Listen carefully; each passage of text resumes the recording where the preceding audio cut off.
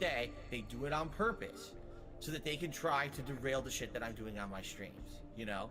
And it just gets to the point where it's so frustrating. I just want to have fun, man.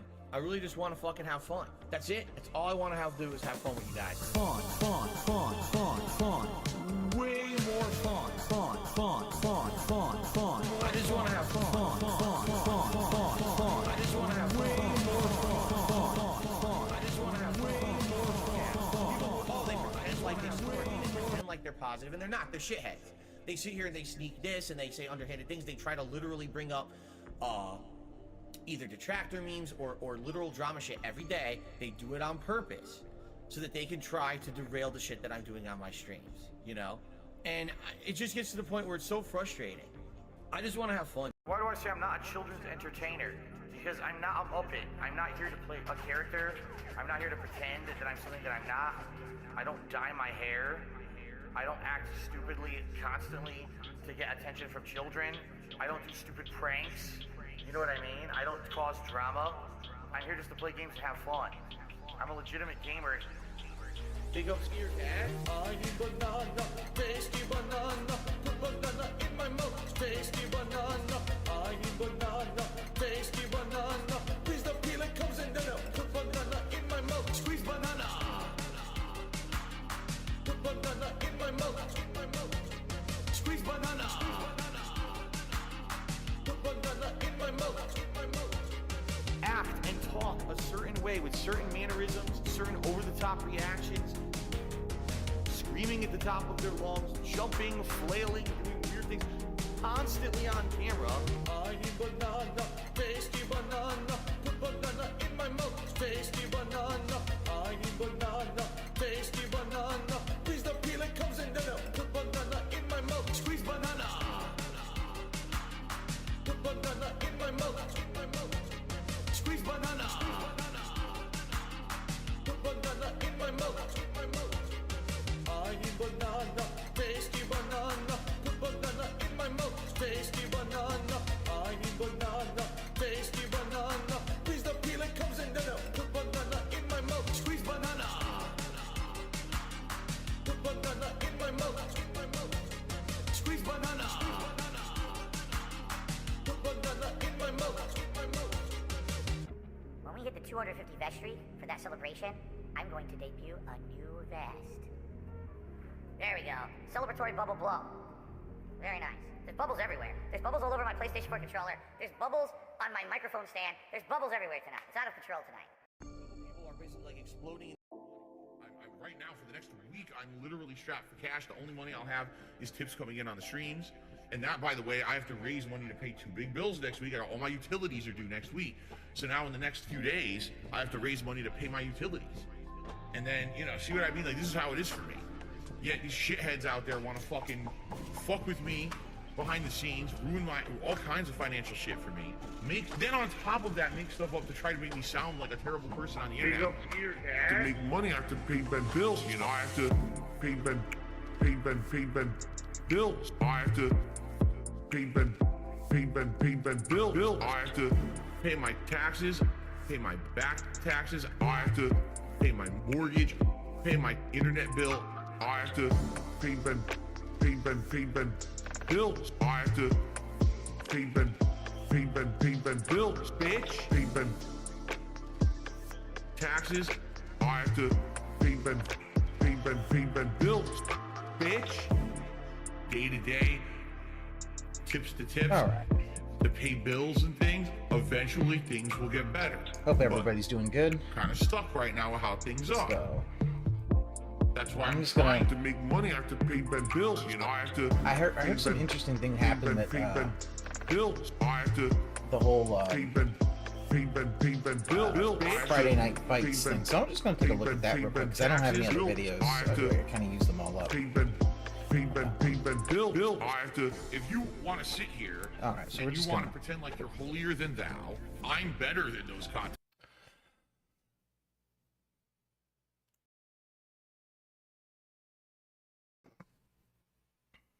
All right, let's see. Let's see. But obviously, a double new release Friday, I'm going to play both new releases. You see? Yep. The thing is, I don't want to get rid of Friday Night Fights. I love it. Oh, send it to Ban World. And have it keep Well, going, Jax Raxer will going once a week. have the weeping and the gnashing of the teeth. But we have to hope that it works, and we have to hope that there's time for it. So let's see what happens. Okay, let's play it by ear. Let's see what happens over the course of tonight, maybe next week, and go from there, and then make a judgment. Okay. In addition, who is all ready for Spoopy times? Rewards. You guys know the rewards. $50 raised of tips, gunner glasses, $100 a hat, and usually we like to put on the M Bison hat, but I'll give you options tonight. Vest at $150. I don't know how much attention we're gonna get on the stream tonight. Being honest, I guess we'll see. But thank you in advance. I like that. Wow. For any contributions, the easiest way to support the stream is give it a like. We get 100 likes, I'll blow some bubbles for you guys, and it helps for engagement purposes for sure. Okay. All right, we got one contribution to start. And indeed, it is who I think it was. Yep, it's Jax Raxer. It is Jax Raxer. Thank you, Jax Raxer, for the generous tip. Let's get your animation going. Let's get you on the leaderboard. Let's see what you have to say tonight. So. 20? Fucking hell. Come on, Jax. Oops. Jax, thank you so much for the $25 tip, our first contribution of the evening. He says the following. Wait, you get people getting $25 tips and you don't even have a $25 animation. Fuck off. Dealing with lag and some of those new mechanics. I hope it gets addressed by Capcom before release, and I hope someday I will have the lag. Oh my completely god, annihilated. Jax, you fucking. That's something I really hate. Is that they actually take Phil's word for it. Oh, it's the lag. Like rollback netcode doesn't have that kind of lag. If it's lag, it's on his end because he has terrible fucking internet. And he's bad at fucking inputting. The online match of Street Fighter 6 with you. He's a masher. He's a... And I hope that you can find some good matches tonight. Indeed, it was special. It was fun. It was special. I'm glad I got to do it. I don't know if they're going to do special. More betas. Shortcut special? Closed. But the game looks good to me. I mean, yes, hard to learn new mechanics on the fly within a very short period of time. I was just getting the hang of it when the beta ran out. You know, the last stream there, the 6th stream that Sunday night, I started playing really well, and then there was no more time to play. Well, Phil, you could have actually played offline. Right? But I had a good time with it. I appreciate it. But you don't want to play offline, so yeah, you only basically played what? Time, and I can't wait for more you only played while you're on stream. You could have played offline. You could have played all day. So thank you, Jax. First contribution of the night, and that's about it. So I guess we'll get started. He lives in Washington. Who lives there willingly? Jace says, how was scoring? I don't know. Washington State? I do not know. Batman, you mean Jason Todd? Yeah, he's in it. He's one of the 4 playable characters, correct? But Scorn, let me put it this way. Yeah, I know all about Scorn. I saw you play it. Oh, is this the Cammy player I heard about? How am I dizzy?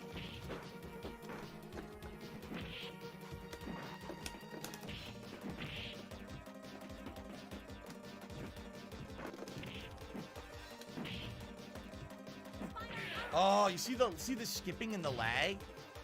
That's so bad. When it's skipping those animations, when she does a move, there's absolutely no way to react to it at that point. Yeah, because it's skipping this the place is also ultra platinum, that's so dude. Fucking annoying. Oh my god. He's gonna keep picking Cammy. I'm gonna pick like low to mid tier as well, but maybe Zangief isn't the best. Low to mid tier. Hey, kicking your ass, dude.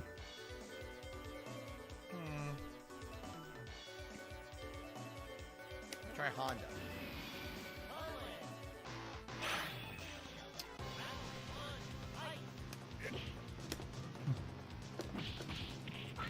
Move didn't come out. It dropped them. When she jumped in, perfect. I did a reversal head, but it didn't come out. Then I started blocking. The game refused to give me any inputs, so she just got a full combo.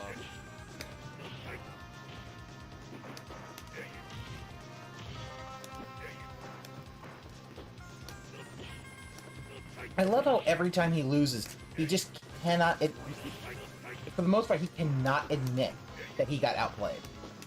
He'll never admit it. See how skipping is bad. Skipping of animation is really annoying. And this is why the fighting game community don't like Phil.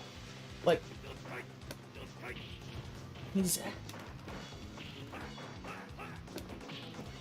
He's such a terrible kind of player, you know? Oh, I couldn't do anything. What the... Dude.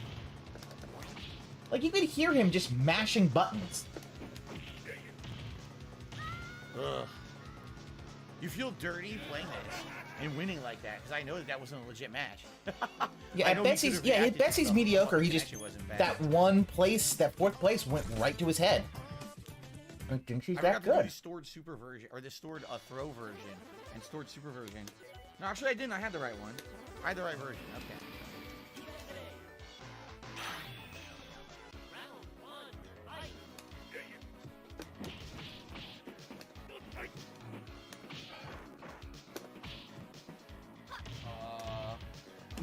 Yeah, he can't play. Yeah, he has to excuse because it's. Oh, what? I'm right next to her with the stored throw. I did it 4 or 5 times. Nothing comes out, and it gave her a throw. Fucking maybe you terrible. mistimed it. I don't know. I mean, you're basically blind and. No, I have the stored throw. It should be coming out. She didn't even wait for it to be thrown. Nice.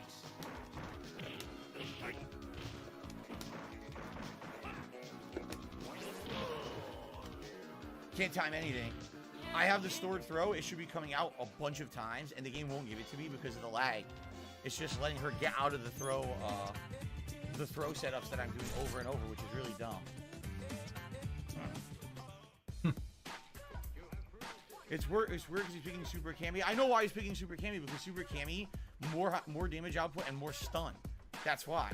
She's not going to use the hooligan flip, but she has very high priority on certain normals, like that jumping, I believe it was jab he was doing. Notice it was stuffing my reversal headbutt, because it does. Super Cammy has weird priorities. When she was new, Jose? Oh, hey, do you have a timestamp for Jose? How high priority Big up Jose. It wasn't Super Turbo. They changed that. Her normal priority was dropped. The problem is, I'm definitely locking her down and beating her. I have her in throw loop setup, and the throw doesn't come out. Which means that's the fucking online play. It won't give me the input, which is incredibly stupid. I have it charged. I'm doing it. He's wide open, and I can't get a throw. And then one time it gave her the head scissor throw over me. Her head scissors aren't even that good. He just doesn't ready up and wastes time. She has a mid, and somehow that's hilarious. Her instead of me. That's just terrible connection right there. Everything. It's the connection. It's everything else. It's never him. Listen, one day he's gonna not wear his glasses, drive, run someone over, and blame everything else. Blame the sun, blame the moon, blame his parents for his birth and all this stuff. Other than he will never take responsibility. And this is why he's going to lose that house, and then Kat will leave him, and he will be alone forever. There's no other woman who's going to want to be with him because he has nothing. And when Kat leaves, he's not going to be able to get the kind of money, like $3,000, $4,000 marathons that he used to do for his taxes to be able to woo someone else here. Faulty break, yeah.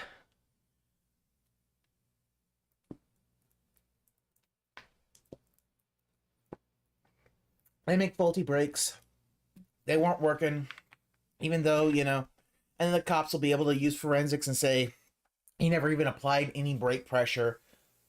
The brakes looked fine. There was no brake pressure. Like, he could plow right through them. And it's like, yeah. Like, David, Linda Burnell, I hope you are proud of the son that you created. A person who cannot take any responsibility for himself. She ain't broke the suspension in the car. You know. She doesn't go out that much. I mean, let's be honest. She doesn't. She makes Phil do it. Because Phil probably, while they were even in the grocery store, wanted to hold hands. Like what his mama would do. Like his mommy. Because he's literally that much Arrested Development. Fucking hell. Alright, I got a tip here. Okay, that's the tips. $5 tip. Again, no name on this one. Can I do Street Fighter backstories? I only know M. Bison's backstory. You have to request what backstory you're interested in, right? Whose backstory particularly would you be interested in knowing, or me retelling? Because I pulled a ton of them on these streams before. Yeah, but you have so many streams, no one can find this shit. Same fucking guy, so it's gonna be a bad connection again. He did it again, dude. He's gonna keep picking her. I don't want to keep playing against just her. That kind of sucks. I'm gonna try something. I'm gonna see how this works. I have no idea how this is gonna work.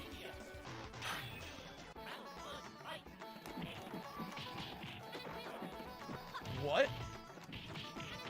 I can't even block. She was right next to me. I went to throw, didn't give me to throw, and then I couldn't block. No, yeah, we need more pictures of Cat. Yeah. Why can't I throw her? I don't think you're ever going to get that.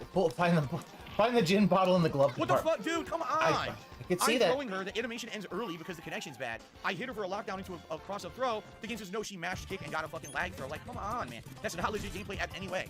And anyway, that's terrible gameplay right there. Nothing is legit. This is why he got bodied on Twitter. Because he is the only OG. He is the only legit guy in the fighting game community, in his mind. Everybody else are scrubs or toxic assholes. I really, really wish Jaha had kicked his ass. If Jaha had kicked his ass, we might not have gotten Darkside Phil. He might have had to swallow his ego.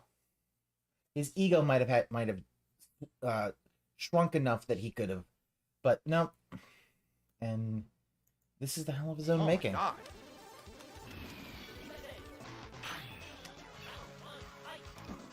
So watching him lose to Cammy is very satisfying. Look. What the fuck? I'm in the middle of a combo! And the game gave her that. What the fuck? What, dude? It seriously won't be moves. Like, you're probably mistiming them. This guy has literally away with insane bullshit.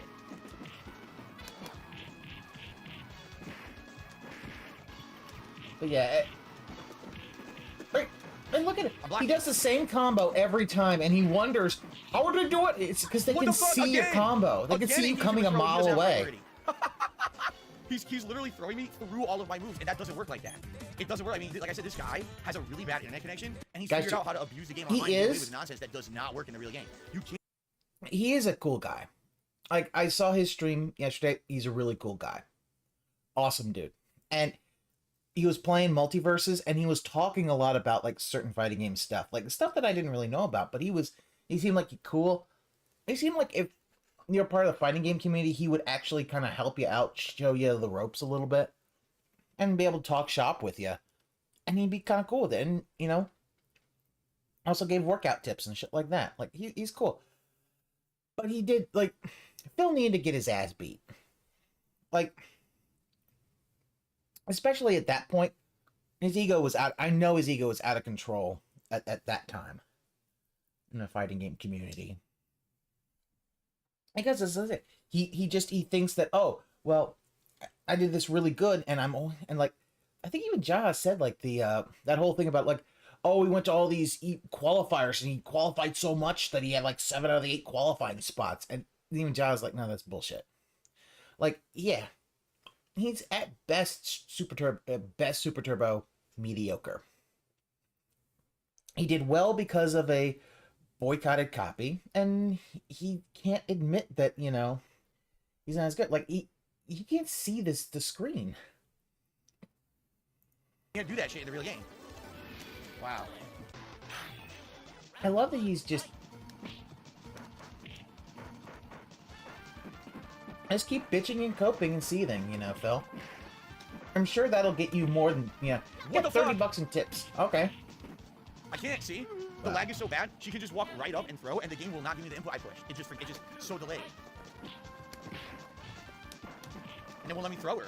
Look at that, but she can walk up and throw me. So the connection is atrociously bad. Look, he won't walk to the other side. He won't walk under her and do the cross-up. It won't let me do it. Because the lag is so bad, it won't register my walk. So he doesn't walk far enough to get to the other side and do the cross-up. The lag only affects Phil. Understand that the lag only affects Phil. Seriously, this guy, look how many points he has. He's ultra platinum because his connection sucks. It's the only reason he's winning any matches. That's unbelievable. His connection is literally so bad that he can get away with ridiculously broken nonsense. All right, Phil. How about this? Go get on your goddamn PC, play Fightcade, get bodied by everybody, and tell how you're better than everyone else. All right, we got some vampire save here. Dry Bishman.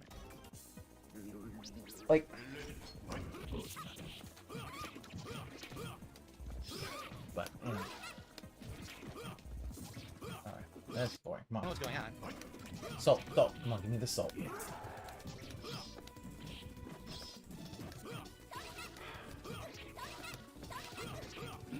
Ooh, that was good.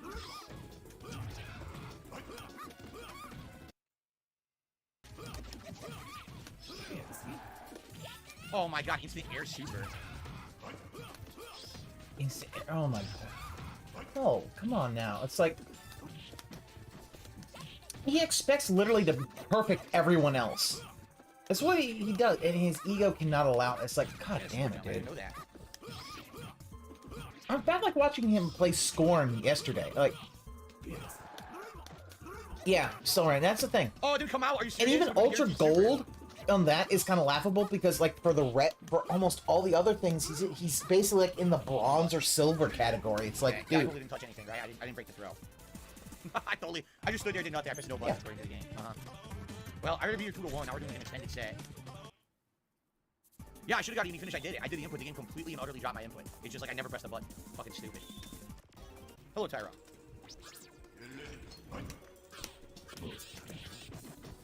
this is what Phil is, you know. It's... And the problem is that, you know, there's a lot of people like Phil Look, it's dropping on who the now, all of a just sudden. won't take any responsibility. Yeah, literally, all you do is jump and think I can do anything. Think of the people who actually, who actually, you know, deserve, you know, a good, you know, paycheck and don't get it. And this guy bitches because he's getting $10,000 a month and it's not enough. Fucking hell. That's boring. I never played this offline. I don't know. I won't play it online. You guys see how bad it can be online, right? This stupid rollback netcode skipping all over the place, becoming unplayable, constantly dropping inputs. Like, think of it this way. I go to throw them, okay? The game gives them a throw, and then doesn't do a tech hit. In Darkstalkers, when two people go to throw each other, and one throws and the other doesn't throw at the same time, it breaks the throw. It's...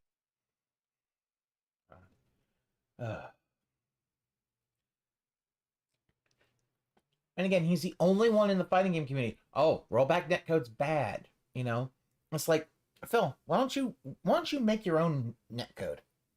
Go code it yourself if you don't like this one so much. You should talk devs. You should talk everybody else. So obviously you must have some talent in that. So go do that. Go make your own netcode and show me what you can do.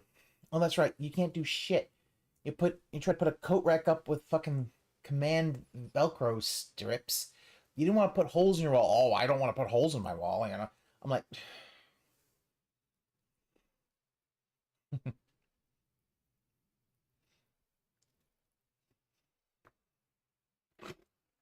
especially because this guy claims he first went to school for computer science, which I don't even buy. But yeah, life's unfair. Yeah, it is.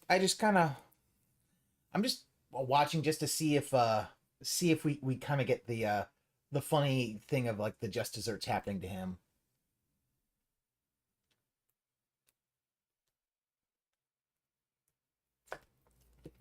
And to be honest, these last few years, we have kind of got some. I mean, him getting departnered from Twitch, and now the whole him being booted off of both Streamlabs and Stream Elements. I mean, that's pretty funny. I can't lie. That's hilarious. It's not that it's not giving me the throw. It's not even breaking the throw. That means the game didn't do my input. Like, it just didn't do my input at all. It just ate up my input as if I never input the throw. I mean, you could hear me pressing buttons audibly on the microphone. It's just that's rollback netcode. Rollback netcode frequently drops input. It's shit, and people think it's good because they're all brainwashed. It's pretty. Everybody is stupid except me. Phil, the fighting game community loves rollback netcode because it's so much better than the delay-based netcode. And I'm sorry, Phil. Like, here's the thing. I would love to see Phil go to a tournament and play literally play not like online or anything, but play like offline multiplayer. Like your second controller, that person's first controller. He would lose and still be bitching. It's lag, it's input lag, it's dropping my inputs. Oh my goodness. It's at a point you're just like, Phil. Like, and I the thing is that really kind of annoys me is that he basically has kind of, you know, pignatized his audience to think that rollback netcode's bad. And it's like, oh, and it's like, no, it's not. It's not that bad. Yeah. Better? No, I'm not doing any fucking voice requests. What are you talking about? No, I'm not acting voice acting like Mario. I'm not sounding like an elephant. What are you talking about? Stop.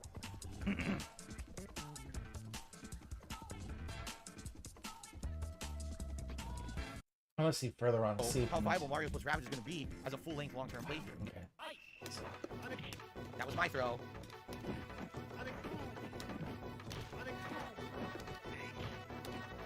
Here we go. Like, literally, my moves once again not coming out, can't do moves. It's fucking bullshit. Huh?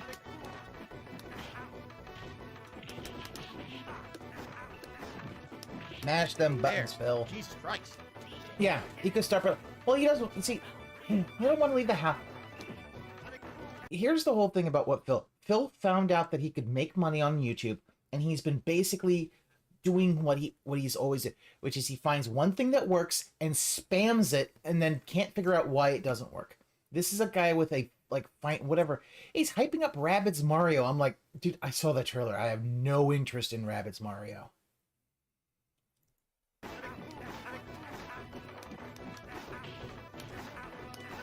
Like, there's something that Ludwig was saying earlier in his stream today. Like, you know, why are you watching videos of God of War 2018? Why not just play God of War 2018? Like, do a redemption run of that and play it again before God of War Ragnarok.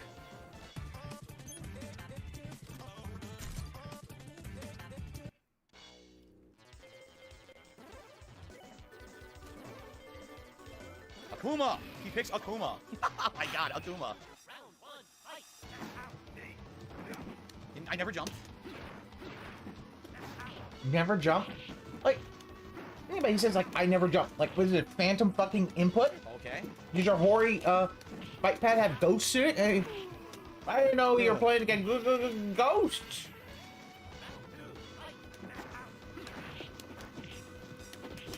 Man, he's out playing happy. I mean, that's the thing. He shits on. Oh my god, I almost blew the perfect. Games. Doesn't work. Well, part of it is that he's bad at a lot of games. Completely perfect it in.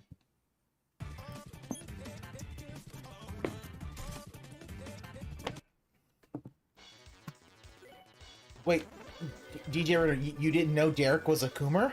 Beat him again? No. Oh god, please don't tell me you found his Twitter. Please, please, please, please don't tell me you found his Twitter. Will he skip Gotham Knights? Is Gotham Knights on Game Pass? If it's not on Game Pass, he's not gonna play it. He refuses. This is the thing that galls me. Work like that. A man who $5,000 in monthly expenses, but cannot be bothered to pay $60 for a game. Think about that. Oh, okay, good. You chose Akuma. Okay, I got you. No, I get what you're going with. Easy. Look at that. Easy. When he wins, he classic Super Turbo match, and I know the Vega match. This is why he was toxic in the fighting game community. I can tell you this is why it's toxic. Because as soon as he started winning, he's like, "Oh, I'm the best." See, it's so easy. And then when he loses, he can't say, "Oh, well, you beat me." He can't. He is what you'll call not only a sore loser but a sore winner. He's a guy who's like, oh, and I can completely understand like the rest of the fighting game community just saying like, dude, just stay away from this guy.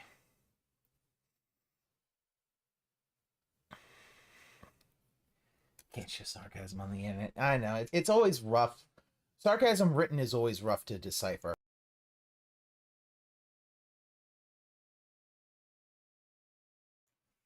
But let me see. Let's see. Still no, you know, for a marathon that he's set up for a while, he has no thumbnail. Oh my god. Oh, that's right. He's sleepy. He's asleep. He probably makes these like up like 2-3 days in advance, and he never updates the thumbnail. Like fucking hell. Like look at this thumbnail. Just daily videos, raw gameplay. Like Okay, Phil. Nobody comes to a YouTube channel to watch raw gameplay. Unless it's a stream archive. And you don't even stream the archive. You cut it because you need to have... Jade, I'm glad that you're here tonight. I'm sorry you didn't enjoy scoring earlier today. Hopefully you'll enjoy tomorrow's marathon. It's going to be rough. I mean, I wouldn't be surprised if Phil, in the next year or so, gets desperate and decides to go back to like 10-minute videos to try to game the algorithm to get like 1 million views or something to try to get that money back. I mean, fuck, man. Because I was watching months ago, I was watching this one thing and I saw, well, it was a Spider-Man gameplay he was doing. And you know what? It was like, it had like a few 100,000 views, maybe like 1 million views in the first one. And then by the last one, it had like 2,000. So even, and this was like 2009 or so. So even back then, it was the same fucking thing. He can admit that Goji was good after losing at him with the beginning, but after several losses, he's bitter and complaining. Yeah, but that's the thing. He can't... Actually, you know what? Let's have fun to This Is How You Don't Play to watch. Anybody got This Is How You Don't... You know what? I do have one. This is how you don't... Breath of the Wild. Let's watch this one. I like this one. Part 1. There we go. It's one of my favorite games on the Switch. So, I love it. Why the fuck you accidentally get a fish? It's a beginner's trap. Oh, he's eating me. Beginner's trap. Oh my... Towards the bomb. Go, you fucking dickheads! Fuck! When he fucking says shit like beginner's trap, this is how you know he's a fucking scrub who's never played a game in his life. Like, he really does not know anything about video games. What happened? Oh, what happened? You oh my fell in God, the lava. What? I drowned? Are you kidding me? I'm at the surface. Sex with me. Well, I want me first to see you naked, so, oh, she's gonna take her top off. Oh. She's taking her top off, dude. You're gonna miss it. Look at those hips. Oh, wait a minute. And so Link was instantly killed, and that was the end of the Zelda franchise. The end. You received the Medal of Shame for completely screwing up everything. You received a medal that basically says you're an infinite loser. Here it is. Aha. No, wait! Oh! We're gonna go back in time before Donald Trump was president. Killed that bitch. I've already been here. Oh, come on! Oh, what the fuck? Hey, it's a sneaking thing. It's What like the Metal fuck? Gear Solid. He cannot do I like stealth the missions. I like the Fire Temple, Forest Temple, Water Temple. All this side shit is terrible.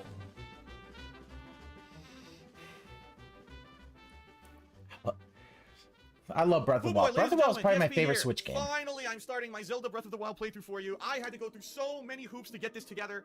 Originally, I was gonna buy this on Wii U. I said I don't think it's worth it to get the Nintendo Switch. It's gonna be too expensive. It's not gonna be worth it at all.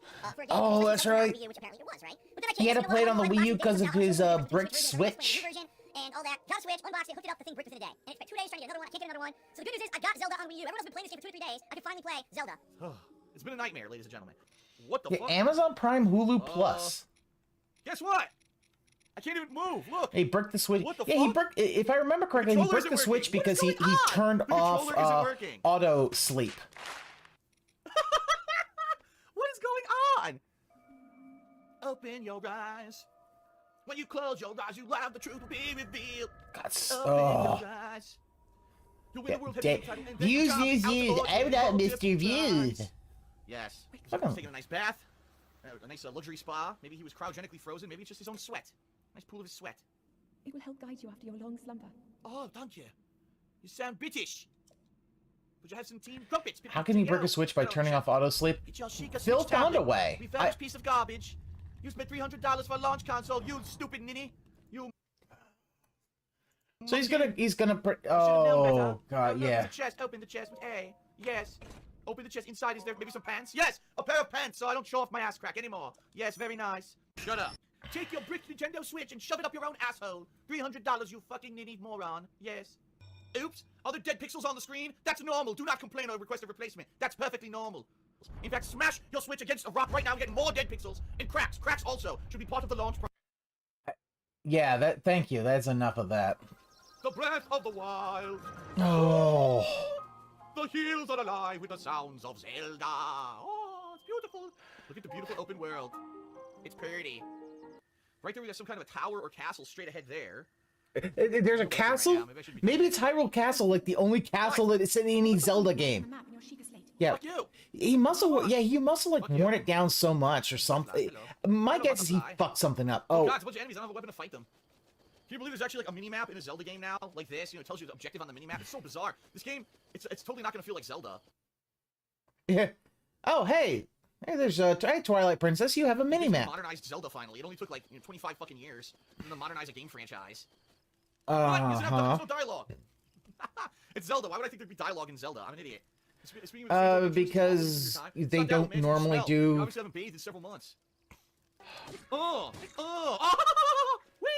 Oh my god, he drowned. Yeah, it might have been, but like he shits on it. Different weapons with Like, different movesets. Here's the I thing. completely ignored the old man who obviously I'm supposed to be like following what he says and stuff. Like fuck you.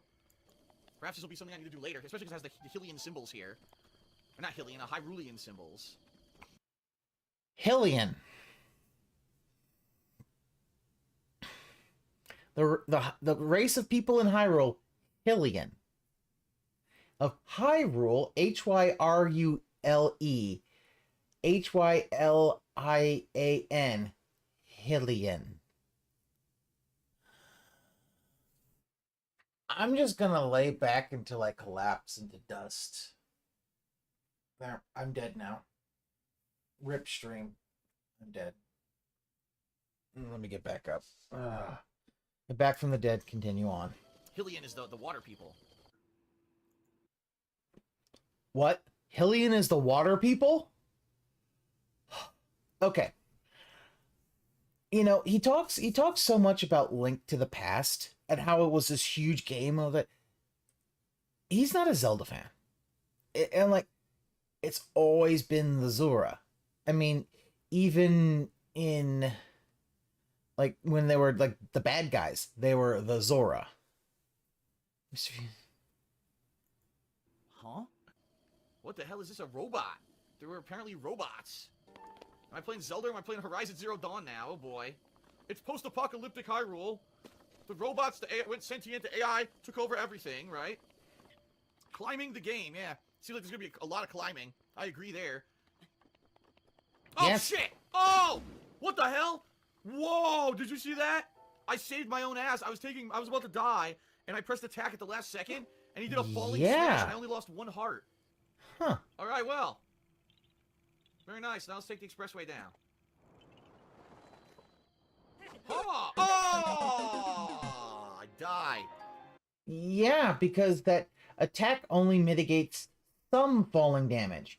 From that height, you were gonna die no matter what. And you knew that. Over! Game over! Start over.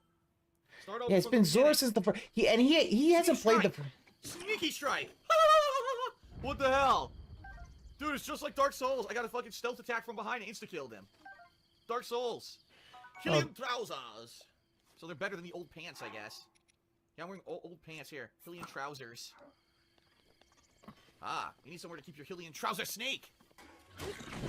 Oh my god! What the fuck? Ah! You have been asleep for the past 100 years. Oh no! Rip Van Linkle! I did not know. That's the thing that I hate the most. Is weird. I love hate it. I mean, it's definitely very different from all the other Zelda games, and I'm hoping Tears of the Kingdom has actual dungeons. Like, if they get, I understand that. Like, I don't mind it because it. Here's the thing about it, Trunks. I know I played it enough. I know where to get good weapons. I know where certain like bosses like Hinoxes are, so I can get the good weapons. And I'm never in short supply of weapons. But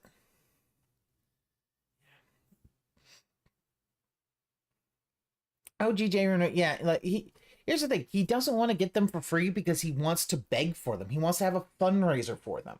He wants to have the fundraiser, then get it for free. It's kind of like Planet Jeff with the cat scam. He wants Planet Jeff to donate to him after he gets the $1,000, so he can get $2,000.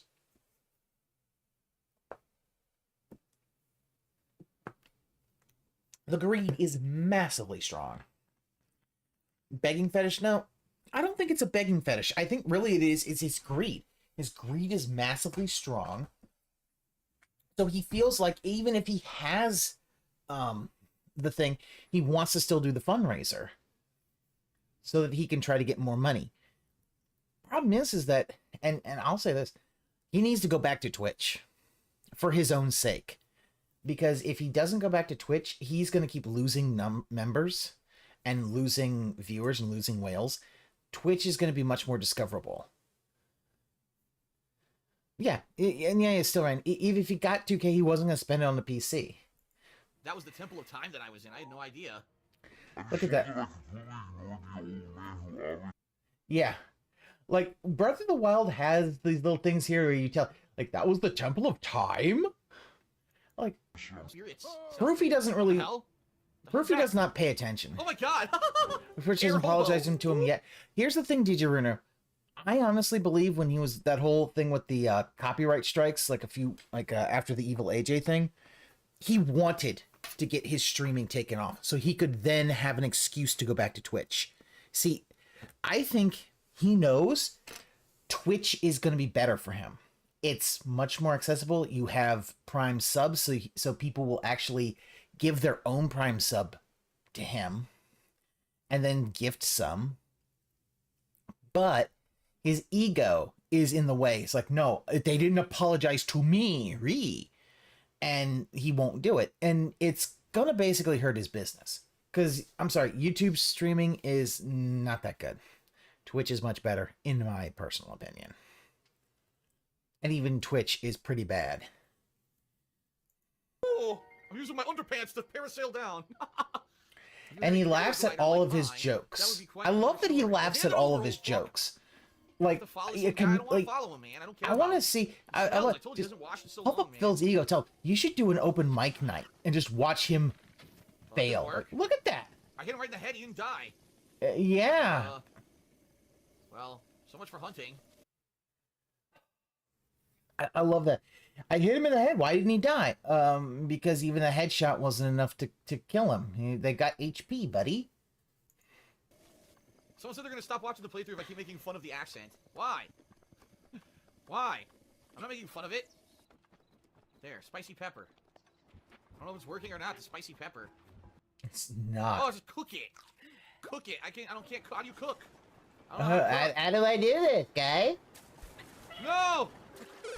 Oh! He jumped into the icy river. Fucking dumbass. Oh, this game has a learning curve, I can tell. How do you bake? I was gonna listen to him, Double Agent Jasper. It's not letting me cook. Now drop. He drops out of the fire. Because you turned around, dum-dum. Oh, hey, it fills up. Oh, now I have a baked apple. Ah, cool. Didn't I watch the Nintendo Treehouse? No, I don't watch that shit. I don't watch that fucking garbage. Why would I watch that? You see, they make they do the Nintendo Treehouses so that you can kind of understand. Like, I watched the Nintendo Treehouse for Dread, so that when I went to Metroid Dread, I kind of had some idea of how to use the controls. He just goes in blind and complains that the game won't just handhold him like he wants his mom to do it, or he wants his wife to do it when they're in the grocery store. Just hold hands. And Cat's just like, I don't want to hold hands with this fucking swaying retard who you just sway and back and forth, just back and forth and back and forth, because he's a fucking undiagnosed autist. And, you know. Sneak strike. Damn, killed him in his sleep. That ain't right. Yeah, he was. That was in his sleep. That ain't right. This is. It's really bad because also you're gonna find. Look, there's a pot, right? I think that's a pot. Maybe I could cook on that. Cook. Oh, look at this. Chicken leg with the pepper. Wow. You heard that? I heard. Woohoo! What is that? It's an owl, dum dum. Well, what? I keep hearing the noise. Woo, woo, woo. I don't know. It's nighttime. Teleporter? What are we, Star Trek? What is this? No, it's an elevator. Teleporter right, is it Star Trek? Woohoo!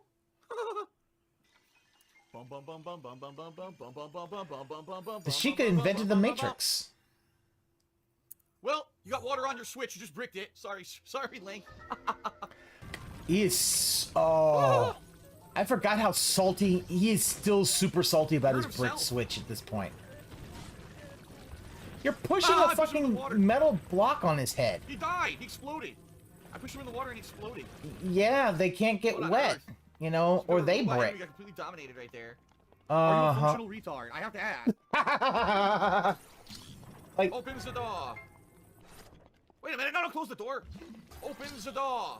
Opens the door. War Shrines. I will agree with you on that, Trunks. The motion controls are really bad. I meant to finish speaking. I trolled the shit out of him. What the? Speaking. Fuck you, give me a paraglider. Oh no. What? Still turned on the Get the fucking stream. spear out, get your fucking skeleton arm, shove it right up his old fucking ass. Give me that fucking paraglider. I'm gonna beat him up for it. Beat him up. The ones that you've completed are blue. Stream chat's helping me. The ones that you've completed are blue. If you haven't completed them, they're orange. The hilarious part is that there's people who are actually in stream chat who said they wanted a more interactive stream, and now that I'm being more interactive and reading the stream chat, people are saying it's hand-holding. Well, tough shit. You can't have it both ways, folks. Like, he had to be told that the whole thing with the Sheikah, with the shrines and the towers, are orange means you haven't done it yet. Blue means you done it. It's fucking color. It's using color for fucking storytelling. Jeez, it's like, this is some basic shit.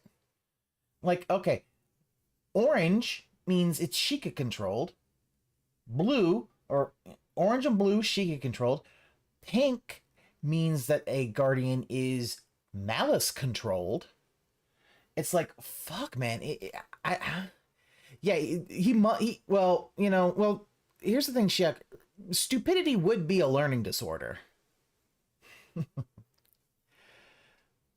Yeah, like, it's one way or the other. If people want interaction, there's gonna be hand-holding. That's how it works, so... It's gonna be hand-holding, Almost got me toxic. That's true. People in the stream chat are now talking about what I just said. And they're like, why is it such a sin when other people can get help from the stream chat and talk with their streamers? But when Phil does it, it's horrible. It's true, it's bullshit. It's, oh, by the way, thanks to Fayley Stone, who just cheered. But yeah, it's bullshit. It is. It's a complete double standard, and it's an excuse for people to make up excuses to say that, oh, I don't like Phil's stuff because of this or that. Because here's the thing, you rely on hand-holding the entire time. You can't have it both ways, and honestly, I'm not gonna listen to that bullshit criticism anymore, because it's not valid. It's not a valid criticism, it's just a nitpicking bullshit to try to make me look bad, so fuck that shit. Nothing is valid criticism. Now that place is toxic. Nothing is valid criticism anymore. What the hell? What is See, going on? it's pink. Oh shit. So that's how you know that Ganon controls it. Oh, this is not good. Run, yeah. Guy's got a swivel head. Face tank that laser, dude. Good job. Instant kill. I love Breath of the Wild. I need to do a stream version of the master mode. I just basically redid it. So in a few months before Tears of the Kingdom come out, I'm gonna do a master mode run of that. Master mode was so much fun. It's hard as balls in the beginning, but it's so much fun. What the what? Dude, I know that was a bomb. I thought it was the detonator. So I guess there's two bombs. I blew up a bomb in my own fucking face. Ow. A Traveler's Claymore. It's better than the sword I had. Oh, my inventory's full. God damn it. It's stuck. It's really stuck in there. Maybe I can do two bombs at once. Damn, it did nothing. Maybe I get a new ability in the shrine that allows me to move this rock. Oh, fuck! I blocked myself. My own face off, man. He's just... Ow. Wow, he's being stupid. Energy. The stored energy will act upon the object when the flow of time resumes. Making good use of stored energy can move even the largest of objects. Aha! Yeah, that was the thing. The most difficult part, honestly, for me was the Great Plateau, because the weapons broke all the time. Because here's the thing, in Master Mode, all the enemies go up one tier, so blue is the lowest tier. You basically can't find red enemies other than a few places for your Hyrule Compendium. So blue's your lowest tier, then black, then silver, and then they add the gold tier, which are there basically to say, you have too many melee weapons. We'll help you with that. I know he's live. But I don't think he's still on. Yeah, I know he's live, but you see, it's on the music. Would you like the music, Red Horse? Because I do not want it, but we'll put that on. I know he's on, but he won't be on. He won't actually be on the actual be on camera probably till about 12 10-15 minutes from now.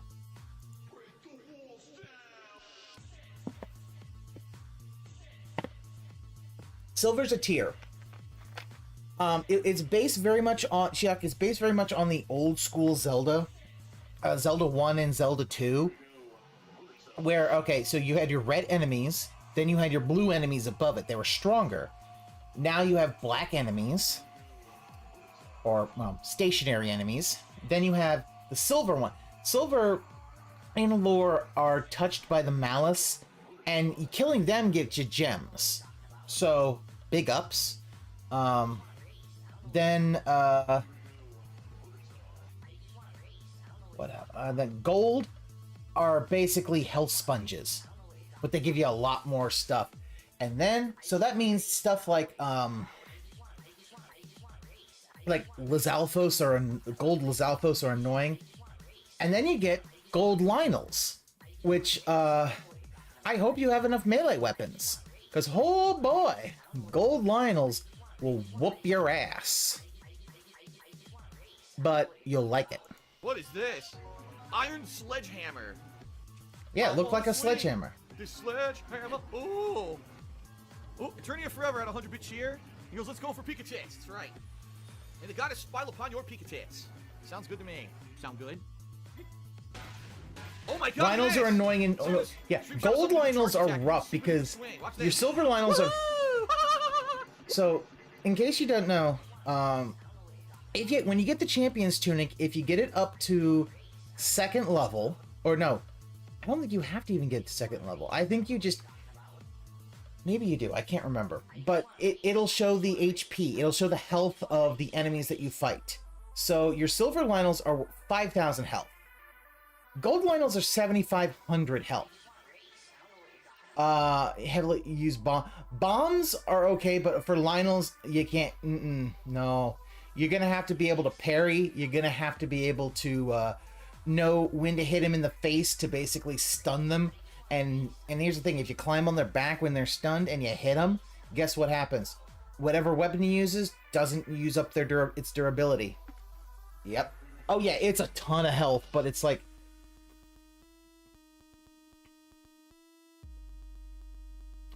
Schleem. Oh, look at that little... Look at that little cuck.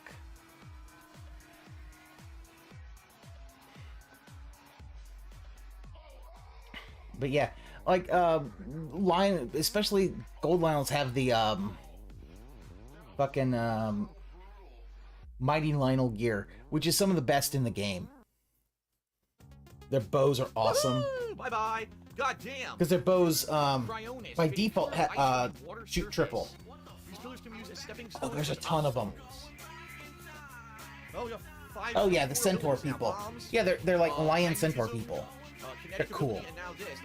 Lynels, they were in some of the older games, but they reimagined them as like fucking awesome. The old man. Oh my god, here he is. Santa Claus. So I have to make an X with the shrines and meet him in the middle. All right.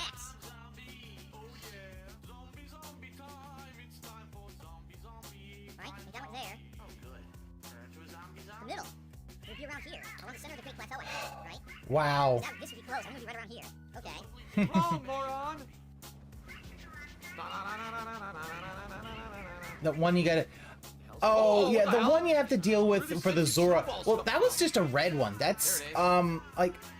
That one's not that bad, but yeah, he can... Oh god! No, don't do that! Like, Ganon tricking you. God yeah. damn it, I missed. I didn't want to do that. Well, my sword, bro. I don't think I'm gonna make this.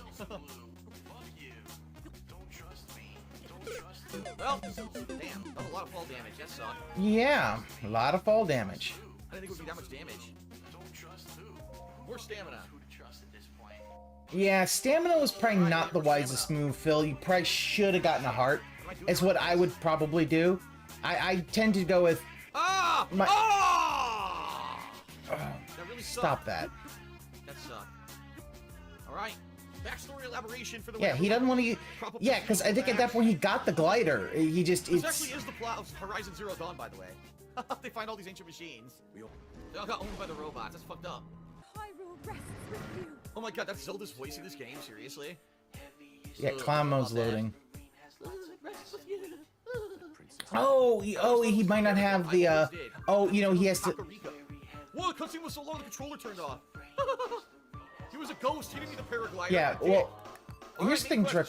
My thing is, get 4 hearts, then I max out my stamina, because I honestly prefer stamina, and then I'll go to Hateno Village, switch it out for hearts, get the Master Sword, then switch it back to stamina. Or, you could just do hearts. I mean, you could just do hearts until you can get enough for the Master Sword, then switch them all to stamina. Because the fact is that I played it enough, I know where to find, like, Hardy Durians, and I can get, like, 20 temporary hearts. You know, one thing that's kind of weird, I'm realizing, I haven't found any heart pieces yet. You notice that? I haven't found any heart pieces anywhere. Which is kind of odd, because usually in Zelda you start finding them right away. Yeah, and see, this is how you find out that he never looked anything up, and he's just like... There you go. Oh, no stamina. Shit. I drowned! Oh shit, I didn't... Oops. I didn't know I was gonna drown. Always get the hearts early on. I mean... Making columns. Oh, motherfucker! You piece of shit, are you serious? I would say this, like, hearts will give you the... You need the hearts to get the Master Sword, but then I always go back to, It didn't get the mushroom at all. It wouldn't let me. You son of a bitch! I'm not going down there, fuck that. Whoa, what is that? Is that a family of horses? That horse is looking straight at me, so I'm not gonna run. Let's see if I can jump and ride one. But yeah, Oh my god, Sue! That did not work. Not with that little stamina. Ganondorf's horse. He's super rare. Most people don't find him. Yeah, explore. If you explore a lot, yeah. Because like I do explore, but I'll go to. Oh shit! Don't stand behind a horse, dum dum. No, no. All right, look bumper, look bumper, look bumper. Like, they tell him he doesn't have enough stamina. He keeps doing it. God damn it! I'm not gonna be able to DSP, are you a functional retard? I have to ask that. I'll have to come back later, I guess. Whoa! What is this? A mounted troop, it looks like. Ooh, shuck. Oh dear. Yeah. Oh look, No, hey, you found the Lionel. Not a good idea. Oh! Yeah. Don't find a Lionel that early. Here's the thing in the Master Mode, there's a Lionel on the Great Plateau. I was like, oh, that's not good. Oh my god. Ow. What? Even an arrow killed me. Yeah, you're at 1/4 heart. Right now I'm so weak, I have so little health, that's the problem. Everything's destroying me and killing me with like one hit. Yeah, that's kind of the point. What the hell? Hi? That's Wolflink. Hi, Wolflink. What on earth? I have a companion beast. What is this, World of Warcraft? You see it on the side. It says fucking Wolflink. Oh yeah, you're right. You're blind. Dude, the horse won't stop running in place. Look at this. It's glitched out. I'm not even doing anything. Look. The horse won't stop running. I wasn't even doing anything. Dude, are you kidding me? This horse sucks. It's too steep for the horse. Go up. Look, holding right. Go up. Stupid horse. Go up this fucking incline. Yeah. Oh, Shaq, don't worry. He harvests fairies. Dude, that's it. He farms fairies. Holy shit, there's so many monsters. What are these? Let me try to sneak by him. Good job sneaking, Phil. Oh my god, what? You were right next to a red barrel. I never failed the mission. What the hell? Someone tossed a giant. But yeah, he does basically farm fairies. Are you kidding me? Well, my horse is back, but the horse sucks. It won't go up the mountains that I need it to go up. Right, maybe I can Why go won't the straight horse just go up the mountains magically? Go straight. Look at this. Horses don't go up mountains, dum dum. Straight, straight. Yeah. Oh, and run it right into a rock. Good job, Phil. People are afraid that my horse is gonna die now in the stream chat. They're like, oh, no, horse is gonna get killed. Dude, there's plenty of horses in this game. That's fine. Good old Spotted Dick. That's what I'm gonna name him, Spotted Dick. Good old Spotted Dick. He'll do fine by himself. I'm a mature adult with a business degree. I left my horse behind. Oh well. I fucked the horse. Okay, well, very nice. I'll go over here to the challenge. This is why whatever it's called. I don't know what it's actually called. Tombs? I guess it's supposed to be tombs for those dead people that are in them, right? They're shrines, bud. They actually say there. Yes, bloop, bloop. We know. It's right here. It's kind of hard to miss. We see it. Okay, we get it. It's All a right, sensor, right. Phil. Shut up. Shut up. Poor cat. I do not. No. Ow! What? No, poor cat. The door killed me. She knew what she's getting The door's- into. You know the saying, don't let the door hit your ass on the way out? The door hit my ass, it killed my ass. Okay, don't hit my ass. What the fuck? How am I supposed to fight this guy? With No, Link weapons. doesn't have like a dodge move, does he? There's no Yes, way he to dodge does. the projectile. He does, and if you went through the road with Kakariko, Yes, you would massive actually health. see that. And I have You no way to actually, dodge his you know, attacks. come to the one at Kakariko. It actually has Parry the an attack with your shield, you can kill it. How the fuck parry They didn't explain that either. attack.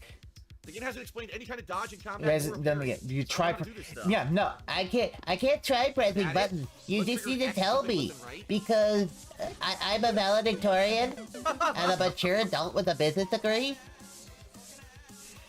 Problem is I have no health. I get hit Yeah, 1 to 2 times. Sins I'm of Cro- dead. yeah, she knew what she signed up for. Yeah, she What the- basic. Now the door hits me. This is ridiculous. Also, he's wearing the warm doublet and the Hylian trousers, so he's got an armor of 4. Look, Look, this Zelda bombs are like really good, and this Zelda they suck. he, That wasn't too hard. It was the combat that was hard because enemies were killing me in one hit. he can't. No, he can't play Zelda. I watched him play Link to the Zelda, Past it's like and Dark Souls. Zelda Dude, it's 2. like Dark Souls. They made the game like Dark Souls. I'm not sure if you're supposed to sell these or not. It doesn't really say. I wouldn't do it. Ancient stuff. Oh, okay. Everyone's saying no, keep it. Oh, thanks, chat. Yeah, thank you, chat. Dude, To you who set foot in the shrine, I am Oh, Bob God. Kai. In the name of the That's the goddess one thing. Luna, I Do offer not combat whistle in a trial. microphone. Oh, shit. oh, It's not not unless good. not unless there's a Not professional. gonna go well. Is this a minor? I God. think. Oh, it's a minor. Okay, you'll be fine. Oh my god! No!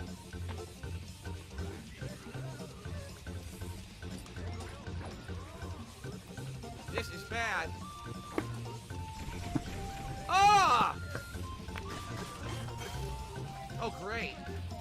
I don't sell them early on. Dodge didn't work. Fuck. I mean, you can sell them, but I wait until I can at least What? I wait Dude, until you're I. that far away. Oh my god. It's a laser. It can go very far away.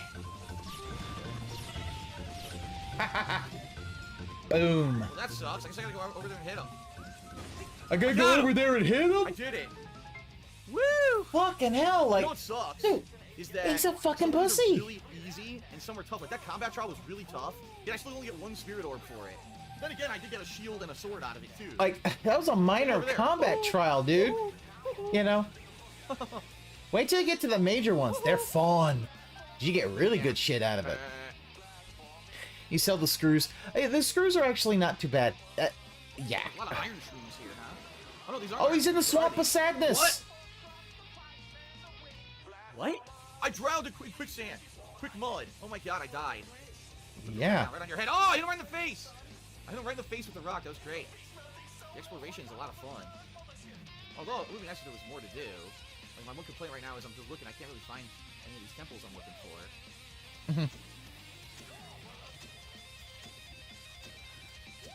Are you a functional retard? I have to ask. They're throwing barrels. I don't know how Can't to get up swim through bubbling tar. Yep. The bubbling crude. there. Crap. Damn it. There we go. What? I didn't drop... Somehow I dropped a bomb. I didn't mean to do that. It was a complete accident. The I bomb didn't mean. killed me. He was My about own to bomb say, killed "I me. didn't do that." The game did it by himself, but then it was like, "No, you." He was like, "I didn't mean to do that." Well, you fucked up. Look, I only killed like 3 guys, and my fucking weapon's already destroyed. Yeah. The Look, I only used the clip once ever, and it's already badly damaged. What the yeah, heck? the Boko clubs What the are heck? shit One of those tier. decks, yeah. I I can't would see lo- anything, dude. It's so... DSP game would love So a dense. vacation in Canada. So much fun. I would love if you go to Canada and never come back. What is this? I died? I died! Fall damage. I was not planning on dying by landing like that. That sucked. What the hell? What? I'm over here. Well, Vin, How do you remember, save? Oh, you Kirby do is manual Dark save. Souls I'm gonna do also. manual save before I do risky stuff then. What on earth am I looking at? I don't know, but I gotta get a weapon out. Fuck. Sorry. Fun time's over.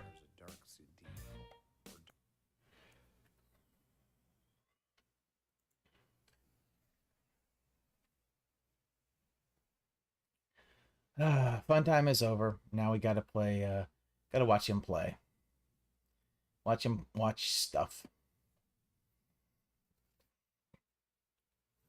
And, like, this isn't even created by Phil Burnett. Like, he won't give credit to anybody else who does anything for him. Good morning, And he wonders everyone. why everything looks like Hello, shit. and welcome to the Level 1 podcast, where we're busy having fun down here on Level 1. And thank you for being here. I'm tripping over my own words. Thank you for being here. I'm so excited. You got some Irish coffee I this can't morning? even speak this morning. No Because, ladies fun. and Back to gentlemen, work. Today is Saturday, October 15, 2022. Today He is really is trying to make that big level React event level 1 marathon. thing not.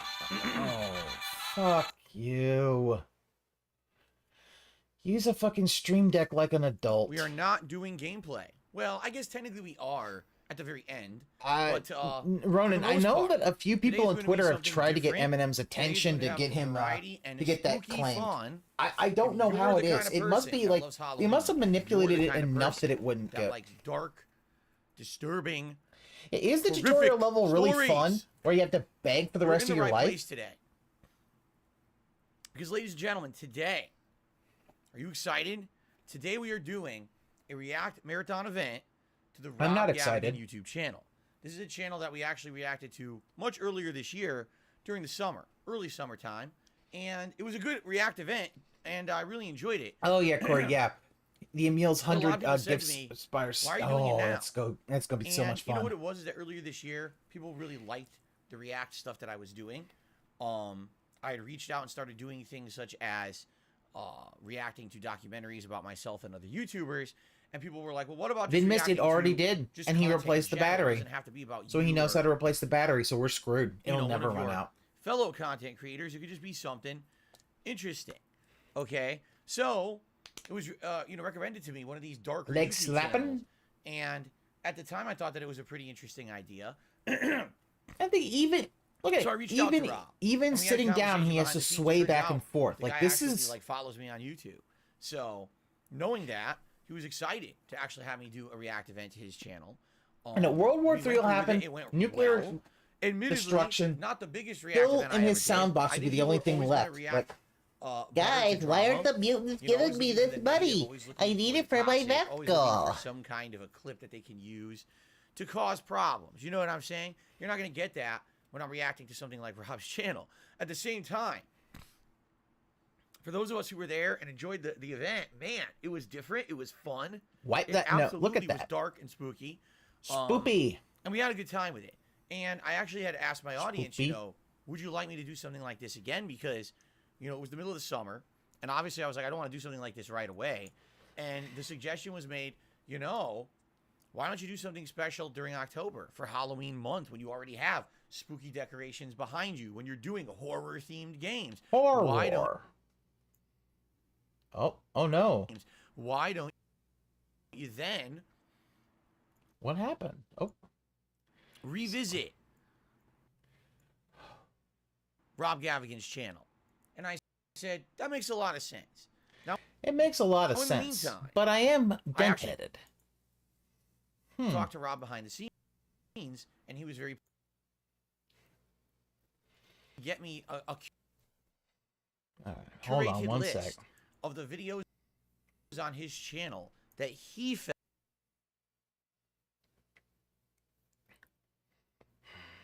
All right, give me one sec. I'm gonna.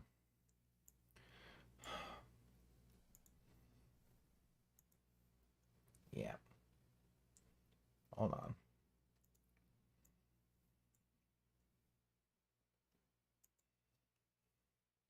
Tales of the how can I say? Like, there's a difference. There's different kinds of horror, right? Absolutely. Different there is. types of You horror. could watch a Halloween horror movie where there's a monster eating people, and you have to suspend your disbelief for that movie because everyone knows there's no giant monsters out there eating people. It's still fun to enjoy that and see gore and silliness, but you know it's not real. Okay, he is Rob's literally channel, just fucking. to focus in, so you guys know, focuses on real stuff. This is not. Oh, he's here's a video. explaining suspension of disbelief. Oh shit! Here's actually chilling stuff that happened in real life. Venomous, I do not know. Documentaries about slasher killers, scary moments caught on film. Most of it's fake, moments I'm before sure. Their untimely demise. That kind of creepy shit.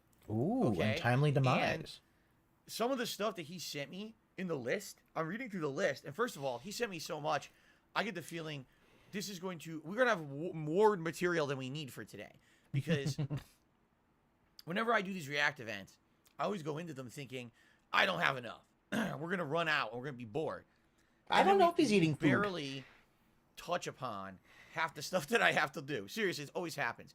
He didn't say anything, so I don't know if he's eating food. I'll turn it into a 6-hour react video, right? Yeah, because you're the only person who takes 90 minutes to watch 60 minutes, or hour and a half to watch 60 minutes. Fuck that joke up. God damn it. I'm reading it now. I haven't seen these videos. Just full disclosure. I didn't, I don't watch his stuff early. We're going to watch it live together for the first time. So this is the first time I'm ever seeing any of this, okay? He's either a secret pay pig, or he's cynically doing this so that he can try to. I get the feeling we're going to be chilled to the bone. Siphon off views from Bill's den hence to his own. I don't know. We're going to do it anyway. I might as well just tell you the names of some of the videos. Here you go. Just listen to some of these. All right. Okay. 10 photos taken right before death. Creepy, unexplained, real-life disappearances. Unexplained events caught on camera. Oh. The 10 most terrible deaths in history. I don't even know if I want to watch sounds like that fun. one. I'm being honest. I don't even know if I can handle that one. Chilling photos with disturbing backstories. Chilling 911 calls with the original audio to listen to. The scariest demonic possessions. The most mysterious people that no one can really explain. And that's just a few of the things he sent me. Okay? So, This is going to be boring. If it's too much, we have to take a break. Too much? I guess we'll Dude, see. If that's just too much... I don't know how scary this stuff is. You fucking pussy. But that just sounds... Some of that stuff is like, dude. And the thing is, it's real. This is not, the fucking Loch Ness Monster came and slapped my butt. This is, someone died. Which is pretty messed up. So people we're gonna die. see how it goes. Yes. For me, but at least now we're in the month for this, right? It's not like, it's July, let's do it. Like, it makes sense to be doing it right now, okay? So if you have a taste for the macabre, today is your day. Macabre. Right? I'm excited for today. I think it's going to be a fun day. Now, also happening today, to end our event, and hopefully to uplift us, because if we're watching a day of true horror, we may be pretty freaking depressed and down in the dumps and creeped out by the end of the show, right? You'll be fine, Phil. To end today's stream, okay, is a 30-man fantasy over-the-top rope battle royal with a horror theme in WWE 2K22. I did a few of these already, well, 2 of these already this year, right? You guys absolutely loved when I did these earlier in the year. You thought they were fun as hell, and you were asking me to do more. And I said, it makes more sense to hold off and to wait for there to be a reason to do it. Like there's a special event, and we want to end it on a high note. In particular, because it's Halloween month, having a horror-themed battle royal is a really fun idea, right? So that's what we're doing today. It's going to be exciting. And yesterday I went through all the created characters, excuse me, that were in the game. All right, fuck this. And I picked some of the best ones. I picked some weird ones, some absolutely hilarious ones. So if you ever wanted to see, Phil, you're going in the tiny space. Battle Royale with a bunch of characters beating the shit out of each other that's horror themed. Today you're going to get you know, that right live, it's gonna be pretty funny. You know, I really love doing the commentary on those as well. There we go. Okay.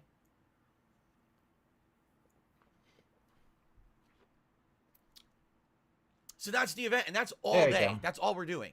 Just to clarify. All right, you have It's all fun, one marathon Vinmist. stream today. There's I'm no gonna start gameplay playing. I'm gonna between play there. some. There's no 2 streams. The way I'm gonna do it is as follows, because I feel like I need to I'm gonna play possibly some mix it up a Metroid. little bit. I did a React event 2 weeks ago. It was to the documentary on Keemstar. Listen, I liked doing it, but I actually put myself in harm's way during that event. I did. I was irresponsible, and here's what happened. Put That himself day, in harm's it was 85, 86 degrees outside.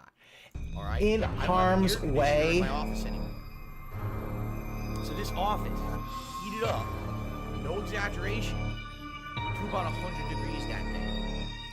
All right. I got physically ill that week. Okay, it got so hot in here that I got heat exhaustion. I had a splitting headache. I had brain swelling for 3 days. Where every day I just brain like this, I had a headache. swelling. Because you could feel the brain If you was had still brain swelling. swelling, So I Phil, you'd be completely dead. Overheated myself in the office that day. I didn't take enough breaks. You And I basically would did be dead. seriously. All right. So what I need to do today during this React event is I need to be paying attention because it's supposed to be, get this, 80 degrees today in Washington State. 80 It is degrees. October 15th. Oh, poor baby. Okay. October fucking 15th. Chewy, his Supposed to brain be literally The exploded. middle of fall here in Washington Like, State. brain- Typically, like, temperatures this time I'm of sorry. year are between Brain swelling is like the shit you get after a concussion. It would cause you brain damage. Yeah, cause brain swelling is fatal. He just picked something. Oh, my brain swelled up.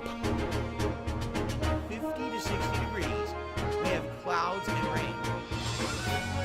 Today, it's going to be Yeah, 80 is like 100 degrees Greenland. with full sun, All right. not a cloud in the sky. This is something you would expect in the middle of the summertime here in Washington State, and we're getting it today and tomorrow. It is a freak thing. The weather people out here are saying it has not had this happen in over 30 years. It's not been documented to be this hot during the fall. All right? So just to forewarn everyone, Lazy employee. Brain If swelling's this bad. Maybe you should actually drill is a as hole bad in your as head to we say relieve it is, pressure. it will That get would have very worked if hot someone here didn't today. stop Phil. And if it does, and I need to take breaks, I'm going to take those breaks. I'm going to leave here for 5-10 minutes. I'm going to get some energy. Open your some window, electrolytes, have the some sugar, fan whatever I pull, need. I'm have going to air walk around circulation in your get house, blood Phil. flowing. I'm not going to be sitting in here like a fucking hot mug. Lazy, pull some Causing my electrolytes brain on to break. be bad Oh, lazy and employee. Yeah. brain swelling for 3 days. Okay, I can't do that. I felt physically ill when I did that 2 weeks ago. He has, All well, right. the thing, Now, he this has is an not your AC unit, but fault. he doesn't want to install it This is again. not my fault. This is literally. I the did results nothing of global wrong. warming. I did There's everything other correct. It's the explanation for it. weather's My fault. camera. There's It's no other God's explanation fault. for it. The weather here is changing dramatically. This is not good. Like, I don't know, This is maybe bad. stop drinking Okay? alcohol. We're going Drink in the wrong water with direction for sure. electrolyte. Shouldn't be having summer It's weather amazing until how you can't sell October. this house for it. Like, Especially here, it's supposed to be the Pacific Northwest, where you're supposed to have some of the most moderate weather in the entire country, and it's actually getting dangerous. well, maybe turn your shit off at night so it won't get like yeah. So, hey, guess what? My see what happens home today. office I don't want heats to up. get You know what I do? wrapped I up. open the window, Yeah, turn on the 2 ceiling weeks fan, ago, and I that lose gets track some of air what's going on around circulation. me. So I'm feeling I happy get now. sick. I can't, that was actually really bad 2 weeks ago. I felt really Yeah, bad for it's several days. no, My CM whole Turbo, you're body correct. was sore. It's literally Like I he's said, my whining head- so that it's he funny 'cause some people are can not chaotic, they're like, do a brain marathon swelling, stuff. you'd be in the Oh, hospital. game audio a little Brain loud. swelling Okay, is a fucking okay. headache, you idiot. What do you think causes a headache? Brain swelling. Things like stress. No, that's not brain swelling. Brain swelling does not cause headaches. Brain swelling is literally fatal. Fucking dumbass. Dehydration make your brain swell. And Dehydration. Drink water. Stop. Not. that's what a headache is. You're a dunce. You think fucking, oh, you're in the hospital. You're an idiot. Okay? Brain it was swelling bad. It wasn't literally- just like, oh, I had it and it went away. I took the anti-inflammatories Looking flag. Yeah, and he's it getting. helped for Of like course. 12 hours and then just came Of back. course he's getting flagged for Same misinformation. thing. That's the problem when you have it. Of course he's getting flagged so bad. for misinformation. Because the fact is, that's what he it's all misinformation. On top of all of that, the air quality today in Washington is atrociously bad. We have wildfires well, yeah, that's 'cause going you. on, and the wildfires are making the air quality here super shitty. So right now, if I look outside, it's hazy. The air is smoky. But I can't not have my window open today. If I don't, I can't breathe. It's too hot in here. So, on top of all of that, all right. By the way, Dave Baxter, goodbye. I've had enough of you. Like, you're an actual asshole. He's literally laughing at everything I'm saying like it's a joke. So you can just enjoy your permanent ban and don't come back. He's seriously laughing at me. He's just funny.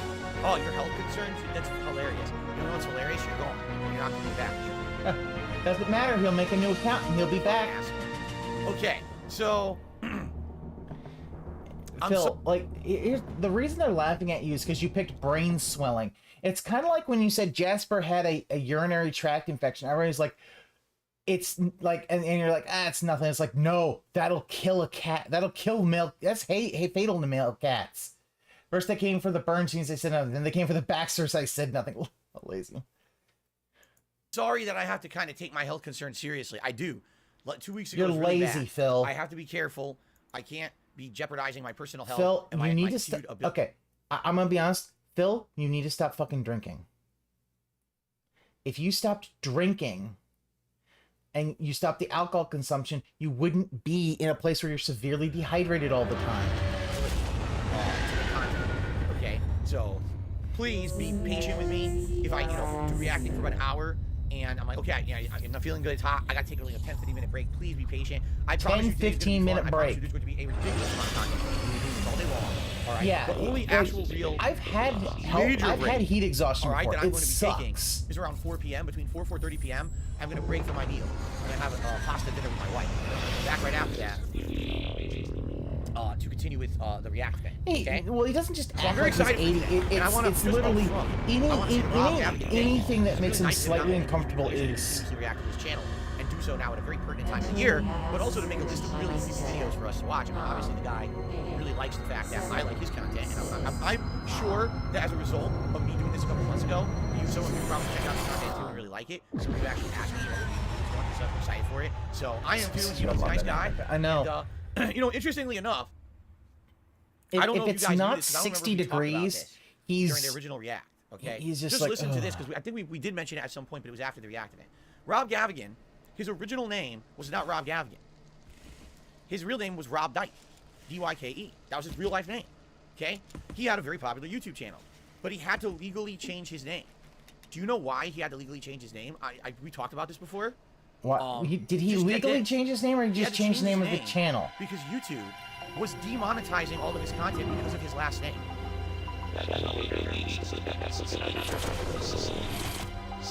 Yeah, YouTube thought it was a slur because it's automated. You can't make this shit up. But the fact is, I don't think he legally changed his name. Right? Like, that's insane. I don't think he What if somebody changed was like his name. Benjamin Boots, right? Or, Tommy Tallywhacker. Well, can't make videos on YouTube because we demonetize all your content because of your fucking name. It's like, that's so fucked up. And the thing is, his last name, right, was just like it was a slang Still word. too It wasn't loud? even like Jesus. a real term. What the fuck, man? And he had to change his name to make a living on YouTube. That's man. That to me, that's like fucked All right, up beyond I'll belief. turn that down. Like, I'd be like, seriously? I would have contacted YouTube with a lawyer. And I would have been like, oh no, fucking it's stop Bird now. Tyrone. I want to take shit off of my channel right now. Unless you want to get sued into it. I don't know. That it would have pissed me off so bad. I have to literally change my fucking name to make a living on your site. Your site is automated like a piece of shit. That really would have blown my mind, man. Like I would have been pretty upset. Yeah, again, Trust. So I guess I'm Again, kinda don't lucky. use your That my name name for is your something your real name ridiculous, for your YouTube channel. Like he doesn't have to legally. It just burn. Like he doesn't have to my legally. name That's is you just have a stage name. Because my last name is his real name. Like It's like slang Michael name Keaton off. is a stage name. Now you think that I guess I Because his actual name was Michael Douglas, but it's there was so already a fucking Michael stupid. Douglas in the Screen Actors Guild, so he needed to have a And I stage feel for the name. guy, but at least he's still And he successful. chose Keaton Having because changed of his Buster name, Keaton. He was able, I guess, to get his channel back into prominence. It's really fucked Like- up when you think about it, man. That's just unreal. So anyway, because I was wondering, because I was watching some of his older videos and it said his name was Rob Dyke, and I'm like, why is his name Rob Gavigan now? And I looked into it, I was like, that is really a fucked up story that he had to do that. But anyway, I'm I'm excited for today. I hope you guys are too. All right, but now what we should do is let's go through the schedule for the rest of the week, because you guys, of course, are going to want to know what else is going on this week. I have an answer for you. Here's just... Yep. I don't care Tomorrow, about your schedule. we're getting back to gameplay, but tomorrow's kind of a weird day. Only one stream tomorrow, and it is the continuation of The Evil Within. As we are approaching the end of the game, I can only do one gameplay stream tomorrow. Why? Because I really need to take time to make the private react videos for patrons for this one. And originally it was going to be Tuesday night, but I couldn't do it Tuesday night because last week ended up being a slower week because Overwatch 2 didn't work, and it screwed over a major stream of mine that I was depending on for income. So I had to stream a little extra last week, and I wasn't able to do it. So I'm doing it tomorrow night, okay? So only one stream tomorrow, and I hope you guys will join me for it. It should be a good one. As we head to the end game of Evil Within. Oh, then look on Monday, it will be the look at that conclusion of my sway. playthrough, Rocking and that'll be paired with a back late night and stream forth. of fishing, Monday night bites, as opposed to Sunday night bites. We're going to do it Monday night this week, okay? Then Tuesday, it's a premiere of a brand new game, yet another horror game. It's A Plague Tale Requiem, the sequel and follow-up to A Plague Tale Innocence from several years ago, which was a seriously good game, to the point where I couldn't even believe it was an indie game. The graphics were so good, and the plot was great, and dark, and the puzzles were good. So I'm very much looking forward to this game on Tuesday, and then Tuesday night, I'm going to continue on with Scorn, okay? And then Wednesday, we're going to do more Plague Tale, and Wednesday night's kind of up in the air. It could be more Scorn, or we could do Disney Dreamlight Valley if we want to end the week on a chill note. We'll see. We'll see how it goes. I'm off from streaming on Thursday, and when I return on Friday, we have another new release. But the question is, what is it? What do you guys want? Because here's the situation that I'm facing. Why didn't everyone else call headaches brain swelling? Here's seriously what we're facing. Oh, lazy employee, you're getting lean. There's two high-profile No, you didn't get releases coming lean. up that I'm interested in. One is the new Mario plus Rabbids game on the Switch. The other is Gotham Knights. I don't know which one to play. Jake, Allow me to explain. my brain's swelling. I'm going to drink Gatorade out of my dual straw here's why. helmet. I can't balance Plague Tale and 2 more games and get through those in a week, because a week after this Friday is another double release day. The Resident Evil 8 DLC. No Plantaduros, not Dread mode. I need to actually beat the main game first before I can do Dread mode. And I know Dread mode. You could make it this is how you don't play with me doing Dread mode. Now, there's no here's way. the thing. I'm not good enough to I do see Dread pros and mode. cons to playing either game. Let's analyze this very logically. Mario plus Rabbids. I played the original one several years ago and really enjoyed it. I thought that it was an exceptionally good game. I had a lot of fun with it. I played the entire game at length, including optional content that I found, like unlockable optional I know. things. Had really great writing, an interesting plot, great visuals, and really good gameplay. All right. Overall, I love Mario that plus Rabbids. I the thought animals was the just best have game of missiles that in them. year. But there's a problem Do with you Mario eat plus missiles? Rabbids. Okay, it is a turn-based, slow-paced, strategy-type game. It is not an action game. It's not a platformer. It's not something that when you watch on a stream appeals to a mainstream audience. Okay, I'm just being honest here. In fact, I can directly reference my previous playthrough of the original Mario plus Rabbids to tell you exactly what happened. I started playing the game and everyone was curious what it was. Within 2 streams, I lost 50% of my viewing audience. Aww. Boring. They didn't like the way that the game played. They thought it was not fun to watch. Well, contributions are mandatory, so that is a problem for him. Okay. So what ended up happening was the playthrough went from, oh, this is kind of interesting, to, wow, this is a playthrough now for a very small niche audience. It's almost as if they were interested and then they saw it and they weren't interested anymore. Interactive. They loved talking with me when I played it, and they supported the stream. So, even though my attendance was very low for the Mario plus Rabbids playthrough, those that were there supported it in droves and allowed me to continue to play the game. The game was played in its entirety, and it was a lengthy game. I remember it being quite a lengthy game. But was it did poorly lengthy on and YouTube. girthy? It got almost no views. It was like dead. Ronan, I don't know why he's doing this. There's not much I can do about that. I can't make a Nothing I can genre do. of game more appealing to my audience.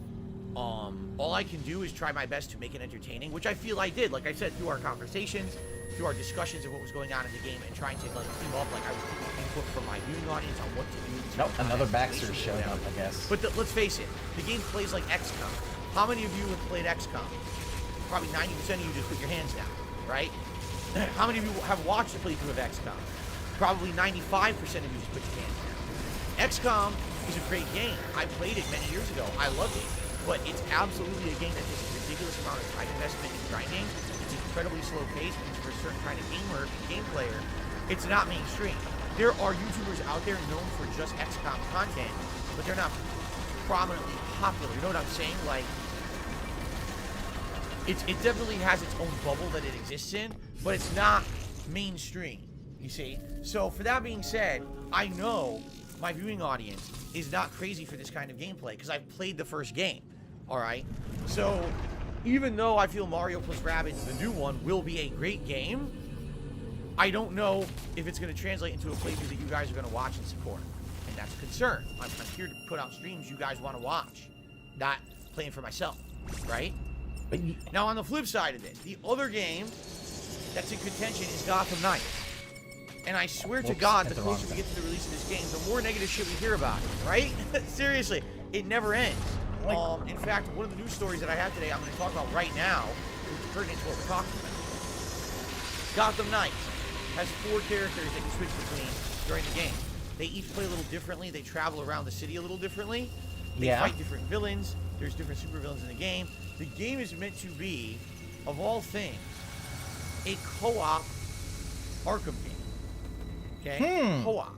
Meaning you're supposed to be able to have a friend get a fat ass in here and do drop in and out of co-op. this world with you, teaming up for the combat and doing the missions with you. Okay?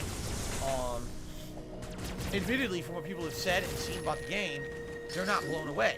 People who actually have early copies of it that are doing like little game previews are like, meh. It's not terrible, but it's not good either. It's kind of middle of the road. So last night, some news dropped that people cannot believe. I'm going to be honest with you guys. I can't believe it. You ready for this? One of the head game devs revealed in a post that Gotham Knights will be frame locked at 30 frames per second on all console versions of the game. Even if you own a PlayStation 5 or an Xbox Series X, you will still be playing at 30 frames per second. I saw that as well. And when people freaked out and said why, they said, oh, well, you have to understand, it's because the co-op aspects of the game, we couldn't make them work with 60 frames. You have to limit it so that everything syncs and everything works properly, okay? So, I have a question for everyone that I'd like to propose to you guys before we even get into the whole 30 frames per Tarbell, second. I definitely get. Okay. But like, if you're gonna put it on for all of you. on modern consoles and you can only How lock many 30, of us, since Arkham Knight ended, you know, the Arkham trilogy ended, said, oh, you know what would be really neat? If they took the Arkham games and they made them co-op. How many people asked for that? What was the appeal of the Arkham games? Think about it. Riveting story, groundbreaking graphics, interesting gameplay mechanics with detective-style puzzle, visual, right? Immersing yourself in an interactive like the world thing about it is that felt most like Gotham City for the first time ever in game. You felt like this was really Batman going through a city and trying to stop. well, guess what? Gotham Knights doesn't have Batman. Right? Where along in there does it scream, hey, I need a buddy to beat up these street thugs with? There's no Batman. It doesn't even make sense. But why did they do it? Who asked for it? Yeah, you know. And I think the problem here with modern game development is that a lot of these game developers now start doing things in their games because they feel like they're being clever or they're being innovative. But I hate to say it, they're just not doing market research. I mean, market research is a key component to success in business. Bill, right? you are not. do market research to ask your customer base, what would you like? Okay? You have absolutely no clue, and you could go completely in the wrong direction. This particular year, in my own content, I reached out to you guys and said, what would you guys like? Listen. Okay, I'll say this. The whole thing about it not having 60 is concerning because most games nowadays have a performance mode where it's like less resolution, more frame rate. I think that, you know, them not doing it is just, I don't know. You can't please everyone. And my thing is this, you have both. like you can play. Oh, I want to play it on performance mode because I would prefer 60 frames. I'll sacrifice my resolution for that. That's fine. Or you play. Oh no, you play on like frame rate mode or whatever the fuck it's called. Then it's like, oh, a high resolution mode. It's 30 frames. Okay. I don't know. Listening directly but- to your feedback, you told me you wanted me to diversify my content somewhat. So I started doing React They content. canceled the And what PS4 happened? just for the PS5 version to be It locked ended at up being 30 really frames. good. You guys like Yeah, the variety? We have good that's variety events now. odd. It's not Because I just would have about me thought, sitting oh, around you're playing locking it games at 30 because of anymore. You guys the like you it. have previous Now, if I gen. never That's asked you, what would you like to see on this channel, I would have never known that you wanted that, right? I have a That- Halloween event coming up. Trunks, Right? that's And I very could have concerning. just picked games willy-nilly, but instead I'm allowing you guys, my customers, Yeah, the he viewers, has to do choose the React games that I content. And he said play. it was regarded, Why? and then Because that makes but now it he's done it, interactive and you can fun. see how regarded Yes, we'll he get a is variety doing of it. stuff, but it's a variety of stuff that the customers want to see. So therefore, I know I'm in line with what you guys want, making the event a success. Right? Why on earth would you just make a game without asking people if they even want the fucking game? Like, do you want another game set in the Arkham universe? Yes, we do. We're craving it. We love those Arkham games. We know the official trilogy's over, but hell, we'll play a spin-off. Sounds kind of like a fun idea to me. Okay? Would you like a game with multiple characters from the Batman? I don't know, yeah. Why not? Instead of just playing as Batman, why not have different characters like Nightwing? Because the Red whole Hood, thing about Gotham Batgirl, Knights is that Jim Robin, Gordon and you swap Batman are between them on the dead. fly. That sounds interesting. Like, that's the whole point, is that they're dead. And this is basically the rest of the Bat family trying to pick up the Let's pieces. base the whole game around co-op. Wait, hold on, whoa. Wait, what? What are you talking about? Who asked for that? Did the Arkham games have it? No. Did anyone ask for it back then? No. Not once when I was playing the Arkham trilogy did I think, man, I really would... Charbel, I agree. I believe this reflects problems on the development. Because I do think that, yeah, them locking it at 30 sounds like it's a development issue. Some decisions they made early on and they can't go back. And it's like, eh. Yeah, Phil hates co-op games, but it's like, dude, okay, you want to be able to play wish that... at one point Robin would just swoop in and do a co-op fight with me. Never. Not once did So I it think was of that. became Nightwing. I thought it was okay with being Batman, you know? And to me, when you say the whole premise of us making this game is that's sad. You literally based your game around a premise no one asked for. And you didn't ask us if we wanted it. So you failed as a game developer. Should they have put a You poll on the fucked up. community tab? Because What the we didn't fuck have do you that want, element. Phil? Maybe the game could have been something better that we were looking for, right? What are we really looking for? A spiritual successor to the Arkham series. That's literally what we want. But they're not giving us that. Instead, we changed this, we changed that, we did this, we did that. Why? Did anyone want that? Or are you just doing whatever you want based on some bigwig at your studio who apparently is steering the ship right off the fucking deep end? Right? Like, I don't get it. Now, the funny part about the story that this game is running at 30 frames per second is that the game is only going to be on current gen consoles. They scrapped the PlayStation 4 and Xbox One versions of the game, stating it could only run properly on this current gen, PS5 and Xbox Series S and X. So, if that's the case, then is there really an excuse for 30 frames? Do you want to know my honest opinion? There's zero excuse. What happens is this game dev is just not that good. I'm sorry. Keep in mind, this is the same game developer that made Batman Arkham Origins. Okay? Batman Arkham I can't Origins say it's absolutely paled in comparison to the mainline Arkham game. It felt like this was a studio that was not very good, just taking the assets from Arkham and trying to almost make a fan-made game. It literally felt like a fan service game. It was full of bugs, it was not polished, it was just not that good compared to the original Arkham trilogy. So when you told me that the game that looks like it's going to be the spiritual successor to the Arkham series is being made by the game studio that made that one, I'm like, oh, I don't know. And now on top of that, you're compounding it with all the fact that they went the wrong direction with what the game's supposed to be. Now the game apparently doesn't even perform that well, so they're frame locking it at 30 frames. No. Do you want to know the truth? Here's why it's frame locked at 30 frames. Because they're not that good at what they do, and they couldn't get the game to run at a smooth 60. Likely what the problem was, in some parts it ran at 60, and other parts it was chugging along. So rather... Okay. No, I don't think that's the case. I think it was more of the case that early on decisions basically put them in a position where they couldn't do both a performance mode and a fidelity mode. I think it's called a fidelity mode. They couldn't do both, and they panicked, and they picked one. And personally, I think they picked wrong. I think games should... I honestly think if you can do 60 frames, please do 60 frames. It looks a lot better in my opinion, but that's just me. Rather than release a product that looks like shit half the time, they just locked it at 30, so the frame rate would be steady, and now... Yeah, planted it. Oh, that's the thing. Oh, you said that? Oh, you know what? It's pretty common sense. Enjoy your to figure band. out what happened. But at the very Common same sense? time, it's You have very, to have very common sad. sense. We're all going to be I want- supposedly no, playing and I buying wanted this them game missile for tanks. $70 that's supposed to be current gen, and it's going to look and play like a last gen game. That's pathetic. The other thing that's weird, though, I mean, this game is four-player, worst person has... He's got a characters, point. I don't and it want to was a play four-player co-op. a Well, not game at that's all. locked at 30 They did in a current announce gen. that Especially they will $70. actually have a I'm not doing four-player that, no. mode, but it's going to be about a month or more out. They're going to release it as a free DLC where you can do four-player co-op in the game later. Okay? To which I say, what kind of game is this? Is this fucking Battletoads? Right? Is this Final Fight? Are we playing X-Men four-player arcade co-op brawler? Like, I thought it was supposed to be like an Arkham spin-off game. It certainly doesn't seem like it, right?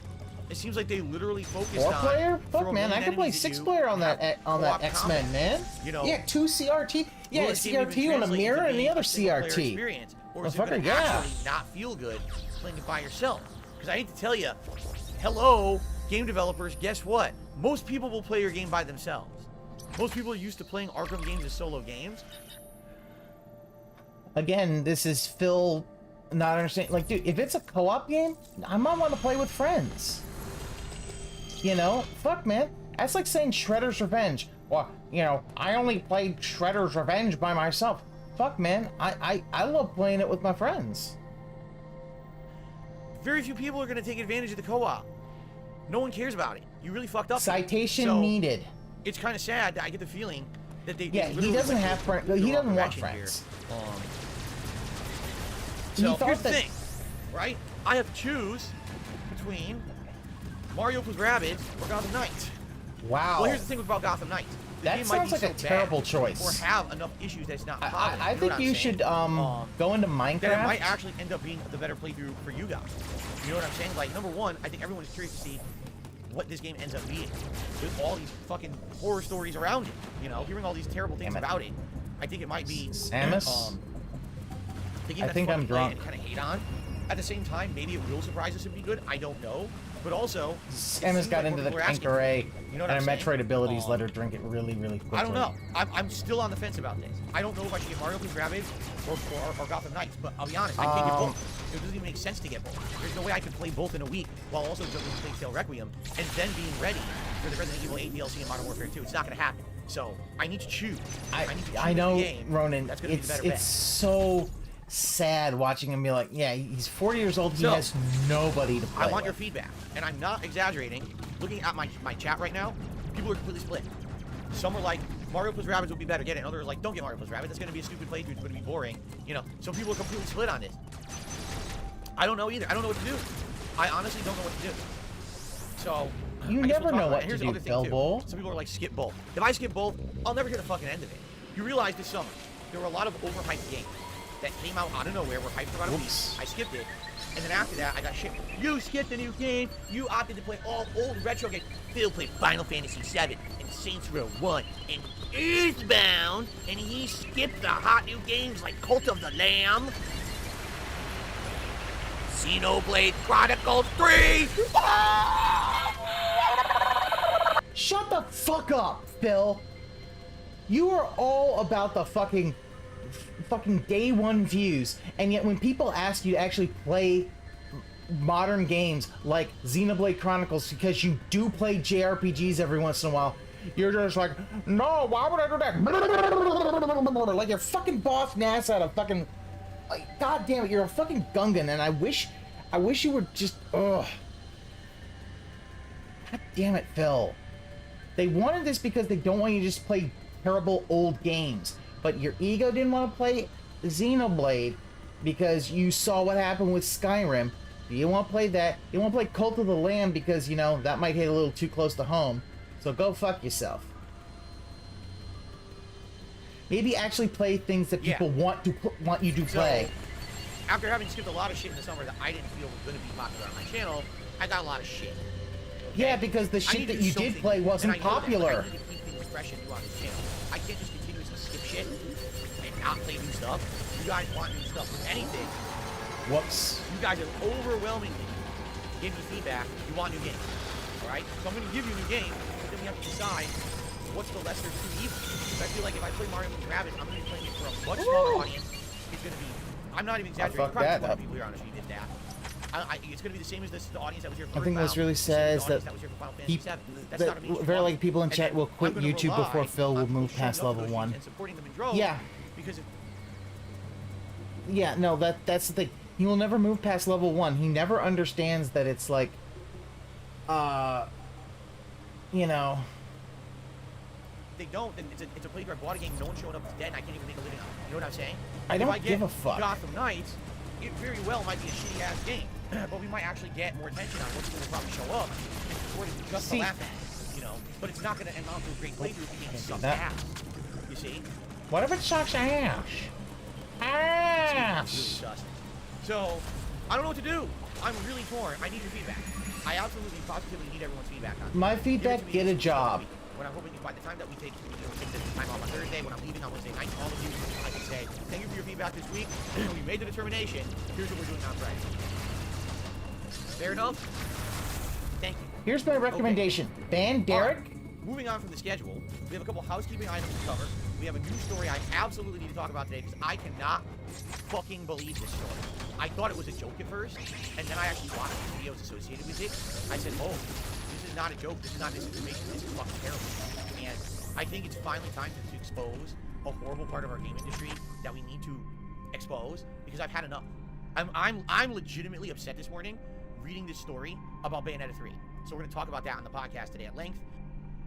I do not want to hear him talk about Bayonetta 3 because, Phil, you would, if you were an executive in Nintendo or on Platinum Games, you would do the same thing. Okay? Oh, I'm sorry. John Rambo tells you to, hey, give Respect the Pack some money. I can't do that, guys. I can't go to the meeting. I have the, She didn't take the 4K. Trunks, I understand that. I'm gonna say this. 4K, that's a fucking insult.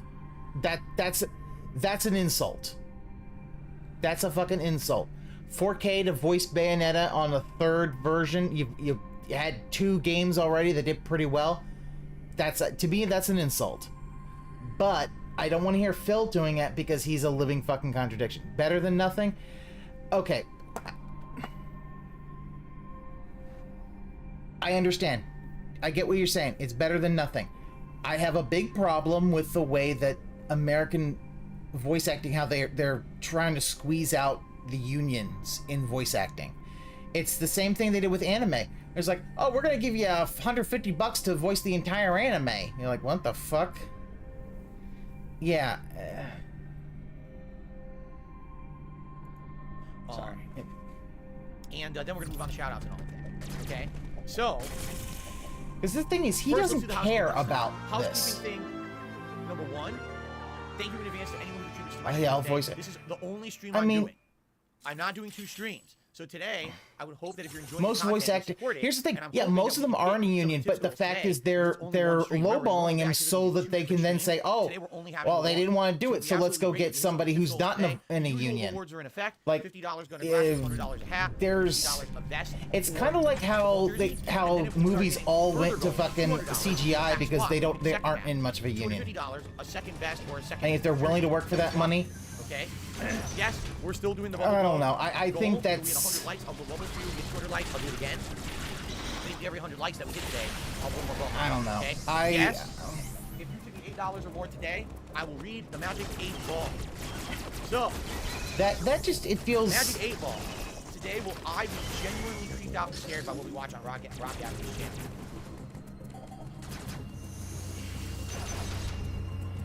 I don't know. I mean, my thing about this is that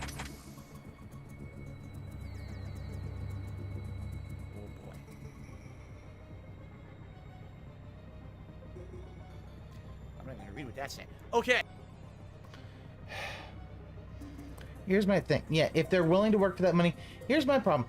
I have no problem if the voice actors decide to say, you know what, no, that's beneath me, and decided not to do it. Okay, fine. Fine. That's her decision, and if she feels that's not what she's worth, then fine. For a game, who knows how much, like 4,000, like how many hours are you going to be in that booth?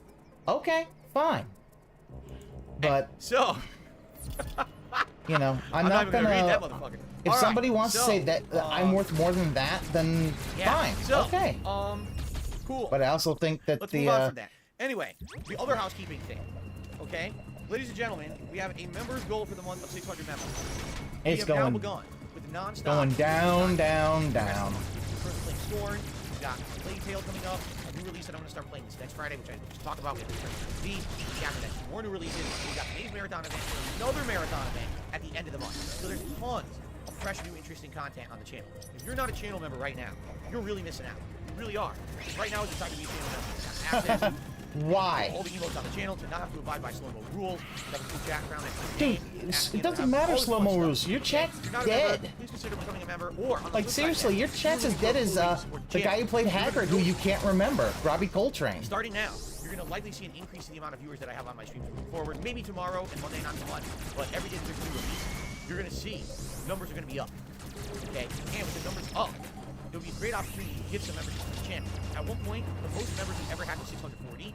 So we have right now, no exaggeration, probably about 160 or so people who are waiting in the wings for some different memberships. So if ever you want to help the channel in that regard, okay? Hint, hint, It'd Emil. be absolutely great to give some memberships. I'm sure people would be very appreciative. Yeah, it's all basic Now, shit. What are we It's doing as a result if we hit the members goal for the month? Ladies and gentlemen, DSP Black Friday ad podcast, I am- where I'm going to be going back in time, bro. I'm going to be reacting, dudes, to old retro Oh my ads from the 90s god, and that look at 90s. that thing. That's so awful. Yeah, totally tubular. So, yes, it's going to be a fun marathon event that I'm going to actually do on Black Friday, okay, which is the day after Thanksgiving. So I believe that would be Friday, November 25th, if I'm correct on the date there. You looked this so, up because what are we going to be doing? Watching old that advertisements. thumbnail, It could it's be toys. It could be so television. low effort. Food. It could be anything, for God's sake. After the 80s and 90s were pretty funny and very different from the advertisements you see on TV today. So it'd be really interesting to react to them. Now, in addition, I know for a fact that internationally outside of the US, ad criteria are really different than what we do here. Some ads outside of the US are literally meant to shock you. Okay? So I'd be interested in watching some of those as well. What's going to happen is... Yeah, it's low effort. I know it's all low effort, but this is Still have half the month this to do. is like wow. You guys Because are it's gonna be the able to same thing he submit uses for his your React submissions basis. It's like for ads that are on YouTube. I React didn't to. expect him So to I'm be gonna have a running, that playlist low of effort. You guys suggested. We're gonna watch it all together on Black Friday. It's a fun marathon event. Okay. So again, please consider if you're not becoming a member, and also giving some membership to your fellow viewer. People would really appreciate it. Okay. Cool. So thanks in advance, anyone, for any contributions. We do have some. Just so you guys know, I shout contributions out at the end of the podcast. So at the end, I'll give a shout out to some animations, update the leaderboard. But now I gotta talk about this news story. I have to. I can't believe it. Okay? Ladies and gentlemen, something happened this morning that absolutely positively no one expected. It's literally out of left field. You know, I don't think a single person knew that this was gonna happen. Okay? In 2 weeks' time, less than 2 weeks' time, it's actually the 28th, October 28th, Bayonetta 3 is releasing on the Nintendo Switch. Now, you guys know I've already told you about my thoughts about Bayonetta 3. In a nutshell, I think this game is way too late. Bayonetta 1 was over a decade ago. At the time, it was popular because it kind of felt like the spiritual successor of Devil May Cry. It had a flashiness to it, let's admit, the art style was designed as flop. Different from Devil May Cry at that time, okay? Black Games was a breakout game for them. It was cross-platform, by the way, at the time. It was PS3, Xbox 360. And I don't think it ever had a... Well, did it have a Wii version eventually? I think maybe it did. But originally it was cross-platform on modern consoles at the time, okay? So, I played it. Was the Wii not modern There were console? parts of it I absolutely hated. There were parts of it I really liked. I'm out of the David I Jaffe really room. liked the combat in the game. Didn't necessarily like the plot aspect, but the plot was kind of out there and weird. But I definitely liked the combat because it felt like fluid Devil May Cry combat, and I definitely liked the design of the game. and the graphics in general at the time, running at smooth 60 frames on console, having giant, almost animation arms and claws and combos and things. It's pretty neat. Okay? Then, out of nowhere, the sequel is only coming out on the Wii U. It's apparently partially produced by Nintendo, which means it's a console. Okay? So right off the bat, what a horrible decision. The Wii U was a flopped console. Most games that were exclusive to Wii U, like Zombie U and shit like that, flopped so bad that in order to recoup their costs later on, the companies that developed them decided to port them to other consoles, which wasn't their original plan. They just felt like they had put so much time and money in developing these games, they absolutely needed to try to recoup it somehow. So they ended up being ported to future consoles and shit, which wasn't the intention. I mean, right? Bayonetta 2 was no exception. Alright? If Nintendo produced it, yeah, they're gonna want an exclusive. That they were gonna be able to make a ton of money on this game. Although, shockingly enough, it did well. When most games on Wii U were not doing well. Take a look at Wonderful 101 and shit like that, right? I've seen it. I think someone showed me salmon going up the stream, and instead of it being a fish, it was literally pieces of salmon going up the stream. Mostly feels the game pretty much vanished for me. It felt like the same game as the first one. Actually, in a lot of ways, it wasn't as good. I hated the plot. I thought I hate Bayonetta. I'm married, dude. I can't watch her just shake her butt. And in reality, I just felt like it was outdated. I felt like the game was too little too late. And the decision to make it to a Nintendo console was terrible. And I feel like the franchise it's more of his Nintendo bias. He hates Nintendo. How many years? Insanely long time between games. Bayonetta 3 is coming out. And it's fucking Switch exclusive? Like, what the fuck? Like, what is going on? Okay. It just blows my mind. It's Switch exclusive because the Switch is massively popular, and because Nintendo is probably producing it again. If they're producing it, they're gonna put it on the Switch exclusive. Derp derp. Come on now, derp derp. The original game was obviously cross-platform and it was very successful. So now let's have it continuously be exclusively on Nintendo. Even because if Nintendo's producing it. Alright, I get it. But you understand you're literally shooting yourself in the fucking... He gets that that Nintendo's producing it. Nintendo is producing it, and they are a console owner. So why are they only putting it on that? Because Nintendo wants an exclusive. They want them to play it on the fucking Switch, dumbass. What? By making this a Nintendo exclusive. Twice. You didn't learn from your last outing. You're gonna do it again. Why the Switch, the Switch is much more popular than the Wii U. I just... It doesn't make any sense. Alright, Adam, I'll talk to you. Sell another console, okay? But anyway, this is not the news story. This is just me talking about... He's crying because he doesn't want to play it on Switch. He is anti-Nintendo bias. You know what I'm saying? Like, basically, the franchise has had so many interruptions and so many issues with development. It took so long for these games to come out. I'm not hyped for it. I could give two shits about it. And especially with the timing. It's coming out the same day as the Resident Evil 8 DLC and Modern Warfare 2, right? Like, then don't play it, other Phil. games that take way more priority than Bayonetta 3. Like, I'm on the boat. I do not care about this game. So okay, already, then don't play it. Before we speak about the news story from today, I already was under the impression that this was a skip, and eventually I might play it later on. I was not going to play it at release, but I was going to maybe play it at a later date, especially if I heard reviews that it was good, and people were saying, man, you really missed out on a good game because you didn't play it at launch or whatever. I was fully planning on possibly doing it, like playing it in the long term, alright? So, this morning... Still, Rand, he literally thinks that Nintendo, if they produce a game, should still put it on other consoles because his swollen brain seems to think that, because that'll get them more money. It's like, dude, Nintendo wants they buy these things they produce them for exclusives. They did Metroid Dread because they wanted exclusive to the Switch. I mean, if they put Metroid Dread on a PS5, holy shit. But they're not going to do that because they're a game console manufacturer. So they're going to put their... It's like when people were like, well, Bethesda's going to basically make all their stuff Xbox exclusive after they were bought by Microsoft? What?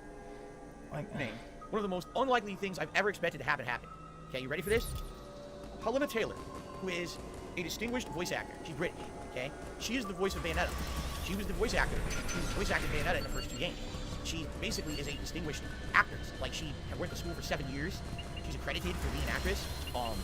You know, she put her life and soul into this character. She became, I think for a while she was traveling and representing this character at conventions and everything, you know, advertising the game and all of this, okay?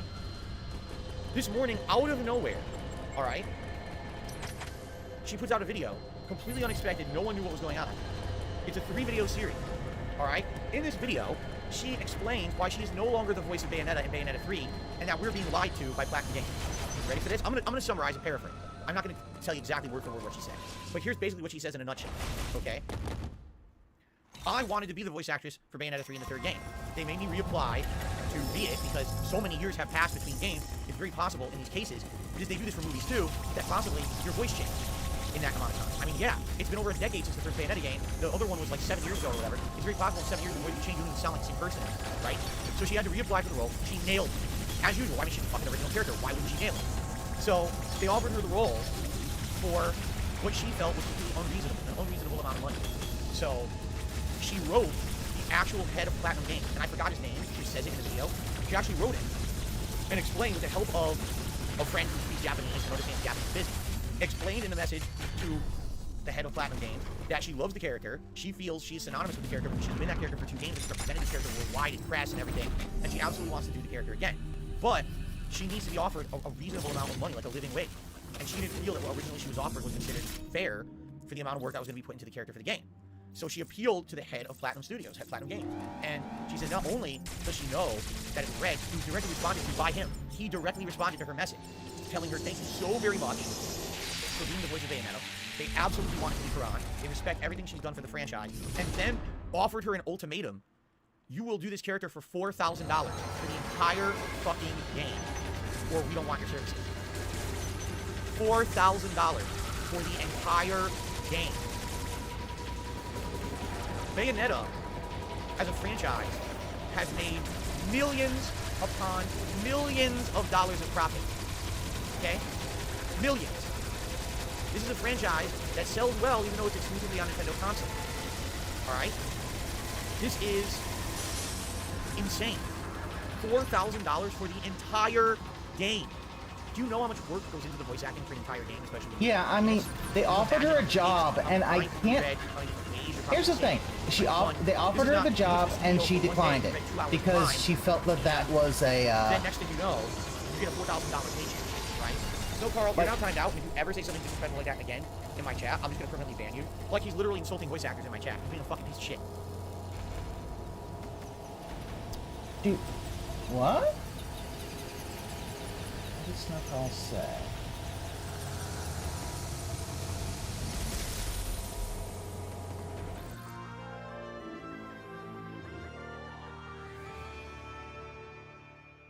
Damn it. I don't know what he said. And here's the thing. I have to agree with Plentenduro and Luna Guardian. She was lowballed, and she decided that she... Just to give you guys some perspective on this. And she declined that offer. But the fact is that... $4,000 for an entire game. If that's the case, they should scale it. Like, if you try to scale it industry-wise, all right? It doesn't even make sense. Most voice actors do get paid more than this for a game, okay? And the prominent ones, you know, the Troy Baker, the Nolan Norris, who's the female voice actress? Laura Bailey. Forgot her name.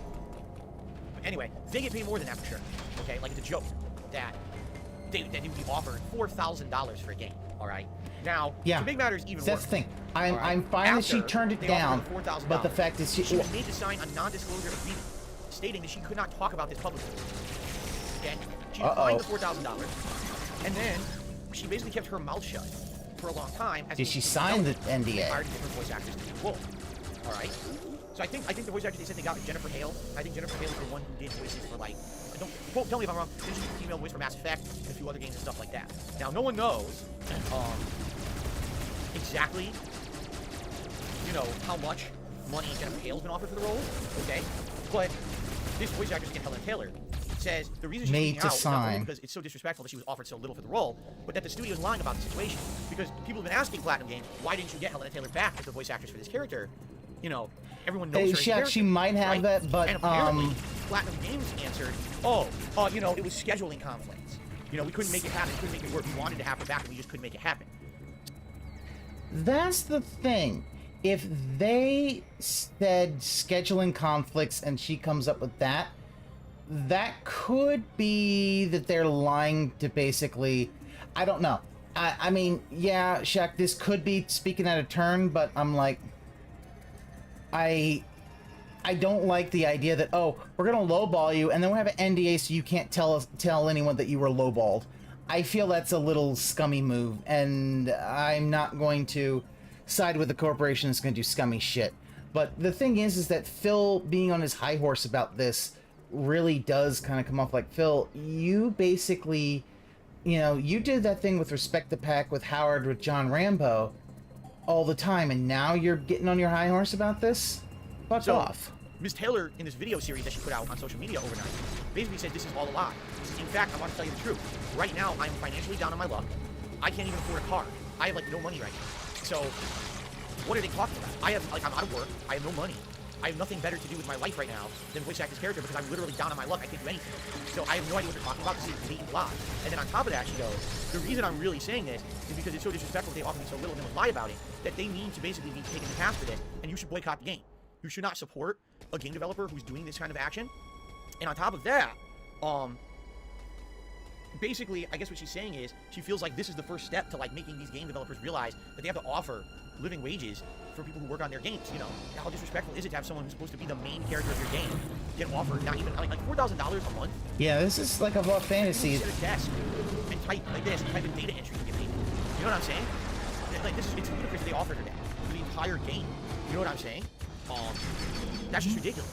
And the other thing is, she reveals in the video that she is violating her non-disclosure agreement by making it. She's like, I am absolutely, you know, what are they going to do? Sue me? I'm broke. I have no money. I have no car. I have nothing. What are they going to do? Sue me for my clothes? I have nothing to do right now in life. So they can try to sue me and they're going to get nothing. I have nothing. Right? Damn. So, holy shit, right? So, here's the thing, all right? Here's what you have to understand. This is one side of the story, all right? You always have to approach it this way. Oh, he's fence-sitting now. He's fence-sitting. Sadly, just believe blindly. And what I would love to hear is the back game side of the story. Oh, look at that fence-sitting. Out like that. There's so many takes you can have on it, all right? The first take that I have is it just blatant disrespect to the actress? Do they feel that her talent wasn't worthy enough for more than $4,000? But if that's the case, why offer her the job, right? If you thought that someone else was going to do a better job with her, then why would you offer her the job for a low wage? Why would you just immediately say, no, we're going to get someone else, right? That doesn't seem to make sense to me. It seems like they wanted her, but they really just thought that they could take advantage. Maybe they knew that she was down on her luck and was probably desperate for money because she was out of work, and they decided to try to rip her off because they felt, oh, she's desperate, she'll take whatever as a paycheck, and then she shocked them by saying, oh, fuck you, I'm not taking this money. This is insanely disrespectful.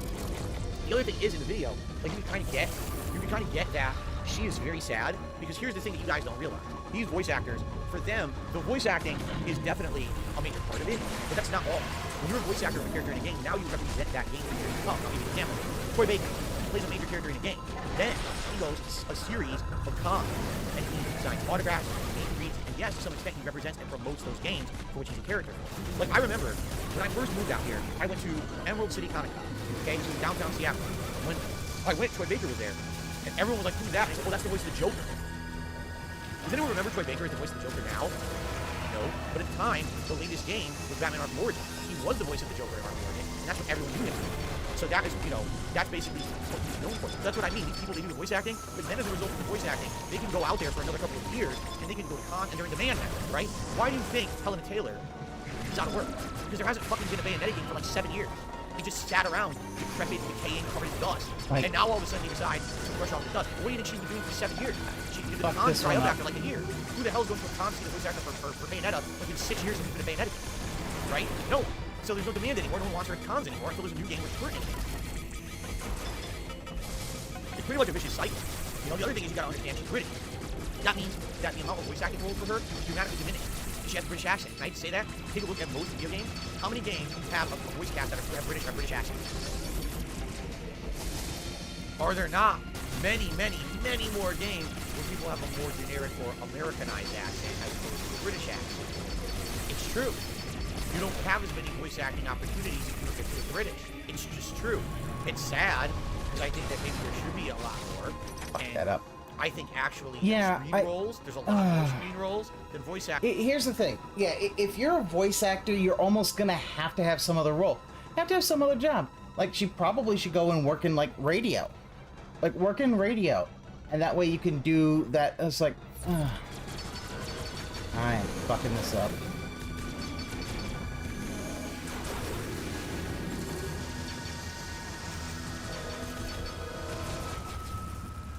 Fuck that up. Alright, let's try that again. Acting roles if you're British. Fucked it up. But it just kind of, Like- you know, just kind of is. It's just fact. Right now, there's not a ton of games being made with a full British voice acting cast. So already, I know, she's already has Plantanduro, a yeah. diminished amount of roles or opportunities unless she learns how to speak without a British accent, right? So anyway, the thing that you get, the whole attitude that you get from the video is that she's broken. She's someone who was known over 10 years ago as Bayonetta. At that time, she was probably in demand in the industry. She was probably going to conventions. She was, you know, known in the industry. That's Bayonetta, right? She even says, I worked on this character. I developed this character. I am Bayonetta. You can't get another voice actress and then just toss her in when I created the mannerisms of the character. I created a lot of that stuff on the fly for the first 2 games. That's me. That's my creative work. And to give that creative work over to someone else is disrespectful and immoral. I can understand what she's saying. Do you imagine if you were watching the original Star Wars trilogy, right? And in the first 2 movies, Han Solo was played by Harrison Ford, and in the 3rd movie, he's played by Sylvester Stallone. Now, Sylvester Stallone tries his damnedest. Wow, it's almost like Iron Man 2, how instead of Terrence Howard, they got Don Cheadle. Huh. Okay. To be Han Solo. He's got the mannerisms, you know what I mean? Actually, Harrison Ford would have been fine with that, because he doesn't like Han Solo. Ford is hard to sell to that character in the first 2 movies. Snowcarl, you can go fuck yourself. A worldwide, you know, recognizable character. That's exactly Yeah, what like, she's there's basically 4 saying. Dumbledores. Is I am Bayonetta. I put my heart, my soul, my work into that character to make it a worldwide character that people know and love. Everyone knows who Bayonetta is. And now you're telling me I'm not Bayonetta anymore. You're giving it to someone else. You wouldn't even offer me, like, pay. That would pay my bills, you know? Oh, this is why he's... So anyway, he's you see the because she point I made. can't pay her bill. The thing is, again, we don't know if this is the full story. Is it true? And of course, back to the fence sitting. You'd have to think. Oh, why am I Have to think. sucking at this? There's a nugget of truth in it. Why would she be risking everything? She broke her non-disclosure agreement to make these videos this morning. So why would she do that unless she really felt wrong, right? And she felt like she was doing the right thing. Ronan, yeah, a lot of I don't know. voice actors are replaced in anime. This It's is like... kind of a situation where it feels like she kind of is like almost like a crusader. Also, I don't know But at the if same video time, game people are voice not acting hearing is the full story. unionized. I don't know. I'm curious. And I think we're going to hear more about it. Yeah. But now the question is, the game comes out in a week and a half. What's going to happen? She's calling fully, publicly, for a boycott of the game. She's saying she feels that this game is exploitative because of how they're handling, you know, the talent, and that people should boycott it. She says instead, take the money you were going to buy the game with and go donate to charity of your choice, because that's what's better than spending money on this game because this game developer is messed up. So, I don't know. I don't what know. to think. Good job, But man, Phil. is it Thank you for mind-numbing. just saying, If I don't know. If the story is true, okay, that is one of the most fucked up stories I've heard in game development. And I've heard about stories of abused and shit. But this is like, you actually expect someone who is synonymous with the character, is that character, right? To be paid $4,000 to reprise their role in a game that's likely going to make you a ridiculous amount of money.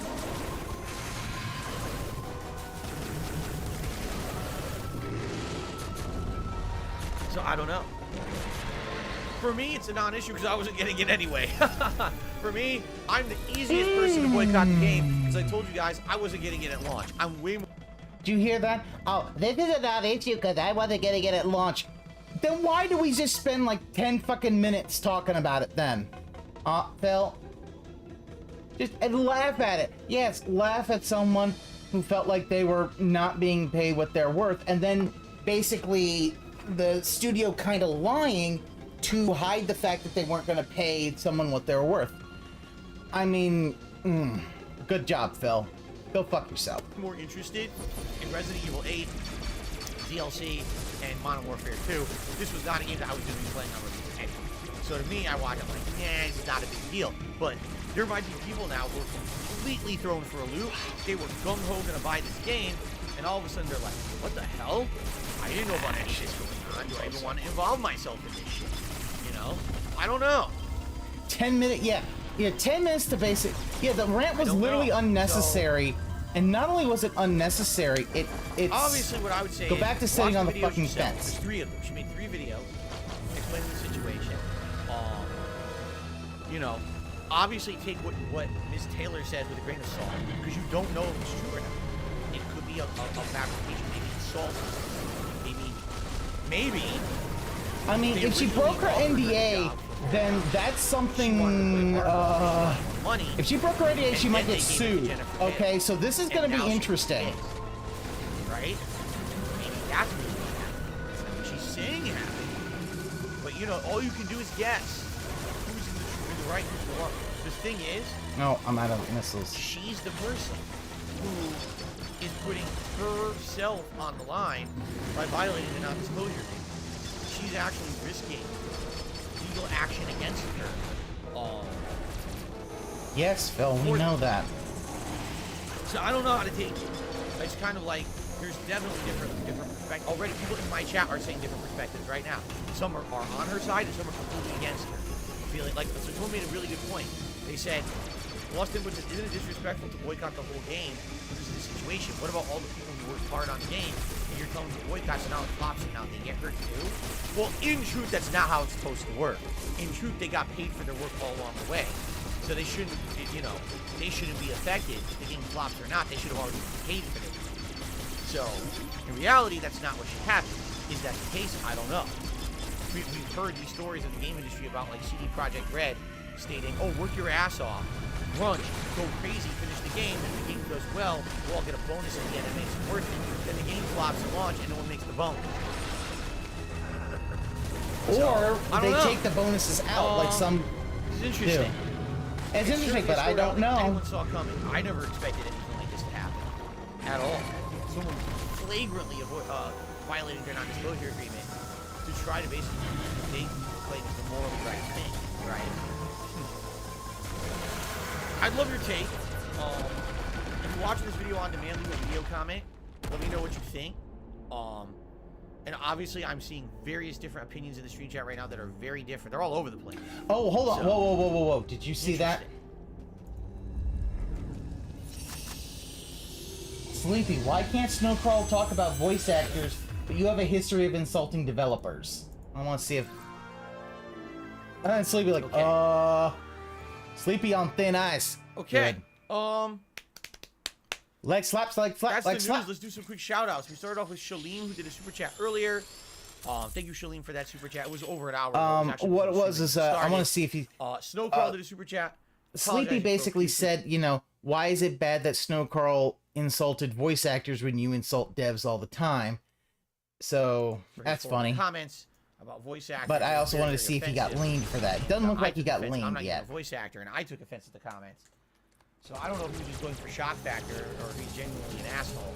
But you're apologizing to the wrong person. You have to apologize to voice actors you insulted before the comment. Okay? Apology fetish. Let's get to shout outs for tips. Our first tip of the day was also from Shalene and wanted to ask the 8-ball a question. Okay? So thank you, Shalene. Oh yeah, that's true. He does insult he does insult Troy Baker all the time. That's right.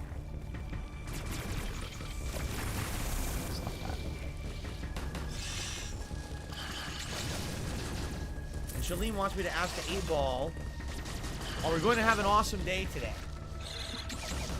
The thing is, when you're watching a Creepy Macabre channel like Rob Gavigan, I don't know if you're going to have an awesome day. I don't think that's the purpose of the day. I actually think the purpose of the day is to actually be scared. And I don't know if being scared is awesome. But anyway, we have an awesome day. You may rely on it. Thank you, 8-ball. Very nice. And thank you, Shalene, for the first tip of the day. and let's go ahead and play your animation.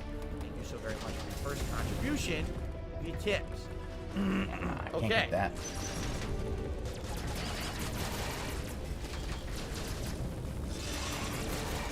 Up next, I received a $1 tip from Snow Carl. So, ladies and gentlemen, children of all ages, right? Creatures of all magnitudes, welcome It's time for him to to insult Snow a Carl. segment of the show Rock back and that forth. has come to be known Definitely hate as Snow Carl. Definitely hate Snow Carl. Snow Carl's Insane Ravings. All right. Snow Carl, this is why even if you leave this, no one's gonna respect you because you left before and then guess what? You came back. You feel that it makes sense to start skipping games that are more geared towards kids, like Mario plus Rabbids, and play more adult-oriented games considering your audience is 99% adult. I love more mature and meaningful games. First of all, Mario plus Rabbids is not a children's game in any way. A child would not play that game, they would fall asleep. I mean it too, like the gameplay is definitely not catered towards children in any I'm way. not a children's entertainer. XCOM is not a game for kids at all. Alright? Just because the game has Mario in it, or Rabbids in it, does not make it It's a kid's game, okay, Alright, Phil? misconception from ignorant people. So congratulations, Snow Carl, on that one. Wow. Now here's the thing. I've already explained I've the explained it to you, reasons you behind goddamn why I don't asshole. know how it's going to work out as a valid playthrough. Okay, so again, I need everyone's feedback this week, but it has absolutely nothing to do with it being considered a kid's game, and a lot more to do with the fact that I know it's long, it's drawn out. It's got me that it takes a long time for battle. This is not an action-oriented game. It's going to have a lot of interaction and discussion and fun when we play to make it more interesting, just like the last game. But I'm also going to rely. I don't lightly on understand what's Snow Carl. attendees Why to does he support do those this? games to keep that moving. Why I get is the it that feeling he no one's always supporting it, you know what I'm saying? shit? So, He it's gonna be a always comes mix, back alright? to Phil. Like, So is again, he a I'd like feedback over the masochist? course of this week if you could, everybody. Okay. Like, if you're a masochist, buddy, just Alright. maybe get Our next tip a dominatrix for the day. is an $8 tip from an anonymous tipper. No message or name attached to it. That's weird. That's really weird, actually. I kind of wonder if they had intended on putting, because specifically it's $8. So I wonder if they had intended It to doesn't attach matter. something You don't even have an not, $8 animation. right? I don't know. Phil, why don't you have Anyway, an thank you $8 for the animation? tip, where that was, and here's your animation. Sorry that oops. And you only get Like, $5. sorry that, Fuck off, get scammed. no message came through. Kind of weird, right? Okay. All right, continuing on. Yeah. Well, see, Plantadero, that's the problem is that Dave has Gamer brain Guy swelling. has tipped me $1 and says the following. Anticipation for Scorn was killed when it was revealed to be a puzzle game. As for Gotham Knights, there's no excuse for a next-gen game to not be 60 frames per second. The game will fail. The combat is slower than Arkham. No counter or parry ability either that many games still use to this day. There's no counter or parry ability. Is this true? What the fuck do you do? How do you not get hit? Oh, hot. What are you supposed to do? Dodge? Just press That's is there hot. a dodge button? Do you eat burritos before the fight and press the fart button and gas cloud envelops you and knocks out the enemy? Ha ha ha, poop. That's weird. No counter. Why? I'm so sleepy. Sleepy Phil. Sleepy Phil.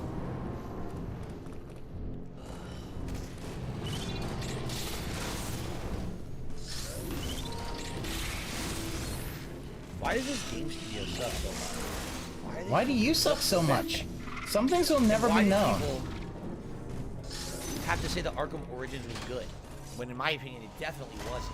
Because And it's then your essentially opinion, create Phil. Hype behind this game. Yeah, he's fixed a holler. When He's I go. thought Arkham He's gonna go Origins- rage pig. I saw people legit. posting Go on be a social rage. media, He's I'm gonna not take the King of kidding. Hate back. Arkham Origins was my favorite of the original Arkham. Phil, you know, people are allowed to have an opinion. I can disagree with that opinion a lot, but they are allowed to have their own opinion. Like, God, you act like...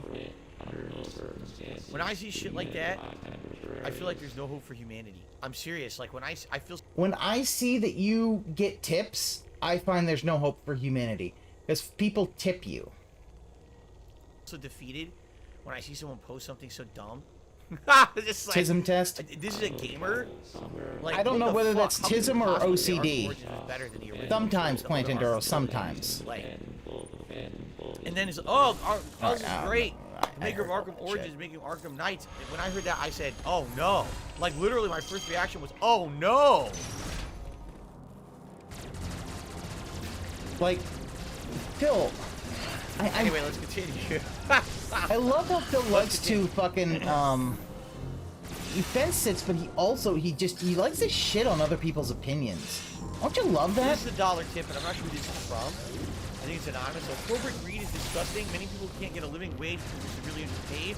Look at the pollution destroying the ozone and killing the planet, all for more money. All the money in the world will not help when the world is no longer inhabitable.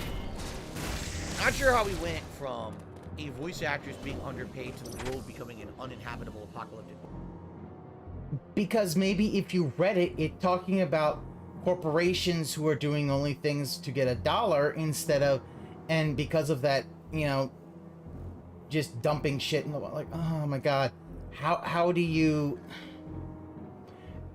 are you this difficult to be able to understand critical thinking and go from one idea to another? Wasteland. It is a bit of a The heck? stretch, but I've seen worse logic jumps, so thank you for the tip.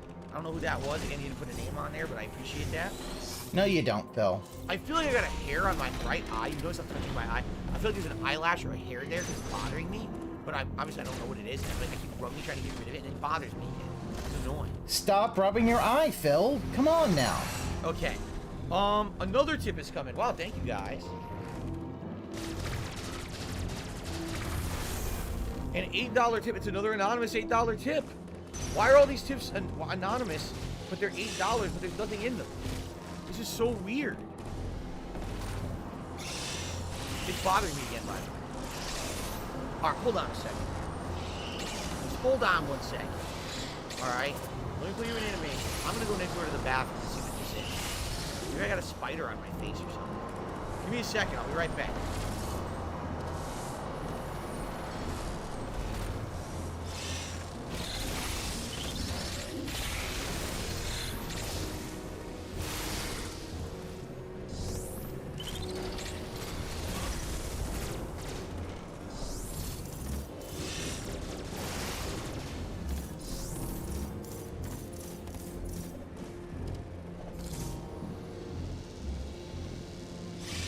It's spiders.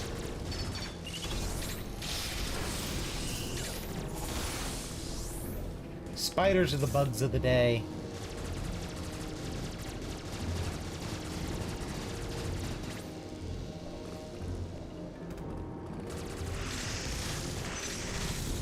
Oh, that's hot. I want to go in the hot room.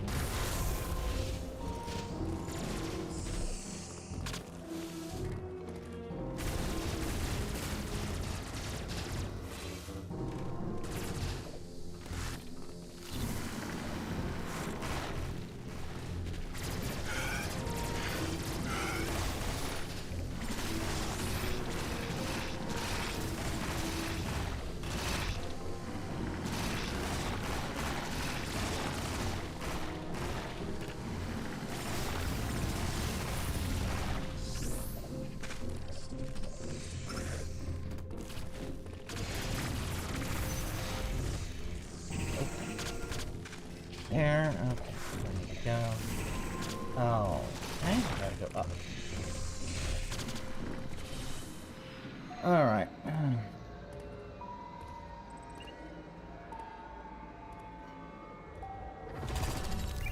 Ah, we have the lime flavored Emmy.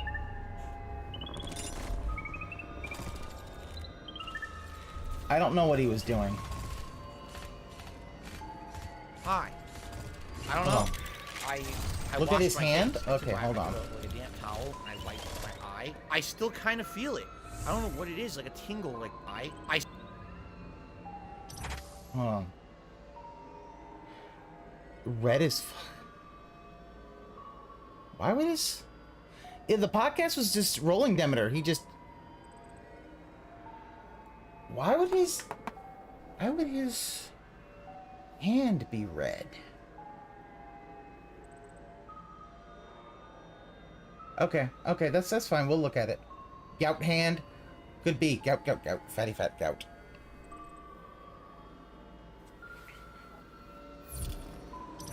Oh my god, look at that! Oh, and that's on Knuckles. That could be gout. That could be a gout flare. Yeah, I think that is a gout flare. Look at that. It's all, like, it's red where the joints are. He was punching Cat. Shiak, no, there's no way he would ever... He is too much of a pussy to ever do that. And also, is he left-handed? I don't think he's a southpaw. But, like, no, this does look like a gout. This looks like... It's something, because it's only on... Like, look at it. It's not the entire hand. It's very much set on a couple knuckles. That's something bad. Like that, or an allergic reaction or something. Dude, that, you need to go to a doctor for that shit. What the fuck? Thank you, Rydrake. Thank you so much for bringing that to my attention. Because that is horrifying. I don't know. I washed my face. I took a Oh shit! I fucked that up. Feel it. I don't know what it is. Like a tingle, like right here. I'm feeling like a little tingle under my eye. Like something's touching it, but it's not. I don't know. Maybe I'm having a fucking a nerve is going crazy. I don't know what's happening. Well, guys, if we're doing Boopy's Discord noticed it. Okay. I happen to notice my eyeball pops out of my eye entirely. Please let me know. Tell me, notify me. Because that would be kind of important to know. Maybe I need to go to the doctor or the hospital and have to pop it back in. I don't know what's going on. It just feels weird. Like right here. Like I said, like right here, I feel like there's a piece of hair touching. Maybe an eyelash. Maybe, you know what it is, because sometimes you see weird. I might have slipped flat on my eye, on my pillow. Maybe one of my eyelashes got like bent in the wrong direction and now it's touching my face. That could be. That happens. Right? Maybe I have like snakes living inside my face and they're moving around, and during the stream I'll just pull a giant snake right out of my eye. It's gushing blood. That could happen. Wow, that was not funny at all. I don't know. I have no idea. Look at Aim. All right. Anyway, I love that he's laughing at. Well, he's guys, trying to laugh at his own joke. Thank you for a great podcast. What I'll do very quickly, if anyone has any questions, if you feel like you have a burning question, do you? Thank you. Right in the microphone. Thank you.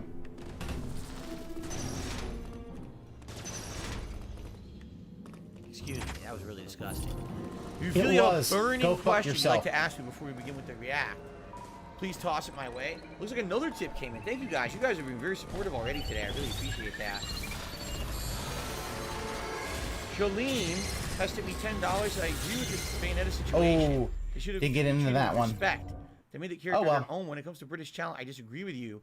Andrew Garfield and Tom Holland are awesome Spider-Mans. Both of them naturally speak with a British accent. Their work for British talent can change their accent when one is required. Harrison Ford hates Han Solo. He came back to the new trilogy for the money.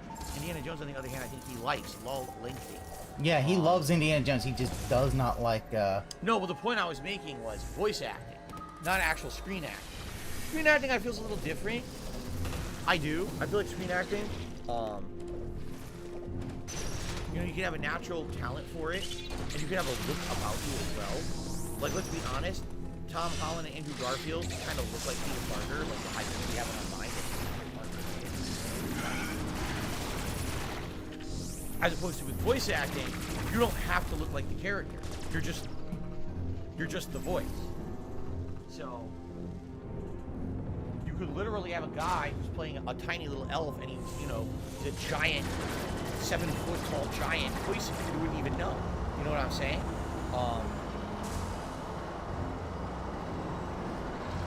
So yeah. So I don't know. You know, I don't know. I don't know how to sequence break trade. Because I don't know how to. If I wish I did, but I'm not that good at this game. I like this game, but I will admit I am no good. Right? I don't know how to sequence break to get bombs, so I can No, blow up DSP tried. Crane with bombs. No. We will be doing the Feasting with the King during my Halloween Day event on Halloween. We're not doing that today. What's my favorite costume that I wore for Halloween?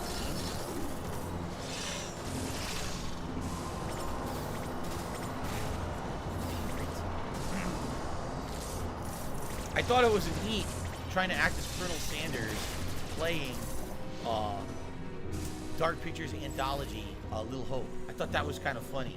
Trying to be Colonel Sanders. Ronan, that's the thing that I really hate. It's like he belches into the mic, for sure. and he says, "Oh, that was disgusting, guys," and then he still fucking does it. I hate that shit.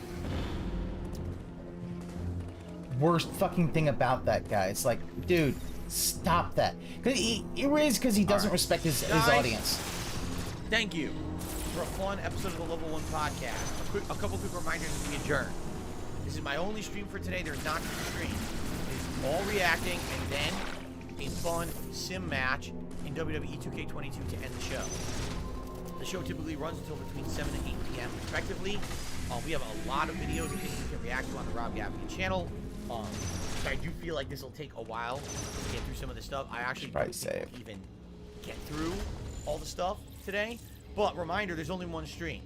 I would appreciate support because I'm not doing a second stream. Beg. The goals are in effect as usual. I didn't change the goal levels for the marathon. Look at him beg. Gotta beg. Beg. Each goal rewards and tips. I would expected him to beg a little more. We go above that. Every $50 above, we can do another second tier reward. Like, we could do a second hat swap, or we could do a second vest, or a jersey swap, or something like that. I also want to let you guys know, it's supposed to be hot today. All right? If this office gets too warm, and I need to step out and take a break, I'm going to do that. I am not going to become overheated and get heat exhaustion like I did 2 weeks ago, to the point where I had brainstorm for 3 days, and I was feeling sick. All right? I'm not going to do that again. So please be understanding of that. If I need to step away for a few minutes just to cool down, the fantasy matches today as well. There will only be one major break. That's for my dinner. That's going to be around 4:30 p.m. Pacific time. That's what I'm going to eat with my wife and then come back and continue on with the React Marathon. Okay? All right, guys, thank you for watching. Let's end the show. Let's get set up and let us begin. Is he going to jump scare? I'm excited to get scared with all of you today. I hope you guys are excited as well. All right? Thank you so much, and happy Halloween. Like, the screen transition is why it doesn't work, Phil. All right, very good. God, Every time. Oh, I missed it. Oh, Mango did do a super chat, and he says, "Who's your favorite Baxter?" I don't have any favorite Baxters. I think Baxters are the bane of existence. Wiped from this plane, thrown into the alternate dimension. That's what I think about you, Phil. I received a $1.25 tip.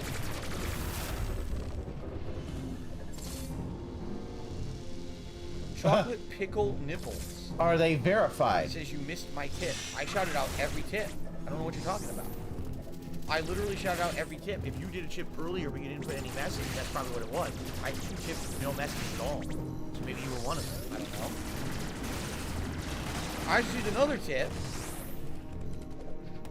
It's a $20 tip from one. Golbach says, I've heard that multiple voice actors in anime were screwed over with money too recently. There was a case where Star Wars voice actors weren't allowed to do a main Star Wars con. They only wanted big name actors, not voice actors. I feel bad it seems to be continually mistreated when they can just budget out more work than on-screen actors. It certainly seems like a pattern that's growing, and it seems pretty messed up. You know, I really wish that if this is an ongoing issue that it would come to light. If you want to know the truth, I feel like, sadly, there's an elite class of voice actors that's protected. We're talking the Troy Bakers, the Nolan Norths, you know what I mean? The Laura Baileys, more Troy Baker shit and talking. The ones that seem to get all the voice work, all the prominent voice work that is. Like, that's on the casting directors. They're like the elitist group, and so they're not going to speak out because they get all the work, right? It seems like everyone else kind of gets mistreated. What's up, Jake? Good to see you here today.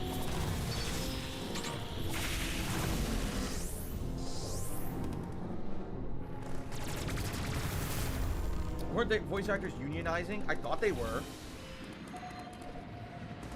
I thought they were going to. I thought there was discussion about that. I don't know. Okay. Anyway, thank you guys for the tips. Thank you for the support. One final animation, then let's get set up. So the show's over. Let's change this around.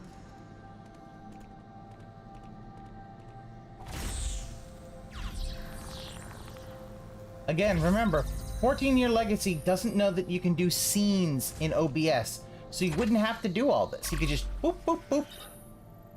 Push another button and boop, everything's good. Oh, lean in manual zoom. Oh, shit. Oh, I forgot to, I do want to save.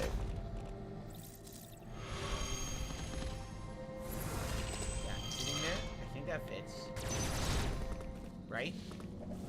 Now we'll do it on the other side. Here we go.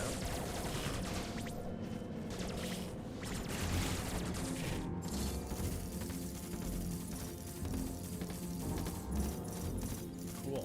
Shout out to Abdullah, who re-upped his membership. He says Capcom Collection is getting disappointing. It's sad. Oh, it's bad. Last night sucked. And yet you We played still for an hour play and it, was decent, Phil. but the connections were mostly shit. And the second hour was just like a joke. So, like I said, I think we're gonna do one more final session of the Capcom Classics Collection this coming Friday. We're gonna do what's considered a season finale. So that'll be it. And we'll retire it for now. We'll focus on new releases for the next several months. And then we'll determine if we want to go back to it, say like December, or maybe by then we'll have more information on Street Fighter 6. We'll figure it out. What is Pascal wearing now? Okay. Pascal? Another tip. Good lord. An $8 tip. I don't know what you mean. I'm sorry. I don't understand. Again, an $8 tip from Anonymous. Who's No Pascal? information. I don't know what's going on with these $8 tips with no information. It's the second one in a row. I don't know what's going on. It's an $8 tip. Let's play the animation. It's weird because some people are putting full messages and everything through, so I hope this person isn't having some kind of a technical difficulty where they're trying to leave a message and they can't. That would really suck.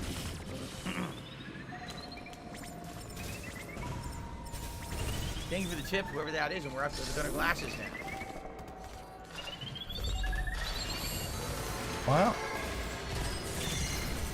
It's weird you're saying maybe there's a glitch with the message, but how could that be when other people are tipping Clutch. these giant messages, no problem. Everyone's using the same link, so I'm not sure. Yeah. Okay. Oh boy, that was Yeah, you're right. I didn't get a chance to look at the name of my avatar. Oh, what am I wearing? I'm wearing a hoodie with Silver Shamrock. Be sure to because, you know, it's 16 days till Halloween, and you gotta. It's from one of my. I really like Halloween 3 Season of the Witch. Right? My wife I know not taking a everyone shower likes that movie, but downstairs bathroom, so I gotta run downstairs quick to use the bathroom. Give me like 2 minutes. I'll be right back, and then we'll start. Okay, we're gonna start momentarily. I'll be right back. Where do I need to be?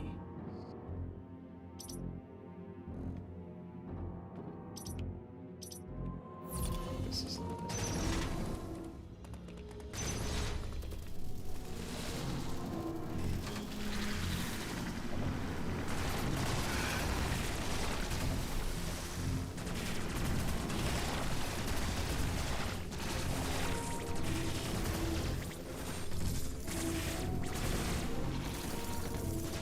It is a fun movie. And Silver Shamrock. I think having Halloween as an anthology, I do. I think that was a good thing. You know, everybody like, where Michael Myers? Where Michael Myers?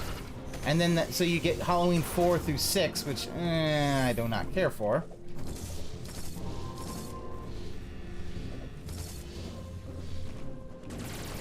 And again, another break. The hoodie is actually from V-Roy Studios is the default. I switched the color to be more greenish. Added the Silver Shamrock logo. It's very similar to when I had my Third Street Saints. It's the same kind of thing.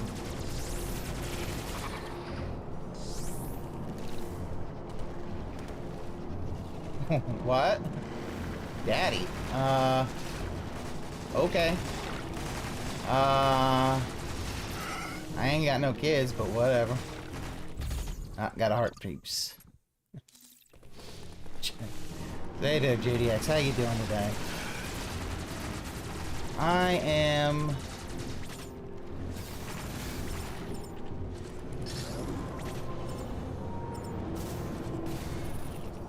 not doing too well at Metroid Dread, but, you know.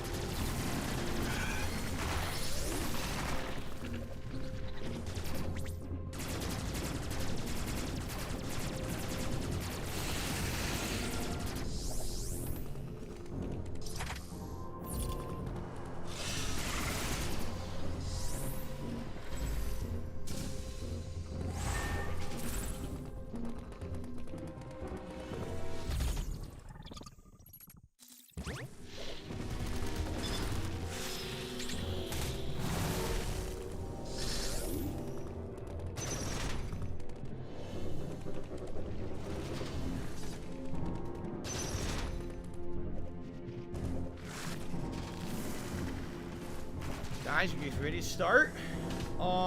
Dude, we've been, you know, So we're what do we need to waiting. do? Gunner glasses first of all, because we did that goal already. Uh-huh. What I might do... Hold on a second. You didn't have the gunner glasses right with them.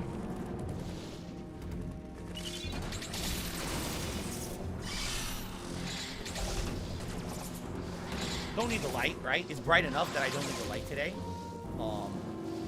If you guys want me to turn lights back on, I will. But I don't think I need the lights today. Turn the lights off. It's spoopy time. Right? You gotta be spooky. Oh. Speed. I just is cool. My shirt was a Mortal Kombat shirt. I've always had this shirt for years, right? Here's the thing. Yeah, and I'm sure that's why it fits terribly. Because you're in denial about your shirt size, Phil. Alright. Have I seen Akiba Ranger? I have seen, I've seen all of the first season of Akiba Ranger. And I've seen a good bit of the second season. He'll be... Now, here's what we're gonna do. Alright? I'm gonna start recording. I'm gonna go through the message I got from Rob. He's gonna go through a listing of videos that he feels would be pretty exciting for today. Oh yeah, okay? the thing is, Plant Enduro, there's a lot of background first, events, and the fact that you can basically tell, like, the game kind of alright? tells you where to go, You guys but ready? Here we doesn't go. do it in a Let's start. blatant way. So, like, if you see the moths, it's like, hey, Alright, go ladies here. and gentlemen, and everyone else, hello and welcome to DSP Condo in Reacts, Connecticut. to Rob Gavigan, The Revenge. Because we did this a few months ago in the middle of the So, summer. Rob is 2022. getting his revenge on People you? really liked when I reacted to Rob's YouTube channel. I thought it was something different and fun, but admittedly, some people criticized the event, saying, you know, this is neat, but why are you doing this in the middle of the summer? Wouldn't reacting to a channel like Rob's that feels You see? macabre, Moths. dark, It's a subtle hint to go stories, this way. wouldn't this be more something fun more to do, like, you know, speed. October, like Halloween month? And you know, I kind of thought about it. I was like, Well, yes, it you're should be actually on right. Halloween. So that was actually a good And idea. is Phil Why gonna don't we ask if revisit anybody's it seen in his several months tambourine? And do something like this in October. Well, guess what? Today's October 15, 2022, and it is time to Yep, YouTube mode on. Rob's YouTube channel. All right. Now, Okay. Whatever. the last time that we reacted to Rob's channel, he loved it. He actually reached out to me and said that he really enjoyed it. He did? And that if I Okay. would ever react to his channel again, that he would have a series of videos that he would like to recommend, and particularly for October, to scare us. Okay? So, he did. He has provided me with a curated list of things that he feels are going to be pretty scary. Alright? So, here you go. You ready? Here's what he recommends. Let's go through his list, and let's see what you guys are interested in doing. Let's see what you guys want to see first. Okay? A series of videos of photos that were taken right before people actually died. And he has 3 different photos of these. He actually says his first video of this was his first video he ever made that went off virally. Over 20 million views on part 1 of that. Okay? So, basically his claim to fame was that series. He definitely recommended that. Okay? Disappearances. So, for example, creepy unexplained disappearances. He has a countdown of. Then he has 3 unexplained events that were caught on camera. The 10 most terrible deaths in history. This one is really, really disturbing, and people tend to lose sleep over it when they watch it. I don't even know if we want to do that one, right? Right? Do we want to do that one, guys? Disturbing backstories. 10 shilling 911 Apparently, calls that actually Samus's gun's like a USB-C the audio from the cable. 911 You call. can interface with anything. Unbelievable coincidences that actually happened. The scariest demonic possessions ever. I knew that was gonna happen. The most mysterious people that no one can really explain. 3 hauntingly mysterious deaths. And then, ultimately, there's a video that he has, his most scary things like ever, I believe. And he just put that out a few months ago. I don't know if it's actually, here it is. I didn't watch it yet. The top 10 scariest cases that Rob ever covered. I mistimed that counter. 5 months ago. I know. See Samus that? dies. So, what do you guys think? Pepsi Man says 911 call. Disappearances. Chris B is asking about Gotham Knights. Chris B, we talked about this at length on the podcast this morning. We're now in the reactive end. I'm not going to be answering questions about Gotham Knights. And we're trying to get creeped out. That's why I dimmed the light. You see, guys, it's dark in here. I dimmed the lights. The only light that I have is natural light coming through the blinds. Oh, look how spoopy man, what it do we do is! first? Do you want to do the 911 call? I do love the fact that when Maybe? the power's out, you can't even hit the missile door. Here, maybe we'll do a quick poll. I think we will do a quick poll. All right. Let's see. Let's do a poll. Start a poll. So, what to start with? What video is 911 calls. Rob Gavigan best? Disappearances. Photos before death. Or unexplained event. There you go. 911 calls, disappearances, photos before death, or unexplained events. Let's have you guys vote. I also received a $1 tip from Chocolate Pickle Nipples saying the guy that said he likes Arkham Origins probably likes Fortnite and Barbie. Wow. What's wrong with that? You hate Fortnite. You think children play it. There's nothing wrong with Fortnite and Barbie. If you like it, whatever You floats your do. boat. You know, you're entitled to like what you like. No one Dude, has the right. you just did a whole thing about how if people like They can still say you like something. They if still Gotham have the right to Origins, say it. they're dumb. Like, you just Okay. had that whole thing of like, oh, they're stupid for liking a game I didn't like. Okay, And now he's gonna- release photos before death. This is the video. He made 3 of them, but the first one was the first video that ever went viral on his channel, apparently. So wait a minute, if that's the case, can you sort by popularity? Probably not. Not unless you there. Oh, popular. Oh, no. There it is. It's on math. There it is. That's his most popular video ever. Right there. All right. Saw this one. This is the one we watched last time. Now, one quick thing.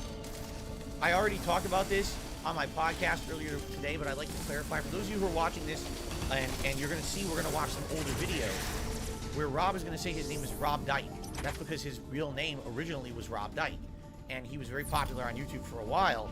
And then several years ago, YouTube started running an algorithm that would demonetize your videos and make it unable to have advertisements on them if it contained certain language. YouTube, no Going over this exaggeration and no again. lie, determined his last name was offensive. and demonetized his videos for having that last Then name. he should not. Legally changed his. That's on him. He should have just used a stage name. The fuck are you doing putting your actual name out there? Like, come on, dude. This is the internet. What the fuck are you doing? His name to Gavigan so he could continue to make a living on YouTube. As ridiculous as that sounds, the man had to actually Why change his fucking did he name. have to legally change his name? Why couldn't he just, you know, have a stage name? Fucking hell. People have stage names. Oh, that's how Tom Hardy was able to do that jiu-jitsu tournament. And he got like a gold medal on that because his actual name's like Edward Hardy. So he signed up under Edward Hardy instead of Tom Hardy, and people didn't know, oh shit, I'm getting my ass kicked by Tom Hardy. Pretty screwed up. That in itself is a fucking spooky horror story. I have to applaud the man for having that much perseverance and toughing through that, because that is fucking grade A bullshit.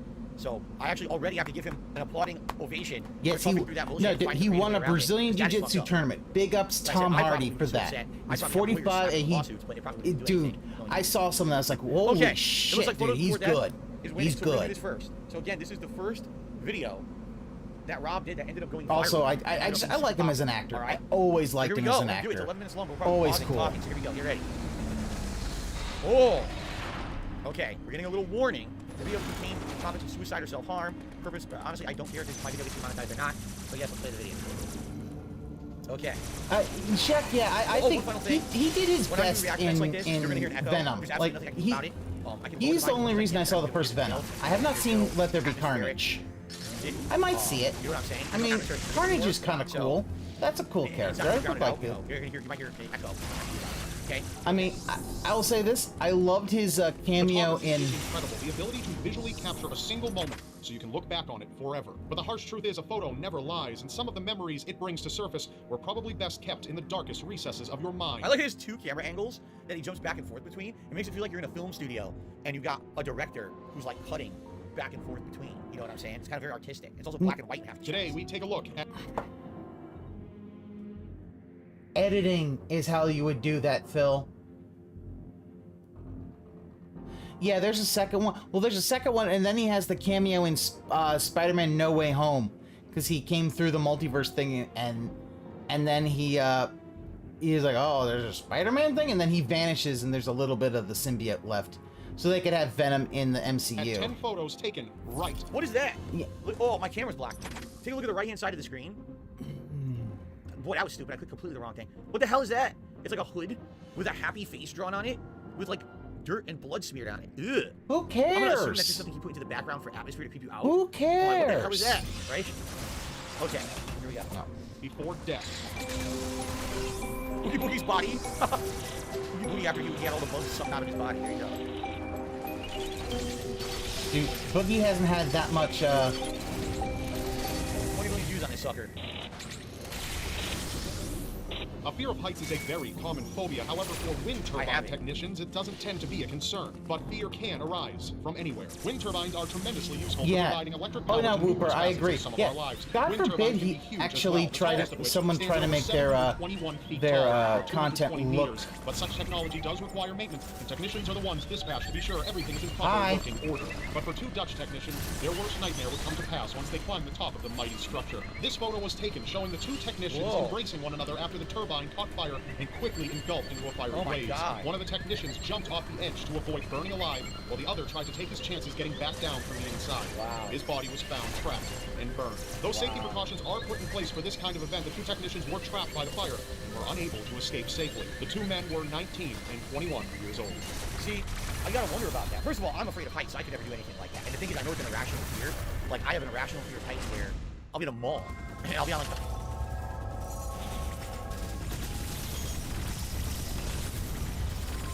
the irrational fear of heights.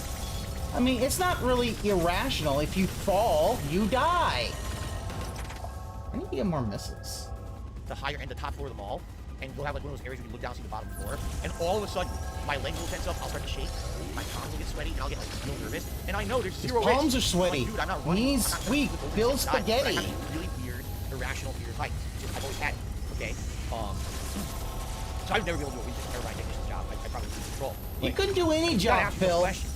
This job, if you're gonna work on a wind turbine, right? Why is there no exit, like emergency way? Was there no ropes? Or, you know, I would think. Why is there not an emergency exit on top of a windmill, a wind turbine? What the fuck? What do you think? You think there's like a Rick and Morty portal gun? And you're like, bloop, I'm back on ground. You think they got the paraglider from fucking Breath of the Wild? Just like, go all down? Like, there's no emergency exit when you're on top of a wind turbine. I was like, oh. If you're gonna work at a job where you have to be that high up, you'd have emergency parachutes, you know? Where if there's like a problem and you're stuck up there, you Emergency can fly right parachutes? down. So I wonder why in the holy hell did they not have something? It's right? too Here's high for a job where parachutes. There's a lot of risk involved. You're gonna go up there, you know, you got to get down. There's no way to do that. It's weird to me. I mean, I'm sure there was a ladder inside, but it was on fire. You can't go past that. So you have to have an emergency exit, right? Emergency exit on a wind turbine. They were hundreds of feet in the air, of course it's high enough for a parachute. It's like having. Right? I don't know. No, there isn't enough room because the fact is that if you look at it, even if it's 100 feet up in the air, guess what? Gravity is 32 feet per second squared. You will have literally 3 seconds. You won't even have 4 before you hit the fucking ground at that point. Okay? And you're accelerating. So the fact is that and there's a wind turbine, maybe, just maybe, a parachute might get stuck in the turbine.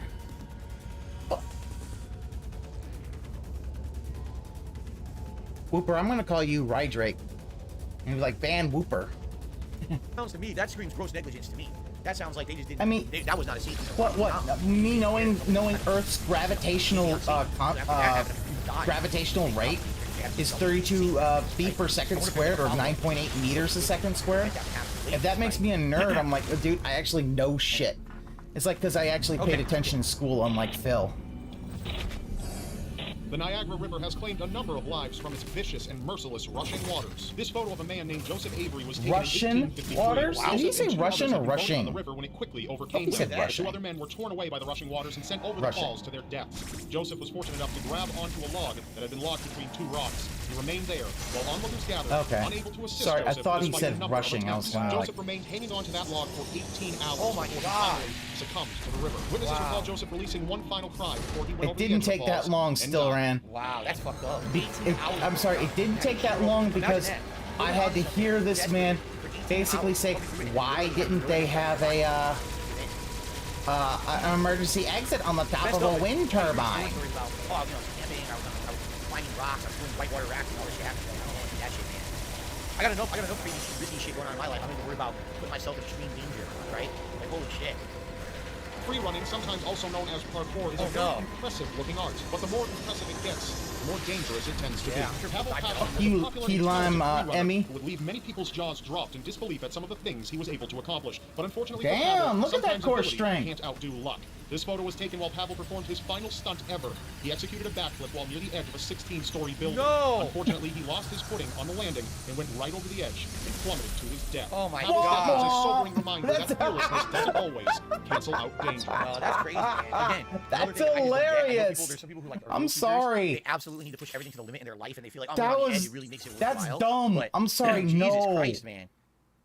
Right? No, Like, that's just nuts. that's dumb. They got him mid fucking flip, and then he fell off the building and died. Fuck. Like the way I see it, like you could do parkour. But He's like, I'm gonna jump, why do you have to do be on a top of building, flip, right? and Like, that's he just like- actually did it. There's parkour for the sake of, oh, I love the athleticism of it. I love that it keeps me healthy and it's cool. And then there's like, I'm just a crazy risk taker because I have to do it at the top of a 16-story building. That's nuts. To me, anyway. Right? I know it's probably in poor taste to be like, oh, but he died. Dude. Politicians usually aren't the most loved of individuals. R. Bud Dwyer was a politician from Oh, Pennsylvania in 1986 Bud who was Dwyer. convicted of Yes, accepting I a remember bribe. him. Though he claimed he was innocent up until the end, his actions betrayed his words. This photo was taken during a television broadcast a day before Dwyer was to be sentenced. He had just withdrawn a hidden revolver and attempted to keep people away so that they couldn't disarm him. Whoa. Confusion erupted in the room, and Dwyer quickly Be placed careful. the barrel of the gun This into might his mouth offend you. and Yeah, fired no, upwards he through his fucking. brain. Oh, Dwyer's suicide yeah, was captured on suicide live television on during in a press that he conference. himself called for. Reporters there were expecting an announcement of resignation. Well, technically, that's exactly what they got. Oh my God, I never heard about that one. You would think. Oh, I heard about it. I've actually Unfortunately, I've actually seen that footage. It's, yeah, that's a thing. You would think something like that, a televised suicide, that you would hear more about it, right? It was a huge thing at the time, Phil. I mean, it's reason why the Associated Press basically all went to color film, because at that point they, they're like, oh, this is a shitty story. We're only gonna have black and white. That's what his last final things were all in black and white film because nobody had color film. Right? No, I never heard about that one. Jesus Christ. His enemies are slandering. Yeah, he killed himself basically so he wouldn't be convicted. A child's trust and he could keep, and that his pension could keep to his wife. I mean, I get why he did it. The image itself seems innocent, as it is only 2 children walking together hand in hand. However, the boy leading him was in partnership with another 10-year-old boy. Both of the boys not only abducted James, but tortured and killed him. This was the last photo taken of James by a surveillance camera, right before his agonizing final moments. What would possess 2 10-year-olds to do that? I gotta ask. Because when you're 10 years old, right? Yeah, they should be doing what Derek does, which is just coom. You're a young kid, you're growing. Why aren't you cooming? Things in your head that's supposed to make you like a mature adult. You know what I'm saying? Yeah, Tarbell. He's just in his Twitter bubble. 10-year-olds doing that, something seriously fucked up and wrong. We're the parents. That is. First of all, how are 2 10-year-olds going out and abducting other children? Like, where the fuck are the parents, right?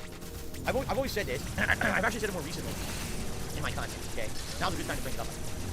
There's absolutely, positively nothing special, nothing unique, and nothing to be celebrated because you have kids. It's not. Wow, Phil. Just done it anymore that will in the future.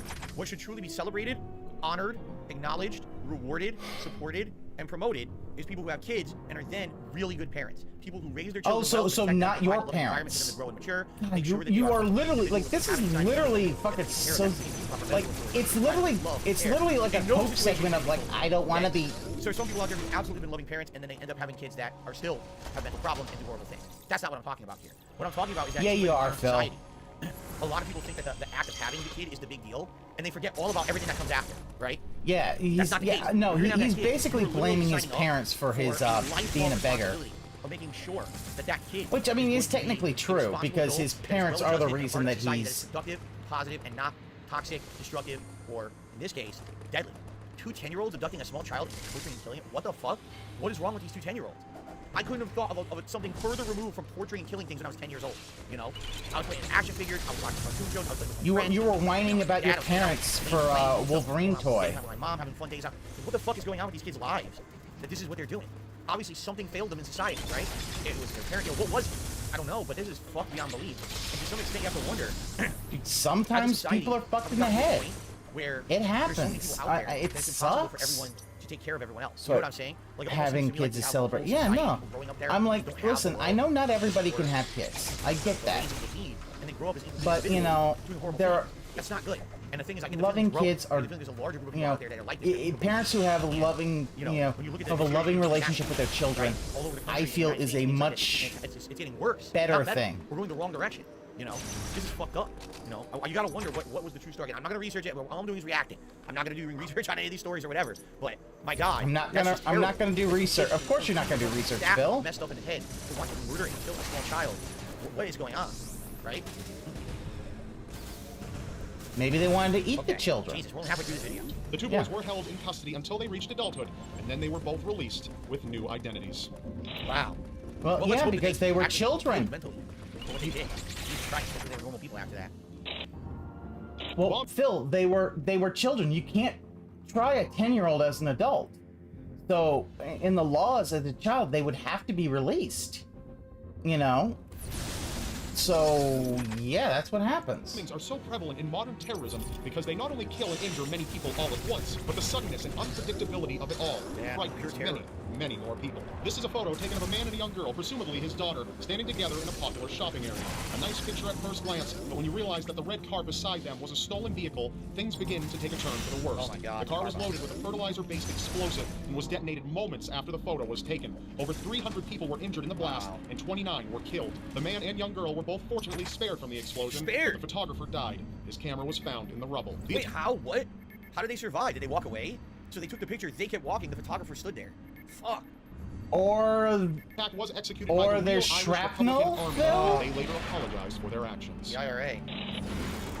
Yeah, Chuck, that's the dark thing. Yeah, no, Dave thinks that being a good parent means giving it all the children's Carl commands. Williams was a drug lord in Australia responsible for the deaths of a number of people. For these things, he went to prison like many in the industry do. This photo was taken of a fellow inmate approaching Carl from behind when he was reading a newspaper. Oh my God, his life was brought to an end when the inmate, with the help of a part of an exercise bike, beat Carl to death immediately after this photo was taken. Damn! It was believed that Carl was aiding police in the capture of a number of high-profile drug traffickers before his brutal demise. And now we know why he got killed.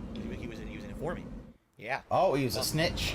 He was a snitch, like Tim Allen. It is very likely that many people might want you dead, but few are actually willing to see to it. Reynaldo Dagsa, a Filipino politician, unfortunately encountered one of those few. This photo was taken by Reynaldo. He had his family assemble so he could get a nice family photo on New Year's Day in 2011. But within the same moment he snapped the picture, he also caught his own death in the image. His assassin can be seen on the side, aiming a gun directly at Reynaldo. Damn. Oh my God, that's... Oh shit!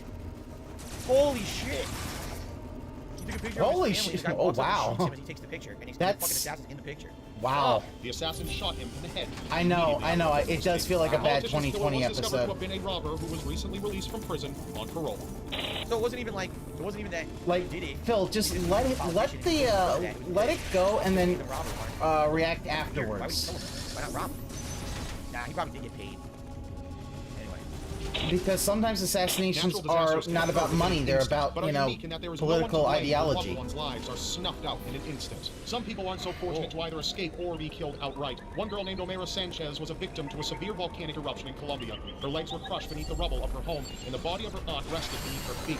This photo was taken just before the girl succumbed to her injuries. Aid wasn't sufficient to rescue the girl, and the only option was to amputate her legs, though she surely would have died an agonizing death from the procedure. Those around her kept her comfortable for 3 days. She remained generally positive the entire time. Wow. Before her death, her eyes turned black, her hands turned white, and her face swelled, as can all be seen in the photo. Because of this photo, Omera's legacy has been immortalized. Her dark eyes linger within the mind of many who have witnessed her. Serial killers do often take pleasure in the deaths of others, and then some take it to all new levels. Robert Ben Rhodes was a truck driver who would travel about on business while picking up female hitchhikers, teenage girls he felt wouldn't be missed. He'd brutally torture and murder them. One such victim was Regina K. Walters, who Rhodes abducted and toyed with. This photo captures Regina's last moment of life. He forced her to wear a black dress and heels, cut off her hair, and had her pose in photos. The fear and despair quite apparent on her face. Mere seconds after this photo was taken, the killer behind the camera slaughtered Regina mercilessly, ending her life. I have seen that photo before. Rhodes was fortunately caught, however, Regina's death and the moments right before it will exist forever as a haunting reminder that the world can be a ruthlessly cruel place. Life can be so fickle at times. Our first breath occurs within a moment, as does our last. These photos do make that fact very hard to forget. That's all for now. I'm Rob Dyke, and you be sure to be here next Wednesday for another episode of Seriously Strange. Rob, I was late. I was like 7 years late for Seriously Strange. I'm sorry, Rob. He's a good narrator, no? The way he can kind of his inflection in his voice, he comes out very deadpan, but then all of a sudden he can emphasize the way that he talks. Yeah. Anyway, so we have hit 100 likes on the stream. Oh, it's time for your celebratory bubble blow. It wasn't really necessarily the kind of stream, but we'll still do it anyway. Thank you guys. Thing is, you can't really see them, right? Hard to see in the dark. I have all the lights off today. There you go. Okay. Alright, so that was the first of 3. He made 3 of those videos. Yeah, no, Ronan, it does seem like he wants to do like 2020 shit. Do different stuff, for variety purposes. I mean, at this point, you might as well just watch some of the old unsolved mysteries. Let us look at some of these other videos.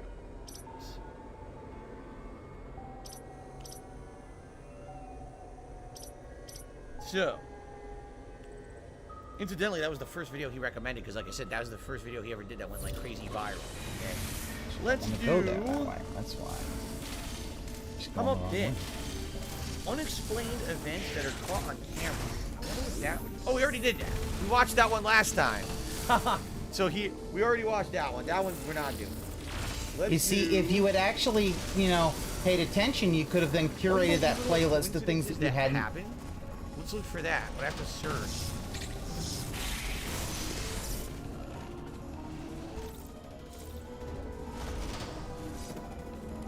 Where's the search on this fucking app?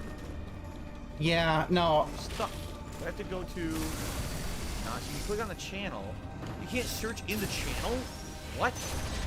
Rob Gavigan. Right? Rob Gavigan. But that's just going to take us to the channel. Rob Gavigan.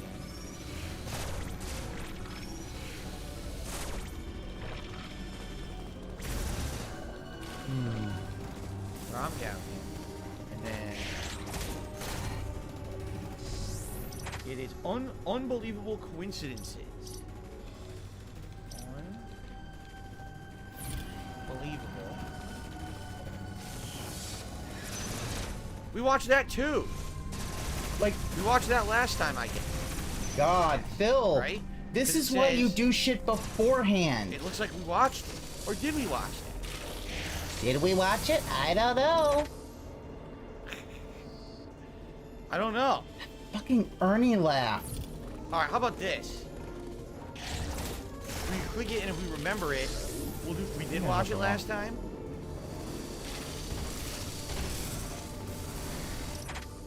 Red bar means it was watched before. Yeah, but here's the weird thing about this. Sometimes you hit play and you don't you watch a few seconds of it, because I might have originally, before we did the first react, I was going through his channel seeing is this kind of content that would be interesting. So I clicked around a few videos. I might have watched part of them, but the stupid app is so dumb. Sometimes it says you watched everything when you didn't. Right? 5. Oh, that's not even his channel. Unbelievable acts of karma. That sounds good. Let's do unbelievable acts of karma. To do good or There we go. rests in our bones. But sometimes, in the end, karma has a habit of catching up with There we us.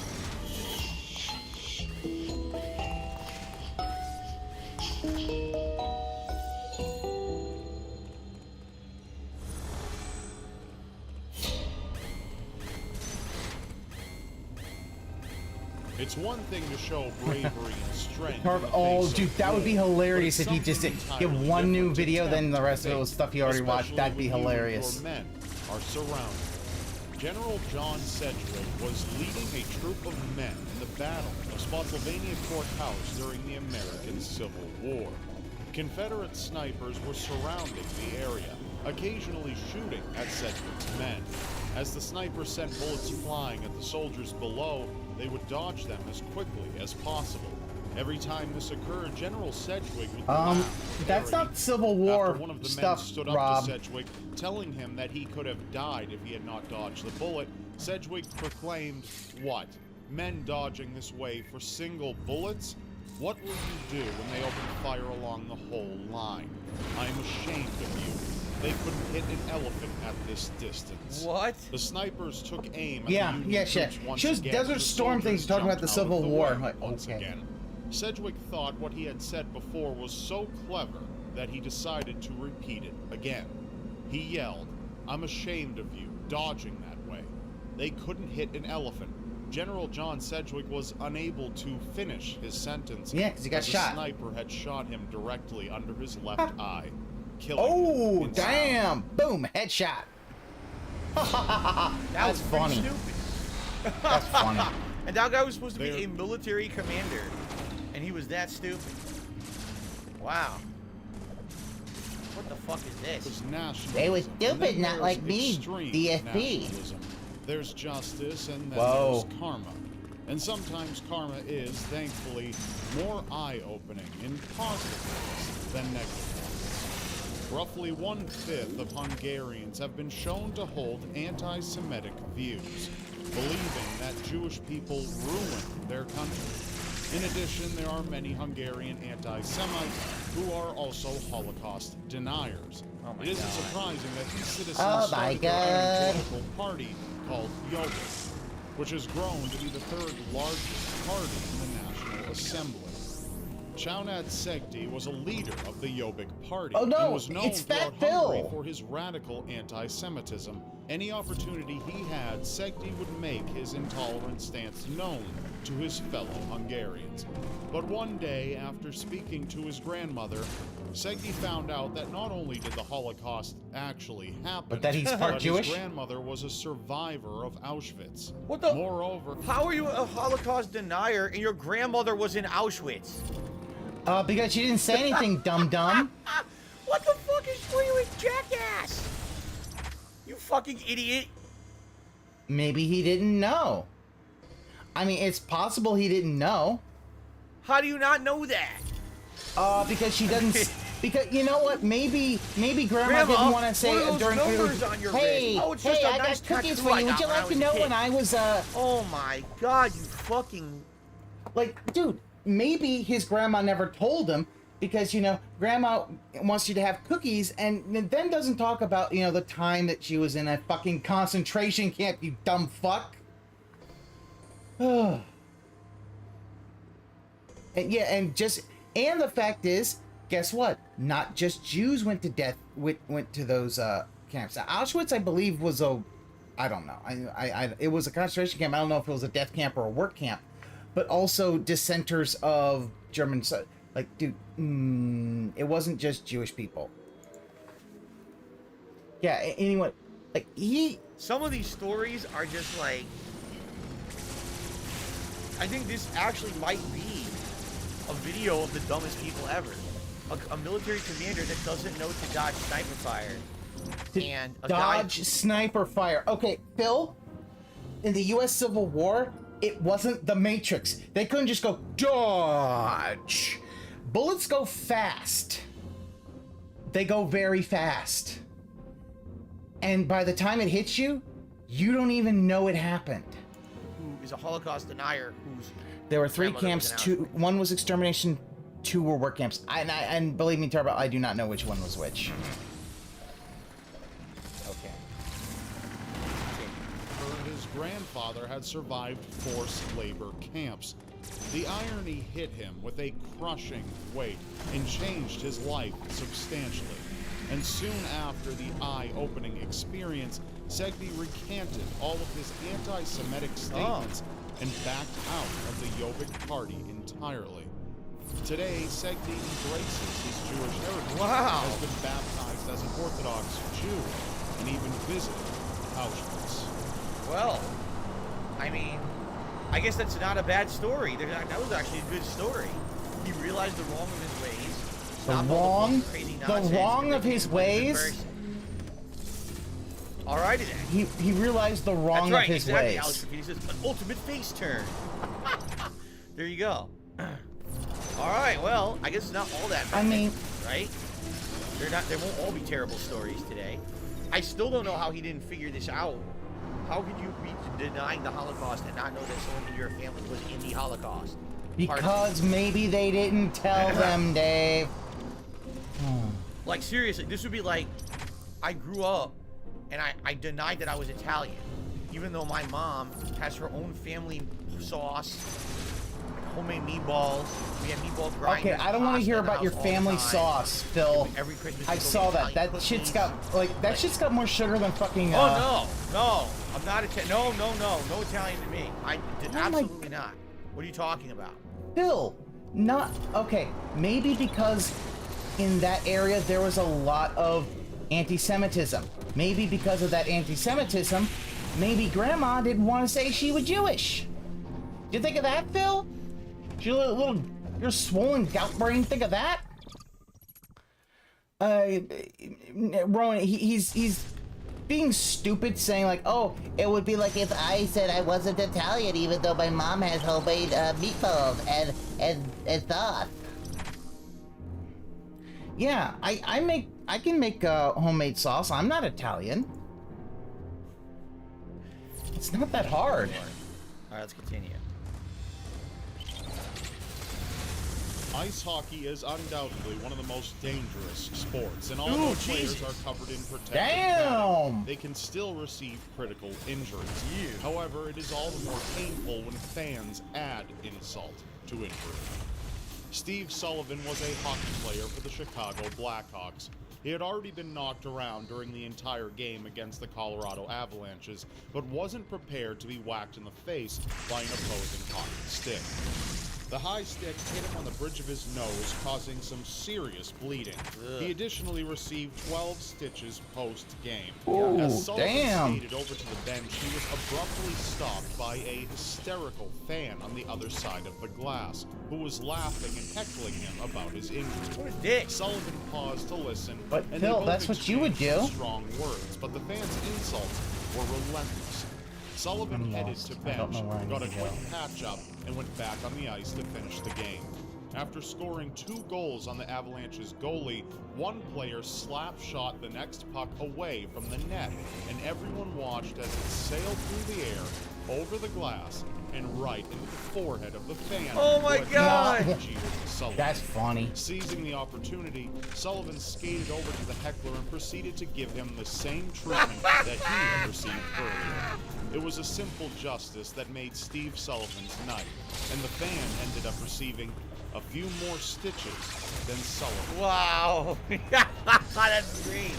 That's a good one. I don't Dude, know. they're not all I don't know horrible if we're stories. gonna- This is a good one one. rant for me. I God don't is know. just Come deserves. across signs in our lives that we should heed, both metaphorical and literal. Sometimes these signs are there to save us a little bit of grief or even our very own lives. 12 times a day. Tyler Myers decided to join the game of stealing stop signs around his hometown. Oh, no, I'm sorry. I hate that shit. I hate hearing these stories. People who steal stop signs, vandalize stoplights. You're gonna... It's not just simple pranking. It's not, well, I'm a teenager and I, you know, I'm quite rebellious here. You're gonna get someone fucking killed. You know? I hate that shit. There's a difference between putting yourself in, like, danger and putting others in danger. You know? We saw the parkour photo earlier. That's someone who's a thrill seeker. They love the feeling of adrenaline. But he's putting himself in danger and paid the ultimate price, but at least he only put himself. This guy, he's gonna literally kill people stealing fucking stop signs. He's an asshole. He's a fucking scumbag. You know, that's terrible.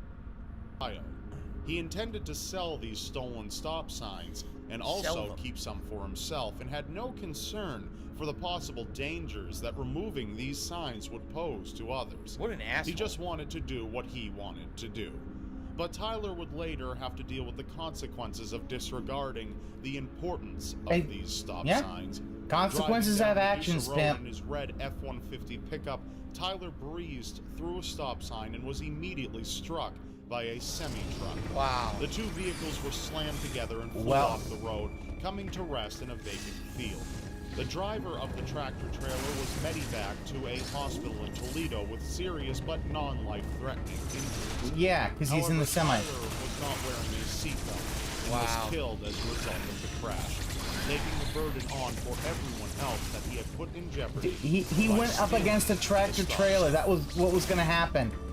You don't win against those fights. Stealing them, obviously, he didn't think that they were very important to begin with, so not surprising he blew through one and got killed. Brenda Sue Schaefer had gotten herself into a relationship with a man named Mel Ignatow.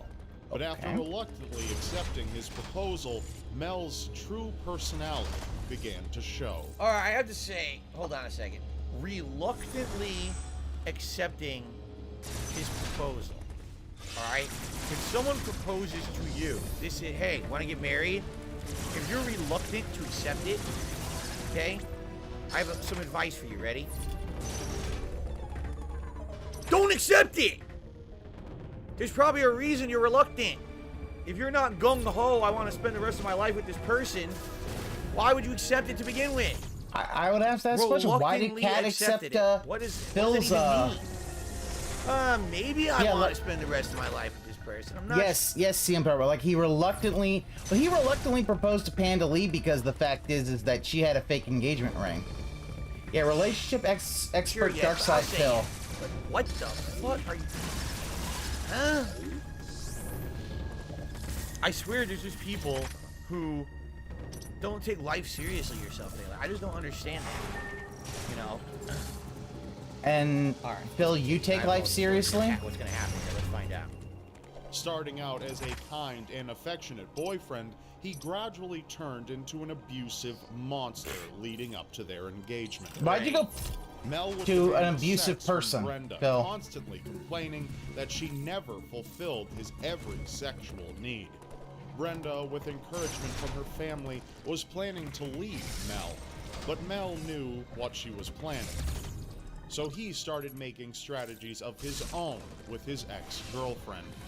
He convinced Brenda to stop by a friend's house, but as soon as she walked in the door, she was sedated with chloroform and tied to a glass table. Oh my god. For the next few hours, she would be torturously assaulted.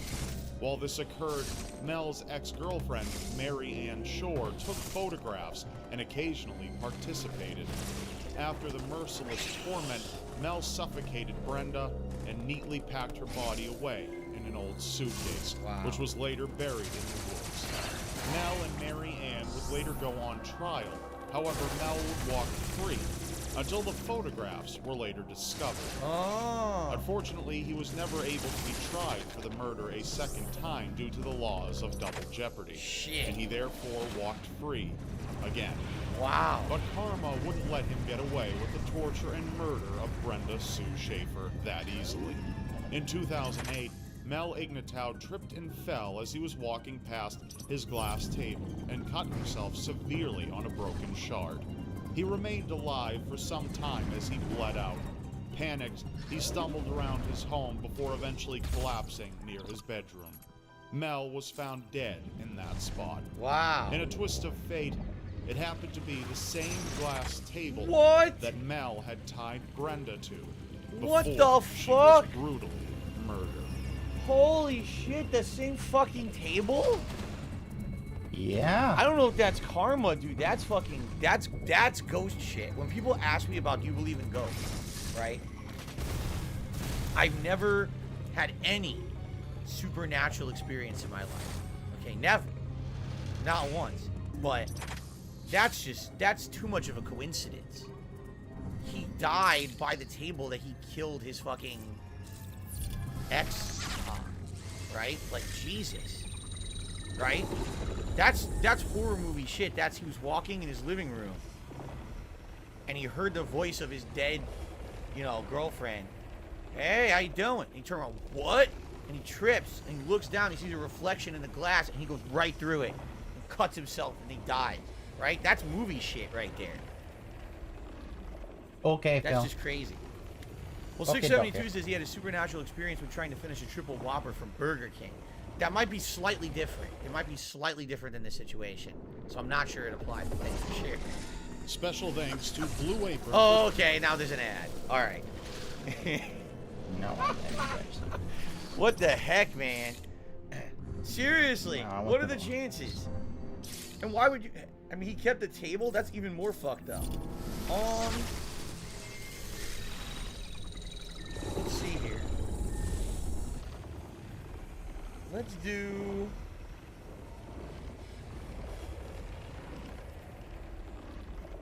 the most mysterious people no one can explain. So we Rob Gavigan.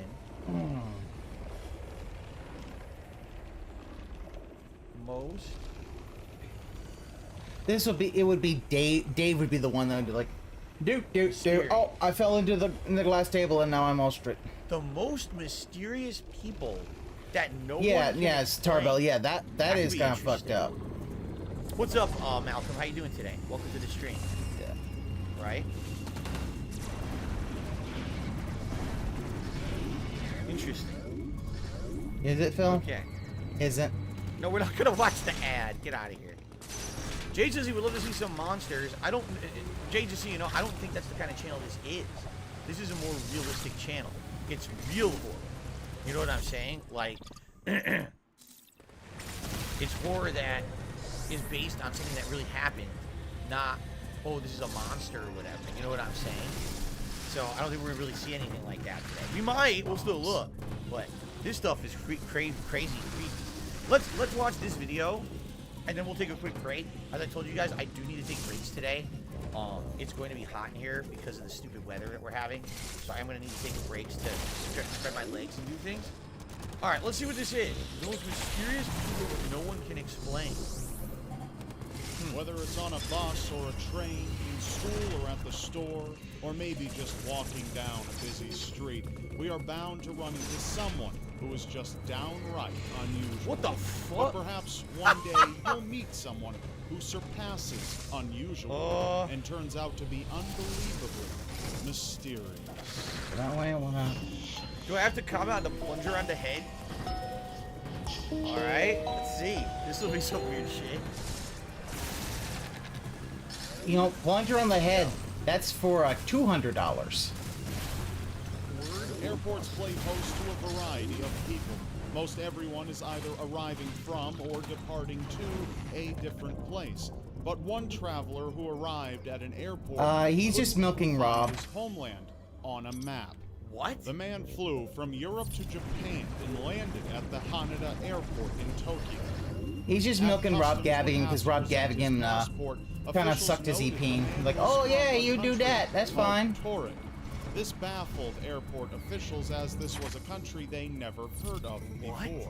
They questioned the man, and he told them how Torrid was situated between the borders of France and Spain and had been established for over 1,000 years. When asked to point to his home on a map, the man was agitated to find a country named Andorra was in the place of Torrid. To make matters even stranger, the airport officials attempted to contact the company the man was there to meet, but attempts failed, and it was discovered that the company he said he worked for didn't exist, and the people they did end up getting in touch with had no idea who this man even was anyway. What the fuck? Aside from having currency from several different countries and being fluent in French and Japanese, the man from Torrid was an utter mystery. Until the matter could be figured out, they put the man up in a hotel with security outside his door and confiscated his passport and ID. All right, now hold on. This is interesting because I want. This is a good opportunity. What do you guys think is happening here? Right? Because it sounds like we're gonna get the answer. What the hell is happening here? A guy who says he lives in a country, but it's named something different. He can't explain it, but he has a passport that says Torrid, proving that he lived there. He has documents on him showing he's meeting someone in Japan, and then when they try to contact him, it's someone else. Like, and they don't even know what he's talking about, right? Forgeries? Multiverse theory, another dimension, a time traveler, a terrorist agent, alternate dimensions and timelines. Fake ID, a guy that's trying to sneak in, a time slipper, time paradox, forged passport. Wow. Some crazy guy. See, here's the thing. I don't think he could be crazy because he has documents. It's if you're crazy and you're just making shit up, fine, but then he wouldn't have a passport that says this country, right? So he's hoping to get somebody stupid. I'm spy. Gonna go with, yeah, I can see a spy. I'm gonna try to attach this to logic. I do think this guy's a spy. I actually believe this guy is a faker, and he's either a criminal or a spy, and this is what he's using bullshit story to get through places and literally have no trace of who he really was. That's my guess. I could be wrong. I'm just guessing. We're gonna find out that sounds like what's... My guess is that he's a spy or a criminal, and this is his cover story. Okay. By the way, I got a tip. $5 tip. For Malcolm. He's have a great stream. Not a fan of horror games, but I love watching you react videos. Well, hopefully you'll enjoy this. It's gonna be something very different, right? Compared to my normal react stuff.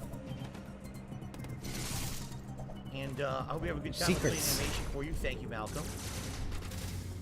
Here we go. All right, I'm going with spy or criminal. Oh, I know. A lot of people here are saying alternate universe. I don't know about that. That's stupid. All right, let's see if we get our answer. Here we go. The next morning, however, the man was no longer in his hotel room, and all his belongings had vanished from the airport security. The story of the man from Torrid seems like a story ripped from the pages of a science fiction novel. Wait, we don't get an answer? There's no answer. Aww. What? No, it sounds to me... Okay. It sounds to me like there's no public record, but I think law enforcement figured it out. I think they did. I think they figured it out that he was a criminal or something, So they basically arrested him and they just took all the documents out of the security. Right? Off to Guantanamo or whatever, like, here you go, right? Whatever it was, because it was in Japan, right? So they probably have their own shit going on. So they probably just said, all right, fuck off. See you later. Back, you know, right into jail. And then they erased it from public record so people wouldn't be confused about it or something like that. That definitely sounds to me like that's what happened. You know, Yeah, if there's a criminal, he would be a record. It was probably a but spy. All his documents disappeared from the airport security as well. Yeah, it might have been a spy, and then having one of the other spies basically get this stuff out, so he was exfiltrated from. That's my guess anyway. You know, I like to believe. Yeah, I do not believe. I don't believe Japan has a Gitmo either. Okay.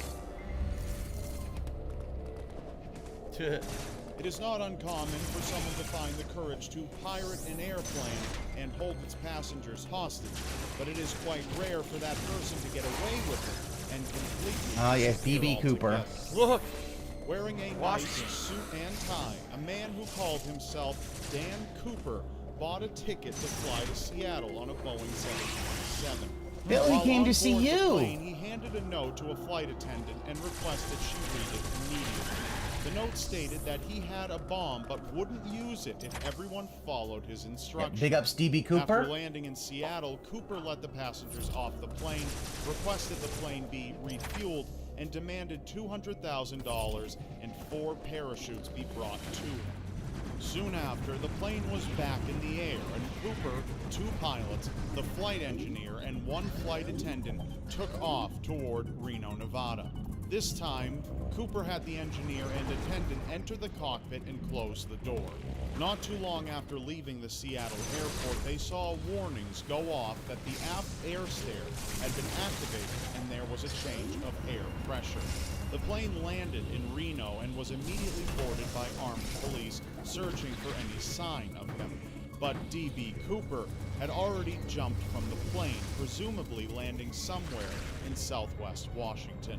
The search for DB Cooper by the FBI lasted over 45 years. Yeah, Phil. He's living next to you right now. Was a tie and some bundles of the cash he had received for the ransom. Look at that.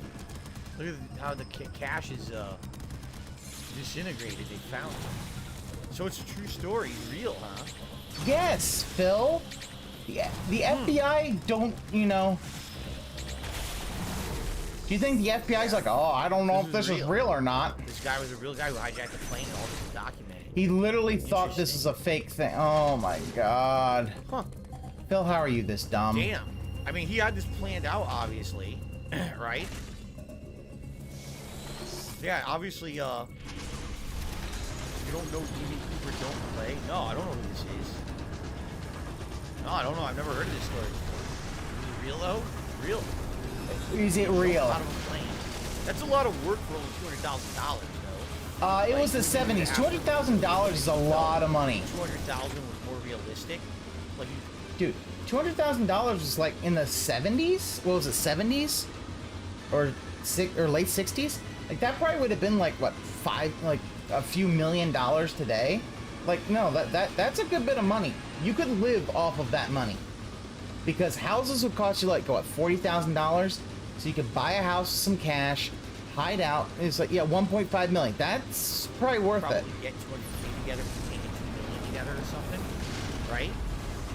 That's not a lot of money though. This kind of Bill does not understand, right? Even back then, because I know this is the past, but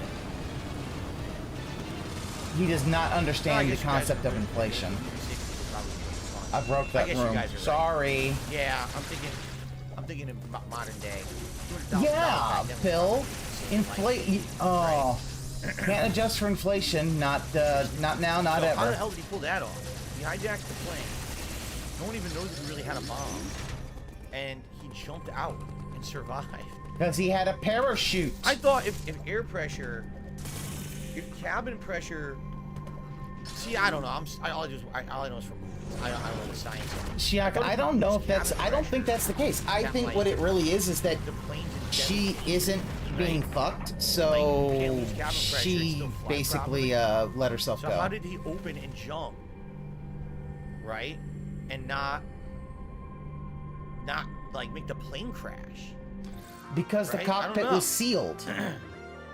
The cockpit was sealed. You don't have to have the plane.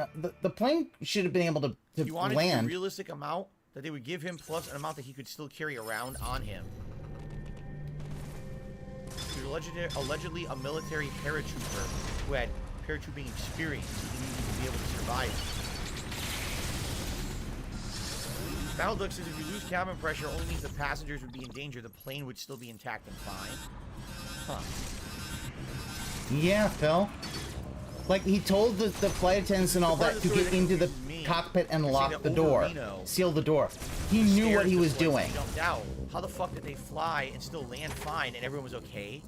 Wouldn't that have, like, you know what I'm saying? Like, I heard that when cabin pressure leaves a plane, you're gonna die, all right? You know what I'm saying? Like, I heard that when and still land fine and the stairs deployed, he jumped out. How the fuck did they fly and still land fine? Because the cockpit was sealed. Parts of the plane actually are basically airtight seals. So, in case you lose cabin pressure in something, it does not everything.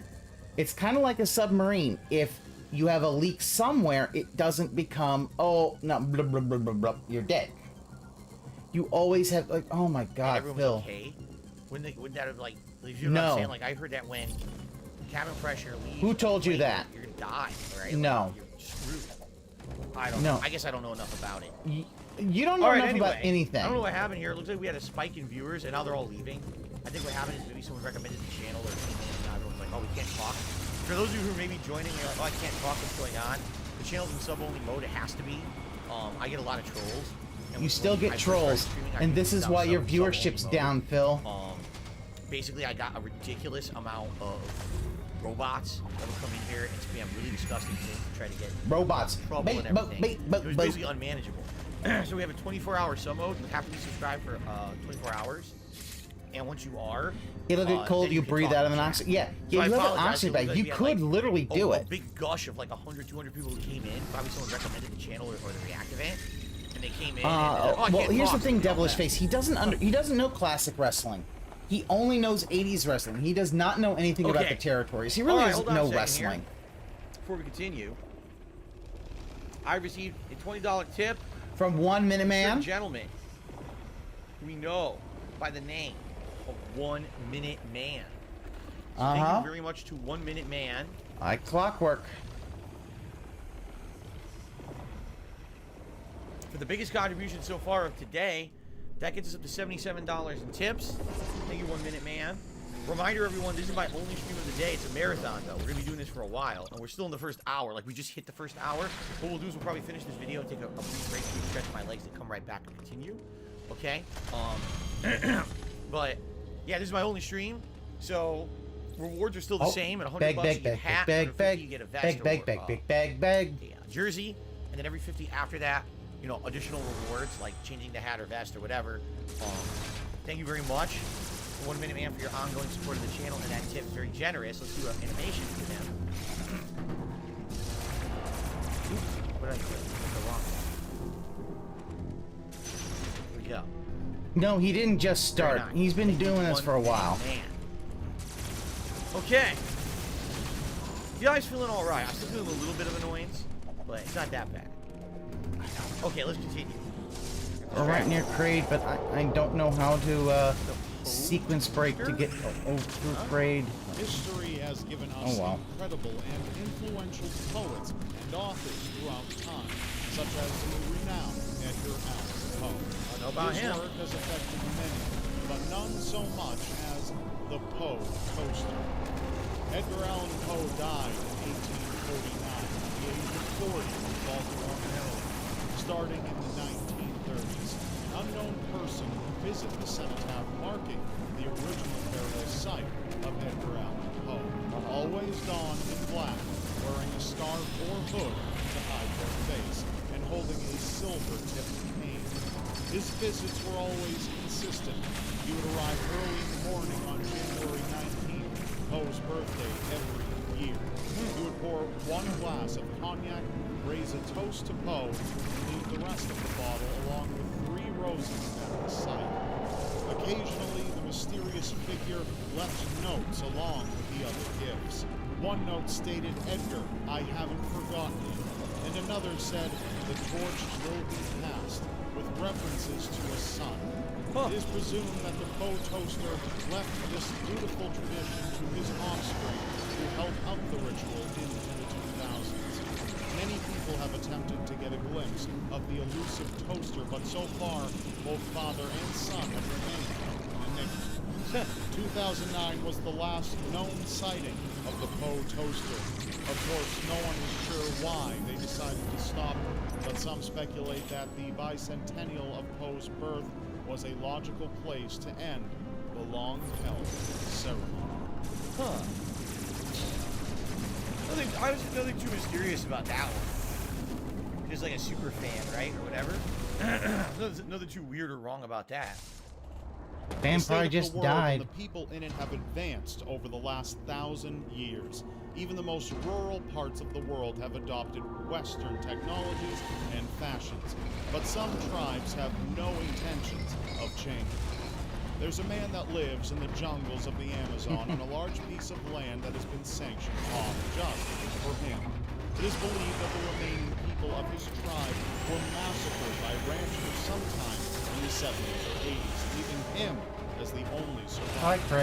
He has continued to live the sheltered tribal life and refuses to contact anyone who approaches him. Those brave enough are met with a sharpened bit of wood he fashioned into an arrow. He crafted several huts around the land, all of them containing a 6-foot-deep hole used as a form of defense or to trap animals. Around one of his huts, researchers have found a lush and plentiful garden, dried nuts, and a torch he formed out of resin. In 2009, he was attacked by gunmen, possibly wanting to get rid of him so they could have his land. Brazilian authorities found the protection post on the land had been raided, and there were empty shotgun shells nearby. Though no one has been charged for the attack, they believe the tribesman is alive and well. None of his people are left. No one knows what language he speaks, and he refuses to let anyone get too close. It seems this mysterious man is determined to live out his days in the safety of the jungle. Imagine that. Last of his kind. Damn. The race to make the first atom bomb was on, and the United States was determined to keep their progress a secret from Germany and Japan. So they never expected the Soviet Union to send in a spy of their own. After the fall of the Soviet Union in the 90s, the KGB archives about the once classified Manhattan Project were released to the public. In the files, there were several mentions about a man or a woman known as Perseus, a physicist recruited to help work on the atomic bomb. He is believed to have been a Soviet spy that was sent to infiltrate the U.S. and gain access to their information. However, it wasn't just the Manhattan Project files that Perseus has been mentioned. Russian intelligence officer Colonel Vladimir Chikov was the first person to publicly write about the mysterious scientist, claiming that he or she was not interested in being paid for their work, but instead acted out of purely ideological considerations. But even though Chikov has spoken about Perseus outside of unclassified archives, there are still no clues as to who Perseus would have been. Perseus was successful in sending along what information he or she could back home. The Soviet Union, a supposed ally to the U.S., gradually caught up in the race to atomic status.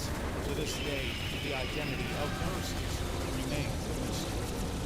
Oh, a story like that, like obviously there's probably some basis in reality, but I get the basis in reality. We know that shit happened, Phil. Like, was there really one person who could see it?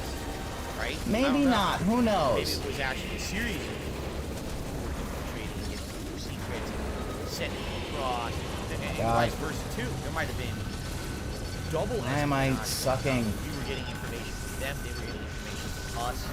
It was kind of going back and forth. But I find it very hard to believe there's one person doing so who was the terrible and passed all the information along. That's possible. That sounds like baloney.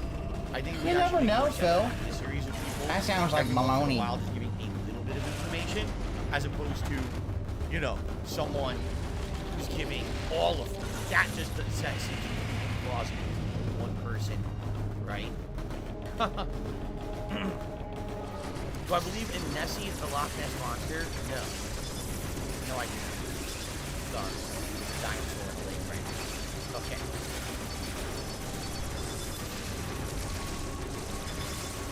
Before there were Bunsen burners, there were crucibles. Before there was chemistry, there was alchemy. And before there was Marie Curie, there was Falconelli. Falconelli is a famous alchemist who was born sometime in the 1800s and mysteriously disappeared around 1926. His identity has never been revealed, even though he brought 3 gentlemen under his wing and became their teacher.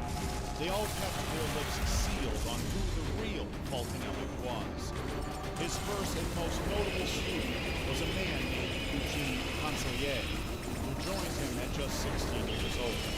Under Falconelli's guidance, Eugene used a projection powder to turn lead into gold, which one of Falconelli's other students had witnessed happen. Falconelli has written several books under the same That one I don't believe. illustrated by his other student, Jean-Julien Hubert-Chapin. This leads some to speculate that Jean-Julien was Falconelli himself, but this was never proven, and the known timeline Yeah, alchemy doesn't is match up. no, You know alchemy what's doesn't weird happen. about, like, alchemy and stuff? Just think about this for a second, all right? What's that? though? So, let's say someone did figure out how to turn a relatively common element, like lead or iron, you know, something base that you can use a bajillion things of it on the planet. Pretty much not an incredibly limited resource or anything like that. Let's say that they could figure out an actual scientific way to turn it into gold or platinum or even silver, you know, a valuable element, okay? Just by the nature of doing that, isn't it necessarily like not a big deal? And here's what I mean by that. If you were able to do it, and you were able to keep it a secret, you were able to only do it on purpose, you control it, okay? Then maybe you can profit from it, alright? I know how to turn lead into gold, but I'm only going to use it myself. What the fuck is he talking about? And we're going to have our ring of doing this, become rich and famous, based off of having so much money, and we have all the world's gold. But here's the thing, why is gold valuable?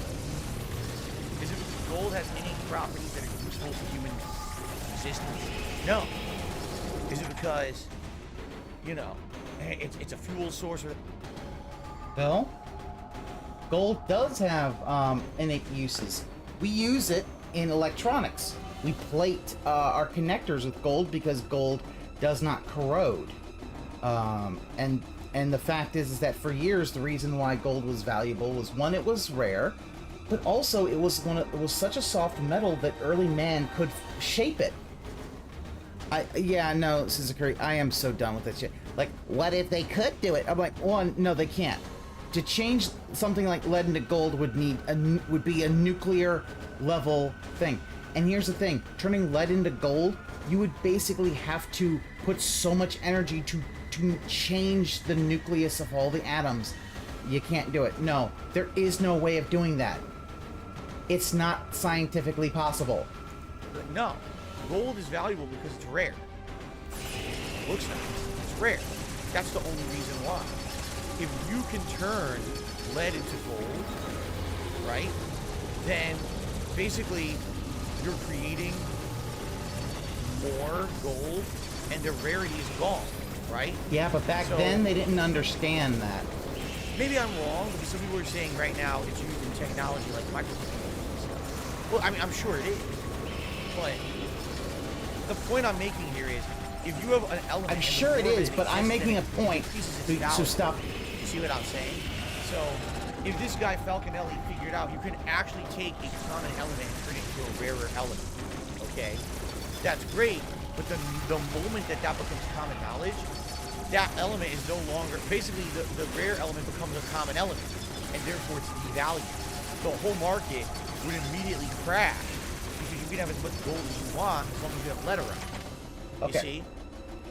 This is actually a small plot point in the Watchmen comic, where Dr. Manhattan basically, because of what he can do, because he has ability to literally do this, he's almost like God himself, he can synthesize lithium. Because of that, electric cars become popular because guess what? We don't have a whole lot of lithium. Those lithium-ion batteries basically make electric cars the only thing we do. Yeah, one person can counterfeit without the marketing noticing. It's like, if you figure it out, you'll be rich. Yeah, that's the thing. You don't flood the market. You just make yourself very rich, and you do it. So, for something like this to work, like, okay, I figured out how to turn a common element into a rare one that has value, you have to keep it secret. You have to purposely make sure the way to do it isn't public knowledge. The moment that it becomes public knowledge, He literally thinks that this could be something that exists. So I don't know. That's just my take. Like, kind of popped into my head. I was like, oh, that's why you want to be secretive about it. Some people are actually saying you can turn stuff into gold and nuclear. Yeah, but nuclear probably is cheap, and that's probably why also it's not. It's the only way to do it, Phil. Nuclear process. You turn lead into gold in their backyard and become rich. There's no other way of doing it, right? That's the plot of the movie Hudson Hawk. Oh, I've never seen the movie Hudson Hawk. Oh.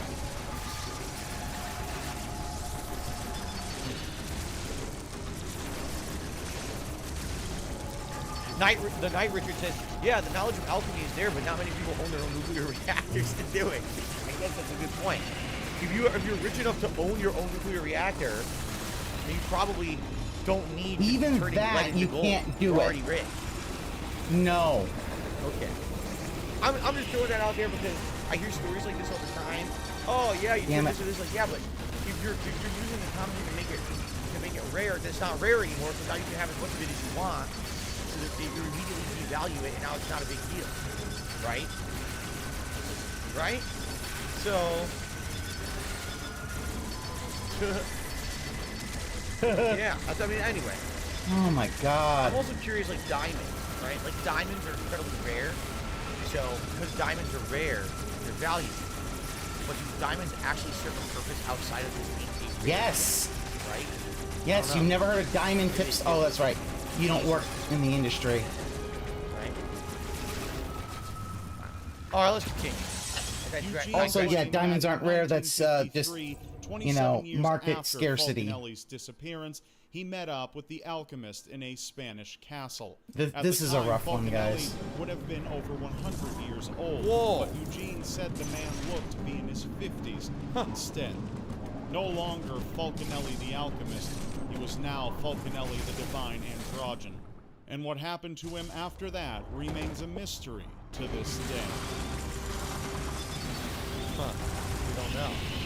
Well, yes, still ran because he believes movies are real. He's got autism. Down by the shore on a beach in Sandy Cove, Nova Scotia, made a very unusual discovery. A man with his legs cut off above the knee lay nearly lifeless on the shores of Sandy Cove.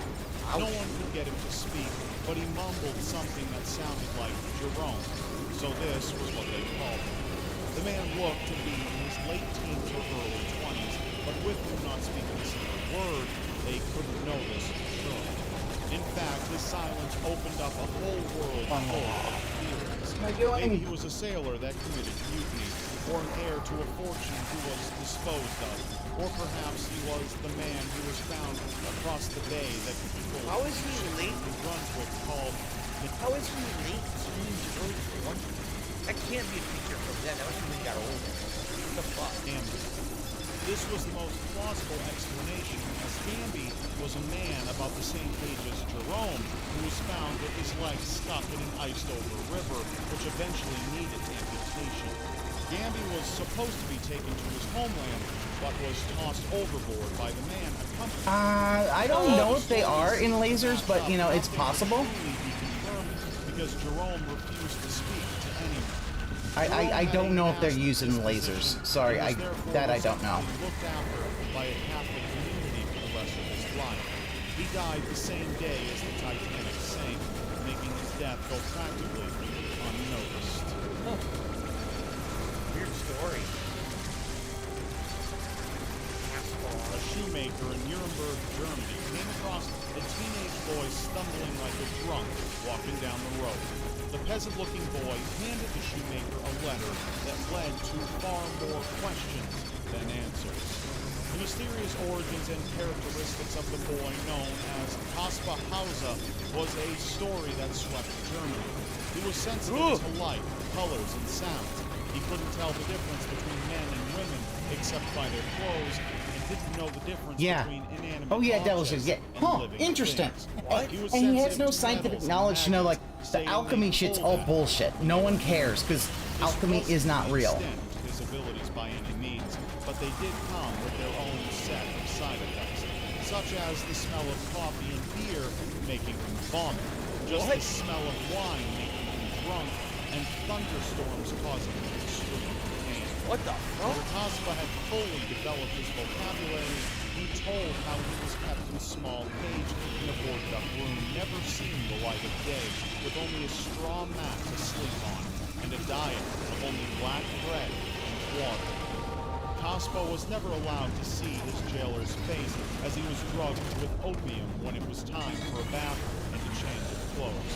His jailer wrote a letter stating that the boy was left on his doorstep, but he couldn't take him in due to his own 10 children, but gave him what life he could in the cage.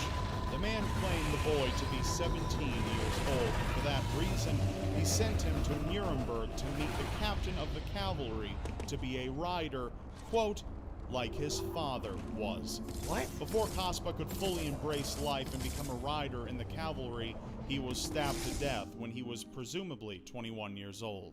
The story of Kaspar Hauser can be summed up by the words on his tombstone. Here lies Kaspar Hauser, riddle of his time. Bye-bye, Craig. His birth was Sorry, unknown. Craig. Wish I could His have, death, mysterious. Weird. What a Thank weird you for life. watching. Please see the description. What the hell did I just say? I hit the thing to go to a different video. What a weird life. No actual history of where he came from. Apparently living in a cage. Weird things, sensitive to things for no reason. That was just an oddball story. Alright, pretty good. I'm glad that we broke it up because the first video was so dark. It's like, Jesus, it's too dark. We gotta like fix this up. And we did. I think that's what we should do all day. Watch a dark video, but then watch like more mysterious videos. That way we're not going too dark. I feel like there's a lot of really dark shit on this channel that's really like, oh fuck. We don't want to just go too far into that. Too much. We want to kind of break it up and do variety, right? That's what I think. So, okay, cool. Very good. Alright, so guys, this is a perfect opportunity to take a small break. It will not be a long break. All I really want to do is get out of the room for like 5-10 minutes and walk around and cool down a little bit and start to get a little warm here. So let's do that. Let's take about like a 5 to 10 minute break and then we'll come back and continue.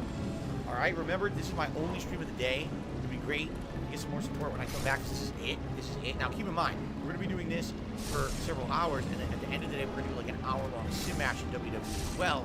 Not all we're doing today. We are doing more variety as well, but this is what we're doing for several more hours. Yeah, we're having fun. I'm enjoying it so far.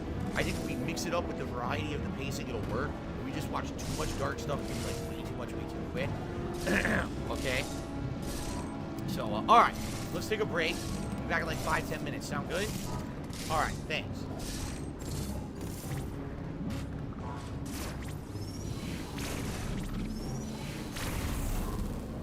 I don't know where to go here.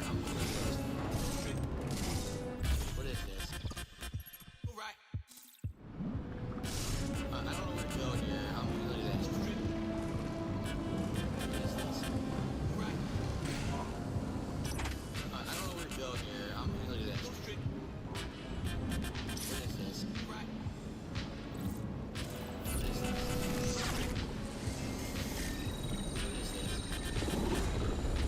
I know. Rock goes straight. Alright. I'm gonna go and get some, I can get some more water and stuff.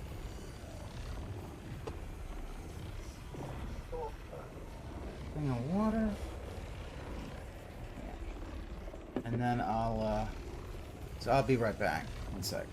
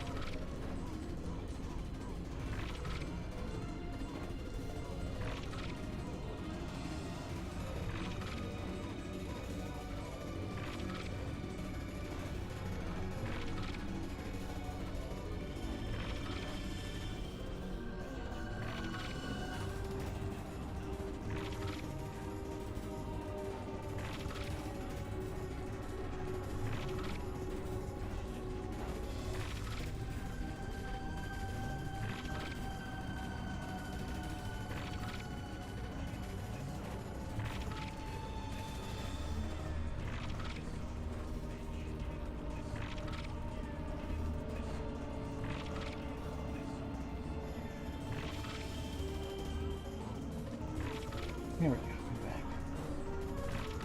back. Alright. Oh. Alright, thank you.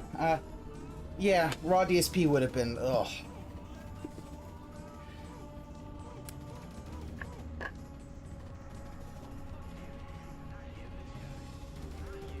But yeah, like, the whole thing...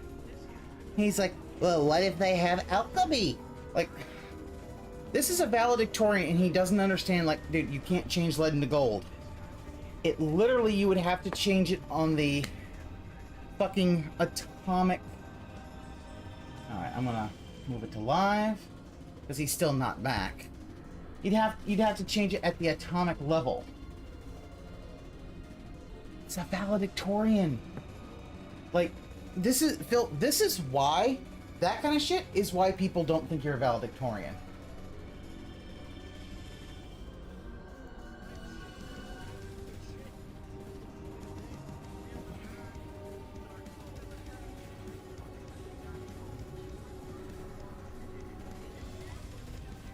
Let's see.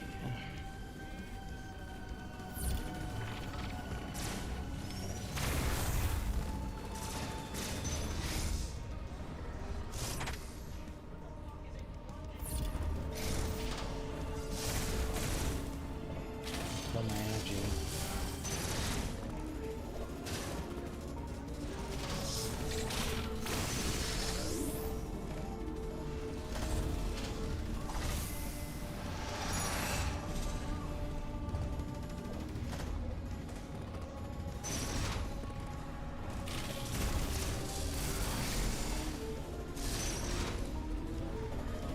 Yeah, the thing, listening to Phil talk about science is really fucking rough because he doesn't know a goddamn thing about science.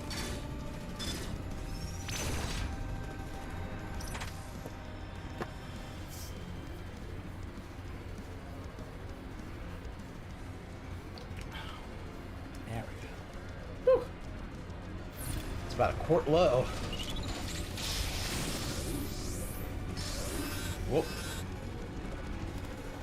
No lava bath today.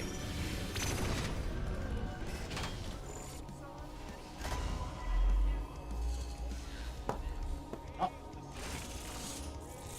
Gotta talk to my Winnet visualizer more. This area, Tyron, appears to be a biological research laboratory. You have already activated one generator in this area. There is another sector above you still suffering from the blackout. Find the next generator and deactivate it. You are slowly recovering your abilities. I have still not established what happened to you physically. Don't let your guard down. Your primary objective is to survive. Proceed with the utmost care. Sims, that has to be it. Like, he just lost all academic knowledge because of his alcoholism.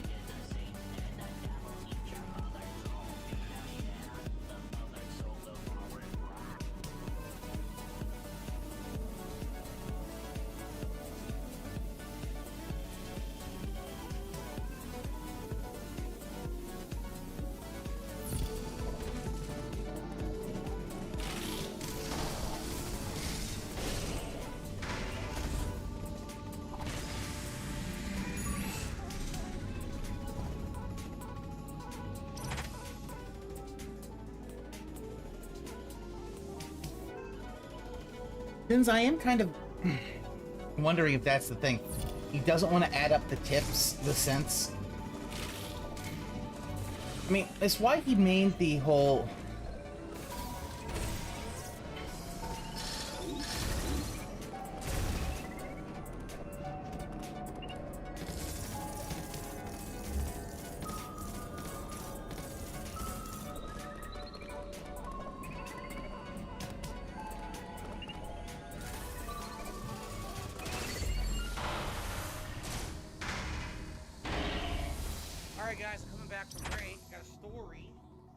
Story. Nice story for you. Oh, story time. Hold on. Oh, hold on. Ugh. Okay. Yeah, I got a story for you. So, you know, I told you guys it'd be like, you know, a short break, which it was. It was like supposed to be like a 10-minute break. So, what did I do? I went downstairs and my wife's like, oh, the mail arrived and there's something I was waiting for. Can you go to the mailbox and grab it? I said, sure. That's perfect. I'm trying to, you know, get the blood flowing in my body after sitting here. It's a perfect thing to do for a break. Get the blood flowing. So I ran outside. You know, our mailbox is all the way at the front of our private road here at our you know, big group box there. So I go outside and the air quality is terrible today. Aww, it is completely smoky from all the wildfires that have been going on. So it's just bad. It's not good at all. You can smell it in the air. So I'm glad I'm not out there all day, although I need the window open today. So it's coming in the house. There's nothing we can really do about it. It's bad quality air, okay? So I go, I get the mail. I come back. When I open the door, my wife and Jasper at the front of the house. I said, what's going on? She says, as soon as you went outside, a stink bug flew in the door behind you. And we're trying to find it. And I was like, where did it go? She's like, I think it went into the closet. So I open the closet. There it is. It's staring at me. A fucking stink bug. I was like, well, if we kill that thing, the whole house is going to be full of bugs. So grabbed another Tupperware container, just like yesterday. Remember we had a stink bug yesterday? And put it in and threw it outside. Like, geez, these stink bugs really want to come in right now. They just, they're so annoying. So that's what took me so long, because I would have been back like 10 minutes ago. But I ended up having to try to, you know, corral this stink bug out of the house so that it doesn't get because killed apparently by Jasper, Cat can't do it. Or inadvertently, and the next thing you know, the whole house gets bugs coming in.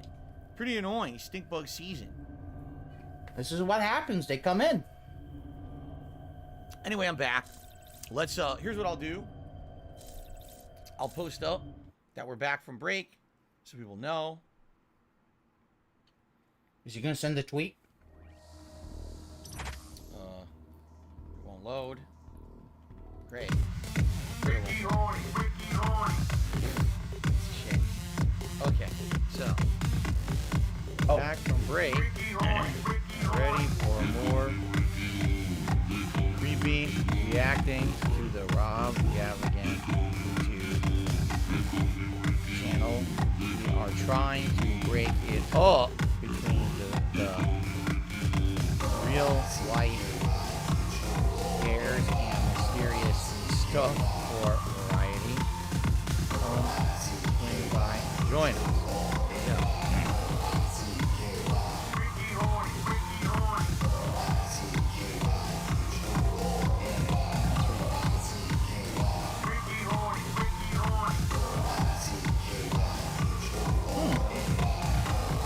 Also, Bayonetta and Platinum Games is trending for the very story that we talked about this morning. I'm curious if I click on here if there's a follow-up. Let's look. It disappeared. Fucking disappeared. Okay. Let's see. It wasn't actually a big tweet. Huh.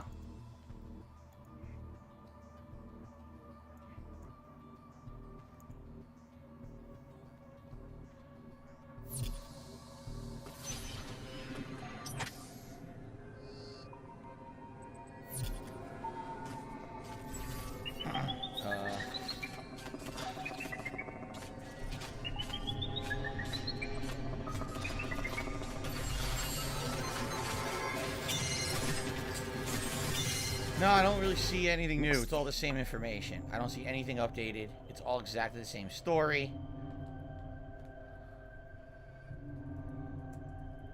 Looks identical with nothing added.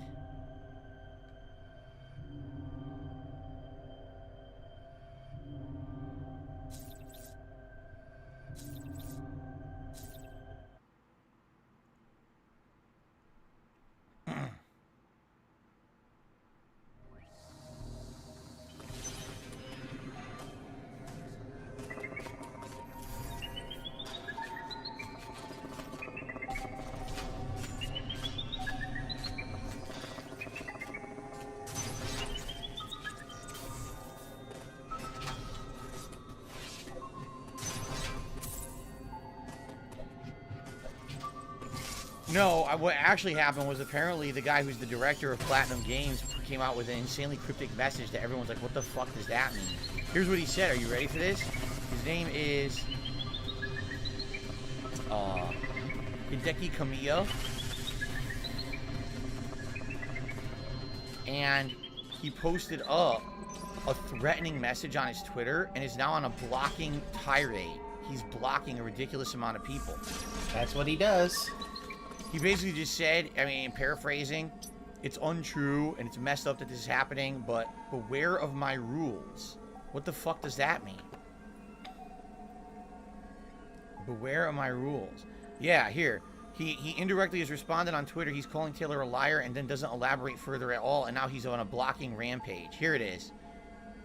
Sad and deplorable about the attitude of untruth. That's what I can tell now. By the way, beware of my rules. What the fuck is that supposed to mean? It probably means, Phil, right? That Platinum's you going to try something to was sue lost her. in translation. Right? What a story. Right? What a story. Yes, we're going back to the videos. React. Relax. I just posted up. I'm giving everyone a moment to rejoin. Beware of my rules. The rules of Hideki Kamiya. Right. I'm very afraid of him. I'm terrified. It's coming for us. Beware the rules. Okay. Hold on. I think we should do a really dark video now. Because we just did a bunch that weren't. Right? Let's do...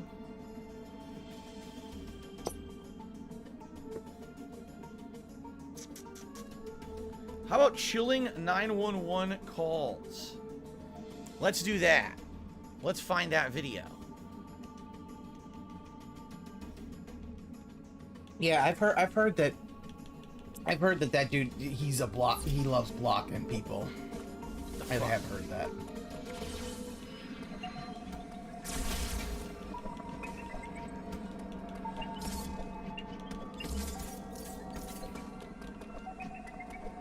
Here we go. Let's do this. Yes, yes, yes. All right. All right, so guys, a couple quick things. YouTube mode on? By the way, first of all, beware of my rules. All right, I'm just going to say that right up front. Beware of my rules. That's all I'm going to say. I'm not going to elaborate on that. I'm just going to say beware. Now, this is my only stream of the day. This is going to be running this stream all the way to like probably between 7 and 8 p.m.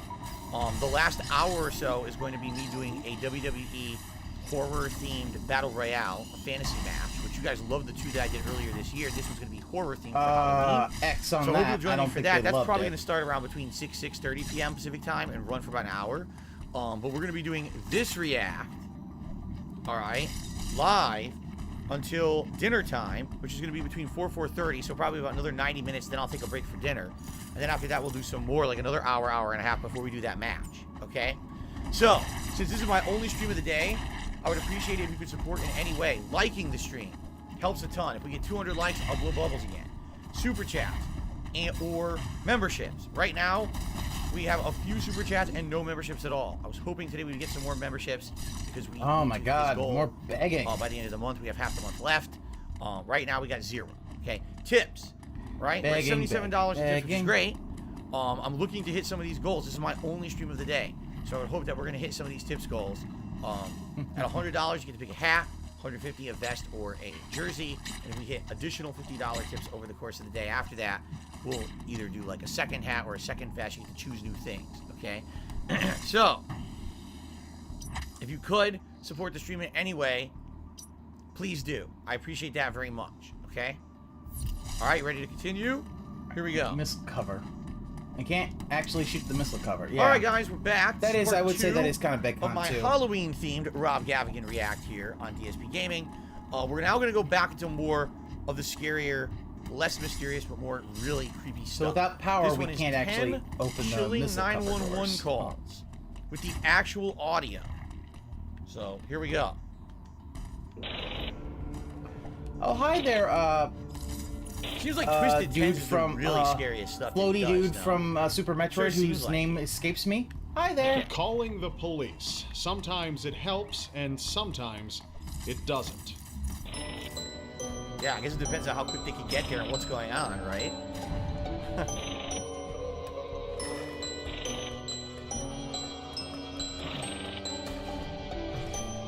Alright, here we go.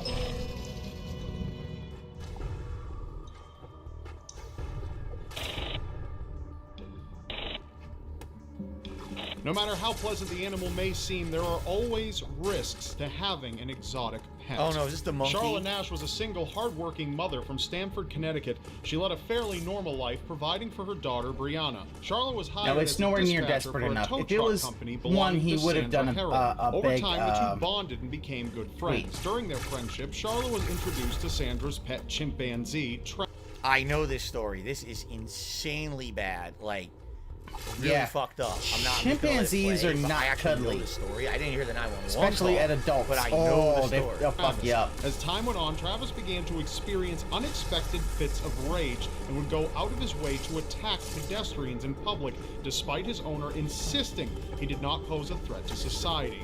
On the evening of February 16, 2009, Charlotte's life would take a turn for the worse when she was called to assist Sandra in calming down the chimp. Being a good friend, Charlotte obliged and drove down to the property. Charlotte cautiously walked towards the chimpanzee. However, before she was even able to react, Travis viciously attacked Charlotte and began mauling her face with his hands. In a panic, Sandra attempted to defend her friend by beating the chimp with a shovel and ultimately stabbing him with a butcher knife. The attack on Travis negatively impacted him, as he knew his owner had harmed him. This only enraged him as he continued to ravage Charlotte between beating and biting. Sandra made a frantic 911 call moments after stabbing Travis. Now hold on. Before we listen to this, I hate to say it, alright? First of all, people need to cut this shit out. People need to stop taking exotic animals and taking them into their homes like they're domesticated.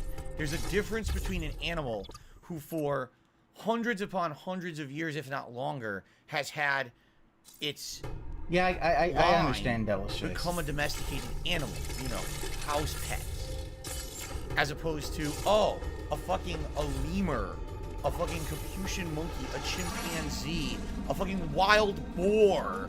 You know, they take these things into their homes as if these are domesticated. They are not, all right? And it's fucked up that these people do this. First of all, I have to ask the question, how the fuck is this legal? How is it legal to Get an have a exotic pet chimpanzee license. in your house? How? How do you not have a law saying you should not have a wild fucking animal in your house? It's not good for the animal. It's not good for you. Okay, it's not one, good for anyone government around overreach. you. Two, This is an no. awful thing. How the If fuck you is have this an exotic allowed? pet license, it that's blows how you're my gonna get mind away with it. Because I hear these stories. Cat and I were watching a year or two ago some veterinary shows. You know, a vet practice, and you would see people bring in these animals, and you're like, how the fuck do they have that? Why do they have this animal that's obviously meant to be living in the jungle? Hi there. And they have it in their home, you and okay, now they're buddy? bringing it to a vet, and even the vet says, you know, this animal is rare. Okay. Even I don't 100% know how to properly treat it. I'm online trying to research. I'm calling my co-vets all around the country to try to figure this shit out. How does this make any sense? I'm lost as how this is allowed. That's number one. You're Number lost two, looking at a map. if you have a exotic animal in your possession, you're the owner, you have to understand something. That is a wild animal, and as much as you love that animal, and as much as you've trained that animal is wild, and at any moment can be taken over by its instinct and go feral. And when it does, you have to be ready to handle that, and you have to be ready to do the thing that needs to be done. If that animal needs to be put down, even as wrong as it is that the animal has to die, if that animal is posing a direct life-threatening threat to humans, you must put down the animal. You have to be ready for that. How does this woman I guess have a Phil fucking don't care about chimpanzee in her Harambe. house with no way to stop it if it goes crazy? None. Never thought that this would be a concern. And how is this allowed? You see what I'm saying? Like, if you're allowed to have an exotic animal, there should be regulations and laws. Yeah, in no, place. Go to the house. That's the check thing, out right? the person, It's check more out the house. grandstanding What is your backup on plan? like the thing Where of are you keeping yeah, it? maybe How is this exotic safe for pets. society? You know, you How does shouldn't none of have this exotic fucking pets. exist? Because I'm lost oh at how boy, these a accidents chimpanzee. happen. Think about You're like, they dude, grow it's to a be recipe about for not fucking as big as disaster. humans, It's but a they're chimp. stronger. So You why should the not have a fuck chimp. would you think it's safe to have as a You know, pet chimp. and have no way to stop it? Yeah, there are laws. But there are also exotic that's pet nuts to me. licenses. You know what I'm saying? That's Even called a permit. Siegfried and freaking Roy, these guys who had a lifetime career training animals, one of them was mauled by an animal. Yeah. Even though it was trained, it still happens. You have Okay. to be ready for the inevitability that this will happen. States will ban. Yeah, it's So, state by state, and I he just can't don't figure get that it, out. and He I just, want answers, and I haven't gotten any. I keep hearing, oh, there's just nothing. There's I no want regulation, answers, there's no yeah. law, there's Well, no fuck you. protection. That- Well, how that's about it's my time to answer. start, right?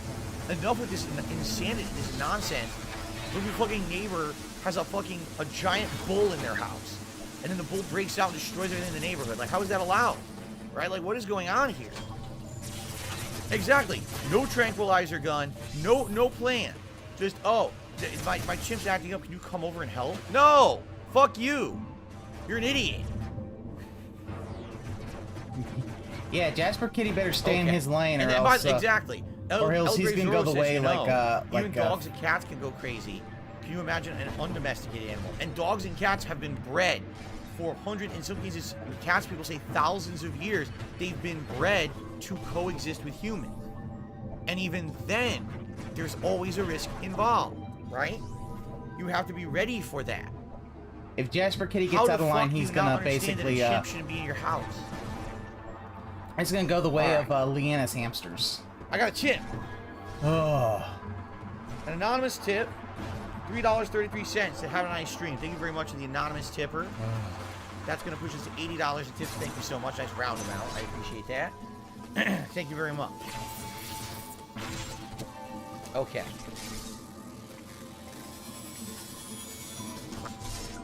You can own a lot of small Let's continue, 'cause monkeys. This is horrible. We're Yeah, gonna hit the no, clock. and Get then my ready. thing is, I would not want to own a primate. They're just, dude, they will fuck you up. This just killed my friend!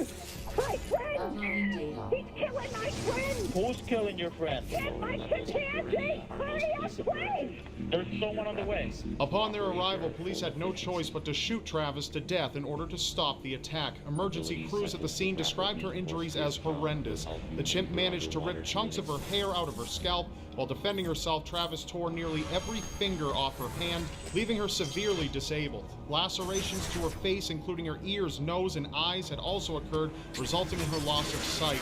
Charlotte continues to undergo numerous facial reconstructive surgeries since the attack, and in 2012 she received a $4 million settlement with the estate of her friend, Sandra Harold, who passed away in 2010. $4 million settlement. Yeah. $4 million. By the way, Dietrich, thank you for the super chat. I just thought you would be at the Mariners game. I don't watch it. I don't care about it. Care about that. Too macabre and dark for that. Come on. I remember seeing that woman on like talk shows. She ended up being on talk shows, you know, all the forms and stuff. But eventually, I think she started living a better life. It just took a long time for her to get adjusted. But seriously, like, what the fuck, man? Alright, anyway. Because they, you know, the thing is, they like innocence of a chimps because child they're all taken cute and far cuddly. too early. It was 1991 when 6-year-old Lisa Floyd made a 911 call to emergency operators, something she was fairly accustomed to doing. Her stepfather was an alcoholic that frequently abused her biological mother, exposing both Lisa and her sibling to violence at an early age. In the following 911 recording, Lisa begs dispatchers to save her mother from the domestic violence that was taking place in their family home. The recording of Lisa has been used in organizations to bring awareness to the abuse that affects millions of children worldwide. My stepdaddy's got the baby now! Lisa, we're here now. What? Lisa, we're... Hello? That was it? Lisa is now a grown woman. She herself fell victim to an abusive relationship in her past, but she was able to get out safely. She is now an advocate for organizations that support children who fall victim to domestic violence. Kuri did a super chat. Says Robert got to mention the owner of the chimp human sleeping meds before he lost his mind. You're saying that she was drugging the chimp, which is always going to have a great outcome, right? Putting drugs that aren't for animals into your exotic animal, right? Jesus Christ. Well, you know, gin's not for pig roaches, but you drink it all the time. I don't even know what happened. If you don't know what happened, obviously, being unable to save your family from certain death how do you is a fear not that understand many that? people share, and for Obviously, some, the unfortunately, stepdad that looks fear like he becomes a reality. beat the On mom, August 28, maybe to death. 2010, Mark Saylor and his family had plans to attend a family outing. Joined for the ride was his wife, Cleo Lastrella Saylor, their daughter, Mahala, and brother-in-law, Chris Lastrella. Just as they made their way onto the highway, Mark began to lose control of his Lexus as the accelerator was stuck. Unable to control the car, the Lexus sped up to dangerous speeds exceeding 100 miles per hour. Fearing for the family's life, Chris instantly called 911 for help as he sat in the back of the Lexus. The following audio was recorded just moments before their devastating accident.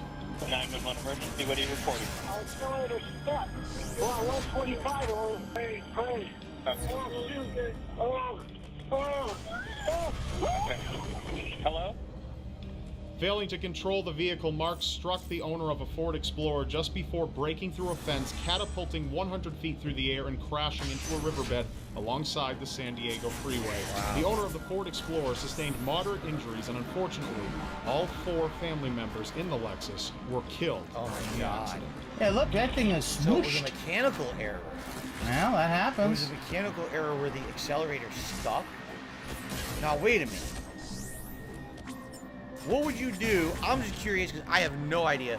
What would you do if your accelerator stuck and your car wouldn't stop?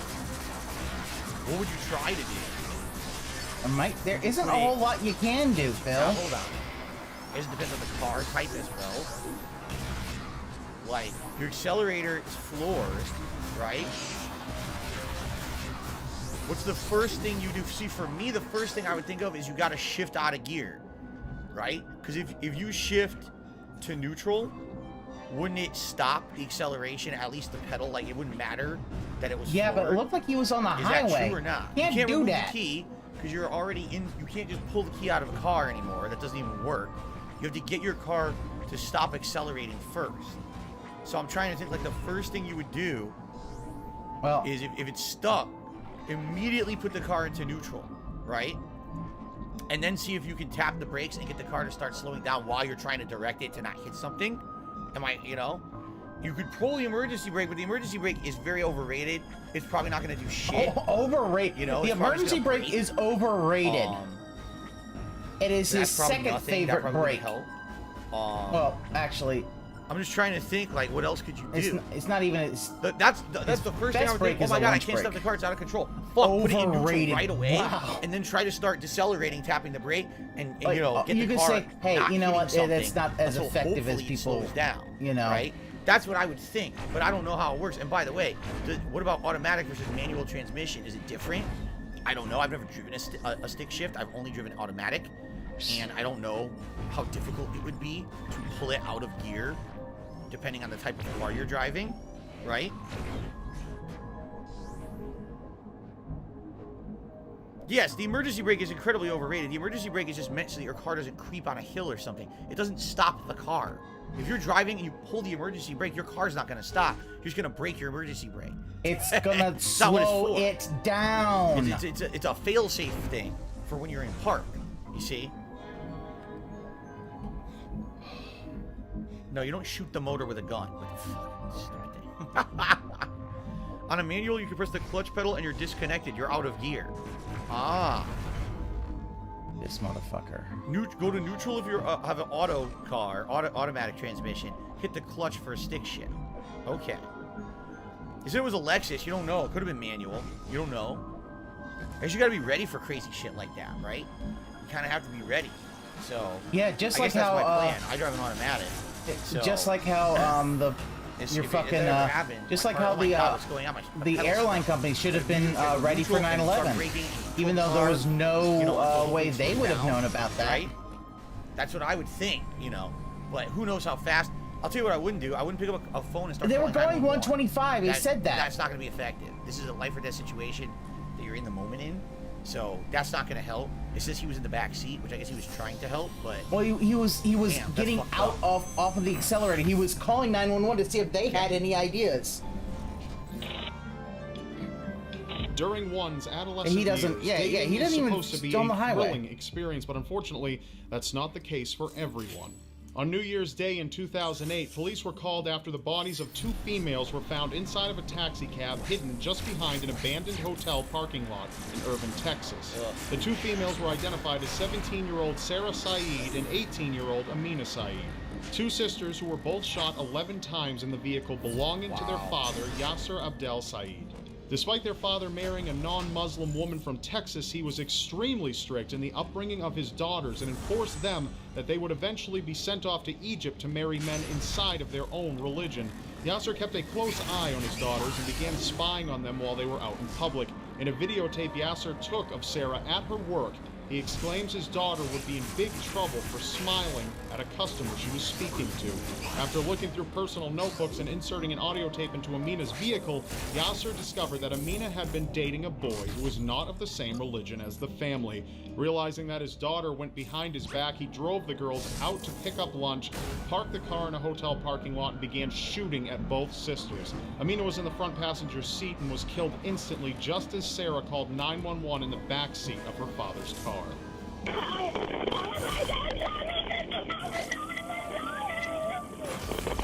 Damn, he's still there. Jesus. She's dying. I'm getting it. Both daughters were brutally murdered. The father of Sarah and Amina is still on the loose. The FBI is currently offering up to $100,000 for any information regarding the whereabouts of Yasser Abdel Saeed. If you have any information regarding this case, please contact the FBI's office at 202-324-3000. Yeah, I could see. Yeah, he did kind of dance around the fact that this was that can all change. a very. See, this is the thing. This is why I dislike fundamentalism in any religion. It's like, dude, come on now. As the family was driving on Interstate 80 in Pennsylvania, a 5-pound rock smashed through the vehicle's windshield, colliding with the side of Sharon's face. The unexpected accident caused shock and terror to arise as the family some pulled religions over are to the side harsh of the on road. yeah, Moments especially after Sharon that was rule. hit, Like, her what husband the had discovered fuck? that the rock severely fractured her brain, blinding his wife in her right eye. While she struggled to breathe and stay alive, Randy called 911 in utter shock, not knowing if his wife of 31 years would make it to see another day. Oh my God! I'm glad they caught him. Hi, I'm on the highway, Route 80. Something just came through my windshield and it hit my wife, and I think it went right through her head. Oh my God! Can you please? Police were able to charge 4 teenage boys for their reckless activity after they threw the rock out of their car. Sharon continues to undergo facial reconstructions. Though the accident has changed her life forever, she continues to live with high spirits and is empowered by the support she receives on a daily basis from her community. Wow, that was really fucking worth it, wasn't it? You fucking pieces of fucking shit. I don't know. Was begging worth it? I'm always of the opinion that fighting fire with fire is bad, but perhaps maybe if there was actually like really serious consequences for fucked up stuff like that, people wouldn't do it. You know what I mean? Yeah, if they broke Like, the law, now this woman they has to should go live through with the rest of her life all consequences. fucked up because these idiots, right? And the thing is that happens all the time. That's recently happened here in the last 2 years. Here in the Seattle area, there was someone who was doing this for 2 years. They were just standing on bridges and throwing rocks and then walking away. And they were doing it on a daily fucking basis. And people's cars were being damaged, people were being hurt. They finally got them. They're just recently, I think, within the last couple of months, arrested them. They found the person finally. But, I mean, Jesus fuck. At what point, again, it's like, geez, we're the parents. How do you think this is fucking funny? I mean, what is the joke? No, really, what is the fucking joke? That pisses me off. What is the joke? Wow, you mauled someone, and now their life is ruined. Har har. Yes, Phil. Seriously, I'm not for like fucked up punishments, but He's not Jesus for fucked up. Christ, What man, the something fu- has to be I- done when he's something like this that moral happens. grandstanding on thing that no one else. It's not like where do you think it's fun to upset. throw You can't rocks tell me through that. your I'm not no. I'm very upset. I hate shit like that. I hate stories like that. Here's what I dislike, Phil. The fact that But you know, I dislike that, but I also has something dislike to say stories for of the United you States know. and our justice system that people do keep doing shit like this and get away with it. It looks like they got caught and went to jail. We need a better justice system. What do you want them to do? Summary I don't know. executions back of the It just pisses me head? off to hear stories like What that. the fuck, dude? And you know, they caught the kids, great. And what happened? Can I hear the happy ending that they fucking reformed? Or, you know, I don't know. I'm very upset. That upset me. Nato Durses bring out the beanie. We are currently at $80 in tips. You can pick a hat when we hit 100, but we're not there yet. And I'm very upset. Alright, let's continue. Underneath a seemingly regular boy, there was a darkness just waiting to be unleashed. Jake Evans seemed like the typical 17-year-old boy. Nothing had appeared to be out of the ordinary. He had lived with his parents and sisters in Aledo, Texas. On the evening of October 3rd, 2012, Jake used a .22 caliber to shoot his mother, Jamie, and his younger sister, Mallory, while his father and siblings were out of town. At 12:30 a.m., Jake calmly made a phone call to 911 explaining what he had just done as the bodies were left lifeless in the family home. Killed my mom and my sister. What? I just killed my mom and my sister. You just killed your mother and your sister? How did you do that? I shot him with a .22 revolver. Jake was apprehended and wrote a 4-page confession to his brutal actions. He formed a hatred for his family and was inspired to kill after watching the Rob Zombie remake of Halloween 3 times that same week. He also had the intention to murder his grandparents and his eldest sister, who is currently at the home of his grandparents just across the street. Jake was sentenced to 45 years in prison and will be eligible for parole in 22 years. He wants precog like I'm gonna I don't know report what to he say should to that capture one, everyone like- before crimes committed. He wants to live in a movie. In this case, they're claiming there was no signs of anything wrong with the kid, right? And there's no signs at all, then I don't know exactly what could be done. Most cases, when I hear stories like that, there's always signs that there's something wrong. You know what I'm saying?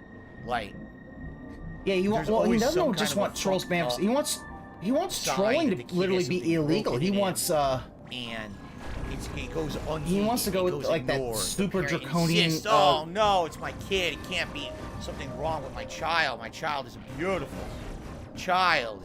No way. You know More what I mean? hating on parents. So I find it hard to believe there were absolutely no signs that this kid had something The thing wrong is, with him. he doesn't understand that And if of course, he you had gotta the ask whole where did he get the gun trolls and from, toxic stuff you know, on was social the media, family's gun. he How would did be the kid one of have the first access people to it? also. Should I have access to the gun? You know, I don't know. Can't really say much when I don't have more information on that, but I don't know. It's pretty fucked up.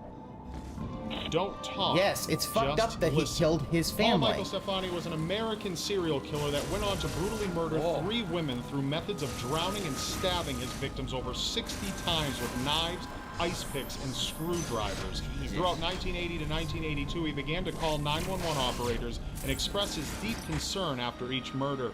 His breakdowns were recorded on each occasion, and police were eventually able to name him the Weepy Voice Killer. He became known for his line, "Don't talk, just listen," before sobbing uncontrollably to emergency operators. Listen. Please don't talk to me. I'm sorry, I killed that girl. I said this. Look here, look, listen. Kimberly Compton was the first one. Yeah, Bill hates kids and teens. Yeah, that's why he doesn't want. Well, he doesn't want to be a parent because he knows the On attention would August have to be on the 21st, kid, not him. Paul admitted himself to a hospital after one And of his he'd final have to victims was actually, badly do injured. work. Police were able to trace the serial killer to the calls, and Paul Michael Stefani was sentenced to 40 years in prison and died in 1998 from skin cancer at the age of 53. I wonder when they keep doing it, but then they call. Was it for attention? Was it because he wanted to be caught? Was he actually really messed up and couldn't control himself, but he had an urge to confess and he stopped, and that's why he always called the police? Weird. you were under the influence of a substance is a typical excuse people might use. Michael Anderson called 911 at approximately 4:45 a.m. on February 14, 2011 after confessing to the operator that he had overdosed on cough medication, which caused him to murder and mutilate his roommate, 36-year-old Stephen Starr. I took some pills and the pills made me go mad and I murdered my roommate. You murdered your roommate? I shot him 3 times and I used the axe and mutilated his body. Upon arrival, police discovered the victim's body was mutilated beyond recognition, and Michael had carved the word Joker on his victim's left chest and abdomen. Stephen was shot multiple times and was nearly decapitated after his body was chopped with an axe That dude looks like Michael Phil. had owned. Michael Anderson pled guilty to second-degree murder and will spend at least 16 years in a North Carolina Department of Correction for his actions. Really? Cough medication made him do it. I'm not so sure about that one. It'll He make took you enough, he loopy, might have meth. right? It's gonna make you fucking go insanely crazy and mutilate and murder someone. I don't know.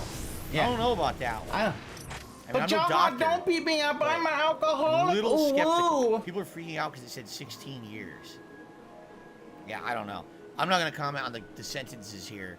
I'm not going to comment on our legal appropriate for system and Halloween? its You know what? sentencing process. Not really, because but I here's already the said I thing. don't really like our legal He system doesn't, to begin with, but He doesn't like. Dude, yeah, like he probably likes I that took a few Filipino cough president just medications, execute drug dealers and right? REEE-Streamers. and You somehow put it two made in the me back of my really head. go nuts and murder people. I don't know about that, right? I don't know about that at all. I don't know. Like, Okay. it's because the thing is he doesn't. It was supposed to be a joyous event for a new bride. Multiple calls were made to 911 on the evening of May 4th, 2013 after a limousine caught on fire while driving across the San Mateo Hayward Bridge in Foster City, California. Inside the vehicle were 9 women who were in the middle of celebrating the recent marriage of 31-year-old Nerissa Fojas, a nurse who was planning on having a second wedding with her extended family in the Philippines. The driver of the limousine, Orville Brown, called 911 in desperate need to help save the women who were trapped inside the engulfed vehicle. With the flames reaching dangerous levels, Orville stood by in panic as his passengers screamed for help. Oh my God.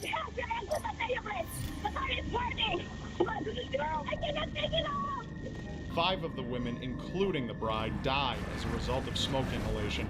4 of the women managed to survive once firefighters made their way to the scene. It was later determined that the limo experienced mechanical issues that led to the fire. All deaths associated with the accident were ruled as accidental. The driver was left unharmed, but was fined for having more passengers than permitted.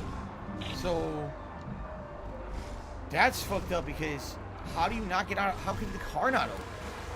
If the car lights on fire, all right, how are you not able to get out of the car? Especially a limo. Aren't there a lot of doors on that thing? Maybe I'm wrong. Maybe the fact is that the fire kind of, limo. you know, caused How are an you not issue. able to get out? I'm very confused. I'm lost. At that, I know you're always confused you would about think everything. it's life or death. There's got to be a way out of this car, right? The Yeah, because doors here's the wouldn't thing about cough stuck medicine and locked. overdosing. It's basically like meth. What are the chances the car lights on fire, all the locks malfunction, won't open, right? Fire causes electrical failure of the locks.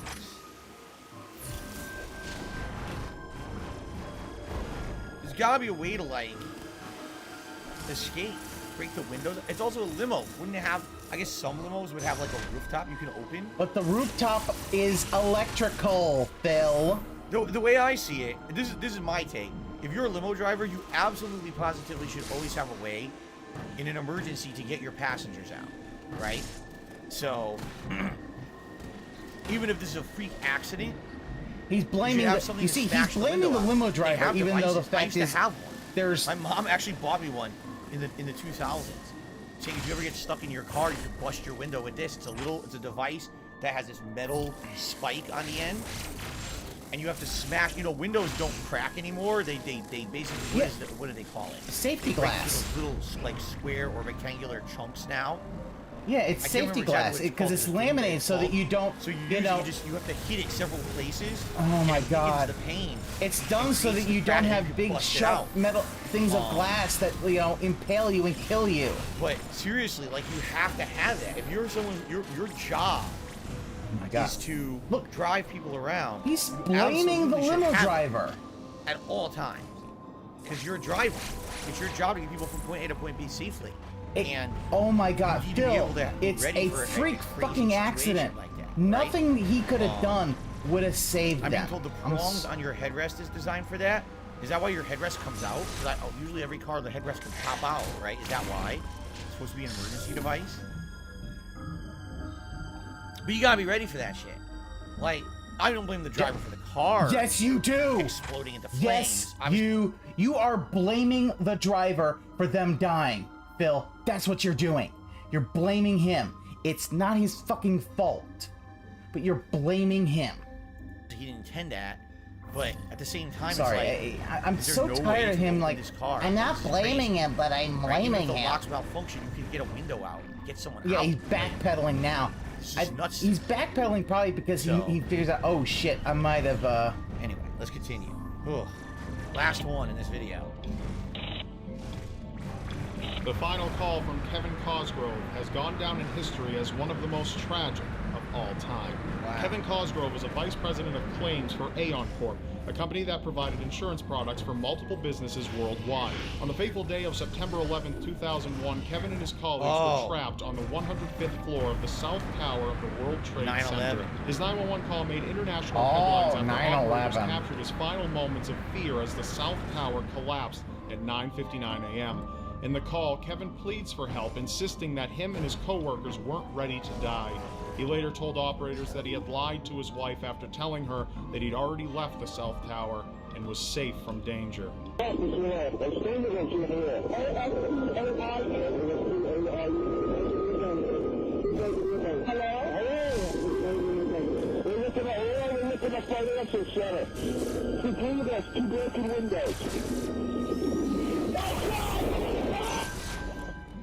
After hours of digging through rubble, the remains of Kevin Cosgrove were later discovered. He was given a proper burial on September 22, 2001. He is now memorialized with the thousands of victims at the National 9/11 Memorial in New York City.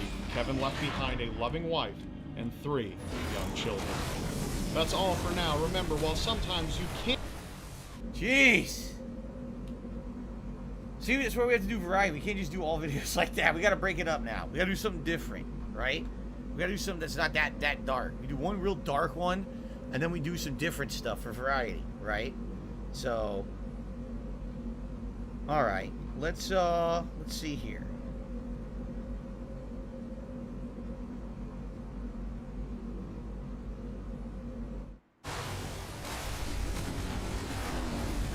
We did the unexplained events, but there's more. Yeah, there's more than that.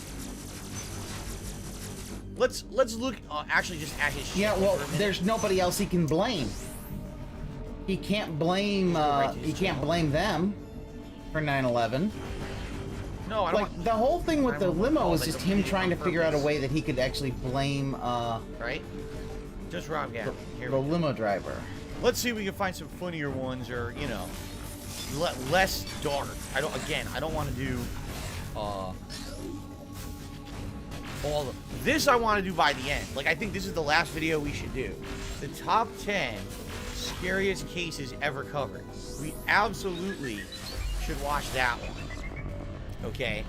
We gotta watch that one. But we gotta do that later. I don't want to do that right now. Okay? Let's see. Go away, you robo. The 5 worst babysitters? Oh, God. Let's see here. Oh, Jesus Christ. How about European urban legends? Look at this fucking thing. You wanna watch that? You wanna watch that? Look at that guy. Holy moly. That's you got John Nosferatu, Stamos, mate. Fabio, and that guy right there. That's Nosferatu. Holy Brad Pitt. That might be a good one. I think we should watch that, because that's probably going to be funny. And then we'll do that one next. Okay. Shout out, I got a tip here.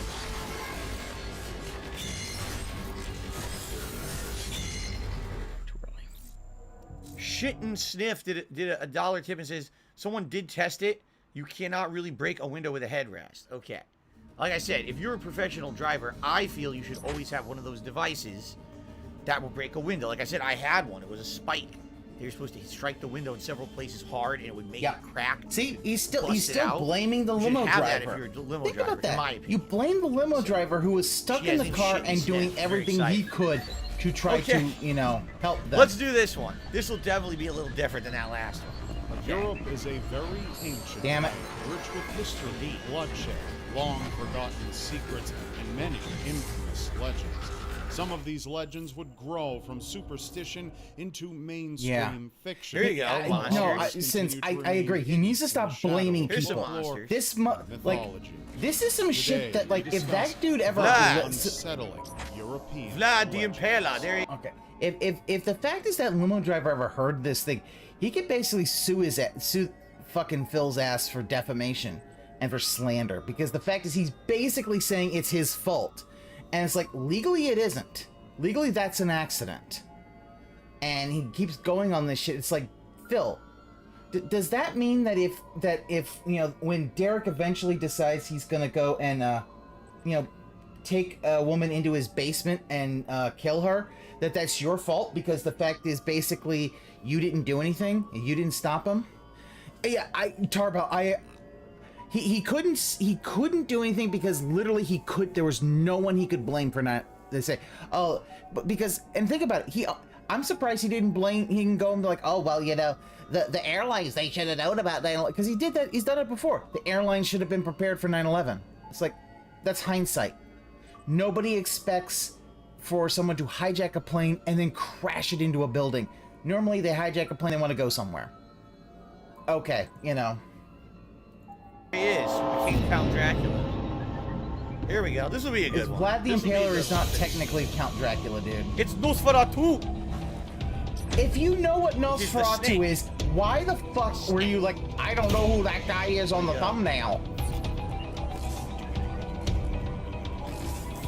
They want to suck the blood and the life from your veins. Here we go. Ooh. Good looking mummy. My mummy. Alright, here we go. Unsettling European legends. I'm ready to be unsettled. Street boy? The fuck is that? We're all familiar with Bram Stoker's Dracula, an infamous character who would forever change how the world saw vampires. However, the real inspiration for this undead antagonist came from a fear that once struck the hearts of Eastern Europeans. Okay. Strigoi are the disturbing spirits of the dead, or undead corpses returning from their resting place, according to Romanian mythology. Romania. Some forms of Strigoi possess more That's where Transylvania is. human-like Romania. forms. In addition to this, they may also hold supernatural powers. There we go. Such as the... They could also sit on your crotch, apparently. That's pretty brutal. You're going to sleep, the fucking monster jumps on your balls, or your fucking stomach, you gotta shit. Ability to consume the life force of a... That is... Okay. You know what? That is proof that Phil has never had a woman ride his dick. Never had a woman ride his dick. A living organism take on the appearance of an animal or become invisible. Dare you. Ure Grando is considered the first recorded account of a Strigoi. According to his legend, 16 years after his death in 1656, Grando would rise from the grave after dusk and frighten the denizens of the village. Father Giorgio, a priest from the village, eventually discovered that Grando would knock on villagers' That's a sleep doors. demon. This Oh, was it's for a sleep foreshadowing paralysis. that the villagers whose doors were knocked Well, you see, upon Phil would doesn't die sleep, he within just the passes out the following gym. days. What the hell? Furthermore, Wait, did he say the priest 1651? also learned that Grando in the foreshadow discovered the village would rise from the grave after his account of a Strigoi. According to his legend, 16 years after his death in 1656, Grando would rise we were from so close. If it was only 11 years, it would have been 1651. Oh, $16.51 from PayPal. The grave I know, after I dusk was, to frighten the denizens of the village. Got killed his mother brain. A priest from the village eventually discovered that Brando would knock on villagers' doors.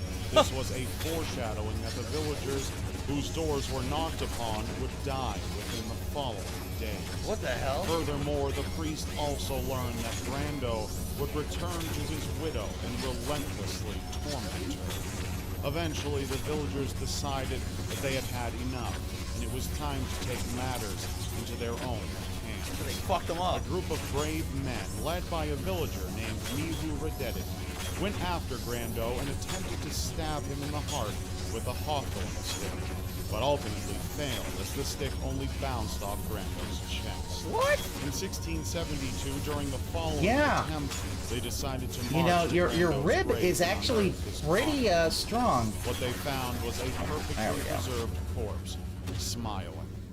Father Giorgio exclaimed a quick prayer, and afterwards they tried to pierce Grando's Did DDM heart get struck? again, I do not know if but only DDM got in struck. vain. I will One check. I will check right now. DDM might just have gone down. I do not know. It looks like DDM. Let's see. Dark. Dave Mirror.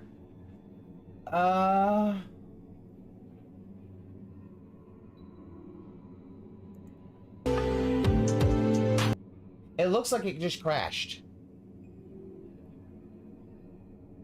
Yeah, it looks like it just crashed. So no, it looks like Dark Dave is still up, is still around. It just looks like the thing crashed.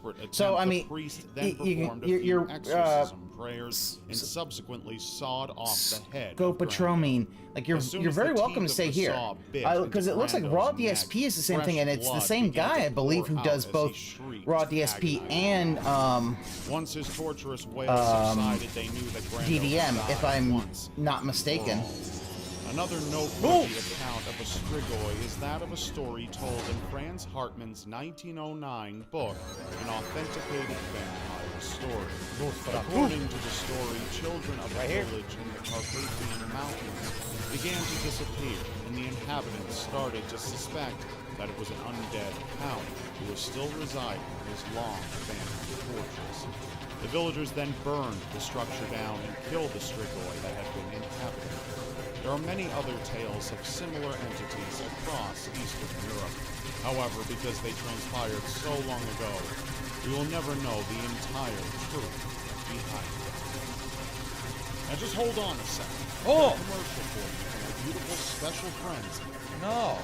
We don't. We don't have a commercial. We're skipping that. Dollar Shave Club. A lot of people do that Dollar Shave Club. It's a very popular sponsor to make. Yeah. At least it was years ago. I don't think it's around fuck. that often these days. I see Dollar Shave Club in like normal stores now. Yeah.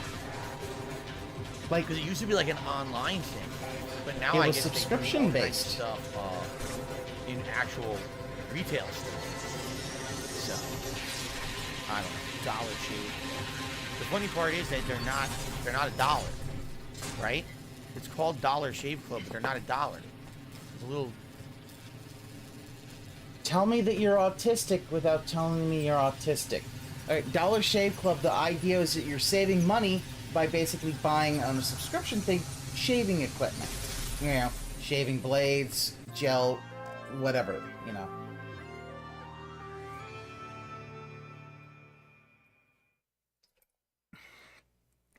Yeah, would have been short just watching the ad. It's a misnomer, right?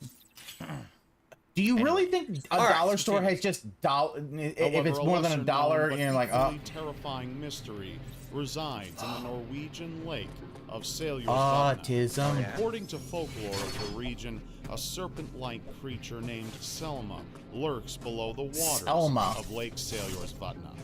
The earliest eyewitness accounts date back to the 1700s.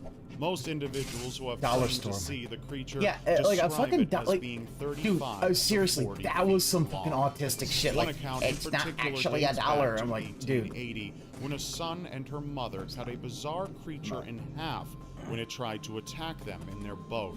The Now I lower got half of the speed. creature squirmed as it submerged itself underneath the water, while the other half was left to rot on the shore. During another incident in the summer of 1918, a man named Carl Carlson went to go fishing Wait. off a bridge that crossed. We have Selma. We have Carl Carlson. Does that have a twin sister named Patty? Did Carl go with his best friend Lenny Leonardson? Or Lenny Leonard? Like, what the fuck? Carl Carlson? Jeez. Is he a black Viking? A black Scandinavian guy? It's the portion of the lake. All right, but then out of Hold on. Two Simpsons things. I just love things like this because I just take a quick look at it. So what do you guys see in this picture? All right, this is supposed to be real, right? Of course it's not. It's supposed to be real. So what do you guys see that sticks out? I'm curious what people are gonna say here, because you can immediately tell this is a fake. Instantly, you can tell this is a fake. Yeah, it's a movie still, Phil. You see Bigfoot? Oh, Bigfoot's in the background? Oh shit, I didn't even look for him. No, I didn't see that.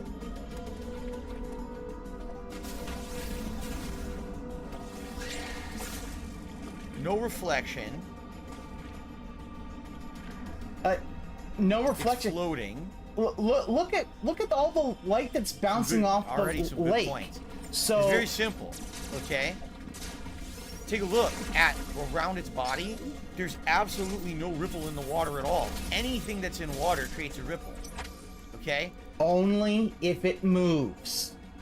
If it is still, it does not create a ripple, Phil. It creates a ripple as it's moving because the ripple is the kinetic energy that is being transferred from the object into the water. Now, if it does not move, there's no energy. And the fact is, eventually, if something just stops moving in the water, like if, let's say you're floating in the, let's say you're on a pool and you're floating on your back, you don't make ripples for the most part. You maybe make small ones, but you're kind of at rest. Yeah, Phil thinks it's a Photoshop. It's like, fucking hell. Like, laws of motion, Phil. This is not hard shit. So what this tells me is that it's not moving. It's not really in the water. So it's one of two things. Either it's completely photoshopped in, and that's why the water is so calm, or, as someone said, it's floating. It's a stationary thing created in water that just sits. Okay, it's not stationary, okay? You see, the color is green.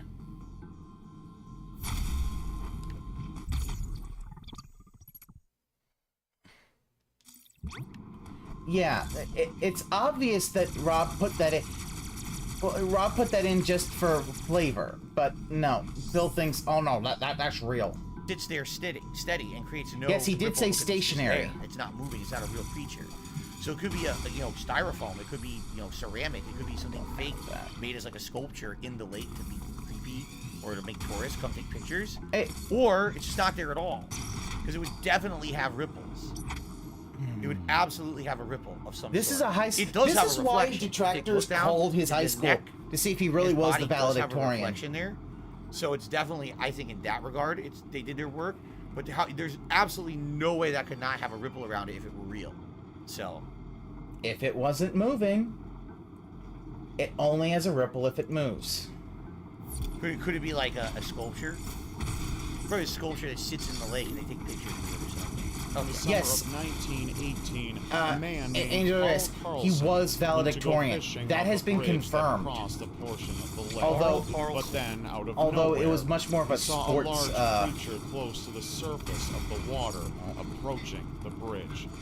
In a panic, Carlson took off running and left his fishing pole behind. No, my pole! Later, he would describe the creature's head as similar to that of a horse.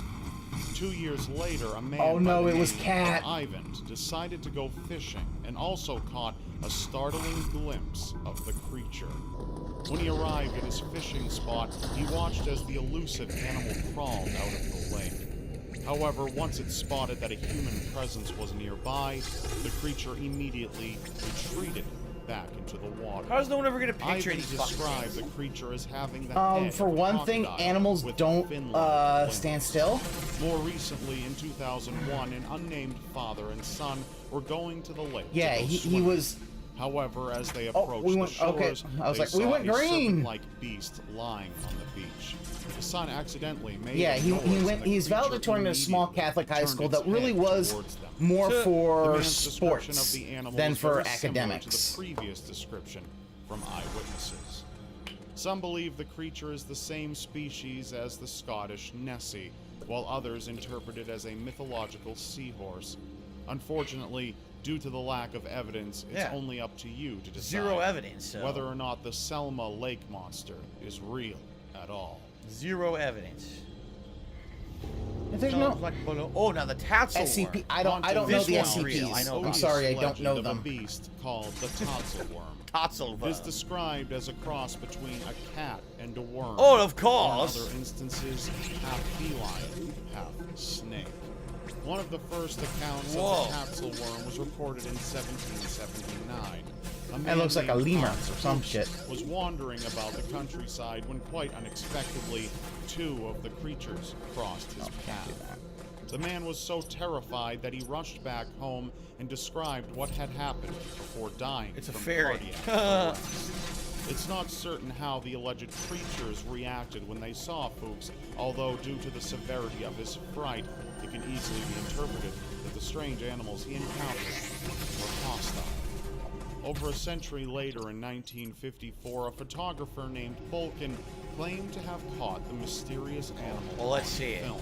Let's see This it. caused much interest in the creature, and so it was soon decided that an expedition would be led by Vulcan. That's not. However, and not surprisingly, nothing ever came of their hunt for the Tatzel. Later, most experts who analyzed Vulcan's When do we get to the? film When do we get to the muddy video was creature? nothing more I've never than a seen this hoax. before. It's a Even money so, creature.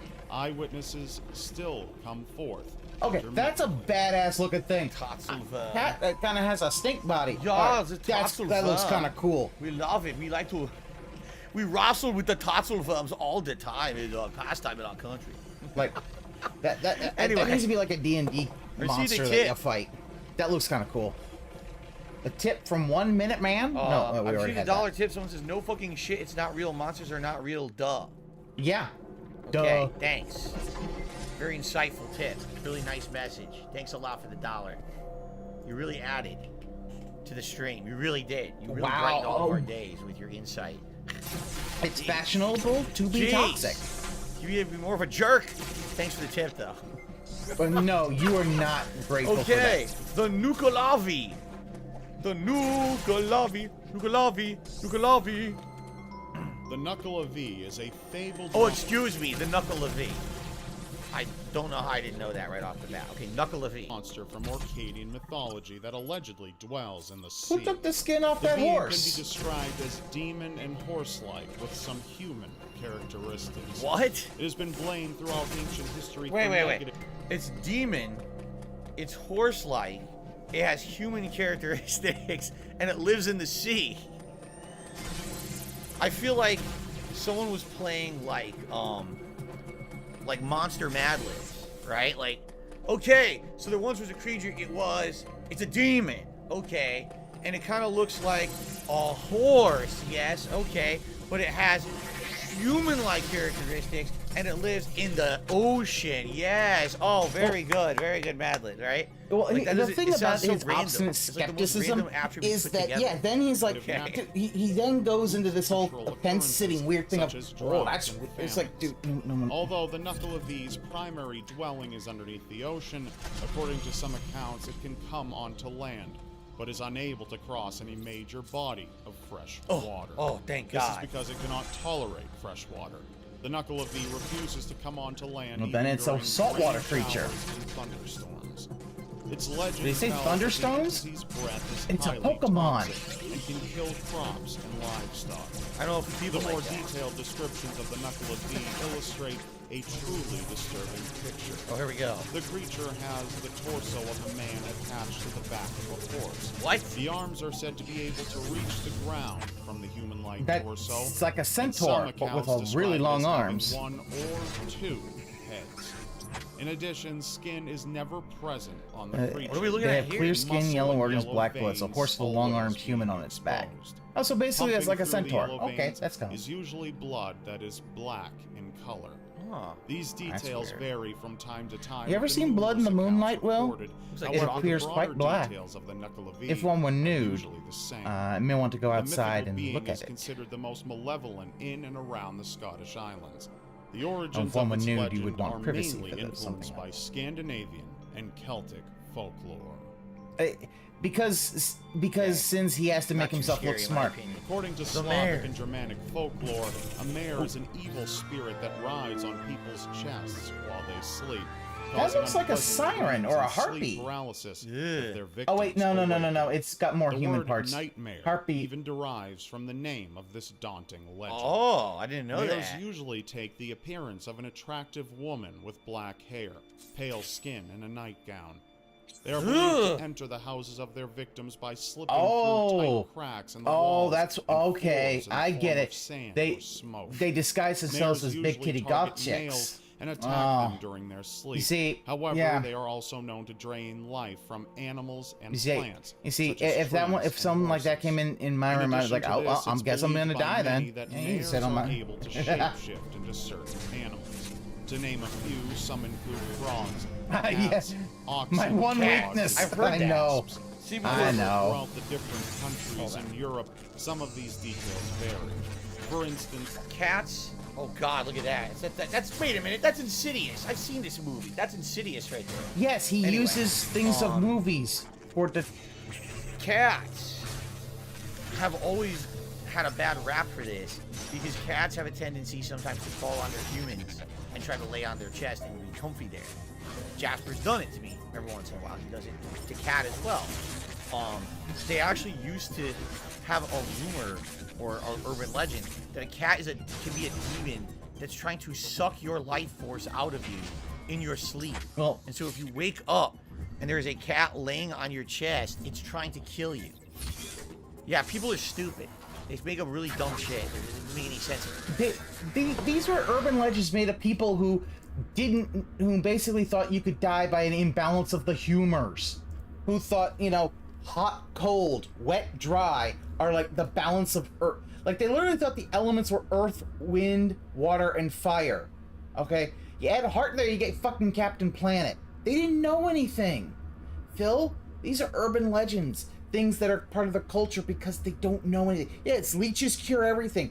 We don't know everything. And it's okay. It's like, we don't know all that stuff. Yeah. Like, I love these things in Metroid Dread. We should have morph ball powers. I could just do it. Cat is trying to suck your life force Just go into out. a bang. Like, Just what like, the fuck? No, the cat likes to snuggle with its human. It likes to be warm. But they didn't know that then, Phil. Have if you have a comfy blanket or something that you're a comforter and the cat isn't in it, the cat's gonna want to be in it. So it's gonna want to crawl like right now. But they did not know that. Remember, the scientific method is relatively new in human history. He doesn't always just do it on the chest, but just on the side as well. Like, But, yeah, that's kinda 400 silly. years? They think a cat is going to kill you. Anyway. Polish folklore portrayed mares as spirits wandering from the bodies of restless people, while Romanian mythology sometimes depicted them as Metroid the pinball. offspring No, you know what it is? of It's Strigil. you take During the your age where the Samus belief in the these morph ball and you put it in the terrible bank. beings was very It's common, like, I need to people deposit went to my many lengths to Samus. ward off mares. Some of these included holding onto a blessed amulet at night, keeping brooms upside down behind doors, and even putting a belt on top of the bedsheets. Luckily, it appears this superstition has, in fact, Again, died. it's a Even if superstition. sleep paralysis and terrible nightmares have quite obviously not. You know what? She's a maybe. That's a maybe.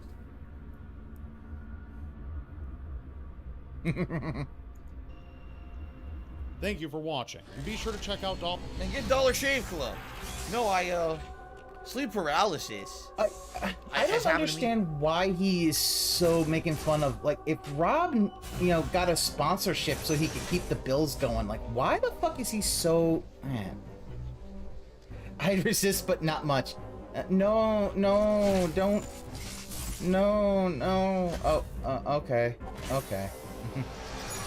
I'd be like, no, can I at least have a safe word so you don't kill me? Can you have a safe word before I die? Me too. I've had nightmares where, you know what it is? It's when you're in those lucid dreams where you're half awake and you're half asleep. So you see the room you're in, but then something very scary happens in that room because it's your dream carrying over into what you're really seeing around you, you know? I've had those. I've had, you know, when I used to live in my parents' home when I was a kid, I would open my eyes in the morning and I would see the whole room, but then I would dream that there's like a creature coming at me, a monster, crawling up slowly up the bed on like, top of Phil, me. You know, but you can't move, you're paralyzed. It's coming for you. It's coming to get you, Dark Side Phil. Okay. That was interesting, and that was definitely Halloween-esque. What else can we do here? Horrifying videos you'll never see. They're completely forbidden. Oh, we gotta go look. Really? Oh, it's time for hieroglyphics. Scary true Halloween tragedy. Look, I point at those people, then they fall. Ha ha ha ha ha! I am Dark Side Bird. SD Chargers, no, I don't do DSP Tries It anymore. He keeps posting in the chat, there's a new Dream World and Space Coke flavor. It'd be great for you to try. I don't do DSP Tries It anymore. It's been retired for years, dude. Every once in a while I'll bring it back for food during a marathon. I don't do that. Like, why are you... You broke the art! Then again, people still ask me to put you with the king, so... A horrific murder Oh, plan no. caught on camera. The power of Jason, great how about some ghosts? almost I don't know if destroyed he has any Samus. ghosts. We could search for that. That's the coming to get you, unless we just Barbara. find one. Hello, bird. Let's see. Hi, bird. We did this one. This is one we did last time, the ghost encounters. Scary plants. Okay, I won't kill you. Yes, Burb Daddy. This one he recommended. Unbelievable coincidences Still that can't actually believe happened. He recommended this one. 'Cause this is a Phil really good he one. just did not pay attention during this cutscene. So we might do that one. It's just like, dude, this is one of the best look. cutscenes I've seen in a long fucking time. It's recommending my own channel. How does that work? Oh, watch it. Should we click on it and see what happens? Yes, do It's it. recommending me. I react to myself. Yeah, do it. Should I click on it? In Metroid 2. I'm afraid what's gonna happen. You might make a fucking portal. I'll make it sucked into my TV and sucked into a black hole. I don't know if I want to do this. I'm a little scared, actually. Also, it's just looping. I love this Norfair remix. Cemeteries so with good. bizarre backstories. Home Alone experiences.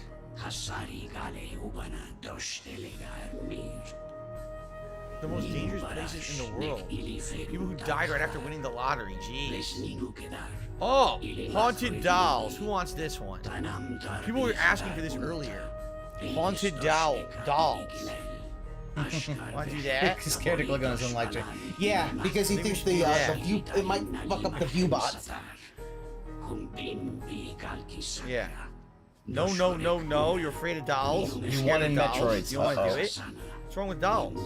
What's Dolls my are opinion great. of Super Metroid? had Super dolls. Metroid is really fucking good. It's a right here really next to good us. game. But you know what? I actually would like to see REEE-Stream remake it. I would like to see them. I don't like Annabelle. You're afraid. I would like to see them. Now take... we gotta do it. Just because you said that. My opinion is Super Metroid, and like with because I would love to see a remake of it. With like this kind of level of graphics and stuff like that, and its controls. Because the issue I have is the controls, where you have to toggle through all of your stuff, like your missiles, your super missiles, your power bombs, your grapple beam. And it's like that one. Oh shit! Yeah, one of our Chozo was an X in disguise. Yeah, that's not good. All of the soldiers. Yeah, that's really not good. Derek is here. Derek is in this chat? I hope he's not in this chat. Wait, he's in this chat? Oh, okay. He's with Phil. Okay. I was gonna be like, if he's in this chat, he ain't gonna be in there for long. Derek's the one person that if you ever see him, he gets banned on sight. I'm not. Yeah, the Metroids are extinct. Right? Here we go. Tyrone kind of waited too long. That's what you get. You shouldn't have said nothing. Oh, he just joined Phil's chat. Okay, gotcha. Dolls have the potential to be a child's very first best friend, but is there something more than stuffing plastic or those Chozo, man, they those glazed dude, that style's on Could the doll you hold so close that looks so dream cool. Like, be your worst nightmare? Yes. All right, no, we don't need a Derek here.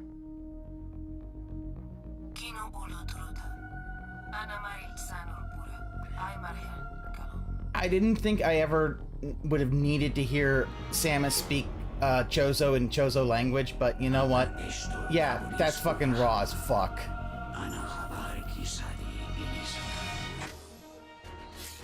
And then it going into Samus's actual theme. It's like, yeah, no. REEE-Stream knocked this one out of the park. One of my favorite Switch games. Seriously, it's like while you sleep. Right this and Kirby, it's like you had a little bit of a year, right? You know, because you had.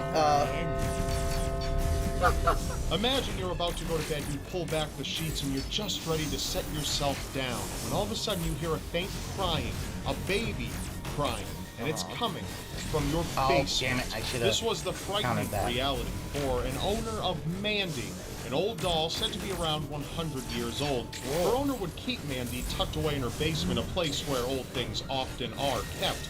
Mandy's owner would investigate the crying and usually find a window open and a breeze coming through.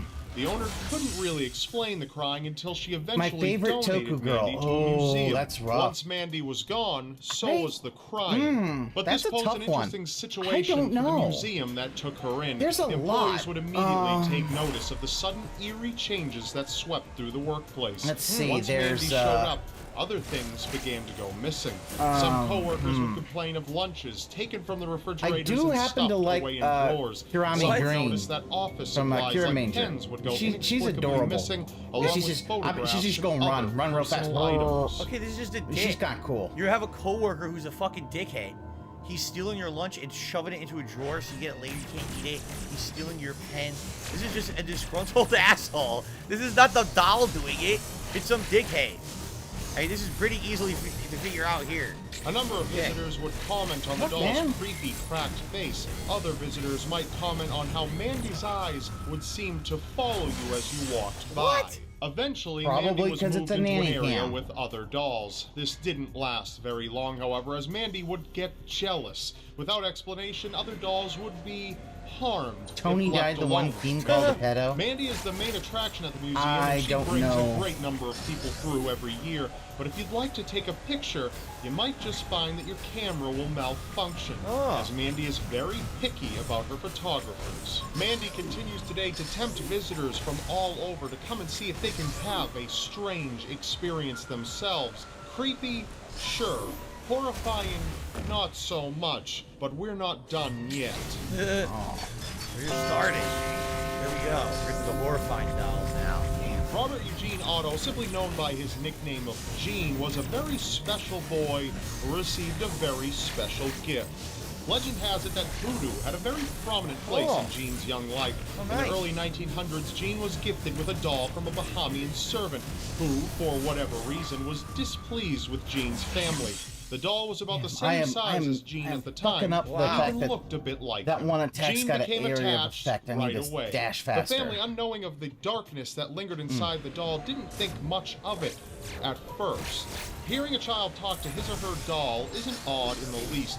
Hearing the doll talk back, however, can be a bit more disconcerting. Oh, yeah, I'd say if you're a doll saying, "Hey, how you doing, Timmy? Yeah, I want to bring all your parents money and some booze. Yeah. By the way, I can really use some barbecue around here, you asshole. Give me some fucking coke." They thought Gene was simply speaking in a different voice on the doll's behalf. His family soon came to realize that the doll was actually responding to their son.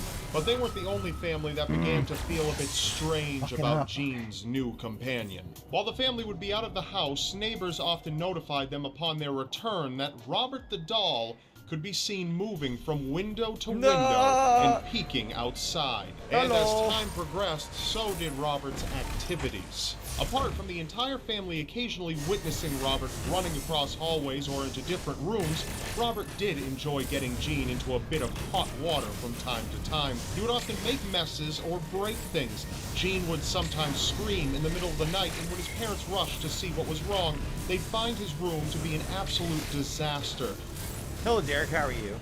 So Naga Sadao says maybe it was a very small person disguised as a doll, trolling everyone. I don't know about that. I think you'd probably be able to figure that one out. I don't know. You know, in some cases, it's probably just the kid. Probably the kid acting out and blaming it on the dolls. Right? Gene wasted no time in pointing at his beloved companion and exclaiming, "Robert did it." Gene went on to become a prominent artist and always had Robert by his side until he died in 1974. Robert had managed to scare a number of people while the house was being sold to a new family, including a plumber who was working on a toilet when he suddenly heard an eerie giggle, turned around and saw that Robert the doll could move by himself. He promptly fled the house and refused to go back inside. Eventually, a family moved into Gene's old home in 1974, and Robert found a new companion and a little girl. But the family came to suspect something was amiss when the girl would wake up her parents by screaming. I do happen to like the one from Kamen Rider Double. Wait. Anybody who understands the thing about hitting someone with a chancla. He lived his whole life with this doll. How old is he? They live with this doll, right? He lived his whole life with the doll. He died. The doll got left behind in the house? What? That doesn't make any sense. Like, obviously, when you sell a home, you're supposed to take everything with you. It could have been an estate sale. Why was the doll was left behind, and they moved in, and they didn't think, oh, a weird doll, let's keep it and give it to our child. Nothing could possibly go wrong, right? Fine. Nothing. Why would you? All right, let's continue. Despite this, his new owner kept him until she donated him to a museum in 1994. And unfortunately, I can't remember her name, but yeah, I would probably go with Key West, Florida, where visitors often claim to see Robert's expression change. Much like Mandy the doll, Robert doesn't much care for electronics.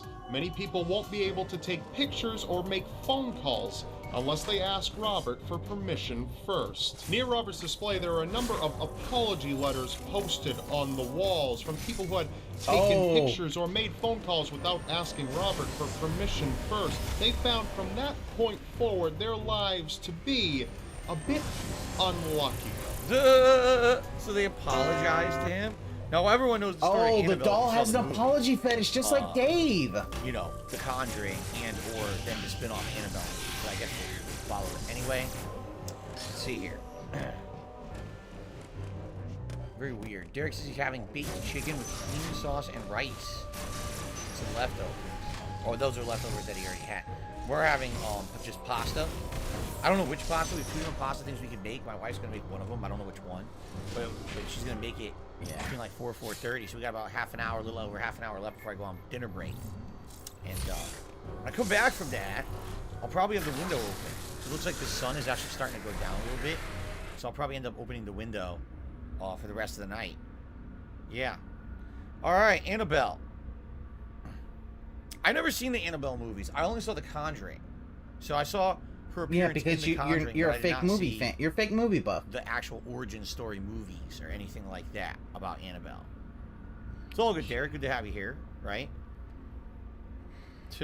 Okay. You really must be careful in those old antique shops. It was an antique shop in 1970 where a mother who was looking for a unique gift for her daughter, I didn't have a Donna, Windows update. came I think that across was a on the Raggedy thing. Ann doll that seemed to be the perfect fit.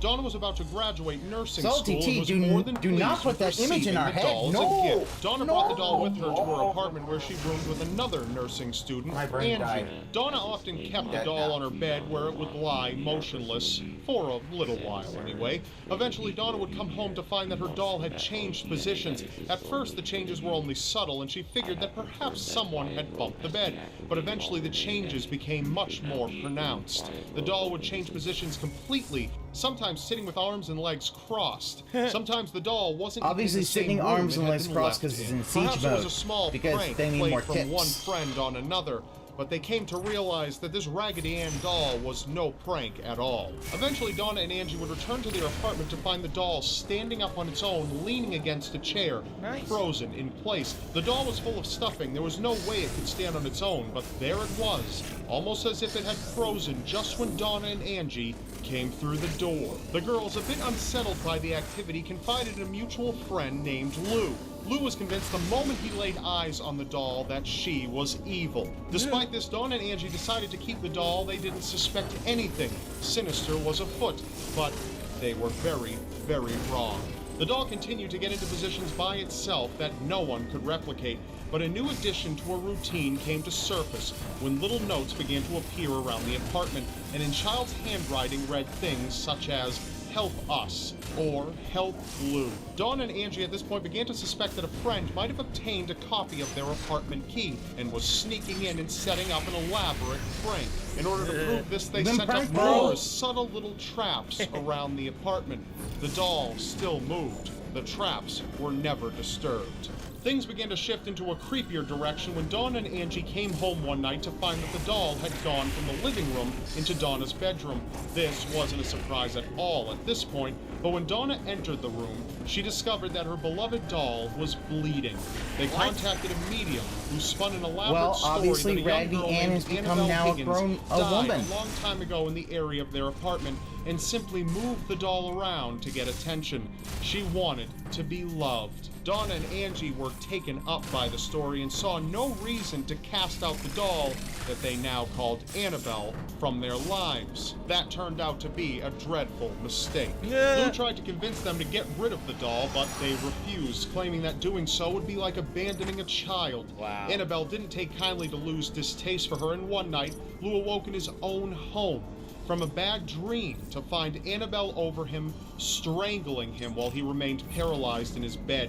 He blacked out and woke up the next morning, convinced it wasn't a dream. Lou wasn't deterred by Annabelle's warning, however, which only led to him getting attacked once more in Donna's bedroom while Donna was out of the apartment one night. Angie was there to witness it, and upon inspection had discovered that 3 large claw marks were gashed across Lou's chest. They were bleeding considerably and irradiating a great amount of heat. The 3, now convinced Annabelle was sinister, came into contact with legendary demonologists Ed and Lorraine Warren. Those are the real Warrens. So that's what they really look like. Nothing like what they looked like in The Conjuring. Did you think like, they would? Close. Did you think? So these are the supposedly famous, renowned people look different in movies. Oh my god. Who were shocked that the girls would believe what a spiritual entity would have a medium tell them. They determined that Annabelle was not in fact haunted herself, but was a... First of all, that doll is huge, right? Like, when you think of Raggedy Ann doll, I think of like a small doll. This thing's like giant, like that's child size. That's creepy that thing is so huge, right? Pretty insane. Huh.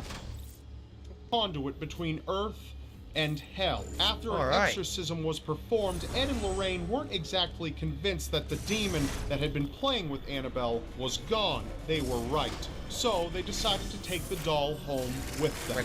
Even on the drive home, Ed and Lorraine were forced to drive extra cautiously, as Annabelle would cause the car to swerve and stall at the most dangerous times. After more terrifying incidents involving the doll, which is claimed to have even left one person dead, Annabelle remains locked up in the Warrens Museum of the Occult. Ed Warren passed away in 2006, and Lorraine is in her 80s. She claims that though Annabelle has been unable to escape her case, she does occasionally change positions and growl at unwary visitors. So make sure to be careful where you buy your toys from. You never know when your toy might end up playing with you. That's all for now. Remember, you may not believe it, but anything is possible in a world so seriously strange. I'm Rob Dyke, and I actually like that video. That was a pretty good one. That was the real Annabelle story, of course. Is it real, or did they make up most of it, right? But, yeah. Okay. Whew. So, we got a little over half an hour left, like about a half an hour before I go on my dinner break. So we gotta find like another couple videos to watch. It's getting very dark in here now. You notice that? Yes, Phil. Are you guys okay with this, or do you want me to turn on a light? I could turn on like a smaller light. I would like it if you didn't have your camera on at all. You like me in the dark? I know when I come back from my dinner break, I'm going to have a light on. At that point, it's going to get too dark. What do you guys think? I don't give a shit. Yeah, Grandpa. Yeah, that's the thing. Grandpa dinner time is like 4 in the afternoon. Maybe I'm just so ugly you don't want to see. 4:30 in the afternoon. It's dinner time. Do the Walmart one? There was a Walmart video. I didn't see a Walmart video. I did. What are you talking about? A Walmart video? It was there. It's because you didn't see it. I don't see a Walmart video. I don't know. It's there. Try it. No. There's no fucking Walmart video. You made that up. No, he didn't. There's no Walmart video. Okay. I love that. You made it up, not, oh, I haven't seen it. And not even gonna look for it. Yeah. But it's so weird. Yeah, he wants... Walmart horror stories?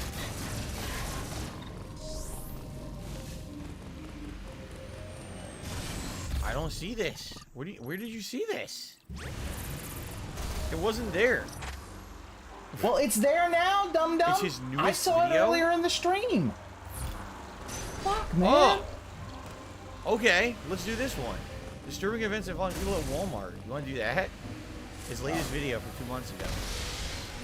Alright. I mean, Walmart already is pretty scary. So now we're going to... Oh, man. Alright, here we go. Yeah, he is acting weird about that shit. That was so weird. Like, why are you acting weird about that? It's like, dude... Walmart, I can't find it. Just about every single person on the planet has been there at least once. Before the internet became such a popular place to buy things, Walmart was where it was at. And in many ways, for better or worse, it still is. And due to it being a staple in so many people's lives, Walmart seems to serve as a microcosm for society as a whole, with all the absurdity and horror included. Great. From the discovery of corpses to chilling abductions and everything in between, here are 10 of the most unsettling events that have happened at Walmart. Do I have a local Walmart? Oh, yeah, of course. Everyone, I think, has a local Walmart, right? I don't go to it. I purposely stay away. I think in the entire time that I've lived here, I've gone there twice. And it was because I went other places looking for stuff and they didn't have it, and I went there looking and they still didn't have it. I avoid it if I can. I don't like the idea of a giant corporation ruining everyone's local businesses. It's definitely... Phil, you don't care about that. You just don't like it. Place to go. Usually when you go there, there's some kind of nonsense going on of some sort. They don't train their employees. They underpay their employees. They mistreat their employees. It's all well documented, you know. It's basically the worst piece you of don't American care about people. You don't care about workers. That exists. It's Americana in a nutshell. Everything wrong with American business is Walmart, essentially. So, okay, here we go.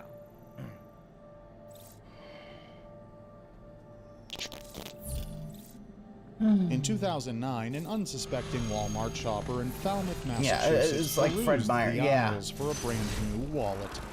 After finding one that looked promising, You were finding one that looked like a pair of pants. up to take a look inside, but what he found definitely wasn't what he was expecting. What? Instead of the standard plastic inserts that most wallets come with, this one had something much more disturbing. After unzipping one of the small compartments, the man found 10 adult human teeth. What the fuck? One of them even had a filling. The customer alerted obviously, employees and the gave last them the wallet person before was a heading out rich without orc, leaving his because he name. needed the teeth. Unfortunately, the teeth And the contained no teeth, blood or gum you tissue, need and that despite so their you can efforts buy to the find DACA owner of from the pearly DACA whites, boys. police were unable to identify them through DNA testing.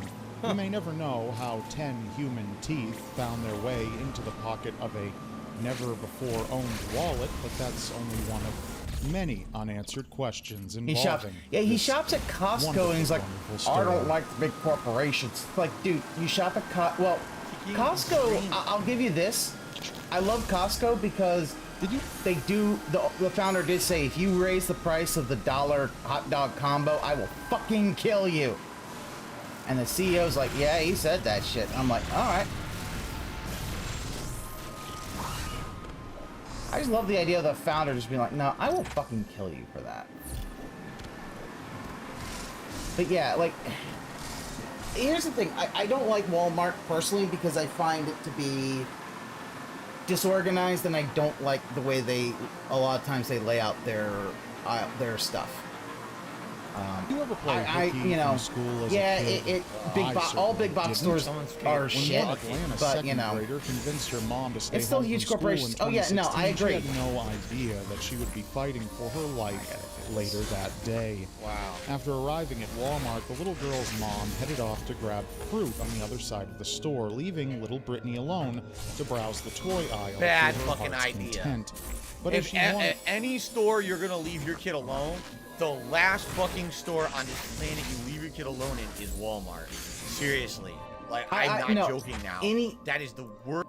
I will give you this, since whether it's Costco, whether it's a grocery store, a $5 rotisserie chicken, we eating good tonight. Rotisserie chicken is really fucking good.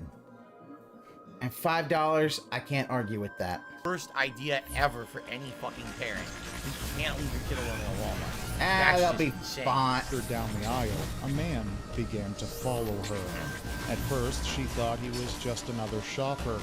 However, when he got too close for comfort, she realized something wasn't right. In a heart-stopping moment caught on security cameras, the man lunged for Costco's her. chicken's built different. He put his hand I need to over try her mouth Costco's to chicken. stifle her I screams actually, and tried you know to what? drag her out For of the store.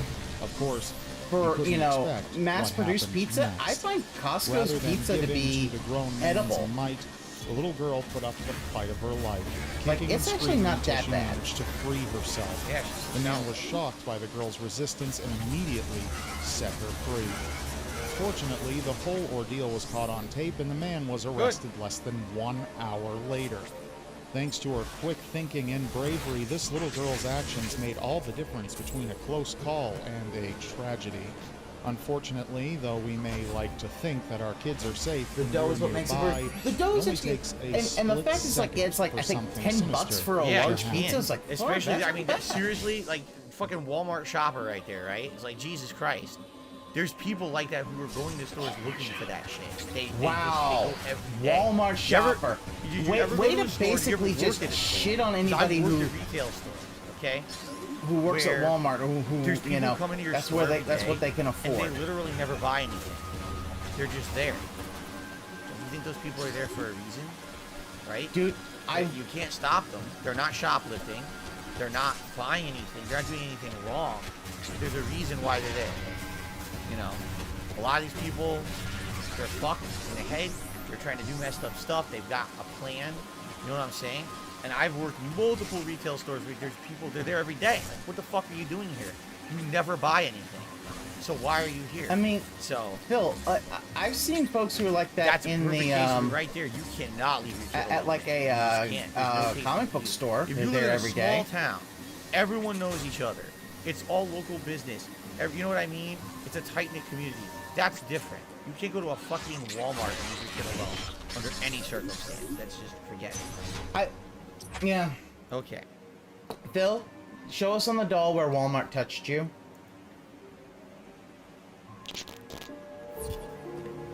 Myrtle Beach, the sparkling waters, the smooth, we're like sandy 10 minutes beaches, behind. the severed fingers found inside the local Walmart. Oh! Truly a paradise. Severed In fingers! 2016, Walmart's loss prevention officers caught South Carolina resident Carolyn Wright attempting to steal a body armful of merchandise that included condoms, lubricant, and panties. After a swift confrontation with she Walmart having staff, a good Wright punched time one staff tonight. member in the head, pulled out another one's hair, and bit down so hard on one employee's Condoms, finger that she took lube, off a and piece panties. with her bare Oh teeth. shit! Wright God, then spat she gonna a piece have of some finger right there fun on the floor. tonight. Unsurprisingly, she was promptly arrested and sent to prison for the assault. Oh, and the piece of finger, well, sadly, it wasn't able to be reattached to the employee's hand. Wow. You know, I hate to say it, and here's the problem also with America. Depending on where you live, Why isn't? Was that like a shrinkage employee? Like, employees should not be doing anything with shoplifting. That's what you have the security for. Like, don't stop them. You're not paid for that. Now I'm gonna go fight Waterflower. differently. There's some places in America where stores will have security, cops will be called immediately, and people will immediately throw in jail for that shit. There's other places where they're just like, just let it go. Just let them do whatever they want, let it go. And people literally will stare at the store, watch the store, like, just letting that happen. They're like, yep, that's our company policy. Because- And out here, it's definitely like that, where they don't do anything about it. You know, it's pretty bad. And now what's happening in a lot of stores, this is a regular... Oh my god. Phil, the reason they don't want regular employees is because, one, they're not trained in loss prevention. They're not trained to, you know, you let the cops handle it because, well, they have some training in dealing with that shit. As I said, she basically what ripped off someone's finger. I don't know. Oh, some places, yeah.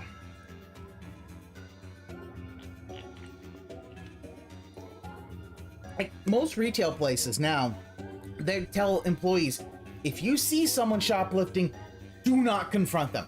Talk to the manager or go to security. Do not confront them yourself, because you do not have the training for that. Walk around with backpacks, book bags, and they just all they do, they walk right through the stores, stealing, and walk right out. There's actually, it's documented now. Are they named Tevin? Several towns. Are they named Turvin? Have gotten together and said, we need law enforcement to take this seriously and to do something. We need lawmakers to tighten the laws because all our businesses are getting just destroyed and there's nothing to do about it. It's bad. And, well, like, for example, let's say you work at a Walmart and you see someone shoplifting, right? What incentive do you have to stop that person, right? You're not security. You don't get paid for that job. You don't get rewarded if you stop them. You know, why are you putting yourself in the line of fire? Why are you putting yourself yeah, you've kind of answered the fucking question. Obviously, why there's an issue with that person if they think they can just walk in your store and steal it again. You know what I'm saying? So, to me, it's like, I understand, like, why you were doing these minimum wage retail jobs, why in the holy hell would you ever put yourself in harm's way? Oh, by the way, let's say, for example, someone's stealing and you try to stop them and they kick you, you get them back, you get fired. You have to get fired. You stop the customer. Yeah, but they hit me first, they were trying to attack me. That doesn't matter. You're fired. Because as an employee, that would be, if you injure someone, that would be not your, it would be the company's insurance. Like, your insurance covers loss and you, like, they tell them not to. Don't do anything and get out of there. Do not escalate a fight. Because if you escalate a fight, that makes Walmart or makes whatever thing you're at liable. Fucking ignorant pig. So, that's what I mean. Like, everything right now is pretty fucked up in this regard. So, it's crazy to me to hear this story. You're regarded. 2016, Walmart employees are trying to stop a shoplifter. Really? Why? Were you trying to be employee of the month? They don't care. Why would you have to get your finger bit off of it? Right? Fuck you. Multi-billion-dollar company. Let them have all their shit stolen. They don't pay for security. They don't take it seriously. Fuck them. You know? Why? Why would you go crazy over that? You own the car. You Mr. Walmart. You own the company. Of course you don't. Right? Mr. Walmart. Okay. Doesn't even know. In 2015, a Utah grandmother brought her granddaughters, aged 3 and 14, to shop at a Walmart in Perry, Utah. She had no idea that she'd made a mistake simply by walking inside. As they shopped, they didn't seem to notice a man who had been prowling the aisles of the store for nearly 4 hours, no doubt looking for something that wasn't available on Walmart's shelves. Finally, the grandmother turned away from the cart and the man saw his chance to strike. The 3-year-old sat helpless in the cart as surveillance cameras captured the man approaching the seated child. Chillingly, you can see the man raising his finger to his lips, signaling the girl to keep quiet as he grabbed the cart and tried to make off with the child inside. Thankfully, the child's 14-year-old sister caught the man in the act, and the two engaged in a fervent tug of war with the cart before the grandmother finally turned back around.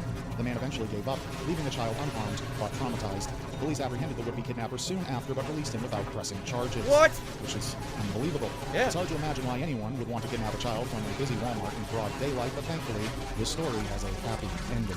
Seriously, like, this is the problem with our fucking justice system. The dude literally just tried to kidnap a 3-year-old on camera. Let him go. Just let him go. It's fine. Nothing could possibly go wrong with this. Right? You do not... Listen, you don't have all the... Dog bullshit is here. If you're a security guard and you work in a bad neighborhood, if you get killed, it's more favorable legally and financially for the company than if you injure a person trying to kill you or someone. Right? Exactly. Exactly right. Think how fucked up that is. Why the fuck did they let that guy go?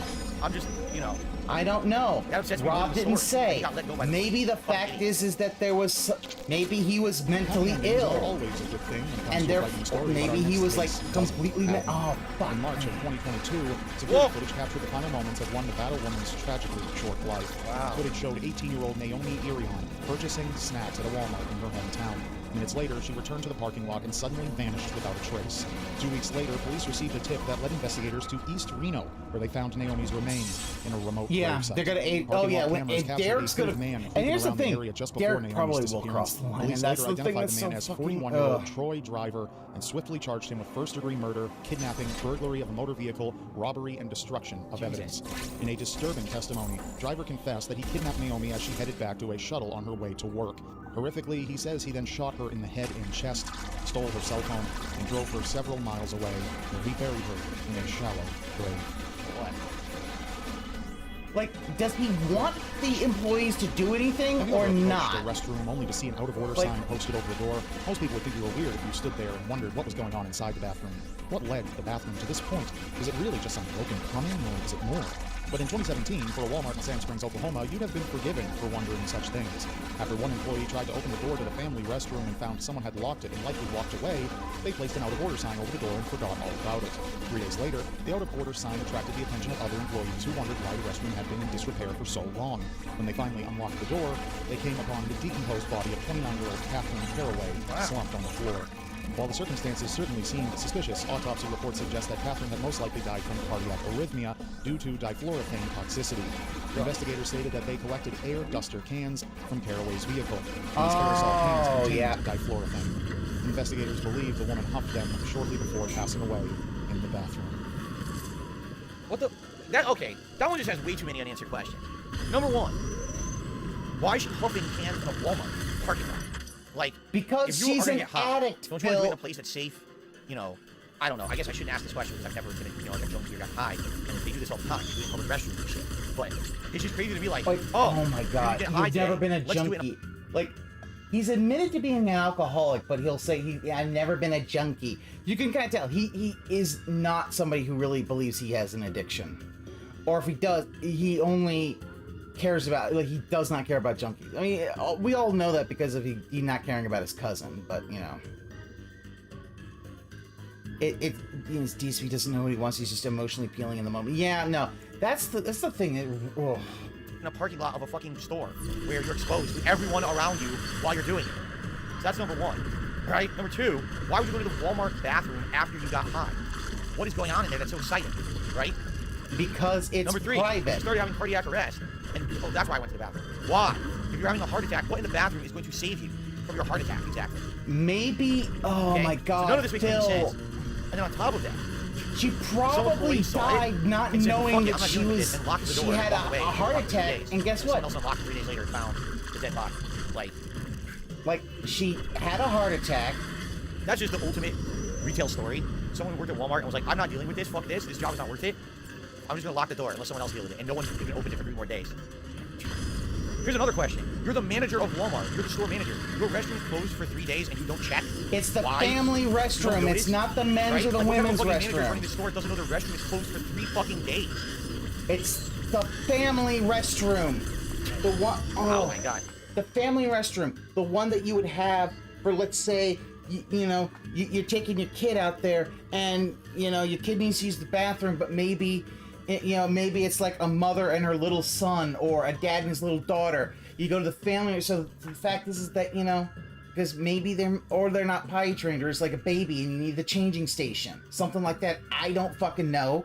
It said it was a family restroom, not the men's room, not the women's room, the family restroom. If it was one of the others, yeah, you'd have seen it right a lot fucking quicker. This is all right. Let's just keep going, because this is just the answer. All you need to do to answer the question is Walmart. Well, again, the worst example of American retail. It really is. Okay, let's continue. Wow. If you think 3 days is a long time for a body to go unnoticed, oh my you may God. find this next story especially shocking. Here we go. In 2015, 22-year-old Lauren Moss was reported missing after leaving a rehab center in Marina, California. Police opened a missing persons case, but turned up no leads. Then, in February of 2016, Walmart employees noticed a silver Jetta with dark tinted windows and a sunshade covering the dashboard. It had been there for so long that they finally decided to peek inside. What they found inside was Lauren's decomposing body. Investigators found a suicide note and drug needle beside Lauren's remains. She likely died shortly after injecting herself with the needle. Investigators rolled cameras back as far as they could, capturing footage as distant as December. The Jetta is parked in the same spot the entire time. Police believe Lauren's car had been parked there with the woman's body inside for 3 months. Jesus. And no one did shit, again, because it's Walmart. What were they supposed to do? You gonna have someone going knocking on every window? Hey, I think you've been here. It's a silver Jetta. It's not gonna stick out. And unfortunately, with tinted windows and that being like, no one's. Oh my god. My god. Breakups are never easy. Feelings are inevitably hurt, and you may find it tough to move on from a lost love. But for one Texas couple, a breakup led to something much worse than a broken heart. On June 4th, 2022, the couple parked their car outside of a Walmart in Harris County to have a very serious conversation. When the woman in the passenger seat attempted to end things with her abusive boyfriend once and for all, the man shot her point blank before turning the gun on himself. Wow. Tragically, the woman was pronounced dead at the scene. However, the suspect was found alive and taken to the hospital, where he eventually recovered from his injuries. What the fuck? And although the story seems incredibly senseless and unfair, sadly, it's not uncommon. Violence disproportionately affects women, but also impacts many men as well.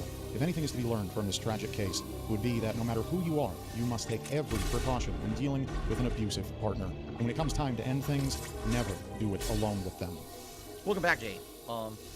If you're wondering why he took the term domestic violence and he blurted out, it's because that's a demonetizable word on YouTube. I would not be shocked if this entire hour-and-a-half video I'm making right now gets demonetized because I just said it. At the same time, I don't care. I really don't.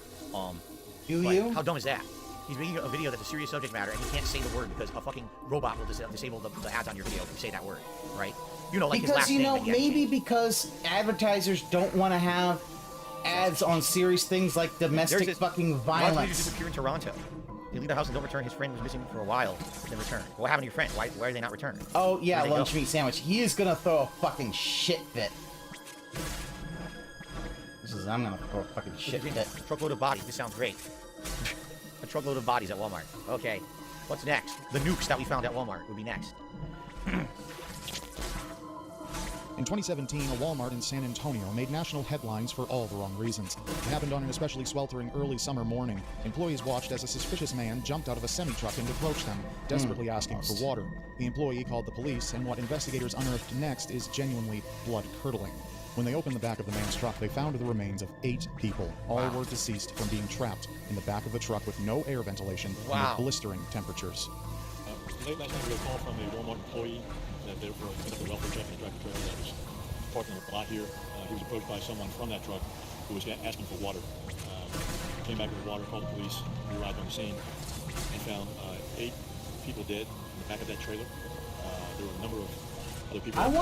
I wonder if Phil worked at Walmart. Oh shit! Checking the video from the store, we found that there were a number of vehicles that came in, picked up a lot of folks that were in that trailer that survived. Just did. Why am I? Oh, it was human trafficking. So it could have been. I say it, you know, the sex slave trade, which actually exists in the United States. I didn't pick up where they said this was. I don't think it would have been like immigration, right? I don't think so. Man. Let's swap the battery, because I don't want the battery to die in the middle of the final story here, and then we can split up. Not doing well. Pretty messed up. San Antonio? So, oh, it's Texas? It could be then. It absolutely could be then. If it's in Texas. Yeah.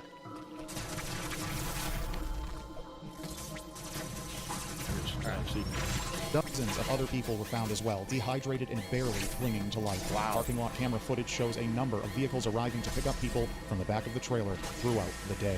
The driver of the truck was detained and charged with human trafficking. It's believed the driver was selling these victims out of the back of his trailer for hours before anyone finally caught on. Wow. Walmart. Well.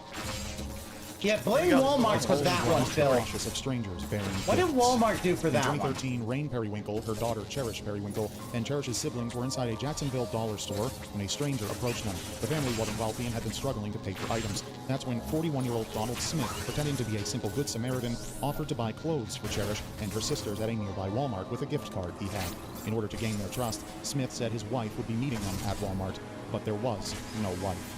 The mother, who said she was desperate to get new clothes for her children, took Smith up on his offer, believing that her family had been blessed that day. But a nightmare was about to unfurl, the likes of which will probably never be forgotten by any who learn of it. Rain Periwinkle had been involved in custody battles for her children, and because she was the mother, she was the one to take custody of them, despite warnings from a number of people involved in the case that Rain and her boyfriend at the time kept a home that wasn't appropriate for children.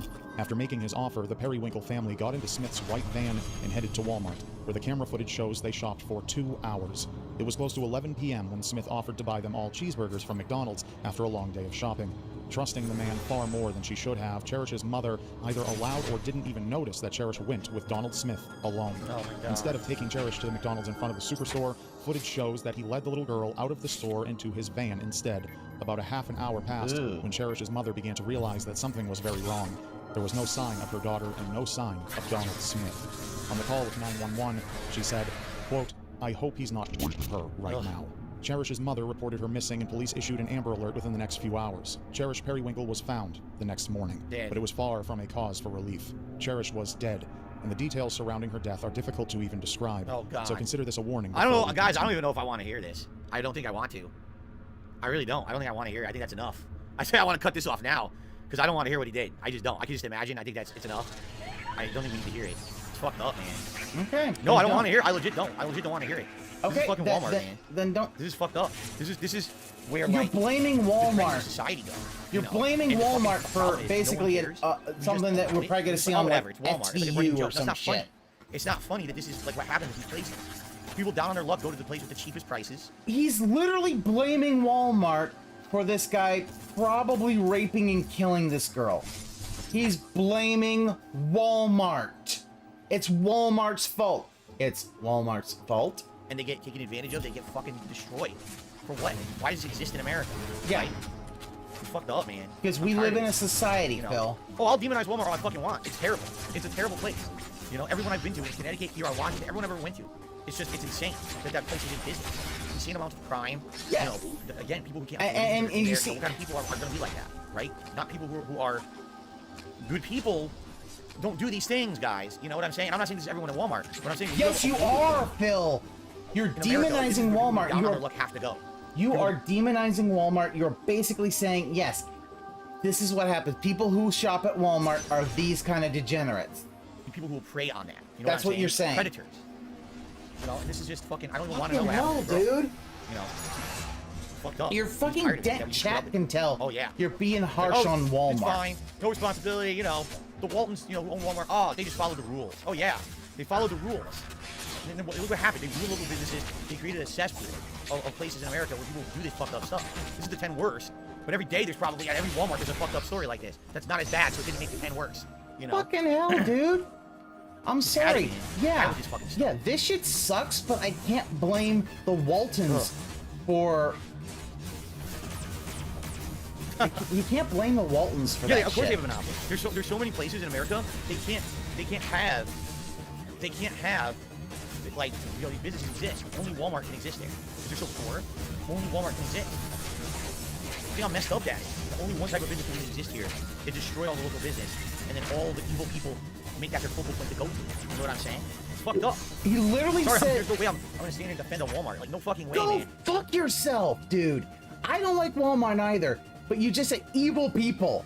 Like, you have demonized everybody who shops at Walmart. You may go fuck yourself. And I'm not saying the employees. I'm saying the people who own it and run it. That's an evil company, in my opinion. You can disagree. I think that's an evil fucking company, the way that they've destroyed American retail. Well, I can actually open my window now because the sun is going down. I'm gonna do that now, finally. I'm gonna speed this up because I can't fucking... Oh, that's natural light now, but that's gonna go away within like an hour and a half. So I know for a fact my wife's making dinner. I can smell it. If there's like a quick video, a really quick one, but I don't know if there's any really quick ones. These videos are usually pretty lengthy, right? Pretty lengthy stuff. I was only really like a quick 4 or 5 minute the one. fact that he basically implied anybody who shops at Walmart's evil. He's People just should like, not be alive. no. Oh, and seeing stuff goes wrong. Yeah, it doesn't look too good. I'm trying to find the shortest one. So I go eat. They don't have top 10 cutest kittens on this channel. What are you talking about? Found footage lost in the catacombs. Look at that fucking thing. What is that? A guy wearing lights. Alright, let's do this one. It's fast. Watching gifted individuals perform impossible feats before our very eyes is a thrilling experience, but sometimes Yeah, they amidst the survive. mind-bending bewilderment, we seem to forget that the performers are only human, and anything can go wrong. Holy shit.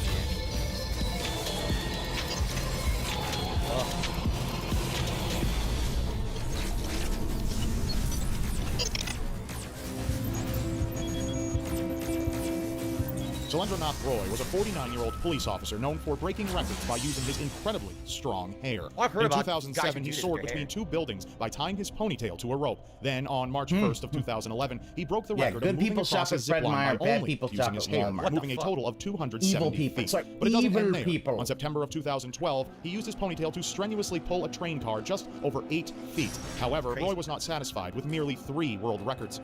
On April 20... See, this is, and that's the problem, is like, this guy's crazy. He's a thrill seeker, right? He wants to break records. He wants to be world renowned for doing crazy shit with his hair.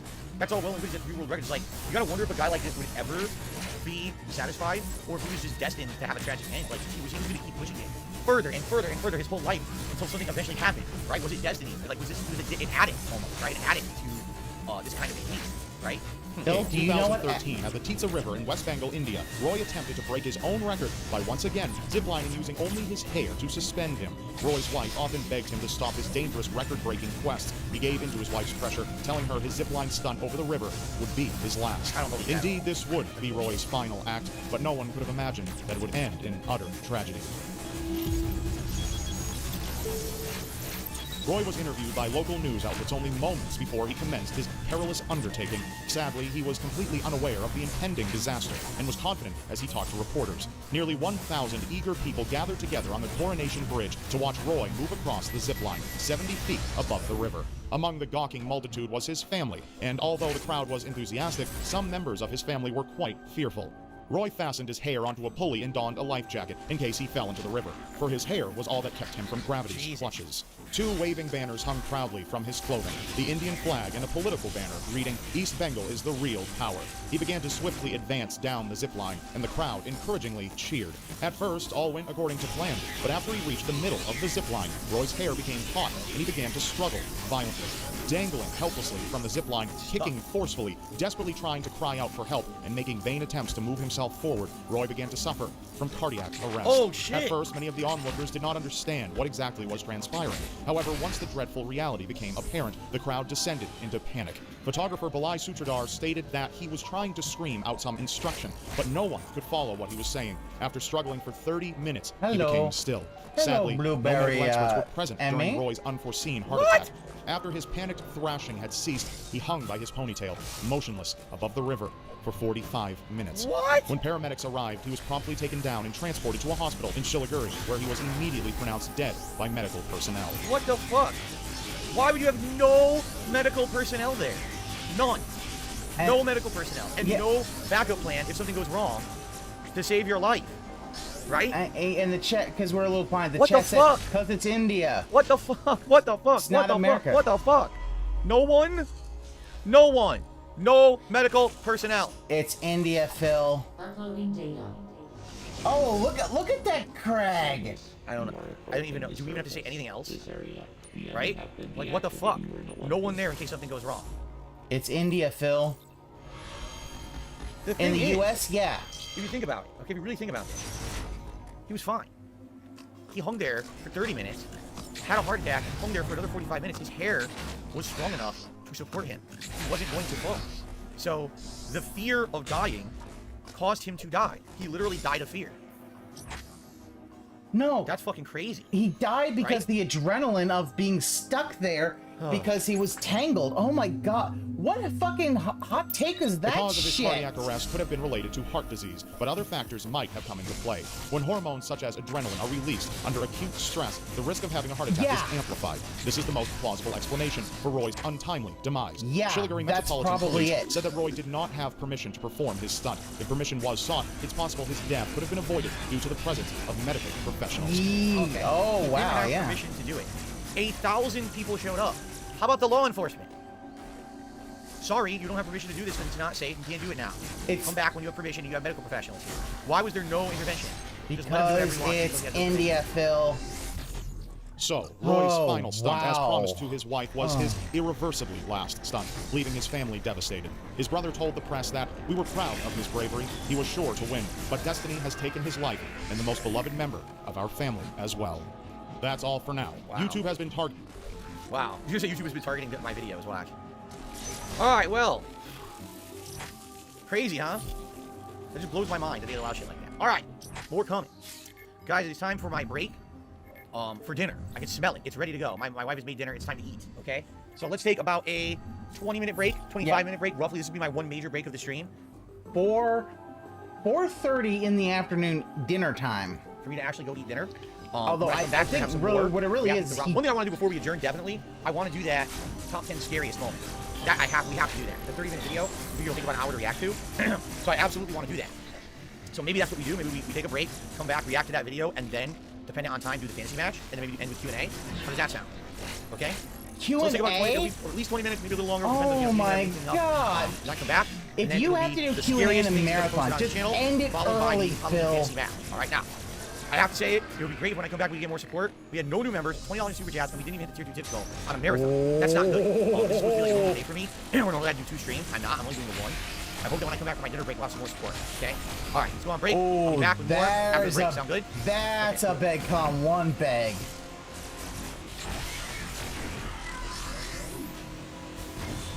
That's a big con 1.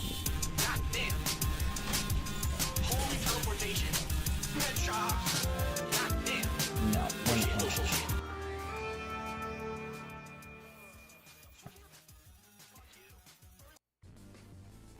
Oh wait, I don't have. Where's my? Did I take that off? Oh, I did. Okay. Well, we'll just do a. All right. This is how you don't. Wow. Let's go back to the. I'm gonna go back to. Oh, instantly killed. Go back to it. This is how you don't play Death Breath of the Wild. What the hell? What? I'm over here? What the hell? How do you save? Oh, you can do a manual save? I'm gonna do a manual save. Yeah, do a lean-in manual save. What on earth am I looking at? I don't know. But It's a moblin, Bubba. Come on now. Oh, a black. Oh, instantly killed. Yeah, Phil. That was a black moblin. How the hell do I kill this guy when I can't deal any damage? You should Well, here we go again. not. You don't have any weapons that can deal it, and you should probably wait until you have Dude, I can't hurt any of better. these guys. They all have like insane health compared to me.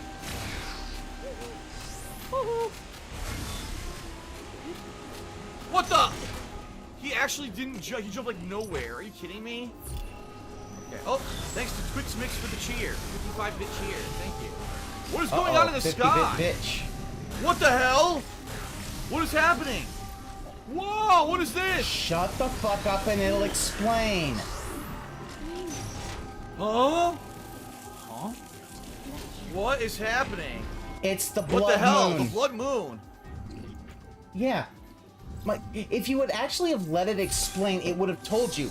The blood moon is the thing that allows all of your defeated enemies to respawn so you can go and get more stuff, get more weapons, that kind of stuff. Jesus fucking Christ, dude.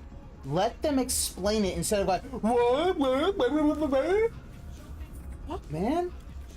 Like, I know you do that only to entertain yourself, and because you basically believe that these streams should entertain you. And you've basically said it, you want the chat to entertain you, not you entertain the chat, but fucking hell, man. Come on now. Oh my god, look at the size of this guy's spear. Couldn't get to him. Guy had a giant spear and stayed out of range. What? Vertical surfaces become slick? Yeah. Oh my god. I know about the blood moon.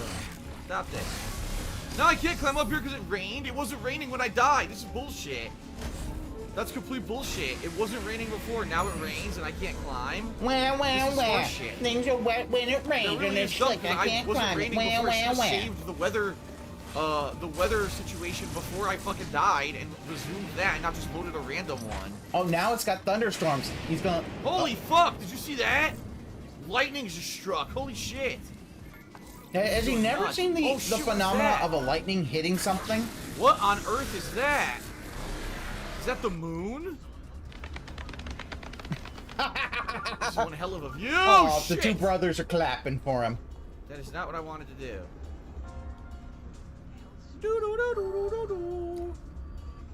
What is that? What the hell? Dude, seriously, what is that moving around on Death Mountain? It's giant. Should I hit up the shrines first, then go to Kakariko Village? Or Kakariko Village, excuse me? I'm never gonna call it, dude, I'm never gonna call it Kakariko. Well, then you're gonna be wrong. Sandabar. Whoa! What the hell? Oh, look what just happened. What the hell? It's a quest. Step around the flowers. Excuse me. Oh my god. Jesus fucking Christ. Please, Phil. What the hell? He actually fell in the water. Ow! Good job, I did it, Phil. but I also blew my face off. And I should bring the flowers. I stepped right on it. What? I didn't even land on the flowers. I didn't even... Ah, look! So many times. I've lost count how many times I told you. It's so many now. How do you not understand? What don't you get? Oh my gosh, she's losing her mind. I work day after day. Plant those flowers and you come and hurt them over and over. What the fuck? I'll make you understand. The flowers rage, what? What?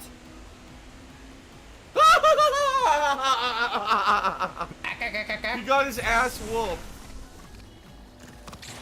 Dude, he took massive damage! Oh my god. She hurt me bad, man. Nice music. Oh yeah, there is a Robin Williams Easter egg in there. Shrine. Bushkala. Bushkala, Bushkala. Bushkala, Bushkala. The notifications have crashed and I don't know why. Well, things are glitching out today, man. There definitely is a Robin Williams. There's at least one character who looks like Robin Williams. Village. And I'd actually argue Robbie from the research place is kind of a Robin Williams because it's a very raw prime meat. Oh yeah, raw prime meat, baby. 4 giant behemoths for which power never ceased. Each of these titans was called a divine beast. Yes, that thing on the freaking giant mountain, Death Mountain, must be a divine beast. Oh really? Uh-oh. Ooh. La la la la la la. Oh god, look. How do I kill this guy? I'm hiding behind the chest, look. Oh my god! Oh my god. This is not good!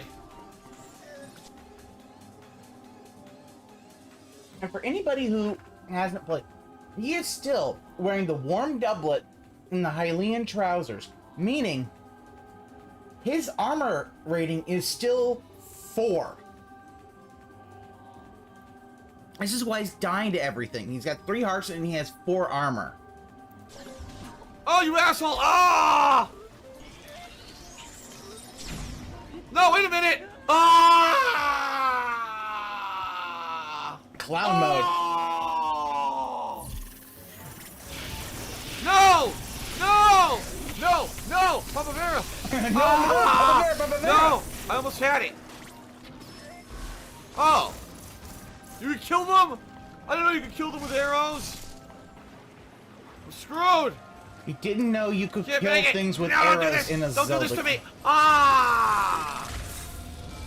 Woo! I made it! Woo!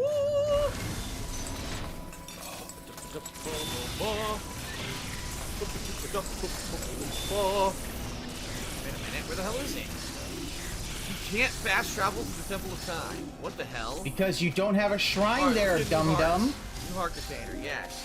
Alright, so I got 5 hearts, finally! Thank God. I was taking so much damage, it was ridiculous. Oh my fucking God. Because he's been dicking around and he never went to Kakariko Village, he never got to the Hylia statue there. That's why he had to go all the way back to the Temple of Time. Oh my God. Maybe actually do the story a little bit, Phil, instead of dicking around and wasting people's time. Seriously need way more hearts, man. I need like 10 hearts, and I'll be good. No, you won't. Apparently people are raiding my stream, even though I have no idea what's going on. I don't know. Oh, look, someone needs help. Too bad. Ah, too bad. Fuck you. I may want to head... I think this is the right direction. I think if I start to climb from over here, this is how you get to Kakariko Village. From this side. Wrong, moron! Sunken stew. There's a fucking Now, how do I mission to go to here? Kakariko Village. something All else you in the have to pool. do What is that? is follow the mission.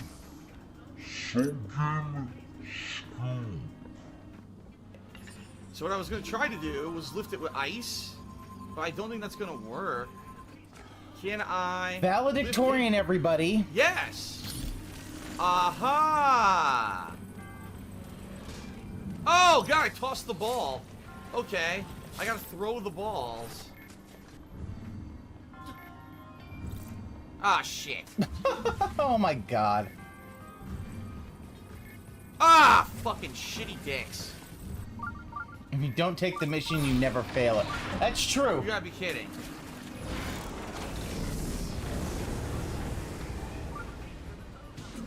Oh God, I ran into these thorns. Ah, fuck. I don't see a way into the shrine. I don't think there's a way. I don't think you could. Can you burn this stuff, maybe? Not while it's raining. Nope, I tried. Nothing. Wait a minute, someone says, are you kidding me? I wonder if this is true. I don't know if I'm being trolled or not, but 2 people in the stream chat just said that fire arrows will work. It just said it was raining. I don't know. I'll try it. Nope. Fire arrows aren't working. Oh! Wait a minute! Whoa! Fire... Nope, they're not working. Oh, they are working. I wouldn't have thought of that. I didn't know that's how it worked. Now I know that's how that works. I had no idea. What the fuck? Are you kidding me? Oh, come on! Everyone in the stream chat now, I got Lightning Side 17 and Vash Yo-Yo and a few others saying, you gotta go to Kakariko! You've got to go to Kakariko! Do I really have to? Yes. You gotta go to Kakariko! Looks like to get to that mountain, I gotta pass through an enemy camp. Yes, it... The whole point of it is it gives you not only that, it's one of the first great fairies, so you can upgrade your armor. You'll have another Hylia statue, so all of the spirit orbs you have you can make into heart and stamina pieces. The whole thing is, it's where the beginning of the game is, and you can gain your power. Unless you're gonna speedrun with, like, the starting clothes and like a soup ladle, and you just go right. I'm gonna kick Ganon's ass. Yeah, I think. Is this where he? Oh, that other one. Is that where he said the thing? Oh, is that where he said the stationary word? It does. There's an enemy. Oh my God, he's fast. Fuck. More enemies. enemies? God damn it. Yes. Enemies on this mountain. Oh, yes! Oh! I love it. I love it when you splash on my face. Kills a neighbor. I will go yeah. back to Moon Peaks Tower and try to find a way to Kakariko. How about that? This game has a ton of stuff, man. This game would take forever to beat. Seriously. Yeah, especially when... How the hell do I get to Kakariko Village? Do I have to climb this mountain and maybe then fall down on top of it or something? Literally, there are roads. There is a road to that... Oh my god, there's a road to... Village. There's a road. You see? He can't even read a fucking map. Ugh. You know what I should do? I should go to this shrine and then just walk on the mountains and see if I can get there from here. Everyone's saying go between the mountains. What does that mean? There is a road. Where the fuck is there a road?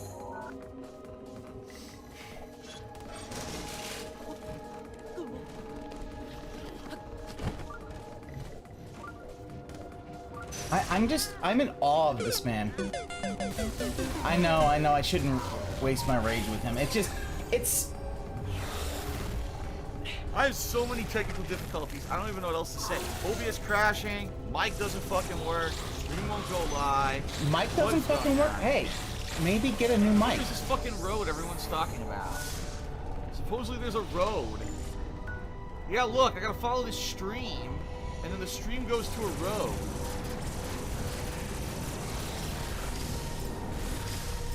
Game wanted to go 30 parts ago? 30 parts ago. Hold on. And those are, let's see, 2017 would have been 10-minute parts. Oh my god, that would have been fucking 5 hours of him dicking around. 5 hours of him dicking around. He wonders why games don't have any support, because he just stretches them out. He stretches them out like Goatsy. Grab it, grab it, grab it, grab it! Ah! Ah! Ah! Ah!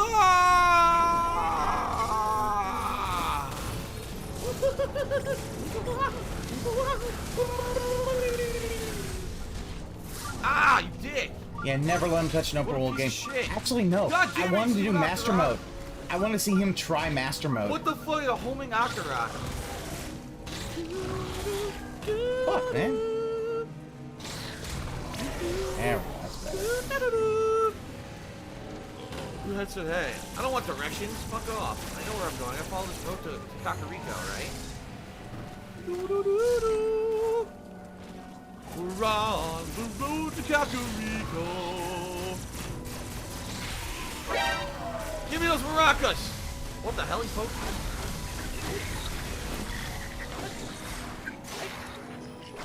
Well, this sucks. Oh, shit. I need a weapon. I can't remember how to do it. That ain't it. I'm calling my horse. He can't remember how to equip a weapon. Cha-cha-cha! Cha-cha-cha! Kakariko! Himself 79 says Phil is so chubby and greasy, you just want to hug him. Oh. I want to. Okay. Well, we made it. Why would you touch him?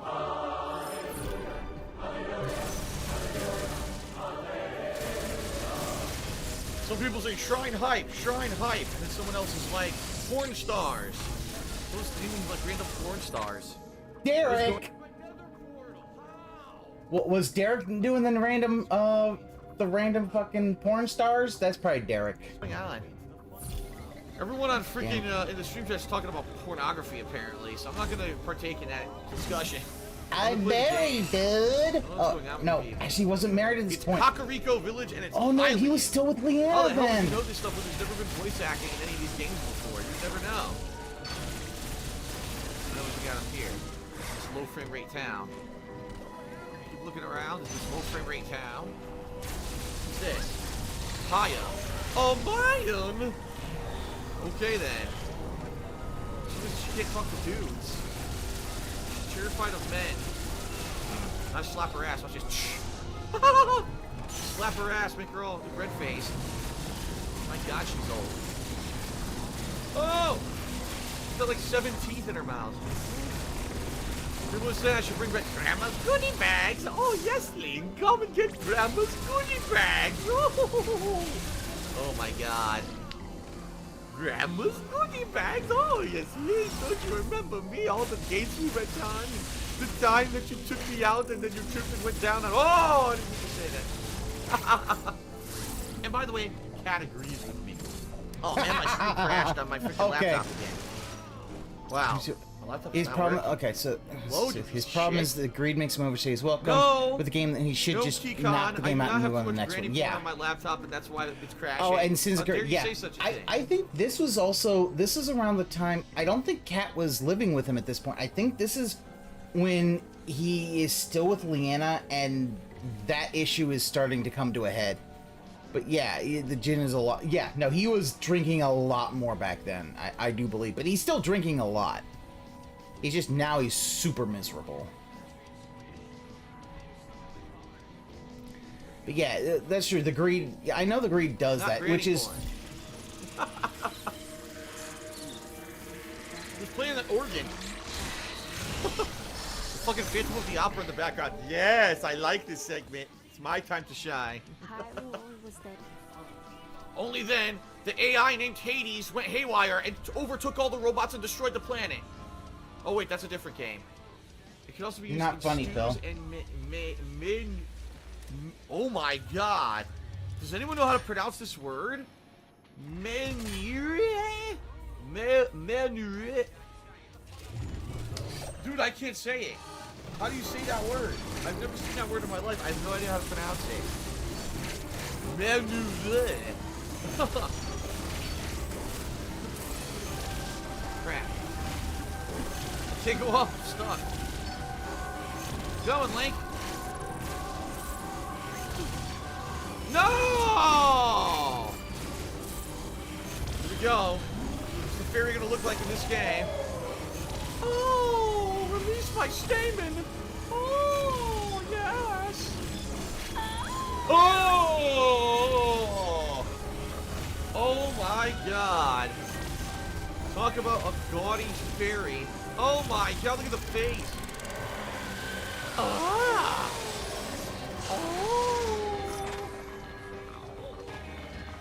Oh! You know what? Since I'm thinking about this, what this could have been before the whole taxes issue. Oh my God, because I remember the taxes arc happened right before the hospital arc, didn't it? So he might not have even known that he had all the shitload of back taxes he had to pay. So he's, you know, happy-go-lucky, I got all the money. I'm allergic to water. Need some mushrooms. What roll, Shaggy? I need mushrooms. A wooden mop. What? Why on earth would I have wanted a wooden mop? You can use anything as a melee weapon. Ow, I lost a ton of health. I will take your life. Oh, shit.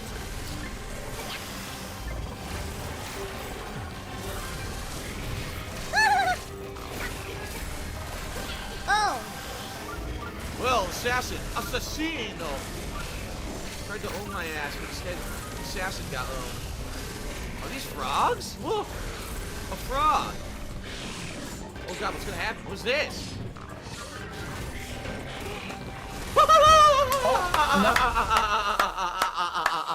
That's fucking seal laugh. You fucking dumped him. Okay, so right now he's got the Hylian tunic, Hylian trousers, and the climber's bandana. Okay, so he's probably at like about a 9 on the armor scale. That was great. The King of Crybabies HD, who obviously is a name made to make fun of me, just asked me what I think of the transgender bathroom law. You know what? Here's what I think. I don't care about the transgender bathroom law right now because I'm playing Zelda. How about that? If I'm not transgender, why would I care? Non-double with 100-bit cheer. You say that I'm, well, I'll read what he says. I'm here trying to play the fucking game. You idiots in the stream chat are talking about transgender bathrooms. No, I don't really, I'm not angry. People can talk about what they want, but it really has nothing to do with what I'm doing. Does Link use the transgender bathroom? No. Although he does look like a girl. He's got the build of a girl. He looks like a girl. Look, Link is shorter than the women in the town. He's always been kind of short. He's never been a tall boy. He's smaller than normal, like, All right, housewives. he's basically a Can you twink. imagine? I'm serious about this.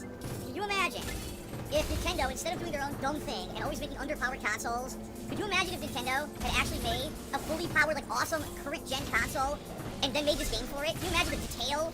You have full 60 frames everywhere, full detail everywhere. Can you imagine how awesome the game would have been? It's just sad that they have to keep making fucking kid console, kiddie game console shit. Hello. It doesn't. Yeah, it doesn't affect me. Why should I care? And apparently, Nintendo only makes kiddie console, kiddie stuff. I'm like, you know, here's the thing. Metroid, I don't find to be really that kiddie of a game. It's, I mean, it's horror. Tree Branches worked in the Zelda I just played, Ocarina of Time. It worked. Can I like these? Oh, what happened? Oh, you can't dash. If you dash, it goes out. It's called running, Phil. This way. Oh, what? Yeah. My tree branch broke. Because it was on fire. How am I gonna get it up there, dude? How am I gonna do this? Lanterns? Lanterns are everywhere. Thank you, chat. Huh? Huh? I wonder if I can light these. Everyone's saying there's a torch at the lab. I don't want to fucking go all the way back to the lab. You know how annoying that's gonna be? Scale the entire fucking thing to go all the way up, to go back down again, to go back up again. All the freaking way up here again. It takes forever. Alright, I guess I gotta get the stupid torch all the way back up. Grab the torch. Ah, he is all the way a back baby. down. Whining, complaining. There, stupid torch. Oh my god. Ugh. I'm bored of this already. I just want to progress. I don't want to do stupid shit. No torch here now. Oh. Oh, where'd my torch go? What the? Unknown resource. Where'd my torch go? I'm gonna use it. Alright, it's now a travel gate. So No, I don't know. Cool. I actually have not been. I've been either looking at this video. I've not been looking at what the Dents have been saying in the chat. What we got? It's like regulars doing well. Oh, all right. Let me go see what they said.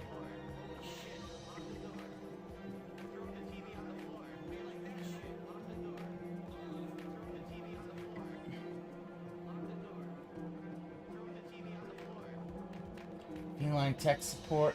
Oh, we got feline tech support. Oh yeah, that's the cat in coming back. Whatever.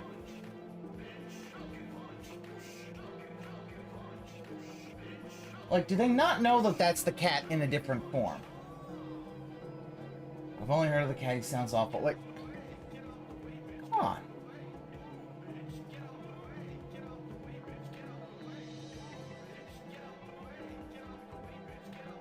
Oh, Discord talk going on? Hold on.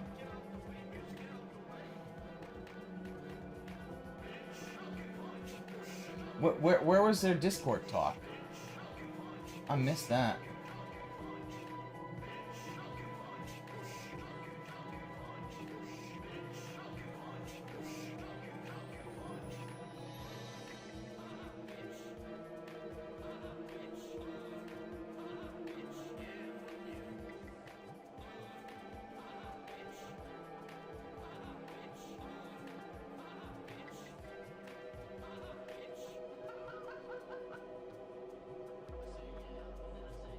Secret Discord Smith. Oh yeah. I mean...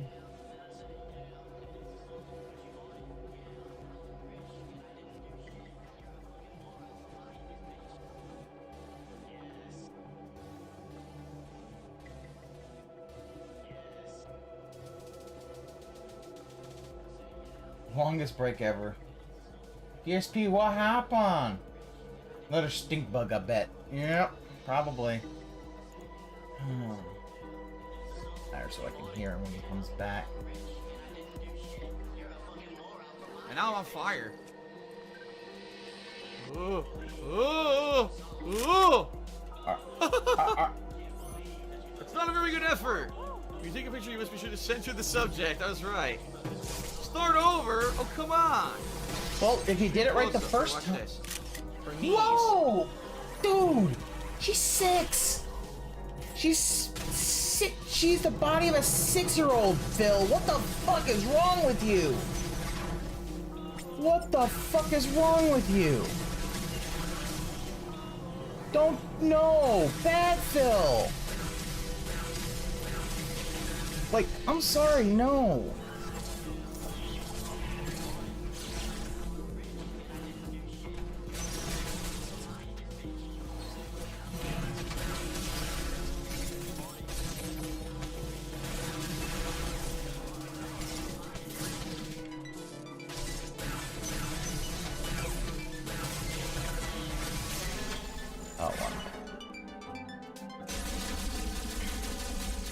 Oh, one of the backs are okay, yeah. Okay, guys, I am back. Oh, fuck. Good dinner. That was a good dinner break for sure. So here's the plan. I want to get the lighting right because the lighting is about to start changing again here. And then what we're gonna do, here's our game plan. Okay. Number one, hold on a second here. Number one.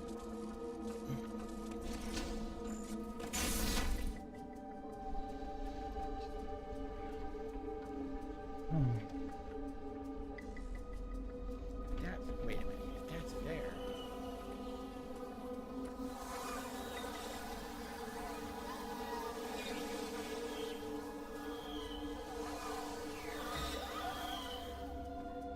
Somebody sent me a tip to a very outdated address, and I think it worked. Like, I'm looking here because someone sent me a tip. It didn't come through my typical, like, email. I was like, why didn't it do that? Because they sent it through this really outdated way to send a tip, and I don't know why they did that. That's weird. I think someone used an old link to send me a tip. So allow me to reiterate, if you this are is going not to good. Stream, thank you. Please make sure everything you're using is the up-to-date information. Right now, use the new tips link by typing !tip. We'll link in the description of the stream or video. If you're using an outdated link, it's not going to work right. So only reason that I know stunting like he doesn't have a Discord while he's or admitting that there's a Discord. Oh yeah, no. He's already been caught. He should just accept that, yeah, he has a Discord for his mods. He should just accept it. Like, honestly, whatever, you know. So, but now I'm looking like they did. Oh, okay. But the problem is that he doesn't want his, yeah, please be sure to be using, you know, the newest information, or else it might get lost. The worst thing would be if I don't give you a shout-out, and I don't even realize that. No, the worst thing is if you don't get that money, because that's what you care about. I'm gonna do a shout-out for a tip here. All right. First thing I need to do, I'm gonna turn on the lamp. Hold on. Stalling, stalling, stalling. We got 3 more fucking hours of this. If I don't do that, the lighting's gonna be totally off. Okay. Okay. Oh. So. Yeah. Here is the plan, because I got distracted here. Okay, here is the plan. We are going to watch the top 10 scariest moments ever on the Rob Gavigan YouTube channel right now. That'll be the finale of us reacting to the Rob Gavigan channel. We've already done about 3 hours of reacting to it, so I figured one more would be a good amount. Because this video is about 30-some minutes long, and it's probably with the pausing and talking is going to take about that's an hour. not good. So that'll be the end of that, okay? So that'll be the finale coming up right now of the Rob Gavigan react. Then we're going to switch over to my PS5, and we're going to do the horror-themed Battle Royale. Okay? We're going to do that. Alright? So, there you go. Those are the two things. I turned on the blueberry, at the end of the stream, and you guys just want to chill a little bit and talk. Maybe I'll stay a little bit extra to do some Q&A or whatever. No. Why do Q&A? I think that people want to see the match. We reacted 3 hours to Rob. We'll do one more. We'll do the finale. $82. This that is like the best, maybe. Hopefully, the best of the stuff we watched all day. Okay. So, First of all, allow me to post up, tweet out, so people know I'm back, and we're gonna do the finale of the Rob stuff, the scariest stuff right now. Oh. And then I'm gonna shout out this tip, and then we're gonna resume. Okay. Actually, here's what I'm thinking I'm gonna do. We're gonna do the react to the Rob scariest moment. I'm gonna go grab a coffee so I can have a coffee to commentate the WWE match. Okay, because I usually need coffee after dinner. That's a little early. Usually I do it around 6. So there you go. Okay, post. What I was gonna do? I'm gonna post. That's perfect. Let's post up.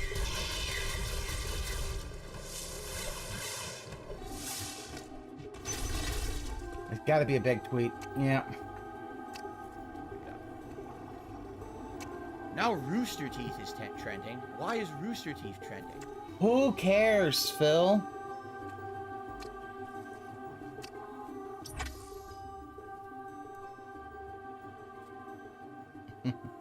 No, of course, Kerber. He can't do. Literally, he will do nothing on break. Rooster Teeth saying that they do not treat transgender or queer folks equally.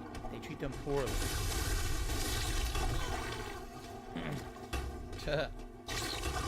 Why are you laughing at that? Rooster Teeth is a rancid company.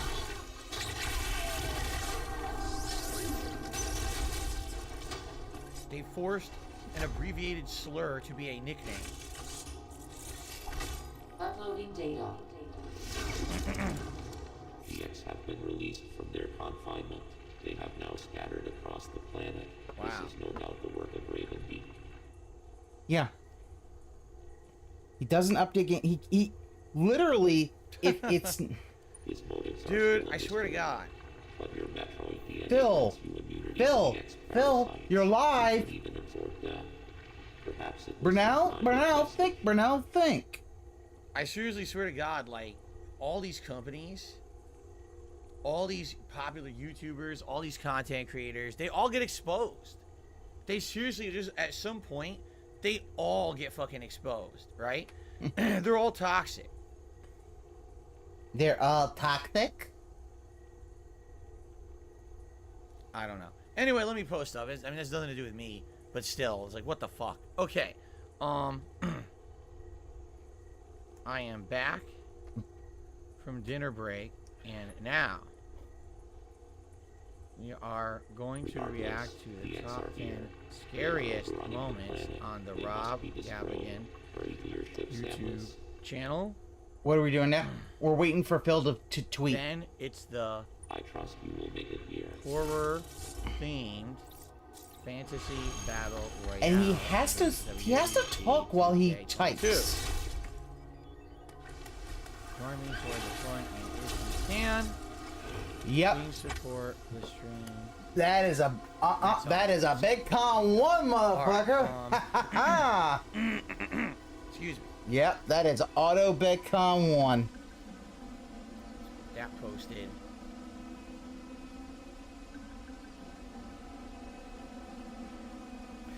Yeah, he is seething that it's only $82. Almost showing that, yeah. Okay, so now people know I'm back. They'll probably start rejoining. Thank you to those who already did. You guys are ahead of the curve here, right?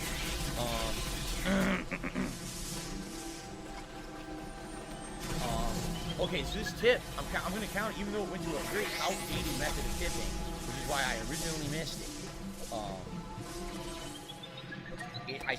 I'm going to count it. It's a $20 tip. The problem is, this person not only used an outdated method of tipping, they didn't even put any information in, so I can't even say, oh, thank you for the tip, so-and-so. It's an honor, okay? So it is a $20 tip. Play that animation. It's added to the total. And with that, we have hit our half goal for the stream, which is nice. Again, guys, this is the only thing I'm doing today. This is the second stream. Yep, Usually when I keep run begging. 2 streams, you know, I'm aiming to hit a certain amount per stream. At this point, I'm very happy that we hit the tier 1 goal. But No, you are not. Sure You are seething and coping. Could support the stream a little more. I get the feeling some people are going to be joining shortly anyway. Well, because we're going to do apparently the Piece of finale Pieces, of like, apparently he just decided to do the night stream, apparently. You know. So whoever that was that tipped that, thank you. but be sure to use the current information.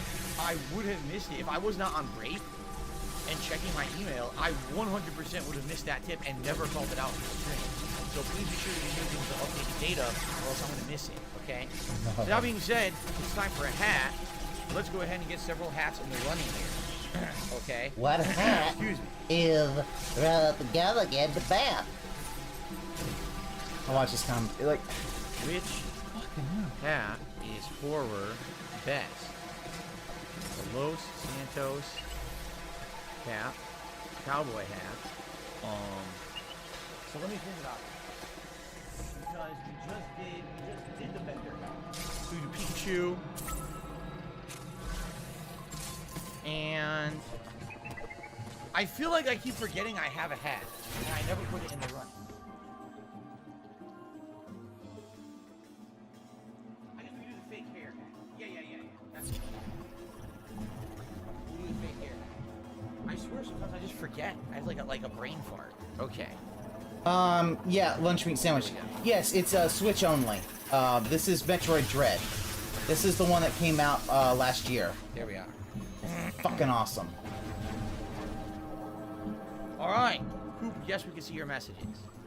Alright. So you guys can vote. I would actually wait on getting a Switch until to see if there's a Switch 2 coming out. Right now, we're going to resume the creepiest, scariest stuff Rob's ever done. His own personal Fuck me. Okay.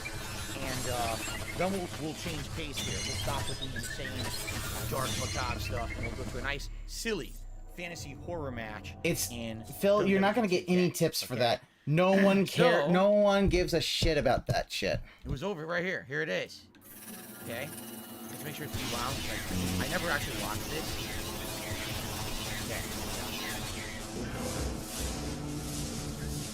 Okay. Okay. There we go. Yeah. It just astounds me how little work he will actually do for his are you guys ready? Streams. Are you sure you're ready? Because this is going to be the scariest stuff he's ever done. So this likely will be disturbing. And it's a 31-minute video starting with about an hour to go through. I guarantee we're going to be like freaked out with some of this shit. I can't imagine, right? If it's the scariest shit he's ever done, right? Yeah, Tarba. You know what? Okay. I think I agree. It really does expose how he is. Recording. As I believe Chris Chandler said, slow in the minds. My October 2022 react to the Rob Gavin YouTube channel. Like, it really does show how slow those brain functions are. Ones as well. And I think that is because of his top 10 scariest alcoholism cases that he's ever covered in his many years that he's had his YouTube channel running. All right, now, being that this is a long-running YouTube channel, you gotta think that this likely will be some pretty scary stuff. Admittedly, I didn't even want to play one of the videos we watched today. It was so dark. I was like, Jesus. So, we're gonna do it. All right. It's a 31-minute video, probably with me reacting for about an hour. But I just want to preface this video. If you are for the faint of heart, if you're squeamish, if you don't like hearing real-life stories of horror, you probably don't want to watch this video. I mean, I don't even know how I'm gonna react to it. I don't know what's in it. So I don't know what's going to happen here. So I'm kind of preparing myself. I'm hoping for the best. So, all right. And that's why, like I said, save this for last. That's purposely why I saved this for last today. I didn't want to have to do this first and then have everything else be like, oh God, that. There we go. Finally. Save the best for last, right? Or the worst for last, I guess you can say. So, exactly, man. Viewer discretion is advised. I'm trying to give as much of a warning as I can up front. All right. Fair enough. So people are voting on a hat for me to wear today, and currently the Pikachu hat is in the lead by a large amount. Let's watch a little bit of the video. I'll make sure it still is, and if it is, then we're gonna get the hat. Yeah, he didn't play the video not because it was scary, because it was just way too. Yeah, it's way too. It's too real. It was like, oh, that's not shit you should be. I don't know. We're about to find out. Okay. Here we go.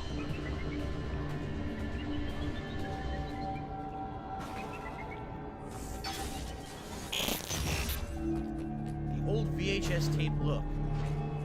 I wonder if we've already seen some of these. We might have. We are watching. that? Joan Risch lived in Lincoln, Massachusetts with her husband Martin and their 2 children. She had the quintessential life of a suburban housewife after leaving her thriving career in the publishing industry to become a stay-at-home mom. The 31-year-old had a seemingly perfect marriage and doted on her son and daughter, but the Risch's lives were about to change for the worst. The morning of October 24th, 1961 began like any other. Martin left for a business trip. Joan had a cavity filled at the dentist and made another appointment for Halloween. Afterwards, she picked up a gift for her husband and returned home. While 2-year-old David took a nap and 4-year-old Lillian played outside with the neighbor's boy, Douglas Barker, Joan did chores. Then, around 2 p.m., Joan unexpectedly dropped Lillian and Douglas off at his house, saying she would be back. Douglas's mother, Barbara Barker, later saw Joan running towards her garage, carrying something red in her arms, but saw nothing further. Lillian returned home Kill her hours husband? later and found what she described as red paint on the walls, but no trace of her mother. The red paint was blood, trailing throughout the house towards the garage where it stopped. The kitchen phone receiver was in the trash. The phone directory was open to the emergency numbers, and a bloody handprint stained the wall. Yet, young David was still asleep in his crib. Joan's car was parked in the driveway, but she was gone. Later, witnesses reported seeing a disoriented woman walking along Route 128. Despite the blood running down her legs, no one stopped to help her. Some believe this was the last true sighting of Joan Risch. Curiously, investigators found that Joan was fond of murder mysteries and thrillers and had checked out 25 such books the summer before her disappearance. Though her husband claimed Joan read these for pleasure, some believe she was learning how to stage her own disappearance, theorizing that she'd become unhappy with her role as a housewife. But theories about Joan's fate range from foul play to amnesia to a botched abortion. No suspects have ever been named, and she had no history of mental illness. That would be a pretty botched abortion. Since Joan's disappearance, and if she truly is alive, she would be 86 years old. So, wow. Who knows what happened there? Indeed. Right? I mean, there's a million possibilities. A million, Phil? There's a million! And I'm gonna count them all out now. She could be dead, she could be alive, maybe she's a doll. Right? Wow. I don't know. That's just like a huge mystery. I think the reason he said it was the scariest is there's so much blood in the house, right? But what could have happened there? I mean, I don't even know what the evidence presented, right? Aw, you is there bitch. anything, any direction you can point that even like makes sense? I don't know. I don't know. The kids were fine, so it wasn't like she went nuts and tried to kill her kids, right? What was all this blood in the house, right? People claim to have seen her. I don't know, maybe her Aunt Flo was there to visit. Down her leg, but Jesus, right? Car washes. And then what about, here's the thing. Oh, she read murder books. Like, what the fuck does that mean? You know? It's to try to say, like... when I was a kid, I used to read books about anthropomorphic creatures that lived in an abbey called Redwood. And there were squirrel knights and archers and... Did you read, what was that, Secret of Nim or some shit? Like paladins. Does that mean that... Oh, November 2018? What the fuck does that mean? Can't be right. Because she liked murder mysteries doesn't mean anything. And I thought it would have been earlier because I... In the chat, they said... Okay, so it's not the tax thing. Oh, is it the mission? Because I thought the tax thing was kind of earlier, but I thought it was 2017. I thought that was one of the reasons Leanna left. Maybe it was the machinima. When did he drop? I don't know when he dropped from machinima, but... That the husband says she was reading murder mysteries and tried to stage her own disappearance or death. Like, it sounds to me like he's covering up or something. Like, why would he even bring that up? What does that have to do with anything? That's not going to be evidence, right? So maybe he did, or he knows what happened. He made that up to the public, right? I don't know. I don't know. That's I don't a weird know. One, and I Great. honestly have no idea what happened. That could be a million things, for sure. I received a $2 tip. Yeah. Oh, Tarbell, remember, his brain don't work. From Ponage 101. And yes, Ponage, thank you. I have this as a private message. Thank you for that. Yes. This is the new it's the first time actually Ponage has tipped since we swapped over to the tipping message. He said, try out the Gucci's House and the Halloween Marathon was interesting. The gang was Gucci's House and look into that. Did you nominate it? Please, if the nominations for my Halloween event are still open, you type !Halloween in the chat. That's the way to do it. Okay? So thank you, Ponage, for a $2 tip. Yes, this is the new way to tip. The new link. The old link is very outdated, like I said. Yeah, because you got thrown out of stream chat. Everyone should be using the new method. I would feel like shit if someone does like a big contribution I missed. I don't even know what happened because I didn't get an email. Am I surviving? Yeah, I'm surviving. Coop, I was talking about the Redwall series of books written by Brian Jacques. When I was a kid, he wrote Redwall, Stonewall Abbey was one of the. There was one before. There was like I read like 10 of his books, and they all link together. It's like medieval times animals. It's kind of like a King Arthur deal, but there's no king. Instead, it's like they all live for themselves in these little abbeys and castles and things. It's kind of interesting, but. If it's an abbey, I mean. that's because they're I go out and do monks. crazy stuff because I read about anthropomorphic animals when I was a kid. This woman was reading about murder mystery this week that she was trying to stage with the predict. Feline tech support said if you would commit a crime, what would it be? I would do life insurance fraud. What the? How about I don't want to commit crime? Well, I mean, he's already done it. And I have so there's many tax people fraud, who bankruptcy already fraud. literally make up shit about me on a daily basis. I would rather not talk about things, right? Let's be honest here. There are enough scumbags out there already talking negatively of me. Let's not start making up hypotheticals here as well. All right. Let's cut down. Hey, I'm a scumbag. No, let's not deal with that. Okay. Pikachu hat. I'm gonna be wearing the Pikachu hat for the rest of this video. Oh boy, let me get the Pikachu hat. No, we did not decorate our yard for Halloween. You don't have a yard, Phil.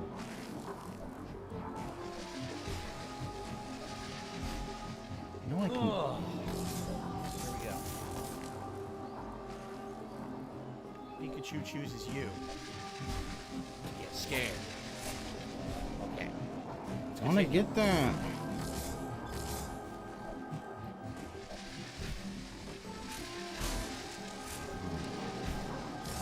Let's do this. Moving on. Imagine the device in your hand being turned against you into a weapon used to stalk, harass, and terrorize you. Oh my God. In 2007, 16-year-old Courtney Kirkendall's phone used to be an escape, a private place to chat with friends through text, to surf her social media sites in her own little corner of the internet. But it slowly became a source of constant dread, even when turned off. It began with the texts. Courtney's friends were receiving messages from her phone, but Courtney wasn't sending them. What? Then her family members began receiving multiple disturbing phone calls from a raspy male voice making threats. We hate you. We're going to cut your pets' throats. What? You're going to die. And we're going to murder you and your children. At first, it seemed like the anonymous calls were the work of a prankster. Anyone can call and make a threat. But then things got a little too personal. Seemingly empty threats distorted into, I know where you are, I know where you live.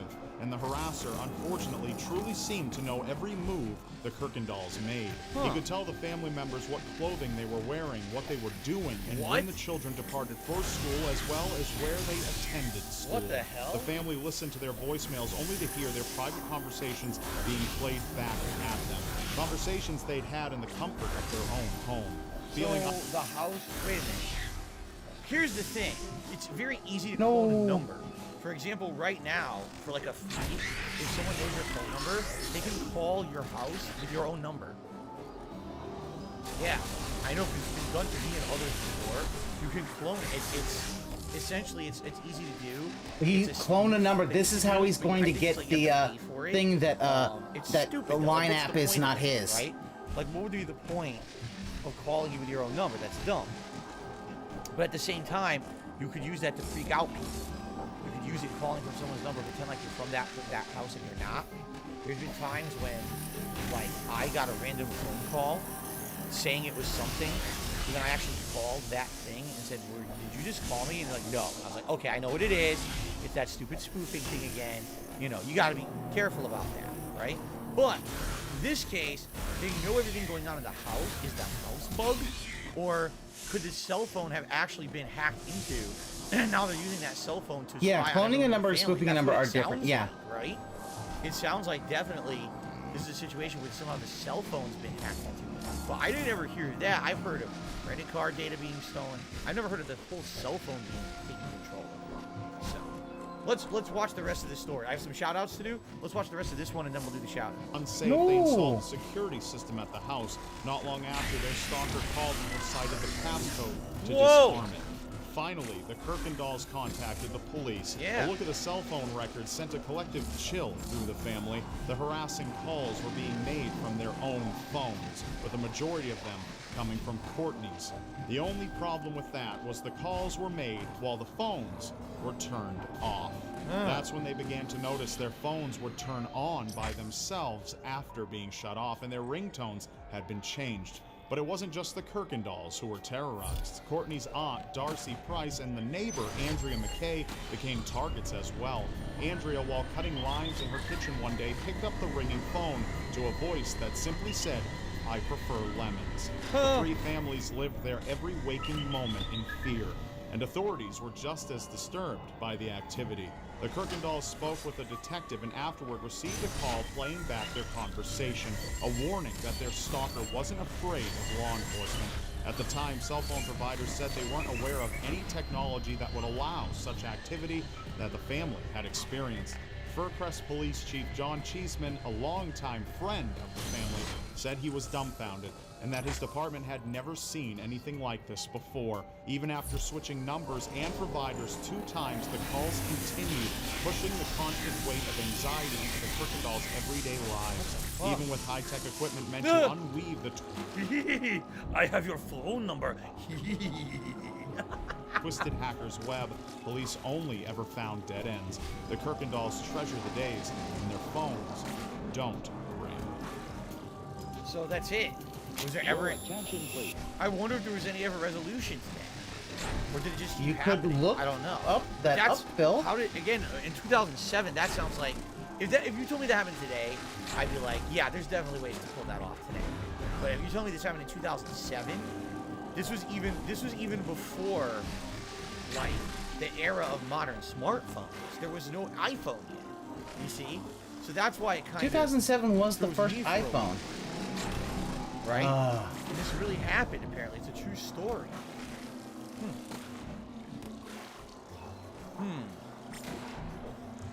Okay. Anyway, 2 tips. First tip has come in from Gamer Guy. He's a great stream today. Lots of spooky stories. I like this countdown right now. This might be my favorite thing we've done all day. This countdown is pretty good. The first 2 are good. Yeah, this one was a good one. So, keep that going. Thank you for the tip, Gamer Guy. I appreciate that. Okay. Also, another tip has come in.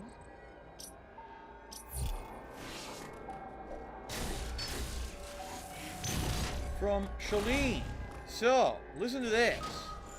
Shalene says, this event has been great. I enjoy watching Rob's content more with a group than alone. Let's spicing things up. If anyone donates $50 before Phil's event ends today, I will match that up to 3 times. So if one person donates a $50 tip, I will match that. If another does it, I'll match it. And if another does it, I'll match it. I won't be here for the WWE event. It has to be before the Rob event ends. Wow. There you go. So, Shalene really likes the event. Just tipped $20. Thank you, Shalene. Let's play the animations with you. And looking to match 3 $50 tips, if anyone will tip $50. That's interesting. What a premise. Well, thank you, Shalene, obviously for that offer. I don't know if anyone will take advantage of that. Yeah, I got no one that. has to. Yeah, But, that sounds like a scam.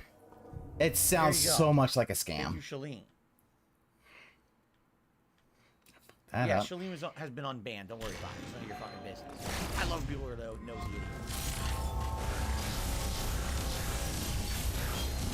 Okay, so there you go. If anyone tips $50 or more, I guess just $50 Shalene says to Honestly, believe that, has to Phil. be during this video. And 8 more to go. Here we go. So big up to our sponsor, Raid Chat. Oh no! It's the most terrible, horrible part. Ah! Ah! Ah! Ah! Phil, you are such a fucking asshole. Dude's just trying to make a living. Horror. Oh, God you damn it. fucking asshole. Rob, you really got me with this one, man. You gotta warn me about those jump scares. Alright. Let's continue. Eddie, I love that kind of, I was thinking, like, I'm so funny, I'm so funny. His own life with a shotgun. His heart was donated to Sonny Graham, who only had 6 months to live due to congestive heart failure.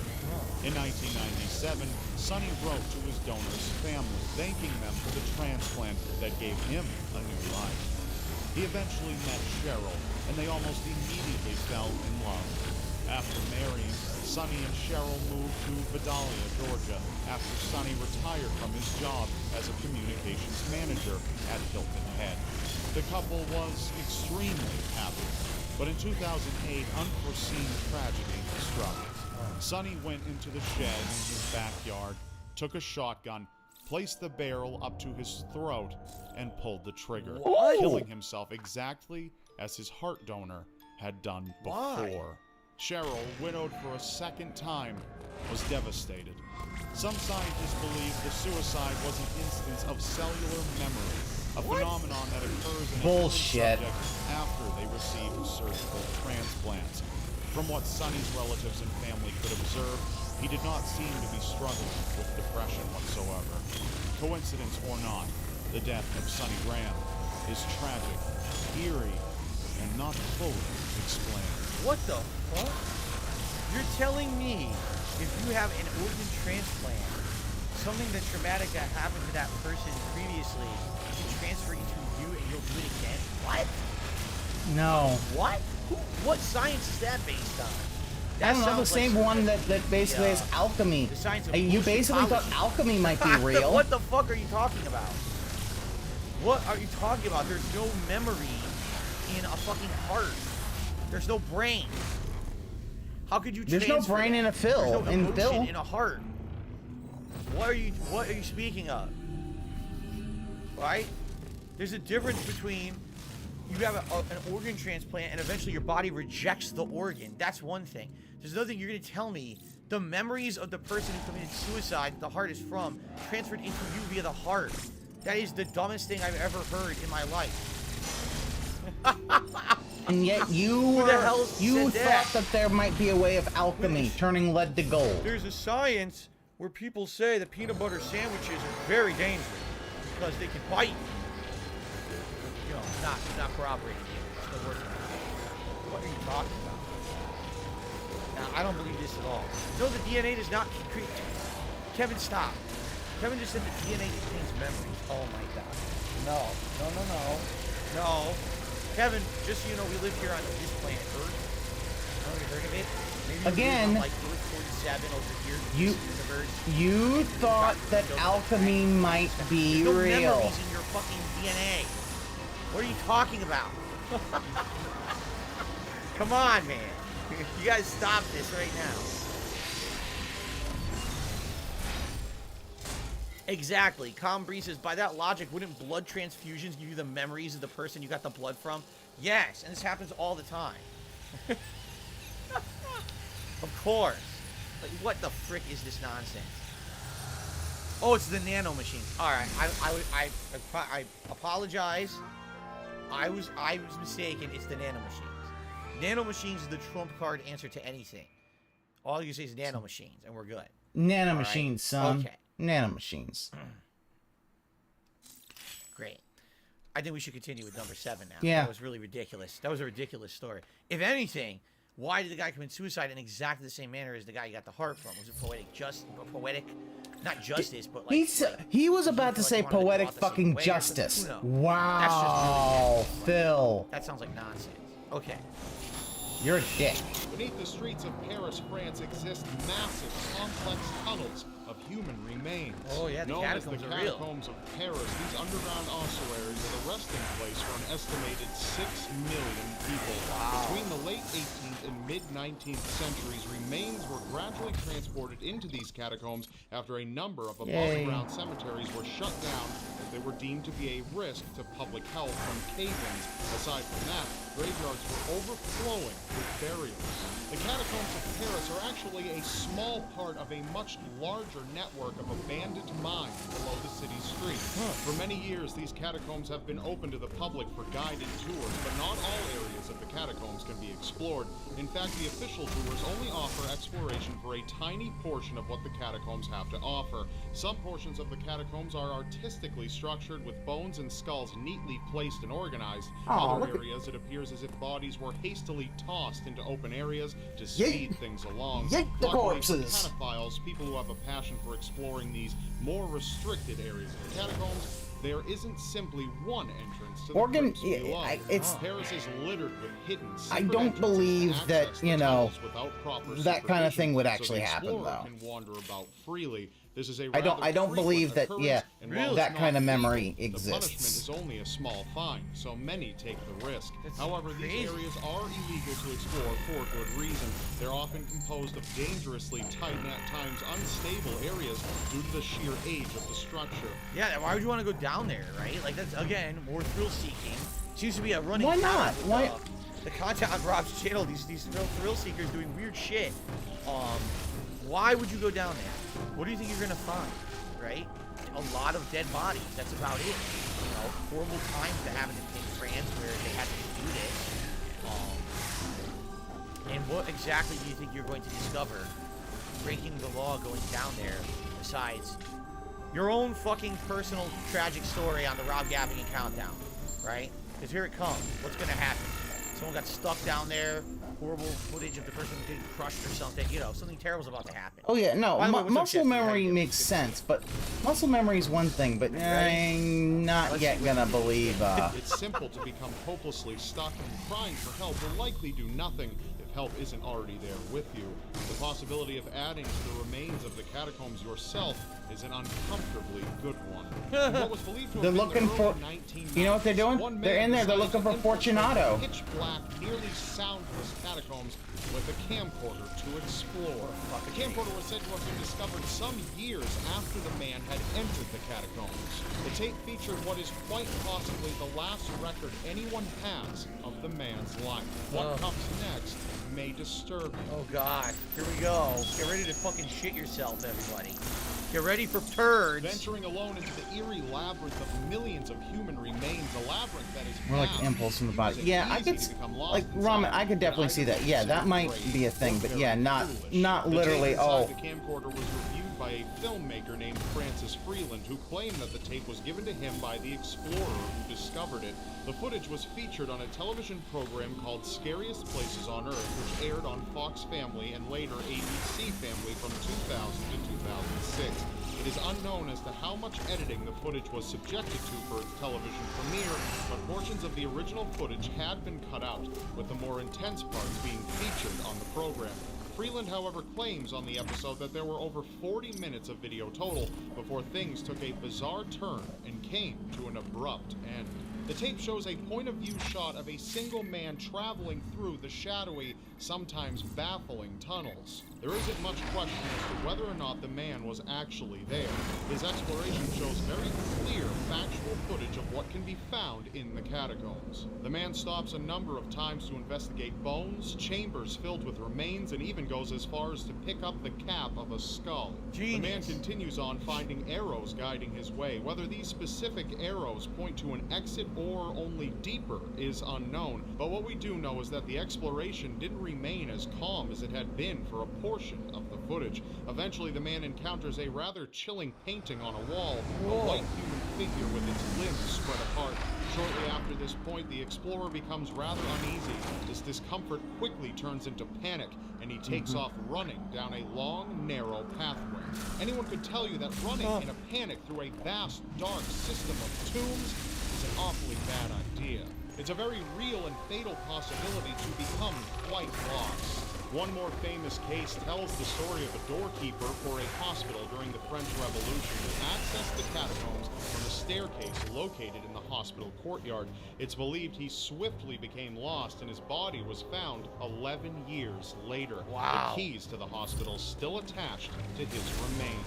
Despite technological advances, the catacombs are as dangerous as ever. As the footage continues on, the explorer seems more and more disturbed as he races down the confined corridors, occasionally stopping to perhaps determine which way he should take. His breathing becomes louder and louder as panic and exhaustion take hold of him. And suddenly, without warning, the camcorder hits the ground as the man's feet brush over the wet dirt, carrying him off into the darkness. This is allegedly where the footage ends. The man does not return to the camera. It's simply left there until the battery dies. There's nothing more offered beyond this. The abrupt conclusion would point to the fact that the man, filled with fear, abandoned one of his lifelines, the light on his camera. Finding a way out without it, unless he had a very good idea of where he was and where the closest exit was, is just about impossible. Yeah, I gotta think those catacombs gotta be one of those scariest places. The episode of Because yeah, it's dark, you have nowhere of knowing where you're going. Since then, the mystery surrounding it has still gone unsolved.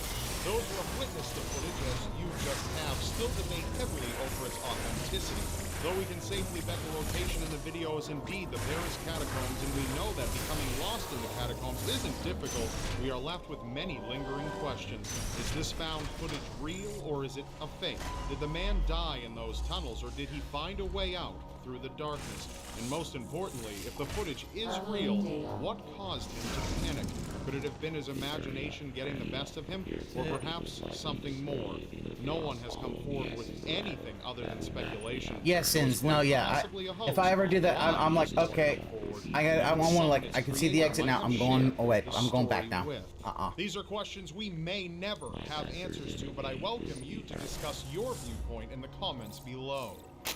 Interesting. Yeah, I don't know. It looks to me... Yeah, that's the thing, Rama. It all looks the same. You have no idea what way to go. By the way, all those things on the walls aren't supposed to be weird, but like they said, there's so many ways to enter those catacombs that anyone could just do it. Like, those paintings can be super old, right? 100 years old, someone went down there fucking tagging everything, right?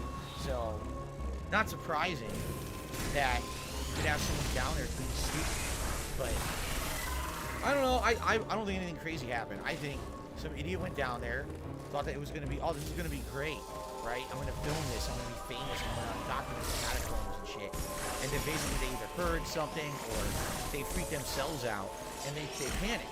They were by themselves, so they panicked. They wanted to get the fuck out of there, right?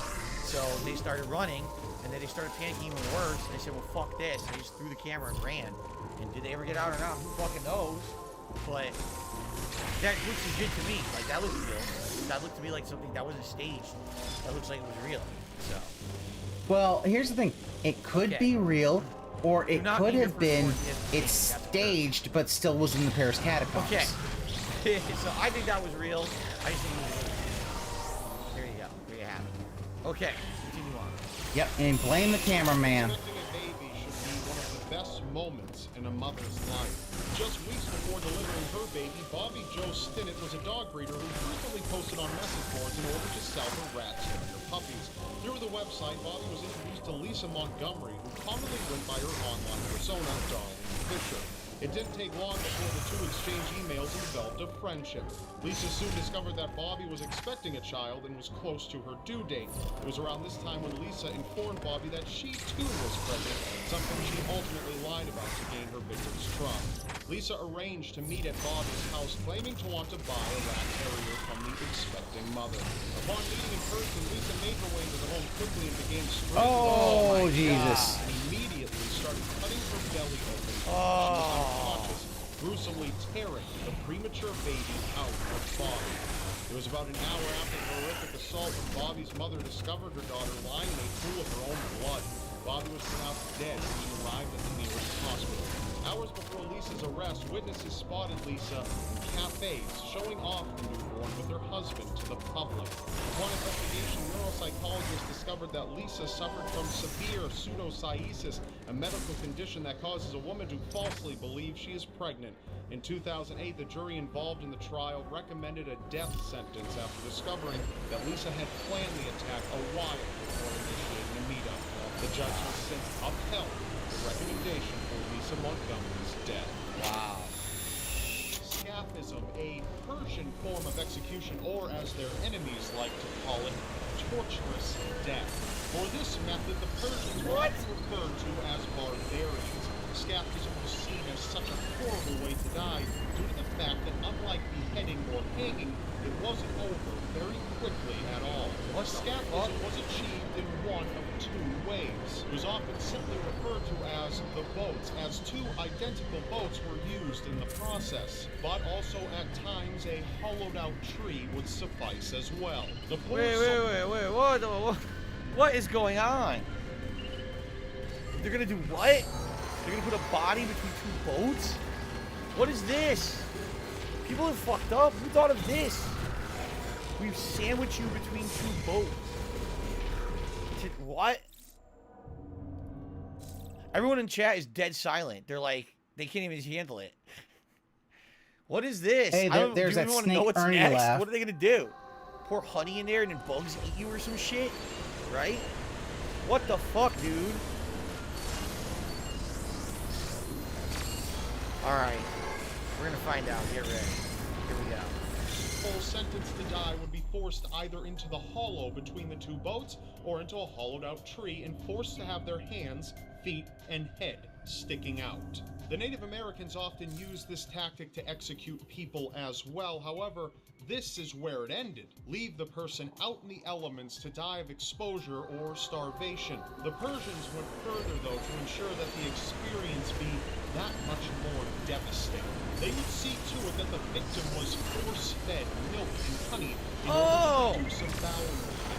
If the person would refuse to eat, they would have their eyes pricked until the victim would forfeit their struggle.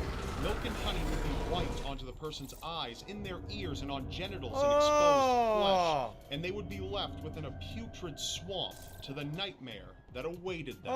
Being overfed the way they were served two purposes. One was to prolong the victim's lifespan, and this was for a very specific reason, which ties into the second purpose: insects. The bowel movements would become so immense from the milk and honey that they would fill their improvised container with excrement. The sweetness of the honey plus the smell of feces would attract insects, which would begin by burrowing into exposed flesh and work their way inside the body, viciously gnawing at the eyes, ears, and other vital areas. The vermin would invade the victim's organs, carving the pathways into the bowels and intestines, where they would find new homes. It would be this way for days, weeks, until the victim finally were to succumb within a prison of festering, rotten excrement. One would hear their own final thoughts over the buzzing, scratching, and chewing that droned from inside the wood. One particular victim was noted to have taken 17 days to fully die. On June 9th,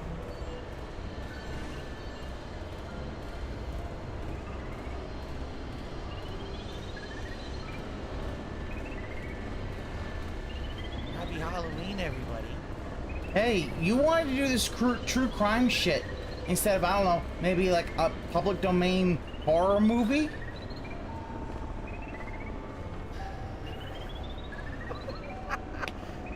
Oh my god. What? Dude, people used to be really fucked up. Hey guys, I want to get in a time machine and go back in time to like medieval times and see what it's like back then. Let's do it. I'm sure it's a happy place full of knights and chivalry and people being stuck between two boats and force-fed milk and honey so they defecate all over and get eaten alive by bugs. Sounds like the place to be.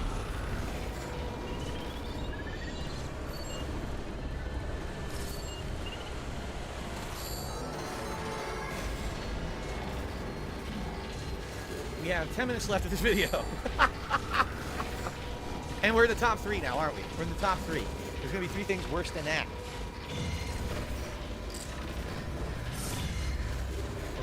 By the way, just to remind everyone, because some of you might have just joined, Like that's a rough fucking thing of if execution. someone tips $50 or more, there will be a matching of that. But it has to be by Oh, the time that this video ends. And time oh, he is really hoping that that's real. Wait till later, do it now.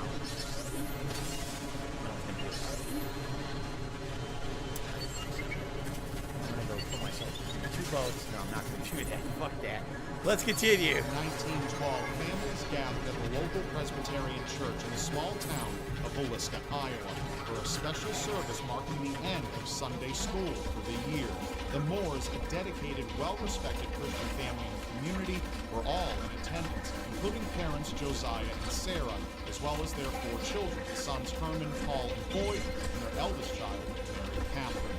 But when the festivities ended, the Moore children weren't ready to let the day end, and begged their parents to let it looks like neighbors I'm Lena just looking and at that. Dina Yeah, Stillinger that spend I the think night. looked to be the thing Seeing that no caused the harm in code it, black Josiah on. and Sarah agreed, and they walked back to their home with the 6 That caused children, code black serving on. them cookies before Was tucking piece of them into piece. bed So that yeah, night. that. However, no one could know that it would be their last meal, or that the dawn would bring about horrific bloodshed.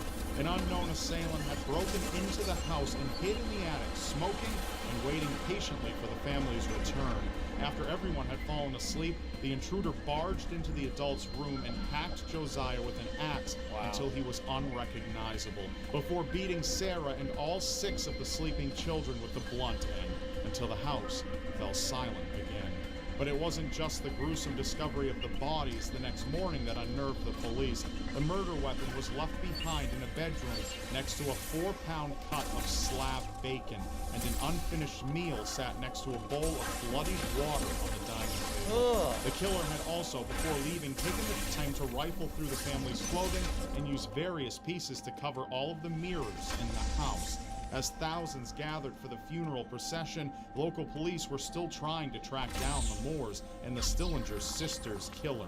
But after crossing off name after name on a long list of suspects, everyone from a state senator to a traveling reverend, they still had no solid leads, and the case turned cold. To this day, the why and the who behind the VIscant Axe murders remain unsolved. Yeah, why? It's a completely unexplainable axe murder.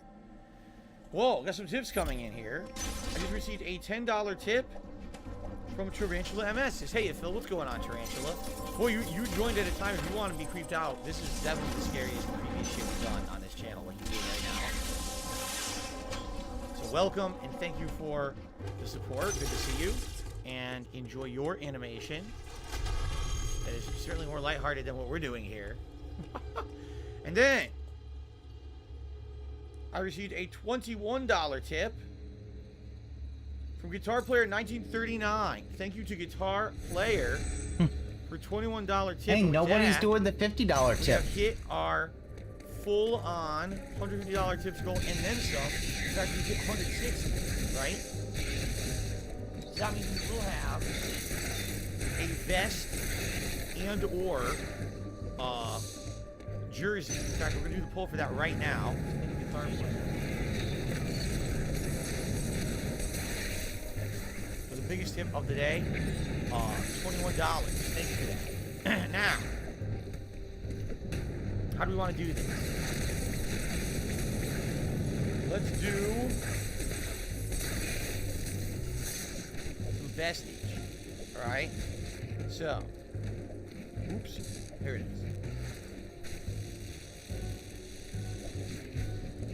Which vest / jersey is Halloween best? Would we do the red for blood? Would we do the beige for flesh? Would we do the black and gray jersey? Or how about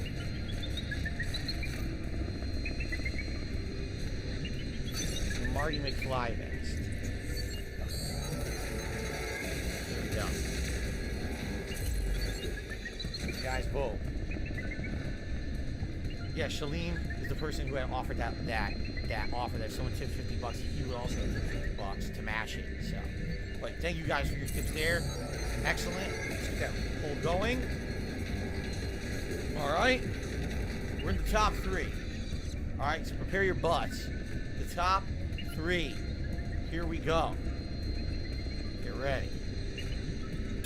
In 1998, 19-year-old Tara Calico had a very tight schedule. On top of studying to become a psychologist, she held down a job at a local bank and liked to remain fit with activities such as tennis and bike riding. Tara took off for a bike ride on Highway 47, a short distance from her New Mexico home. Did not expect to get out of that. She asked her mother to come and get her if she wasn't back by noon, just in case she had managed to get a flat tire, something she was familiar with in the past. Tara wasn't back by noon, so her mother promptly left to go and retrieve her.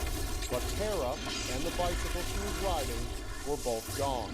Police discovered a cassette tape thought to have belonged to Tara in the dirt near where she was riding, with bike tracks nearby. Almost 20 miles further, they found a Sony Walkman that was believed to have also belonged to Tara. Her mother claimed she was sure that her daughter was leaving a trail for them to follow, but help was unable to do so. The case nearly went cold until a year later, when a photograph was discovered in a parking lot in Florida. The picture depicted what was widely believed to be Tara, alongside a young boy who resembled Michael Henley Jr., who also inexplicably went missing from New Mexico in the same year, but whose body was later found not far from where he disappeared. Beside Tara rested a book by V.C. Andrews, who friends of Tara claimed was her favorite author. Many years later, Tara's parents both ended up passing away, never knowing whatever happened to their daughter. Tips continue to come in over Tara's disappearance as authorities still, over a quarter of a century later, try to put the puzzle pieces together. Never gonna figure that one out. Some deaths occur without rhyme or reason, and the evidence left behind will haunt us forever. Elisa Lamb was a 21-year-old student from Canada visiting Los Angeles, California in early 2013. Unfortunately, the hotel Elisa chose to stay at, the Hotel Cecil, was a place notorious for sinister happenings. Really? A number of terrible things have occurred within its walls, from thefts to suicides to murders. The Hotel Cecil was perhaps best known for being the residence of 2 prolific serial killers, Jack Unterweger and Richard Ramirez, the infamous Night Stalker, who were responsible for striking immeasurable amounts of fear in their own respective ways through their brutal, merciless murders. One of the most haunting details of Elisa's final moments involved an elevator and were caught on security footage. Elisa can be seen stepping onto the elevator and pressing all of the buttons for an unknown reason. The elevator doors, however, refuse. We don't know, Phil. Elisa cautiously steps to the elevator doors and darts her head out as if she were expecting someone to be out there, possibly even looking for her. Her movements are quick, like she doesn't wish to be caught. She ends up pressing herself into the corner of the elevator in what looks like an attempt to hide from an unseen presence. The elevator doors still malfunctioned and refused to close, so she stepped out from the elevator in a series of odd movements. Some time passes and she steps back into the elevator, appearing distressed, only to try again, pressing all of the buttons. What happens next is most chilling, as the doors yet again refuse to close. So much trouble with this one. Emerges into the hallway and begins moving in a disturbing manner. What the fuck? She moves out of the camera's view and doesn't return. Whoa! 30 seconds later, the elevator doors finally close, and it moves freely from floor to floor. What Disturbing, the hell? Yes, but it's not over yet. Wait, it's not over yet? What the fuck happened there? The elevator refused to work. She looks like she was being chased by something she did. Then she started acting weird. What the fuck is going on? It's weird because at first it looks like she's fine, right? It just looks like she's afraid, like someone's after her, and she was afraid that something was coming for her, and she just wanted the elevator doors to close. The thing that gets me is that she went and she pressed every button. That's weird. Yeah, some people are saying maybe she was just on drugs. She was acting really, really weird. She was on drugs, and it made her think someone was after her. And she's so druggy, you know, so drugged out. She just hit every button. So druggy, right? Like just hit everything. But that doesn't make sense. Like, why the doors? Maybe there's something with the elevator. If you press all the buttons, there's a safety feature that doesn't close the door. That could be. That seriously could be. Where There's a safety feature in the elevator that if someone goes like this over the buttons, that it freezes for like a whole minute on purpose, so that someone doesn't fuck up and end up going to 14 more than they do, right? Could be. Yeah. But we're not done yet. Apparently it's going to continue. Okay? Wait, I got a tip. Chef D tipped $50. The biggest tip of the day. This is the first time we've seen this animation in a very long time. Ready? Here it is. Thank you, Chef D, for a $50 tip. The biggest tip of the day so far. And he says, let's see this get matched by Shalene, who said that they would. So thank you, Chef D, for the very generous $50 tip. And that's going to get us to $210, so you guys can decide. We're going to have a vest in a moment here. It's definitely going to be the Marty McFly vest. You guys get to determine if you want to see a hat swap there. Because we've already hit 200. At 200, I said Yep, we'll do a this hat is a swap. super scam. Okay. He is going to get scammed. He's so mad that he got scammed. He says he likes He Rob found out Gavlin's struggled with very mental inferior illness voice. her whole life. Yeah. Alright. So, Marty McFly vest absolutely is winning. I might as well just put it on. It's 50% of the vote. I mean, just get down. Okay? Oh, I hit myself with the face with a Pokeball. I clobbered myself with a Pokeball. I don't know if Rob does. I actually don't know if Rob cares.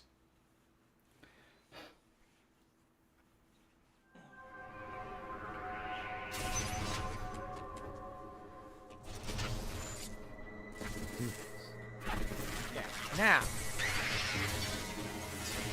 we hit 200. That means you guys get to vote if you want a hat swap or not, okay? So let's do this. I hit the wrong thing. Really the wrong thing.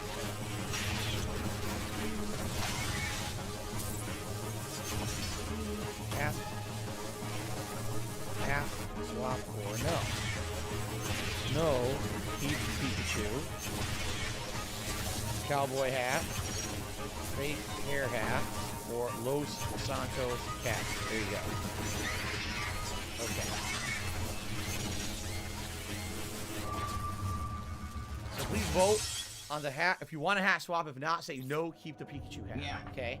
And then I got another $10 tip. Thank you so much, whoever this is. This is Dark Angel 2931 says, Phil, how is it going? In all my years as a healthcare worker, I've seen horrible things. Some of the cases in these videos have me speechless. Yeah. Oh, you know, we also need dark stuff here today for sure. Comes the money. Here we go.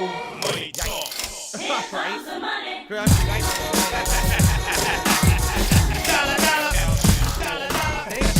Ching, bling, bling, got the chatter. You ain't talking money, then you're talking no matter.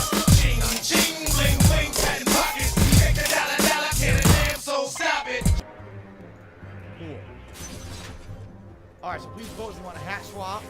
And of course, people are going crazy and saying, will Shalene live up to their word and match the $50 tip? I guess we're going to find out. Alright? Okay. In the meantime, let's continue on with this creepy story. Because it's not over yet. The story continues. Alright. Here's how the story continues. Here we go. 2 weeks later, residents of the Hotel Cecil complained to management that the water was discolored and that it smelled and tasted funny. Oh, when the no. water tanks on the roof were inspected to discover the cause, Elisa Lamb's body was found dead and corroded inside. It was determined that she had ended up inside the tank only moments after she stepped out of the elevator. The problem was that the roof was nearly impossible to access, as it was blocked behind 2 locked alarm doors that Elisa somehow passed through undetected. Even if she had done it herself, climbing the water tanks, opening one, and then closing it behind her would have been even more difficult. I do too. Yeah. Despite Scope this, it. investigators ruled her death Scopotermine. accidental. What? What? Accidental. You have footage of her going crazy. You have footage of the elevator malfunctioning. Accidental.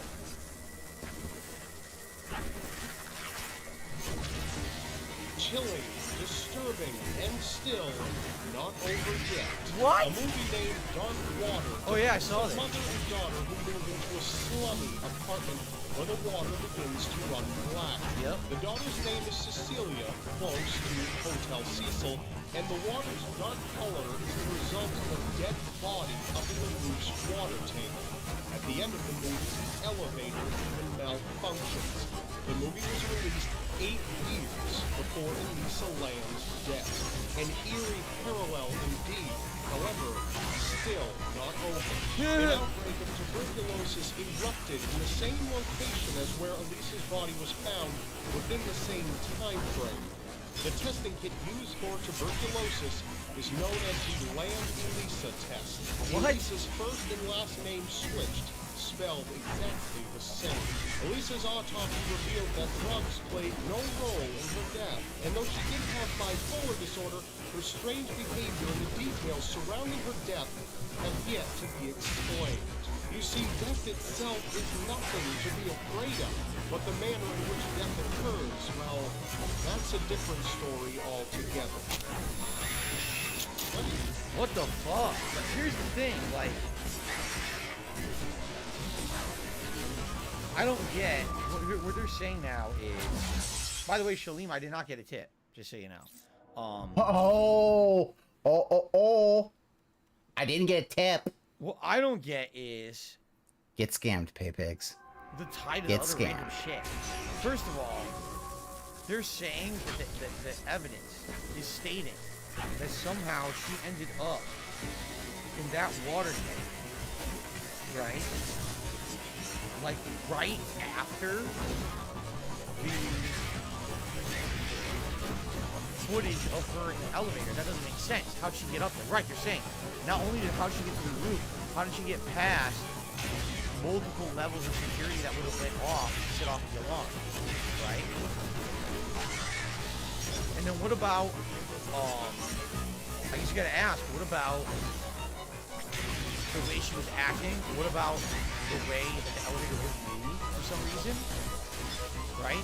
What about the fact that she wasn't on drugs? They said she has bipolar disorder, but does that make you work back like that, right? And especially untreated. I don't know, man. This is so weird. I think the tuberculosis thing is stupid. That's nothing. That's nothing to do with anything. That's just a coincidence. How the fuck do you link tuberculosis with what happened? It's a coincidence, Phil. But in the Dark Water movie I saw, but the Dark Water movie is actually based on a Japanese movie because I've seen the original, and the original is actually a little on the boring side, but gets really scary near the end. It's basically that was the era of American cinema where they would Americanize all the Japanese horror movies. So they did it to The Ring, Ring became Ring, right? Ju-On became Grudge, and then there actually was a Japanese one. I forget what it was called, the Dark Water thing.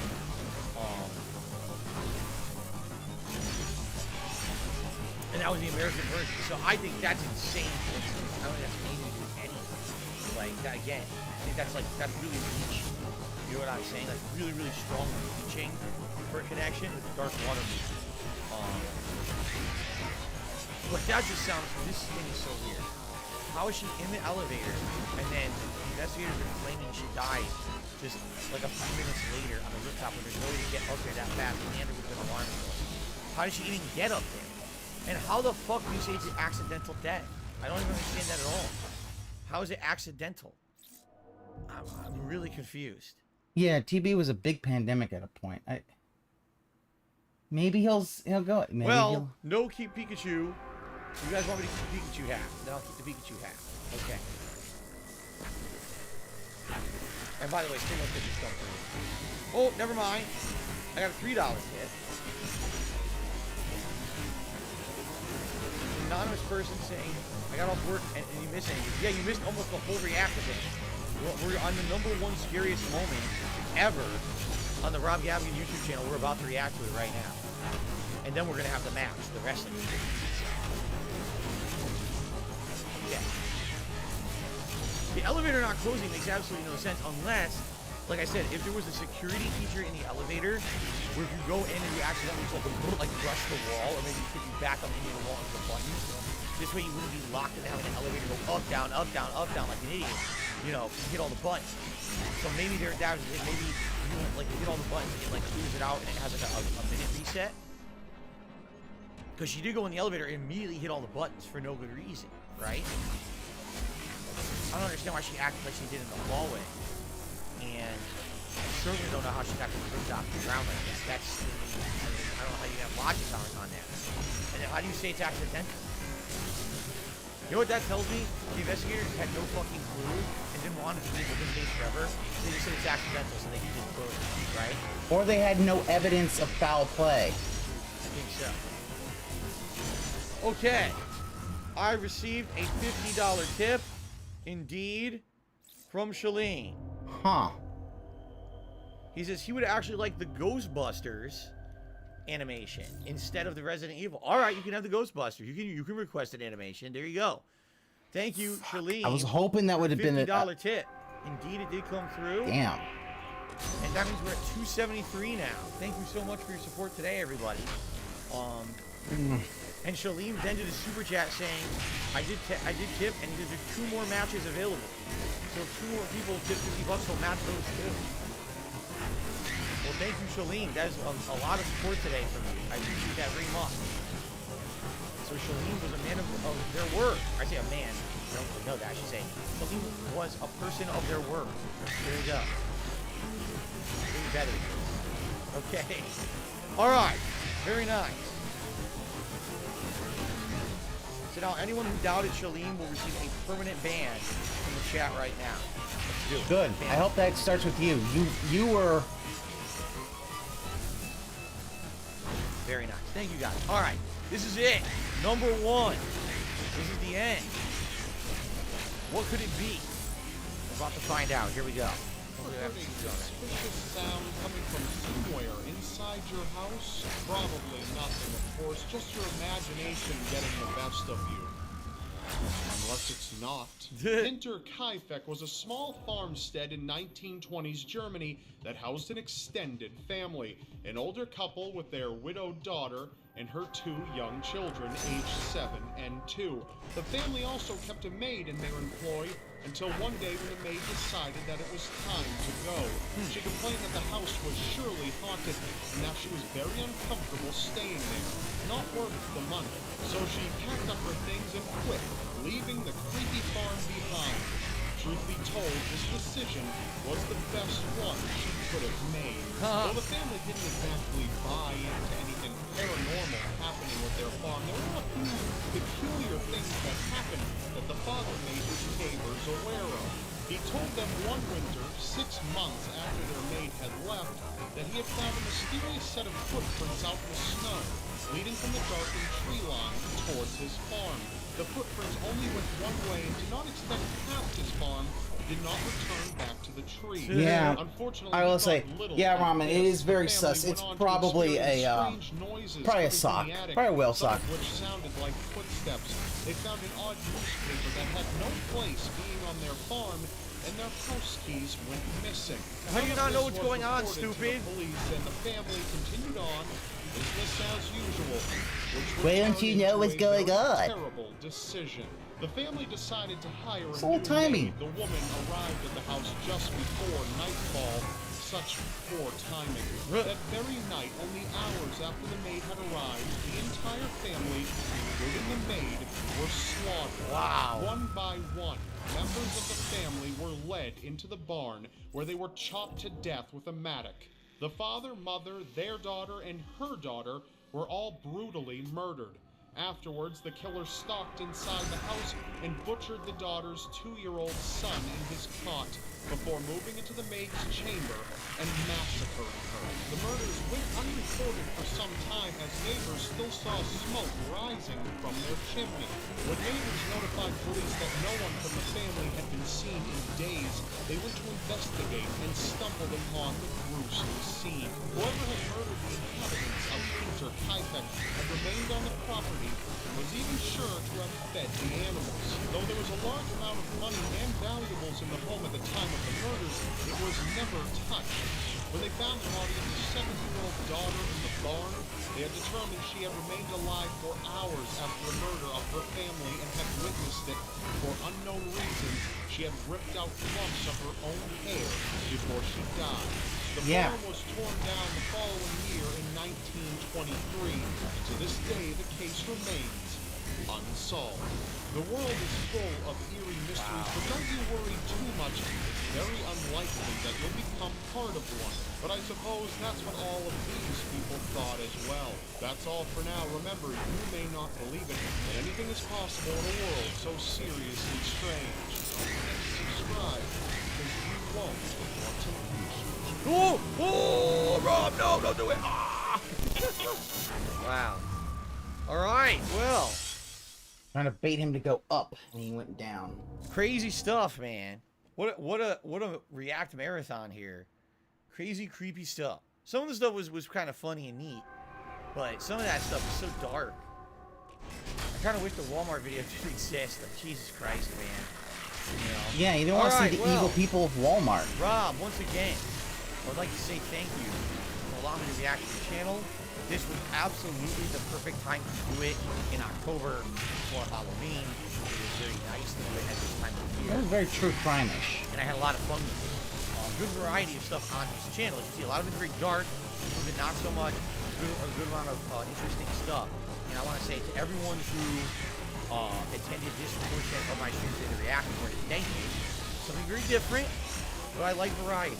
We don't do this so often, right? We usually don't react to a channel like this, but I like doing it, and it makes sense to kind of do it for Halloween month. No, listen, I get you. If you're done, you're done. Yeah, I'm so, yeah, that was really having nice a lot to be of able trouble to with kind of get this. through a bunch of Cute creepy stuff with you motherfucker. guys. I do sometimes I like watching stuff like this. You know, not all the time. This time of year. This time of year I'll watch videos like this, and they treat. So it was pretty good, and I think we can all agree yet again. I think we can agree yet again that we're in a situation where Rob has proven his very good ability to be a narrator, correct? Like, I think that he's time a to great play narrator mobile for games. This kind of story, and I feel that he's very fit for the role. Now, I wonder what he's got up his sleeve. Just so you guys know, if you're interested in Rob's channel and his content, he hasn't done anything in a couple of months, but he advised me that he's working on several new projects, and I guess some of them might even be collaborations in the way. So, with all that coming up, I'm excited to see what else is coming from his channel. Now, am I going to do anything with Rob Gavigan anytime soon? No. This is a perfect time of year to do it. Maybe at some point next year, if you want looking for good variety or something, maybe I'll consider coming back to the channel again. At this point, I like doing this during October. It's a very important time of the year. And again, thank you to those who suggested it. Because people actually suggested it last time. They're like, why don't you go back in October to do it? That's a really good idea. I think that it went really well today. I had a good time. So, all right. Thank you, Rob, for allowing me to react to your content. Thank you, everyone here, for your support, for watching, for enjoying. Right, it was a good day for sure. And double thumbs up. Great stuff. I was definitely creeped out. All right. So thank you for watching. Rob Gavin React Revenge. Here in October of 2022. Awesome. Okay. Well, we got a few things to do, guys. We're not done yet, by the way. This is not the end of my show. I do want to just kind of take everything off for a second here because we have to set up for the wrestling match to end the show, right? I'm done with that. Sorry. So we're gonna do that. I'm hitting a wall. I hit a wall, so I need to Shalim stop. another $1 saying else I'll shows just... that they got charged twice. Now, Shalim, I get an email every time that a tip comes through, but I'll give you the benefit of the doubt. I'll double check. I doubt that it came through twice. All right, but I will check. Oh, he's saying it came through twice. Uh-oh. See here. Is he gonna gonna basically claim a chargeback.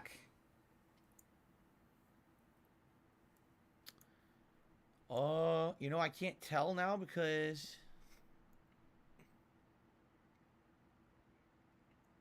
chargeback. No, it did go through twice. It did go through twice. Are you okay with that, or do you want me to refund it? Because you didn't. You're not offer to do it refunding twice anything, and did Phil. It twice and by accident. I will fully refund you right now for that second tip. If you did not intend it, I'm not gonna be a jerk about it. Yeah, It went I through like. twice. I love which that is the weird hat and the 'cause I didn't glasses get came two emails right the about fuck it. off. Yeah. So let me know what you want to do. Tag me in chat and let me know what you want to do. I don't want to keep that if you're not okay with it. That'd be messed up of me to keep that. That's not your fault. It seems like it's fine. What? He said he's okay with it? He did? Ooh, He tagged me. Where is I'm it? wondering if it's a chargeback. Keep it? Wow. Wow, what a generous person. Thank you, Shalene. Really, that's really nice of you because, you know, that was unintentional. Thank you, man. Well, here we go. That should put him at 323 then. Shalene, the MVP of support today for sure. Good Lord. Thank you, Shalene, for another $50 tip. That jumps us up to 323. Yeah, this is Shalem is definitely a sock. Thank you so much. And with that, if you guys wanted to see a vest swap, we could do one. In fact, let me do a poll for that right now. You already took the hat off, dude.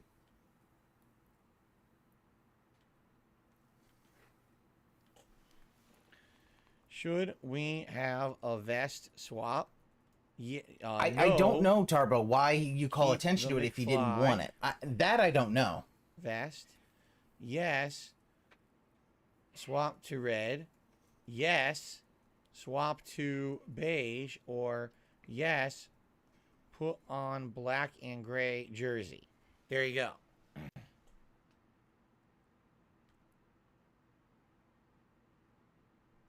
So weird that he We've called also hit attention 200 to it. likes, which means A bubble it's blow. time for a celebratory bubble blow. But he's Then not we a are gonna children's set up entertainer. He's not a The Muppet. match in WWE. Okay. Turn that off. Celebratory bubble blow. Here we go.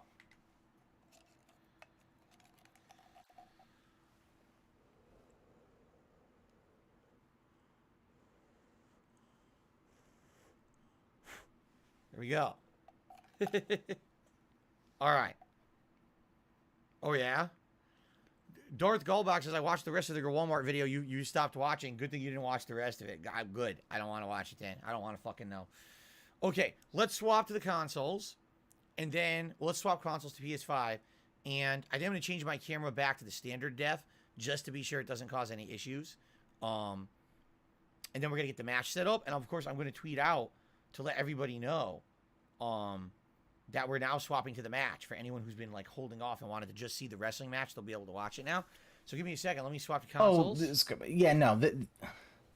Go Patrol, I mean, yeah. That money is going to be gone. Phew. I'm surprised the money's still there. Like, if he takes a 10-minute break, that money's gone.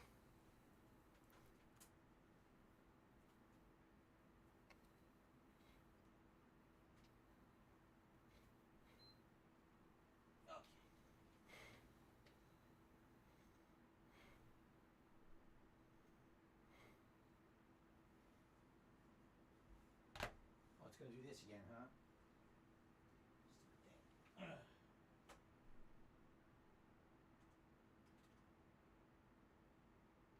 Here we go. Okay. Oh, yeah, new 6-star tonight.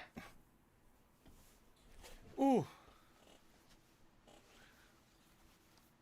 I Oh, look, love the that email Cat came is the through. one that has PlayStation. I got the email Plus. super late. It just came through right now. Yep. This is rough. So the email for Shalene was just delayed. It just came through right now, which obviously is not the case. Look at that. Oh, you guys are absolutely right. I need a coffee. I need a coffee if I'm going to do this commentary. Oh. I didn't even think about that. Thank you for telling me, X-Shooter. That's very... Hey, he's going to go do some correct. I should go pulls. grab a coffee right now. Time to pull. Gotta pull. I'm going to put the hat back on. Don't worry. Let everyone relax. Everything's gonna go back on. The fuck is that? That's NHL 23. Look at it. That's NHL 23. Does that look like NHL 23 to you guys? Well, one of them's a commentator, dude. Okay, hold on. I gotta change the camera here.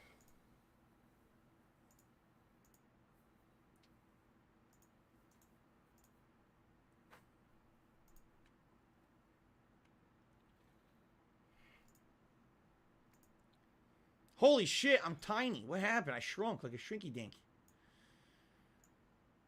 Whoa. Okay.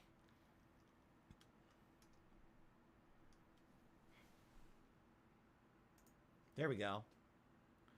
All right, and I should move. Actually, I don't know where the best place to put the webcam is for this, because I think the characters' names appear in the corners, but I really have no clue where would be the best spot for the camera for this event. I have no recollection where I put it before. Well, how about this, Phil? How about, you know, maybe you should have an overlay so that you're not covering the game I really don't with remember. your stupid camera. I'm showing my age with Shrinky Dinks. What do you mean? You guys, that wasn't the hot new kids toy when you were kids, Shrinky Dinks? That dates me? How about a Yeah. Light Bright? You ever had a Light Bright?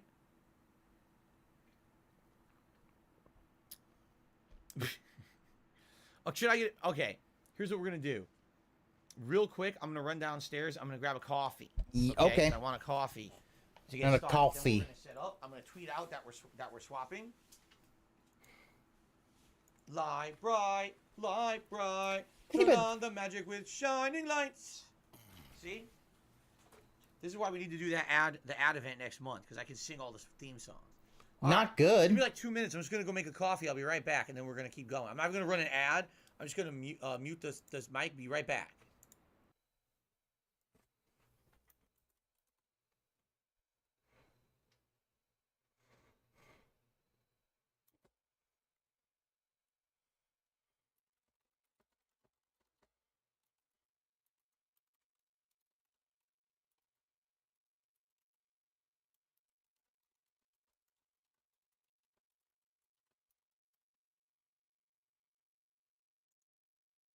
All right. Well, he's off, so let's see if we can find TJ.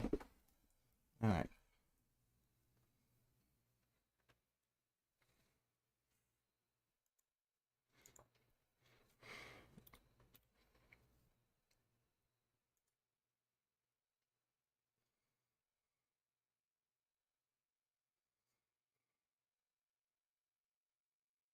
Oh yeah, no, the ad thing's gonna be awful. That's why I'm hoping like OIC or whoever is Emil decides I don't want to do that and just doesn't give them, like, because that's the whole thing. He cannot seem to gather. He can't seem to understand, like, 600 is like the limit, but they can't do it all the time. Meaning they might have to save up. Like, because think about it, 100 gift memberships is what? $400? I can't remember how much his memberships are. There's $300 or $400. All right, let's see.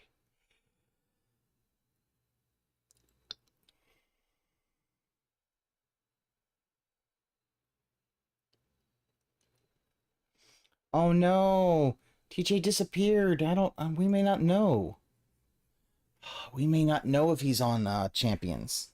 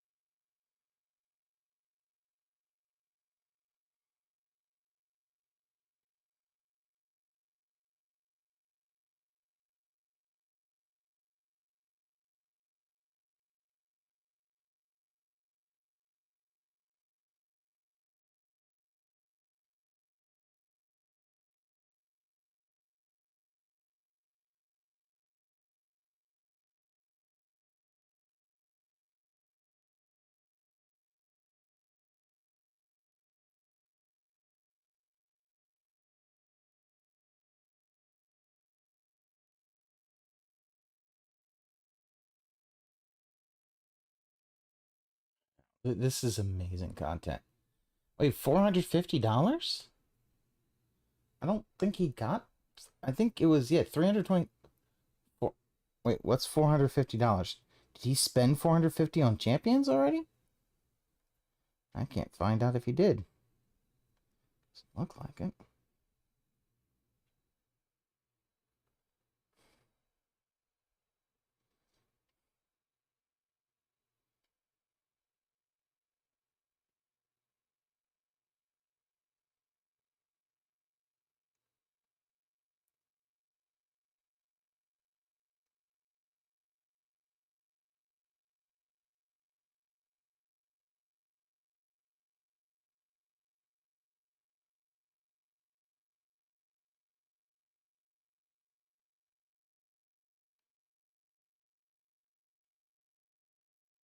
Oh, okay. Oh, I'm sorry. Oh, his membership's 450, so $450. Oh, okay. I'm sorry, sir. Yeah, so like those sub bombs, like people probably can't do them each month. I mean, that's a fucking lot of money. So, you know, and the thing about it is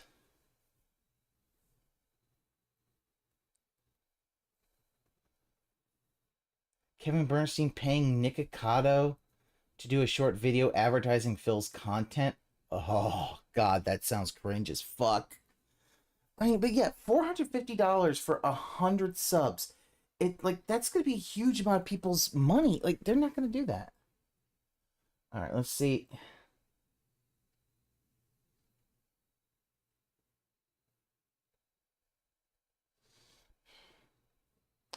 Yeah, Shinko was looking at that, and Shinko just saw when he got up the red hand. I'm still saying, I'm gonna say that is a gout flare up. Who's excited for this match? I hope you I'm guys not. are. Here's No. what we're gonna do. Let me set it up. This is awful. First, let me set it up. Or should I tweet out first? Here's what I'm gonna do. I am gonna hide everything from you guys. Reason being, I don't want spoilers. Obviously, I don't want you guys to be spoiled on what I'm setting up because it's gonna be pretty cool. So I'm gonna jump in here and start setting it up, and you guys just have to stare at this black screen. I apologize for that. Okay? And then I'm going to post up. You see, Phil, if you had scenes, you wouldn't have to have a black screen. Okay? You could actually use, you Derek, know. you're welcome. He's thanking me for the good marathon today. Thank you. Or you're welcome. Excuse me. Keep the McFly vest. You guys want me to keep the Marty McFly vest? All right. I'm just going to leave this stuff off for a few minutes before we start because I was actually getting really sweaty. So I just want to leave it off while I set up and I tweet and we get everything. As soon as the match, when we're going to start, I'll put everything back on. Okay? But I'm sweat. I was getting sweaty. I'm like, oh, shit. Okay. Your dinner was good. I'm glad to hear that, Derek. My dinner was good, too. Now, how do I do this? Trying to remember how to do this. Was it play? And then here it is. It's supposed to be like a Royal Rumble match.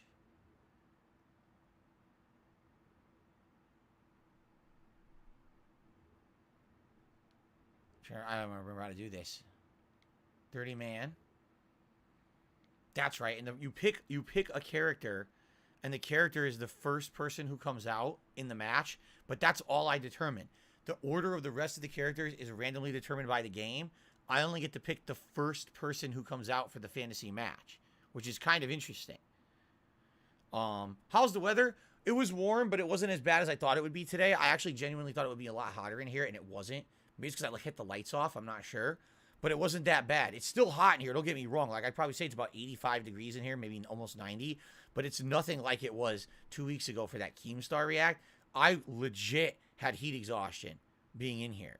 So No, you didn't, Phil. Shaleem should be the top. No, Wait a you minute. didn't. Well, if you Chef had D heat exhaustion, you would tipped literally have had. $50, and then Shaleem I've had actually, heat the way it exhaustion. works You could is that the barely have top done. tipper You would have is whoever basically tips been that like, amount I have to first. turn everything So off and technically, leave.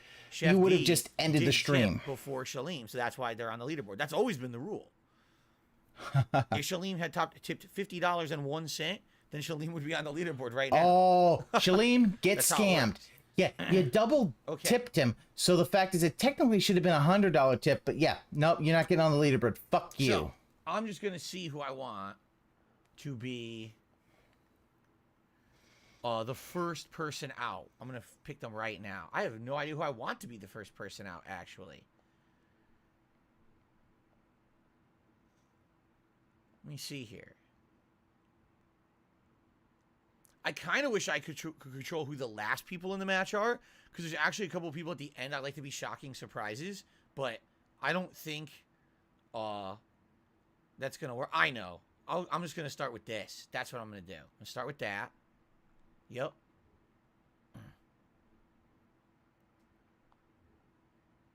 Wait, I want to set all of the entrance match options. Here we go.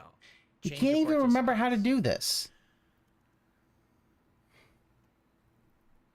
Oh, nice. We can do Halloween Havoc. Oh, that's cool. Because I wanted to get a custom arena for this, Yeah, but I because didn't here's have the thing. time. But we can do Eternal's right. Halloween He Havoc. did That tip works out 100. perfectly. Sweet. So I'm not- this all is right, I'm just happy about Phil that. being very semantics. And it's like, even Chef D, the guy who's like, All right, I gotta change no, it all should the go to participants. Shalem. This is gonna It's like, take a while. yeah, no. Chef says no, give it to Shalem. All right, we'll give it to Shalem. Shalem, you could be on the leaderboard as top tipper. Chef D is saying it's fine. Sounds good to me. That's very nice of you, Chef D. People are being very nice today, both to me and to each other. Oh. That's really nice to see. Thank you. Thank you for Yeah, the support. you're very Thank you nice for to me being by nice giving each me other. money. I think we're having a good day. That's why, right? We're in a good mood. That's excellent. Okay. Derek says he still watches AEW. JR does one show a week now. I mean, he's really old, isn't he? Right? Shalem said bye. Oh, I missed it. Oh, man. I feel bad. Well, I hope Shalem. Thank you, Shalem. I don't know if you'll be watching this later or not, but thank you so much for the support. Okay. The only thing that really sucks, you can't separate the certain characters. Like, for example, I've created characters, and I can't separate those from the in-game characters that are already there. So I have to go through this giant list of created characters to pick the ones I want for today's match, which is really stupid. I'm doing it right now. I'm picking it. Oh, you know what? Should I tweet out so people start joining? I probably should, shouldn't I? Dude, Okay, I we'll do don't that think you're going to first. get anybody joining in. Okay. Let's tweet out and let's post up that we're doing this.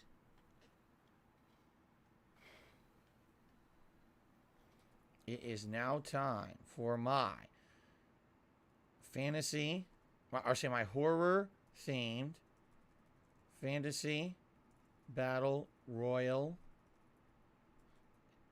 event in WWE 2K22. Join me.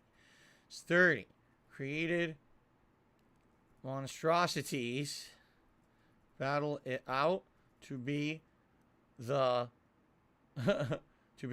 Halloween champion. Do not miss the hilarity. All right, let me post this up.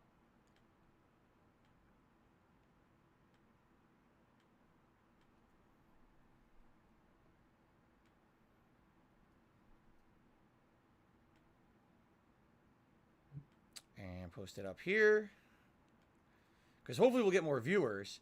I think a lot, actually, honestly, you want to know the truth, I think more people were interested in the fantasy match than the Rob Gavigan react. Which Really, is fine, Phil? But I just hope that people nobody was swap ever over interested now. in that shit last time.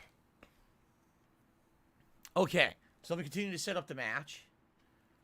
Again, I don't control the order. I can control the participants. Okay, come on, just but I hurry it can't up, control Phil. the order they Just enter the hurry match. it fucking So it's really up. completely randomized in that regard. There we go.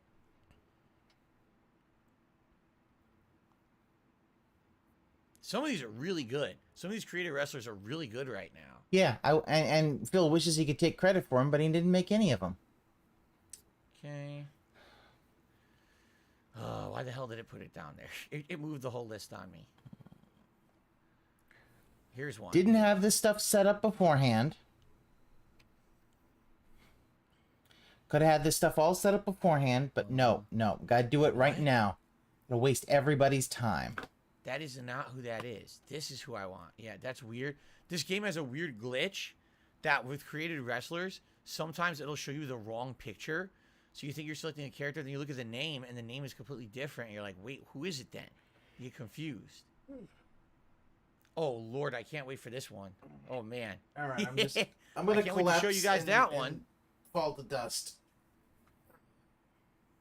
Okay, he's already Phil, in. let's There we go.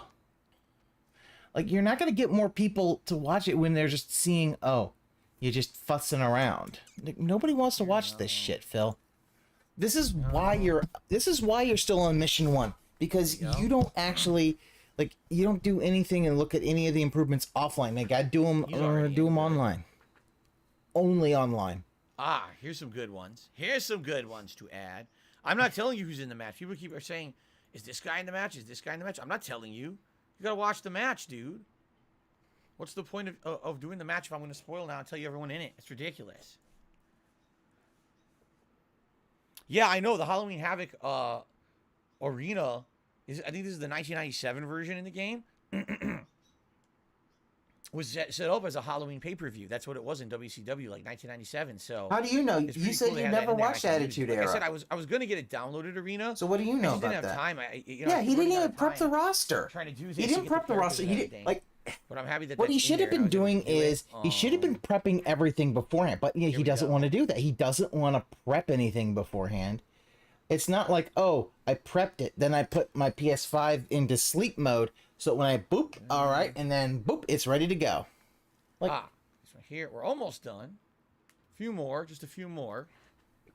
And fuck, man, he's done this how many times, and he can't even put like a fucking title card or something on top and say like, oh, hey, here's a title card. Nope. Yeah, on the fly. God.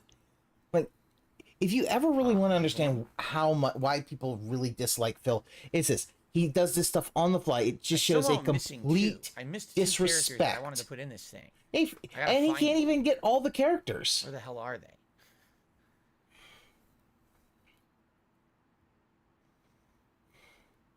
Got to keep looking.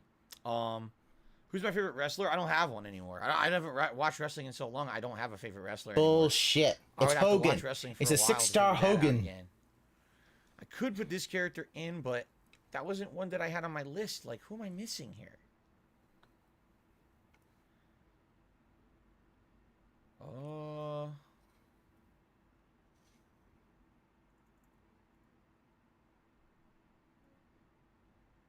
I might have to put him in because...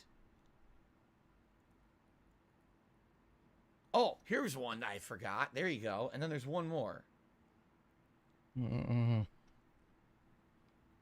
There's one more that I'm somehow missing. Okay. Kevin says his favorite is Kevin Owens. Kevin Owens is probably a good pick. Oh!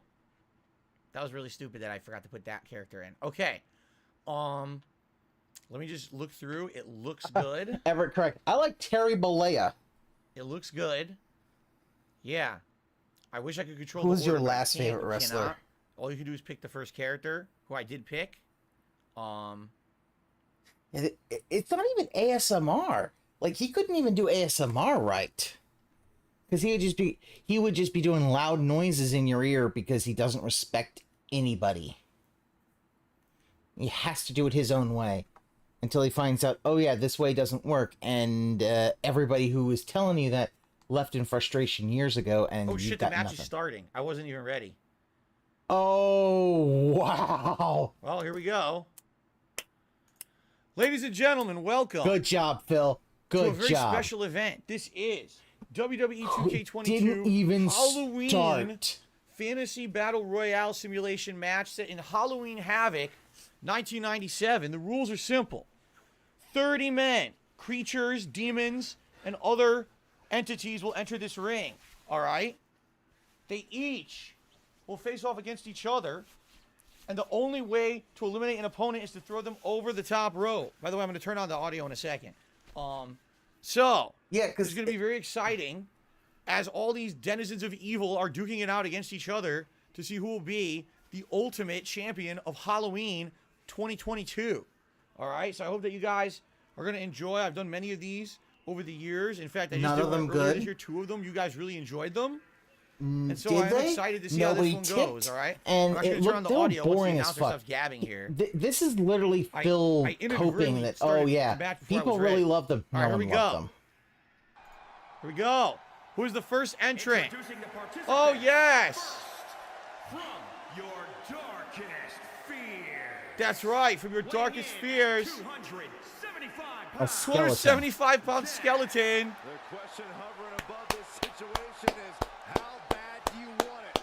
The Halloween generic skeleton is skeleton. here to start off. What the fuck? Shut up. Shut up. Stop talking.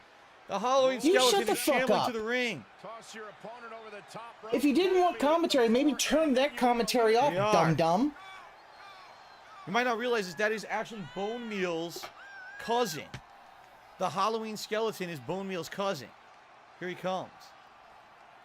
Bone Meal. He's Who going the to fuck start is the Bone match Meal? for Oh. us today. I actually Oh, have no it's that idea. I stupid did skeleton on the select thing. all 30 characters in this event. I have no idea what order they're coming out at all. Zero. Like, seriously? We're going Like, to see.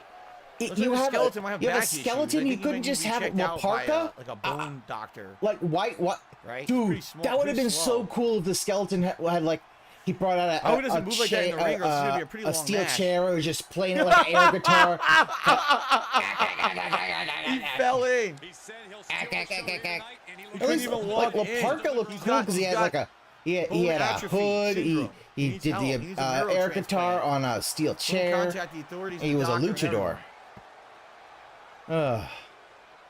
Good lord. I know Oh. all about back injuries. I know how severe they are, so maybe I know why that skeleton's moving that way. You so who's lie gonna about your start back off and face injury. off You do against not the have a skeleton herniated disc. to I'm start sorry, the match you tonight? don't. We're about to find out who will be the number 2 entrant in the Halloween Battle Royale. Let's It's find not out. even sans. It's Who is just it, a ladies and regular gentlemen? skeleton. Who will face It's the not Oh, even we're black and sans. white. Oh! No, then Uncle Festa. They go where they're gonna do, say what they want to say, live what they want to say, play how they want to play, dance how they want to dance, kicking the foot of the Adam family.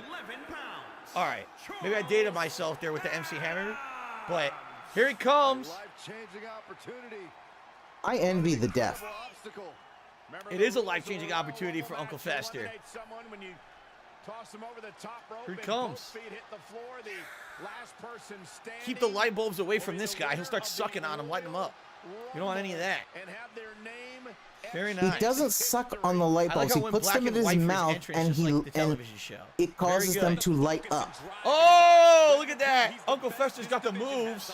Yeah, He's no, got the that him moves. doing that He's got MC the Hammer rhythm. thing. That yeah, Hopefully it's he's like got the drive fuck, to man. win I this Royal Rumble. love He's the number 2. Barry He's got a Sonnenfeld's long way Addams to go. Family He's got to movies. eliminate 29 other competitors here tonight to become the champion of Halloween 2022. Here we go.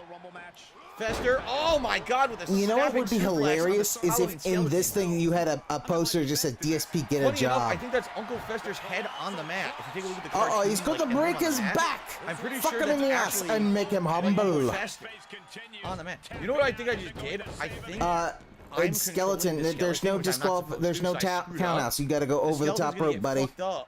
Because I'm controlling it and I'm not supposed to. I'm gonna just let Fester eliminate him. This was inadvertent. I did not mean to do this.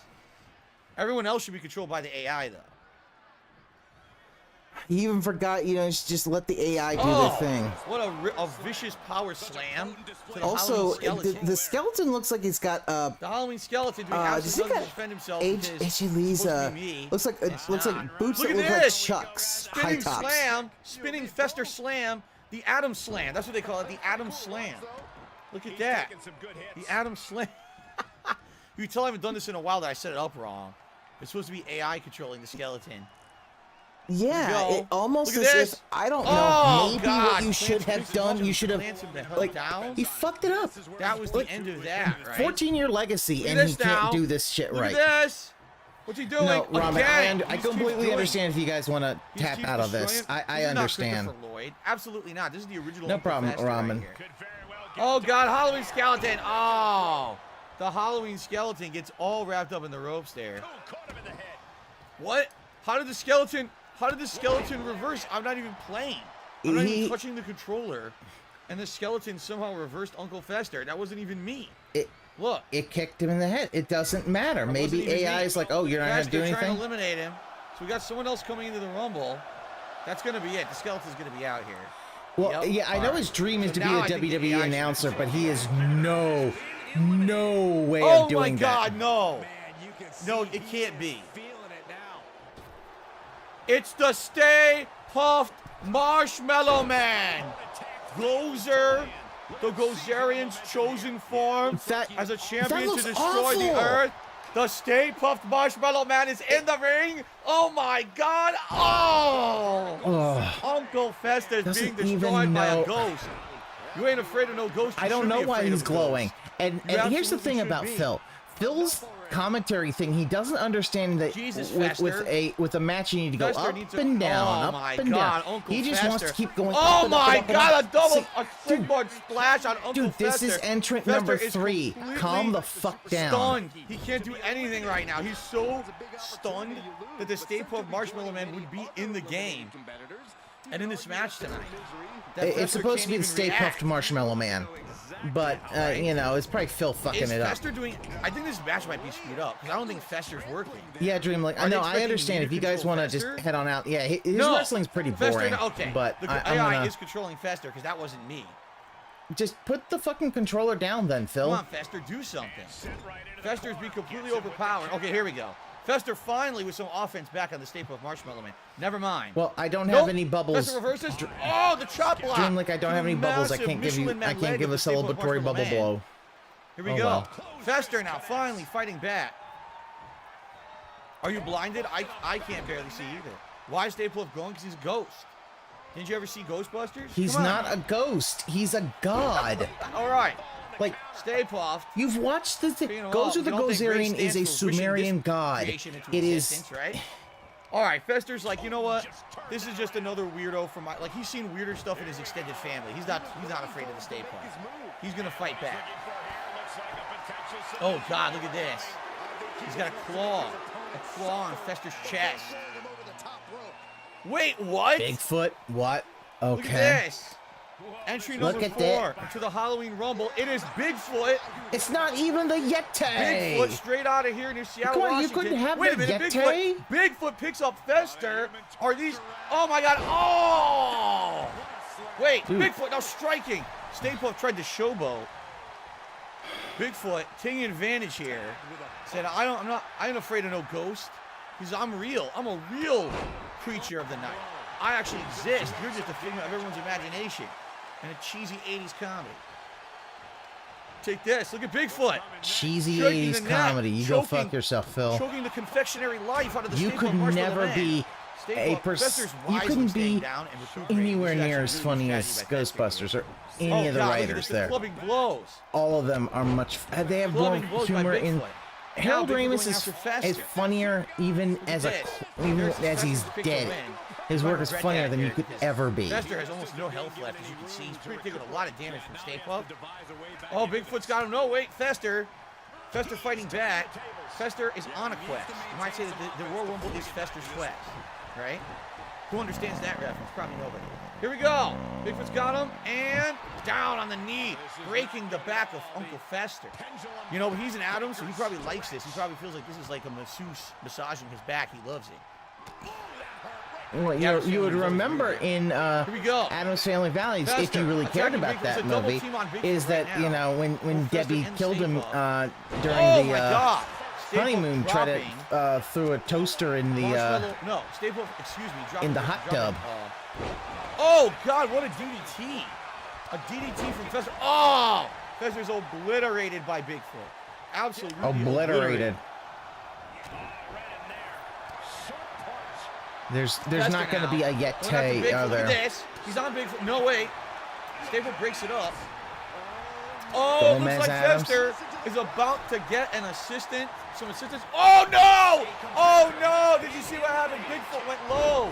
Fester went to take out Bigfoot. Bigfoot went low. Fester went careening over the top rope. and now, he has been okay, Gomez eliminated Adams, which from the Halloween Royal Rumble. He's out of it. Gomez Adams looks Wow. more. Okay, he looks more like. What's funny is okay, Gomez he looks was like coming John in. Aston instead Gomez of is Raul Fester's Julia. brother, for those Okay. who don't know, Gomez Adams is the head of the family of the Adams family. Yeah, he did. He And it did was light a very bulb possible after the there. toaster. Yeah, He because was the gonna thing come was, in, it was and he was lit. gonna It try to had help light Fester, bulbs all around, but so the he- electricity you know, Fester basically got knocked short right all the out. light bulbs, And now and then Gomez appears except to for be down. one, Look to at show this. that he was still alive. That's right. It's Raul Julia.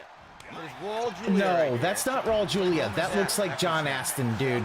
That actually looks more like the original Gomez Adams from the TV show. Yeah. Oh my God. And whose Spinning name slam. escapes him because Gomez he doesn't. is stunned. Because he's two a fake behemoths. fan. These two monstrous entities in the ring. Ghost versus Beast. Who will win in the fight of Ghost versus Beast here, Halloween 2022? I don't know. All right. So they're squaring off. Whips him to the corner. With the follow-up, no, reverse. Also, I wonder if this is Halloween Havoc. I wonder if the ring actually is shorter. No. Because WCW had a 16 by 16 ring instead of the Fed's 20 by 20. He might regret that. Oh, no. Gomez Adams. Clubbed in the back. Very, very bad. Very, very bad for Gomez. He's in a bad position here. Gomez. Oh, no. He's submitting to the power of the Stay Puft. Right now, Stay Puft is looking incredibly strong. For the number 3 entrant. No! Gomez is fighting back now. Look at this. Gomez fighting back against Stay Puft. When is the heat stroke going to kick in? Spinning that breaker, no reverse by Gomez. Gomez now. Unfortunately, he's got probably Stay off Puft. camera. What's he going to do? Oh, reverse. I thought it was going to be an exciting move. He got reversed there. Good Lord. This is why you don't pump things up if you don't know. Announcers know what's going to happen, and that's why they can pump up certain moments. Ladies and gentlemen, is a staple of both the Halloween and the Christmas season. What's this? A matching Mill Arena. What's this? Oh, that was terrible, Phil. I'll do a spinning slam and slapping you and kick you in the nuts and throw you over the rope. Oh, I'm the king of Halloween. What's this? Yes. And of course, laugh at his own jokes. Because this is what he does. He always laughs at his own jokes. You fly over. Now I punch you. Oh, I missed. Oh, no, what's this? Oh, Bigfoot is eliminated by Jack Skellington. Bigfoot is eliminated by Jack Skellington. Wow, I did not see that one coming. Phil, you wouldn't see anything The coming. king of Halloween. This is Halloween. This is Halloween. Gomez Adams, you're old and outdated. You must be eliminated. And Gomez says, no, stop singing. I hate musicals. I hate Phil singing. Phil can't sing. No. He thinks he can. Oh, God, what a backbreaker. What a backbreaker by the Stay Puft Marshmallow Man right there. Now Stay Puft, he's got Skellington. Oh, God. Oh, right across the top rope. Raking the throat bone. The throaty bone. Uh-oh. Stay Puft now is Jack up. Stay Puft lifts him up. Stay Puft tosses Jack right out of the Royal Rumble match. I can't believe it. So now there's only 2. Stay Puft, Marshmallow Man, and Gomez. Gomez now taking I know, control. Angel. Look at That this. was Gomez trying to yes, eliminate the throat bone. Gozer the Gozerian. At the throat bone. He knows the anatomy of like a gorilla monsoon. Right in the mud basket. Clap. We just re-upped the membership for 2 months and did a thumbs up emote. Thank you very much, Brad Platt. All right, now look at this. Oh God, they're counting the strikes, counting the blows. Gomez is in a bad position. We do have someone new coming out momentarily here. Whip to the ropes. Not good. Not good for Gomez. Not good for Gomez. Who's coming in? Oh! A classic Universal movie monster is shambling to the ring. Ladies and gentlemen. It's the Yeti! He's your mummy. Look at the size of him. My mummy. He's the mummy. And here he is. He's really short. The mummy is very short. Is that Info Cat? Who is he? I don't know. And see, right now, it looks like he just, wants to that's the thing, he just picked He's people. clobbered there by Gomez Adams. His The rolling mummy! does Look at was the mummy's got highlight- moves! well, straight out of talk Egypt. about, yeah, Look at he that, basically, man. do you remember The that mummy's it got was like moves, baby. a Holy while moly. back, Stay sometime fucking during stunned. the Oh my God, the mummy is eliminated by Gomez Adams just like that. What the hell? during Skyrim where he's The like, mummy did you know, his- I he don't did his understand why people got Imhotep picked strut over me for and musicals immediately got because, you know, eliminated. I do this for Holy 14 years and crap. they got like Now 14 Gomez kids is or going something after like that. Stay Puft. Like, he really Good thinks God, that he is good Lord. a good singer. Stay Puft, no! Stay Puft fights back. Like, Gozer, good God. he calls this the Gozer Noogie. There it is. Gozer Gomez Noogie. fighting. I did not expect Gomez Adams to put up this much of a fight against the Stay Puft Marshmallow Man. Like, this is wild. But again, like I said, the Adams family have seen it all. Their family, they got the weirdest stuff. Every creature of the night is in their family, so they know how to handle this stuff. They've got ghosts, they got ghouls. Drop toe hold. They got all kinds of living dead. You know, Cousin It, who even knows what the hell Cousin It's supposed to be, right? Here we go. He's got him. Whiffs him to the corner. He's stunned. He's stunned. Stay Puft is stunned. Gomez is going for Stay Puft. Stay Puft is trying to hold on desperately. He's trying to hold on desperately. Stay Puft is going to go over. Gomez is going to eliminate the Stay Puft Marshmallow Man any moment. No. He He can't do it. Stay Puft. Wow. Stay Puft. Now going after Gomez. Look at this. Here's there the it thing. is, the Gozerian Nugget. Normally at that point, the commentators would be like, can he do it? And he's like, no, he's going to do it. Wait, like, oh. what? Now, wait a minute. Rob Zombie? Rob Zombie is in the match? Now, for those who don't know, because you might not know, Rob Zombie was a very popular musician in the 1990s. Explaining Rob White Zombie. Then he decided to go and be a solo artist. He had several runaway albums, including Dragula. Then he decided to take a dabble in filmmaking, making very popular slasher-style horror flicks like The Devil's Reject. Slasher style, House of 1,000 like Corpses. Italian style. Recently, rebooting entire horror franchises such as Halloween.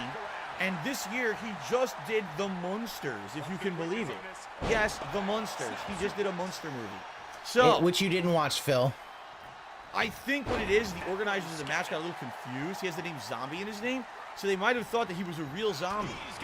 He's not. He's a human. Phil. I assure you that Rob Zombie is a human, a man. Phil, come on now. Can you stop this? We know you did that, and you did it for this joke. It's a bad joke. Here, a little outpaced by these two more supernatural Derek, don't. opponents, right? Derek, did you dox yourself? Look at this.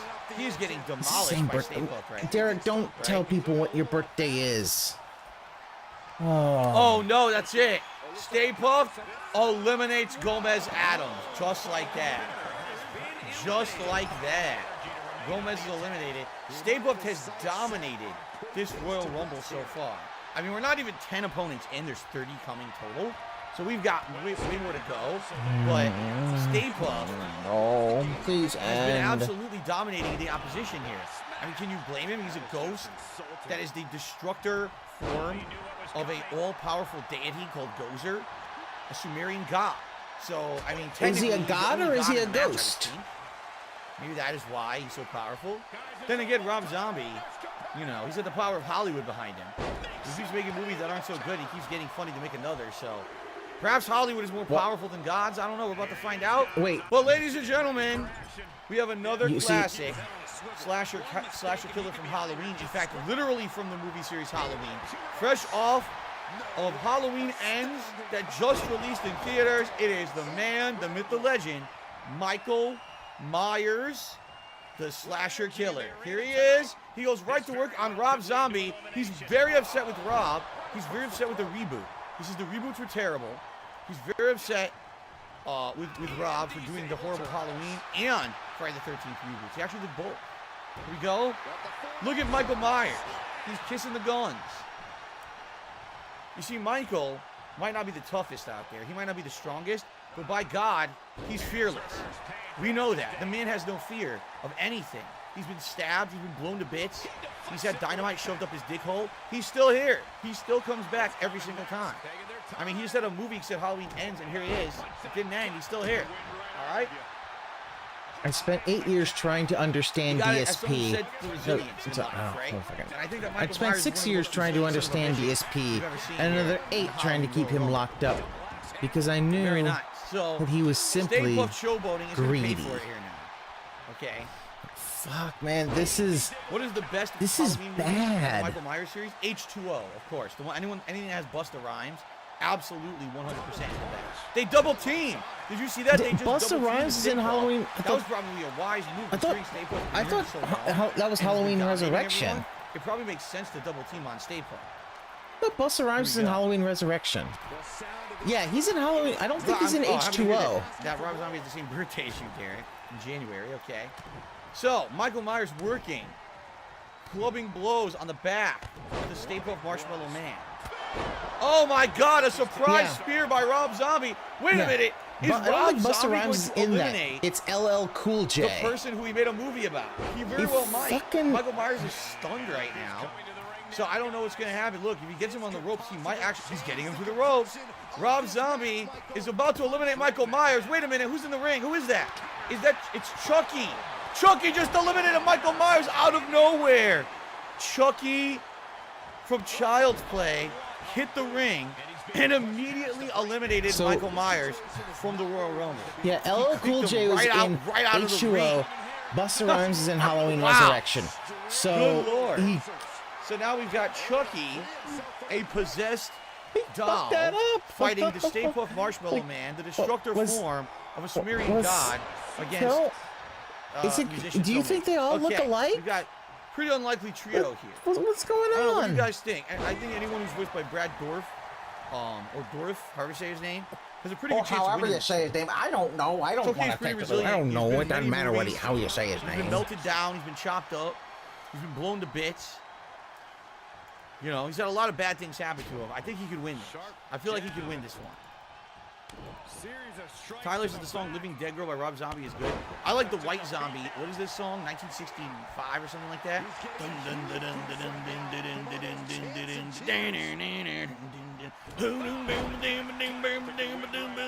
Yeah. 1960.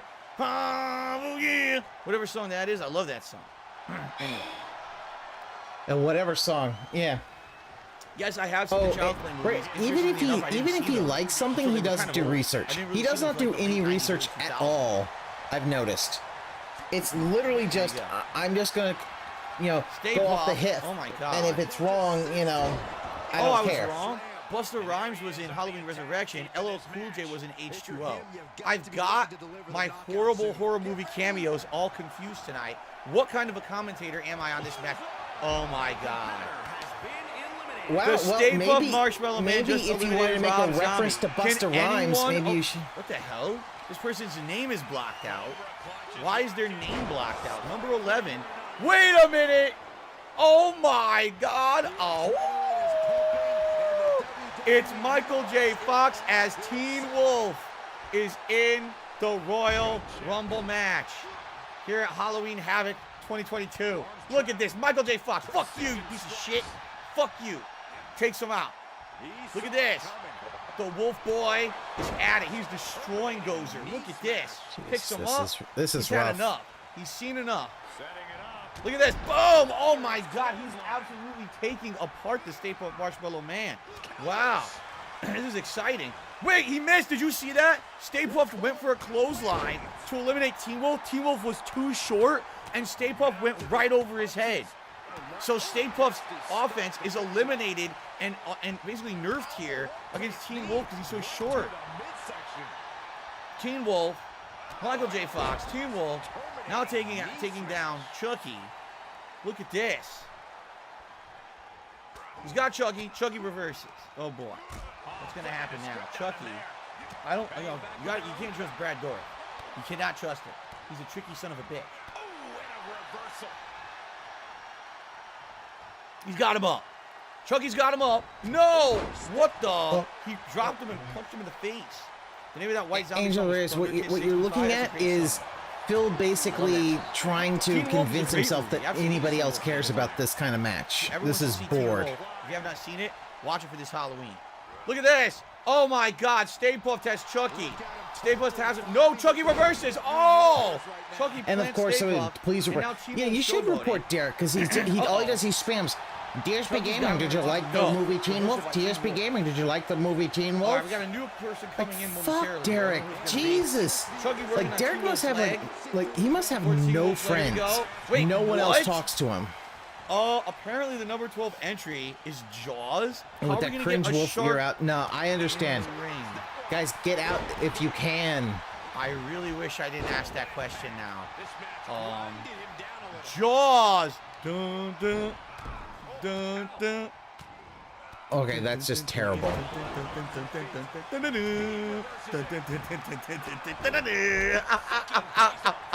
Oh my God. Good God, I can't I even. guess that's Jaws. Perhaps. Okay. I didn't expect to see something like that tonight. So we got Stay Puft facing off You against imported Teen all Wolf. these Michael J. Fox folks. is going crazy How is here. it that you're just like, oh, I We've got didn't, Jaws oh my fighting God. Chucky, Just, and Chucky has absolutely no stamina, which is very bad for Chucky. We're gonna need a bigger ring, says My Ruin. Yeah, pretty soon. I think you could fit up to 6 in the ring at once in this one. 6 opponents.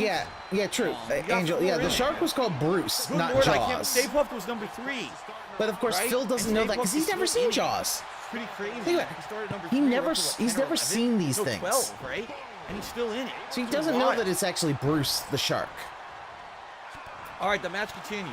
Again, Teen Wolf and Stay Puft. He doesn't know that, yeah. And I believe it was named after Steven Spielberg's lawyer? And Jaws in the background. Or after a lawyer. I cannot remember. Boom! He's had enough, man. You see Stay Puft? He's like, you're overpowered, man. I'm taking you out.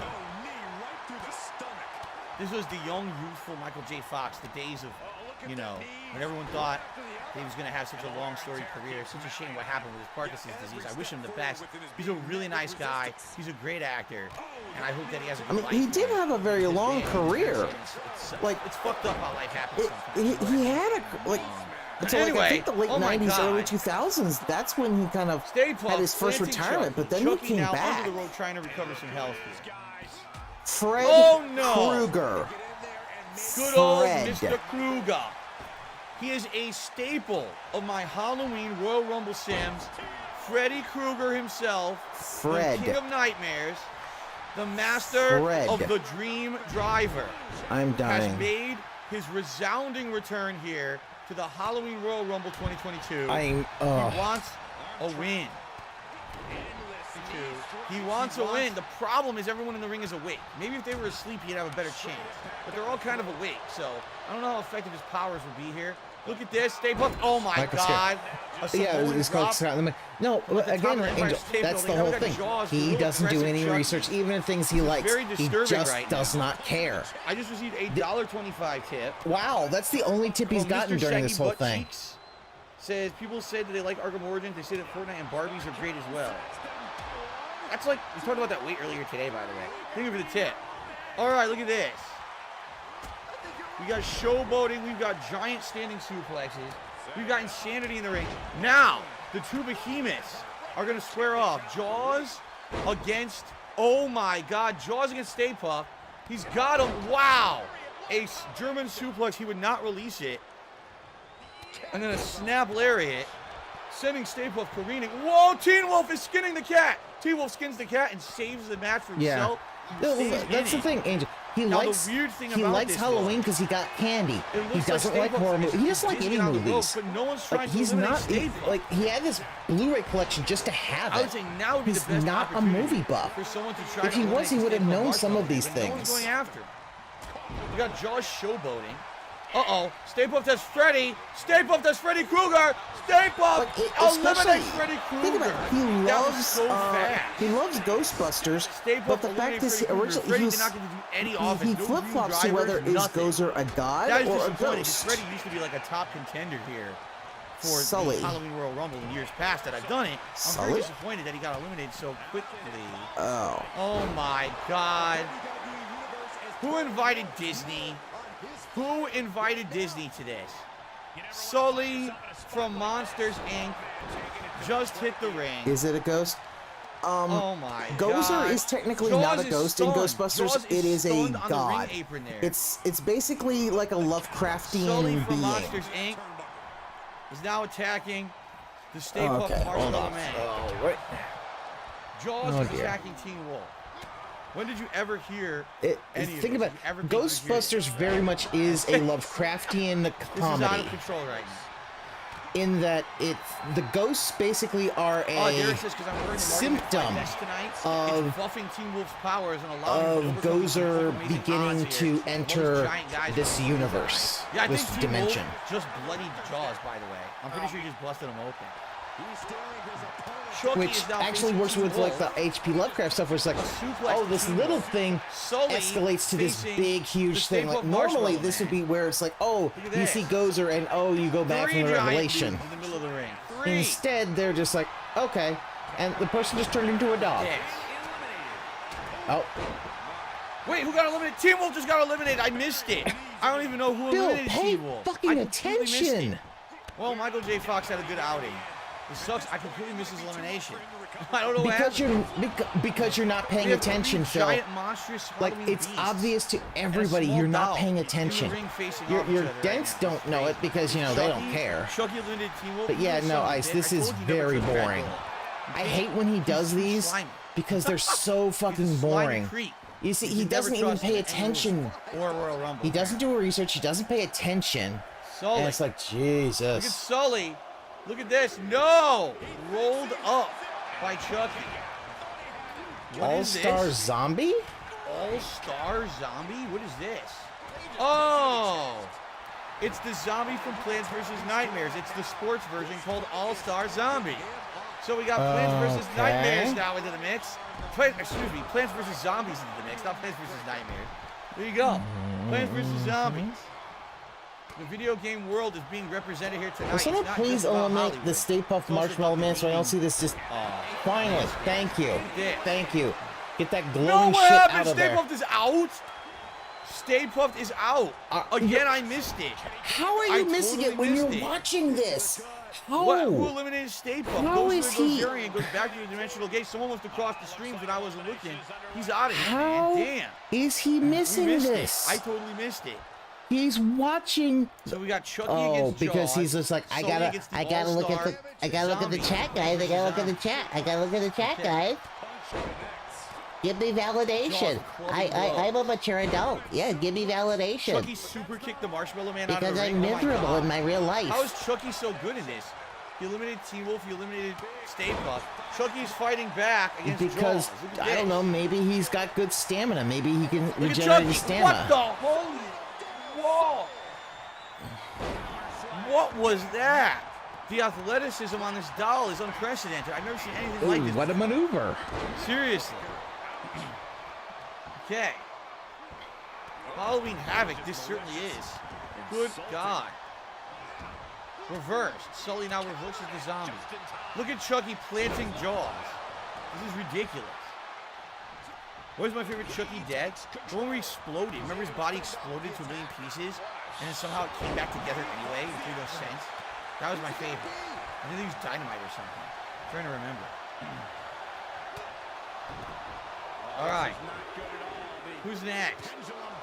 So we're officially more than halfway through the match. And up next appears to be, if I think I know who this is, it's Casper, the friendly ghost, the friendliest ghost you know. Yeah, Casper the ghost. Casper the friendly ghost. Oh my God. He's very friendly. I don't know how he's going to fare in a match when he's very friendly. He might be too friendly, too trusting. He's going to get eliminated pretty quickly here. Look at that. Casper's very small. I have no words for this. Compared to Stay Puft, right? He looks like Stay Puft's way smaller brother. Poor Casper. This because Stay Puft was not a ghost. He was a god. My pick to win this but you can't seem to remember that. You flip flop it, and it really kind of shows your mental faculties. And like just like my brain is draining because of watching this. Your brain basically is drained from, you know, just isolation and no one Enos Parker the second. So all the ESP tries that you did, which one did you actually like and which they still have? I'd have to think about that. I have to think about that. I'm not going to answer your question. No refunds. 10 years of ESP tries it. You know, things that don't exist. There were some burgers there. You know what? Okay, I know what it is. McDonald's had one. I think it was called like the Clubhouse Burger. It was really good. It had like fresh veggies on it. It had like this unique sauce. I really liked that burger. And it actually, I believe it was like a seasoned patty that tasted very different from normal meat. I really liked that McDonald's burger, and they got rid of it because it was good. They kept all the shit and they got rid of the good one. So there you go. I have watched. Yeah, Brad Dourif's daughter plays possessed Chucky. Possessed the woman possessed by Chucky's soul. It's so funny because she fucking nails Brad Dourif's Chucky laugh. Just fucking nails it. And it helps that she does look so much like him. Finally, it's my time.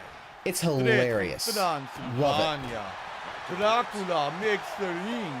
I am here to eliminate you and suck the blood. Why does Dracula have a red suit? I have my own like he doesn't have the old white hair like Bram Stoker's Dracula.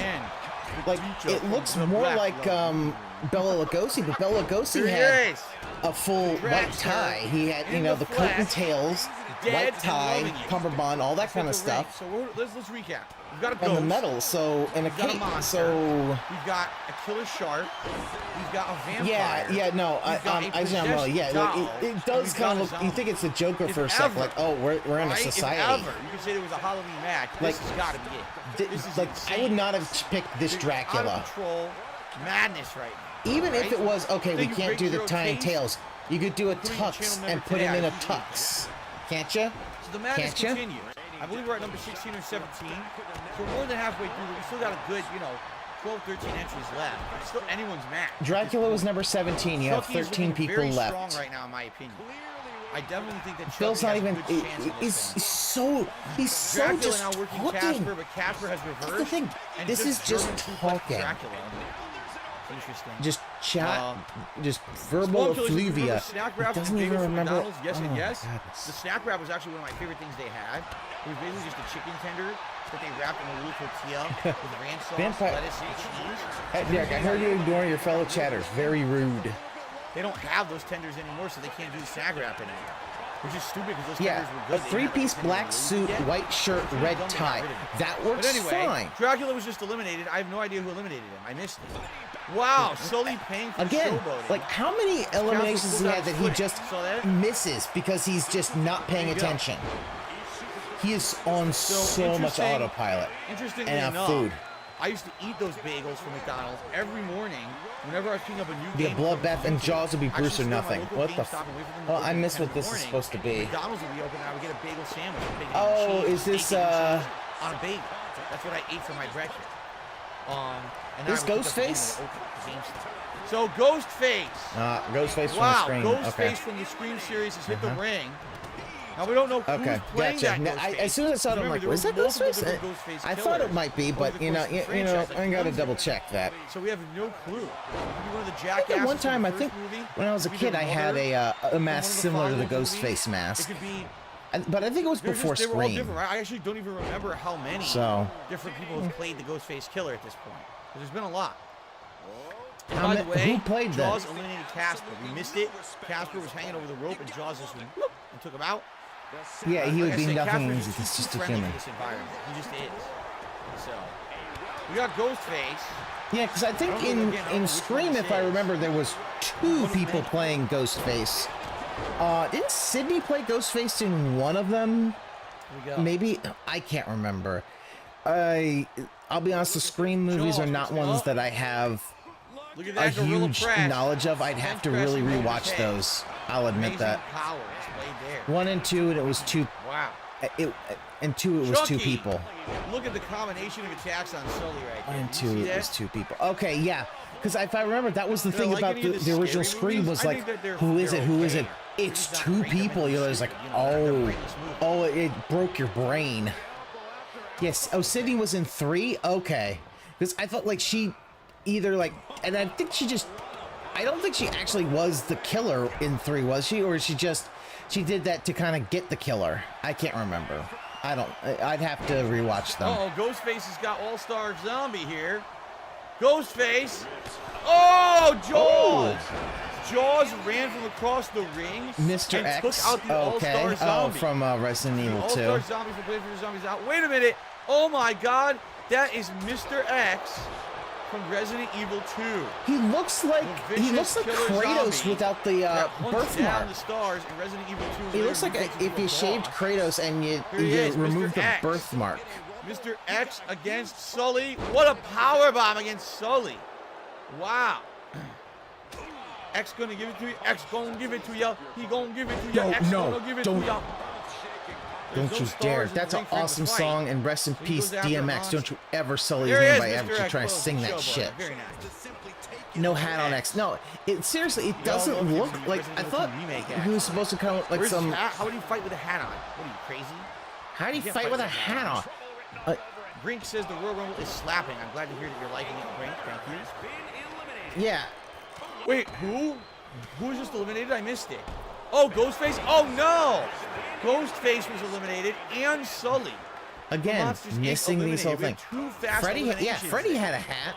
So we've got Like, if Freddie had a hat, because that's Chucky, iconic. You can't Mr. have X, Freddie without a hat. and So why Jaws doesn't still Mr. in X the have a match. hat? Mr. X is Oh, trying that's to right, eliminate because he Jaws just right picked. now. You know what he did? I guarantee you.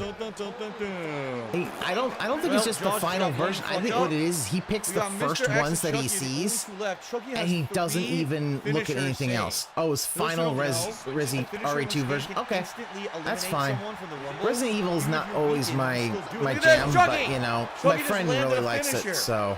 Chucky just landed a finisher. Can Chucky eliminate Mr. X against all odds? Oh my God, Chucky! I've never seen that Chucky's finisher before. absolutely destroying Mr. That's X. an interesting finisher.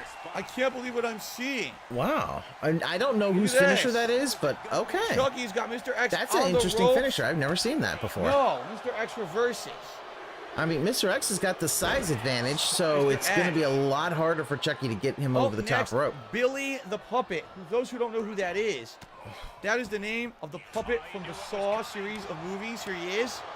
Billy the Puppet is Jigsaw's puppet that he uses in his elaborate setups. Why and not death just traps. call him Here he Jigsaw? is, Billy the Puppet. Why Into the not just ring. call him Jigsaw? Come to life. So we got. Wait a minute! I just realized something. We literally have 2 dolls come to life. Like, you could just facing say off it's against Mr. Jigsaw. X. It's Will Jigsaw they in a team up? disguise they're of Billy like the kindred Puppet. Spirits, right? Will they team up together? Like, there's. I think they might. Where's Look at the this. bike? Oh my God! Oh my God! He tossed him like 20 And look, feet he's in the got air. a. Look at his suit. Why doesn't Yo, he Dracula have a tossed him suit so like high, that? he would snap all his limbs. Whoa! Look at Chucky. Thanks for the deep I lore. told you, you gotta look out for Chucky, man. I think Chucky is gonna win this thing. Chucky, springboard! Springboard, lion salt. Chucky's out of his control. He's out of his mind, man. Chucky is the beast of this fight right now. I can't believe he did a springboard moonsault off the ropes. Chucky working Billy the Puppet. Wait a minute, Mr. X. Uh-oh.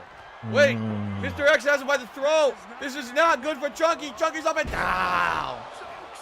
Wait, Billy the Puppet attacking Mr. X from behind. Billy. Oh, Billy. I know. Oh, Billy. Billy gets reversed by Mr. X. Mr. X picks him up. No, Billy reverses. Billy picks up Mr. X. Oh, my God. He suplex Mr. X. The man weighs 14 times his own weight. I can't believe he just did that. Shout out to Sergio Lopez. We have his membership for 8 months. What's up, Phil? I love your Pikachu beanie. Thank you very much, Sergio Lopez. Hope you're enjoying the fantasy rumble. Yeah, you see. All right. Wow. Look at this, reversed.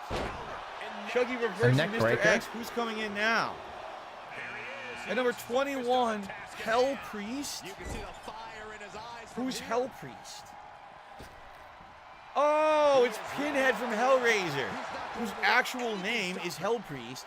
And then later on, when he became the more popular demon from the first movie, they made him like the head demon of the future movies. Why didn't they Even just though call him he wasn't Cenobite? one of the 3 like demons in the movie. Look at Why, Billy. why didn't they call him Billy. Cenobite? Hanging on for dear life. Look at this. Like, Here he is. So Pinhead, DDTing Chucky. autism. Mr. X working Billy the Puppet. Yeah, well, I said, I mean, here's the Oh, thing. He Billy. didn't create these characters. He literally just went online and picked we go. which ones. So Mr. X and instead of Billy, actually looking and saying, Hellraiser, okay, hey, I'm going to do this, maybe Pinhead, rename it to Chucky. Pinhead. No, especially because he had Wow. Pinhead Chucky was a will not name be in the stopped. later Chucky's been movies. in this match It's for not quite some like time, like and he just has like endless stamina. He's also got 2 finishers here. Good lord. Jade says he remembers Pretty Cool from MK9. Yeah, and remember Mr. X MK9? got eliminated and he didn't pay attention. We're not seeing the DLC characters like Jason Voorhees and Freddy Krueger, right? See him to our belt. Yeah, we probably will. Wait, Mr. X is out. I missed it again. I keep missing all the eliminations. Then stop. How Oh am I my missing God. all these eliminations? Because you don't pay I swear I attention, missed Phil. them all. Because you have your All chat right, at a Pinhead's up on the 90-degree ropes. angle I from think your we only have TV. people left in the Rumble. Jesus It's gonna start to wind down and Christ. also be very exciting as we get near the end to see who's going to win this. Again, Chucky is still my pick at this point. Billy the Pup. Chucky super kick Mr. X. Are you serious? Chucky just eliminated like everyone.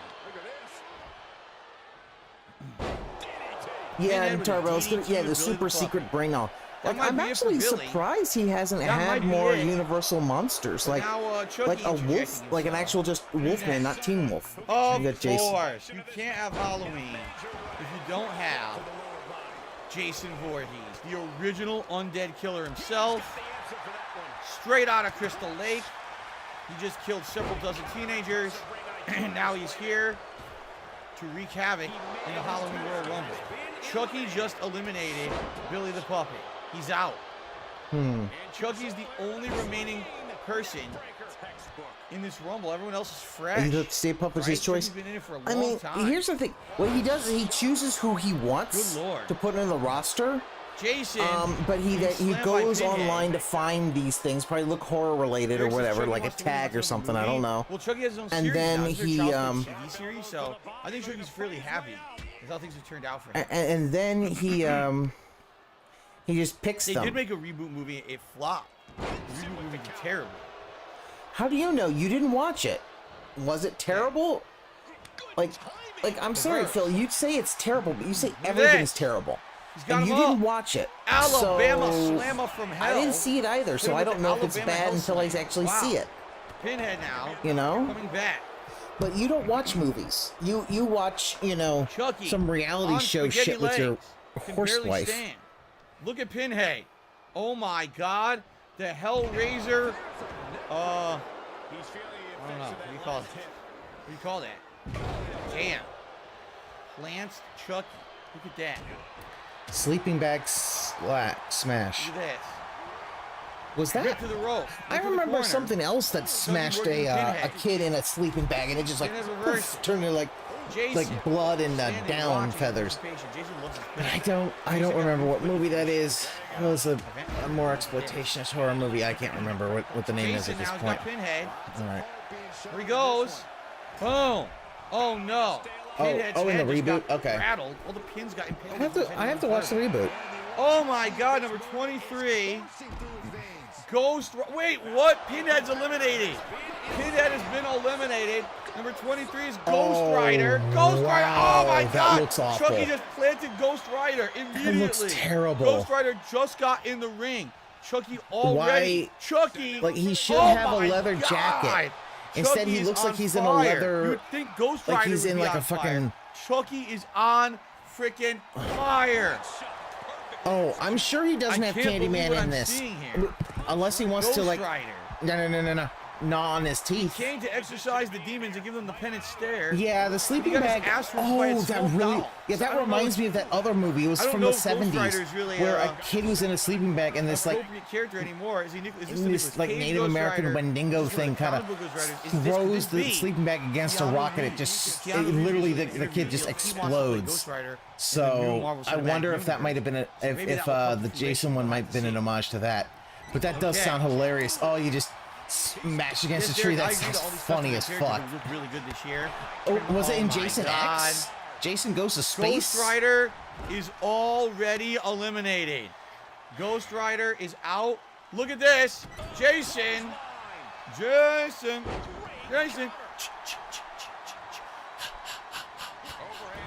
Fucking him up. Jason. It's 3, against not Chucky. 4. And Chucky has a finisher. Chucky picks him up. Chucky, no. Jason Jesus reversed. fucking Christ, Phil. Oh my goodness. Again, fake fan. Ghost Rider was in and right the hell back out. That wasn't even like 2 minutes. How embarrassing. What an embarrassing show. So we still have 7 people left here in the Fantasy Rumble for Halloween 2022. Who will be the Halloween champion for this year? Look at Chucky. He's like, stop hitting yourself. Who's next? Morbius. Fresh. Oh my Is it God. Morbin time? Chucky just eliminated Jason Voorhees. He's calling Morbius into the ring. That is definitely Jared Leto. You can tell by how stupid he looks. It's Jared Leto's Says Morbius. the guy Look in a at Chucky. Pikachu hat Oh! and an Drops orange vest that Morbius you think looks on like the one back from of Back to the his head. Future. It's Morbin time. Here it comes. Look at this. Chucky working Morbius this in the cannot corner. end Oh fast my enough. God. Morbius getting destroyed in the corner. What the fuck? Rubbing this disrespectful kicks. Look at this. Oh, I don't know God, why. I don't punted his ear right like. off his Yeah, face you've back got to look, Transylvania. Candyman's not Or going to Mrs. be in here. But anyway, Well, I'm seeing Frankenstein's monster. curse your Marvel Cinematic Where's Universe. You didn't make me a villain. Creature of the Black Fuck Lagoon? you. I'll show you, you son of a bitch. They'll make a movie about this piece of shit. But not all the cool stuff in Marvel. There's still no fucking. There's still no Doctor Doom. What is this? Fuck this. Phil, you do know that they did just get the Fantastic Four. Like, very. My God. Like, they kind of got the Fantastic Four just when that 20th Century Fox deal went through. So, yeah, they're gonna have Victor Von Doom. Low tier God. What the The covenant will be fulfilled. Low tier God is in the Halloween Rumble. Oh wait, Why? Chucky striking Why is low tier God. Look at why this. is LTG in here? Chucky taking it to low tier God. Why Low is tier LTG God here? Fighting a living There's no doll. zombie Oh from my any of the God, from the flying head scissors Night to of the Living low Dead tier series. God. I can't believe it. Chucky. There's no, Chucky. Oh my God, he's destroying low tier God right now. There's LTG. is Oh Bruce my Campbell gonna be in here? Like, yeah. Low tier God. Low tier God is stunned, confused. I don't even know there must why be some lag LTG's in the in match. here. Someone's using a cheating tactic. I can't believe it. Low tier God is out of the Rumble already. Low tier God in and out. Destroyed by Chucky. Absolutely I hope he didn't put himself in there. By Chucky. I mean, He but he didn't puts have himself in every any game. offense whatsoever. Nemesis. Ever. Zero offense. Completely destroyed. Oh my God. Stars. Stars. It's Nemesis from Resident Evil 3. He's here. He's ready to take out this killer doll. Very nice. Rosef just did Tarbell, yeah, you say he wanted to control who came in at the end. Yeah, actually, Tarbell, yeah, that makes sense. He wanted a DSP LTG face-off. This literally might be the best looking character so far in the Rumble, actually. That's pretty damn cool. He kind of looks like a hybrid from Resident Evil 3 So he's remake. also never Maybe even seen the these movie, I'm not even characters. sure. Either he But just here we go. pulled Nemesis. characters. Chucky was in at number 10, so Chucky has almost lasted 20 people. You can believe it. That's a good outing for a Royal Rumble match. I think Chucky's luck might be wearing out here. Seriously, I love that he Chucky's calls luck it Battle might Royale, be but wearing even though it's like Simply this because isn't he's gotta like the face Royal Rumble is a giant modified beast Battle zombie. Royale. Like a more regular than Battle 4 Royale, times the everybody's size. in the ring at Oh once. my God! And Chucky's been in here for so long. I'm feeling pretty bad about this. I think this might be the end of Chucky. Look at that. Yeah. He just tried to suplex Nemesis, and Nemesis is so big he couldn't even do it. He stopped him just with his girth. By the way, can you imagine the smell inside of that giant leather outfit that Nemesis wears? Could you just Can't be imagine worse than the smell of your decay of the office. zombie skin Yeah. and flesh inside that. I mean, yeah, What it must the be Nemesis does actually look like a decent. Oh my Wow. God! See, what the fuck is going on? He super kicked him just like he did another Chucky person. just eliminated Nemesis. Yeah, he's a small guy with a. You're. Well, Oh God. See him it's turn time you were for right. me to put a stop to this fucking shit. I've had enough. Brad Dourif, you're a piece of shit, and I'm here to send you back to hell where you belong. You piece of shit son of a bitch, take this. Do it. Yeah. We're doing it to I it. saw him- yeah, Here it no, he comes. didn't check the Oh, stats. no, wait. Oh, what happened? There was a glitch. Did you see that lag spike? The netcode. It was the netcode's fault.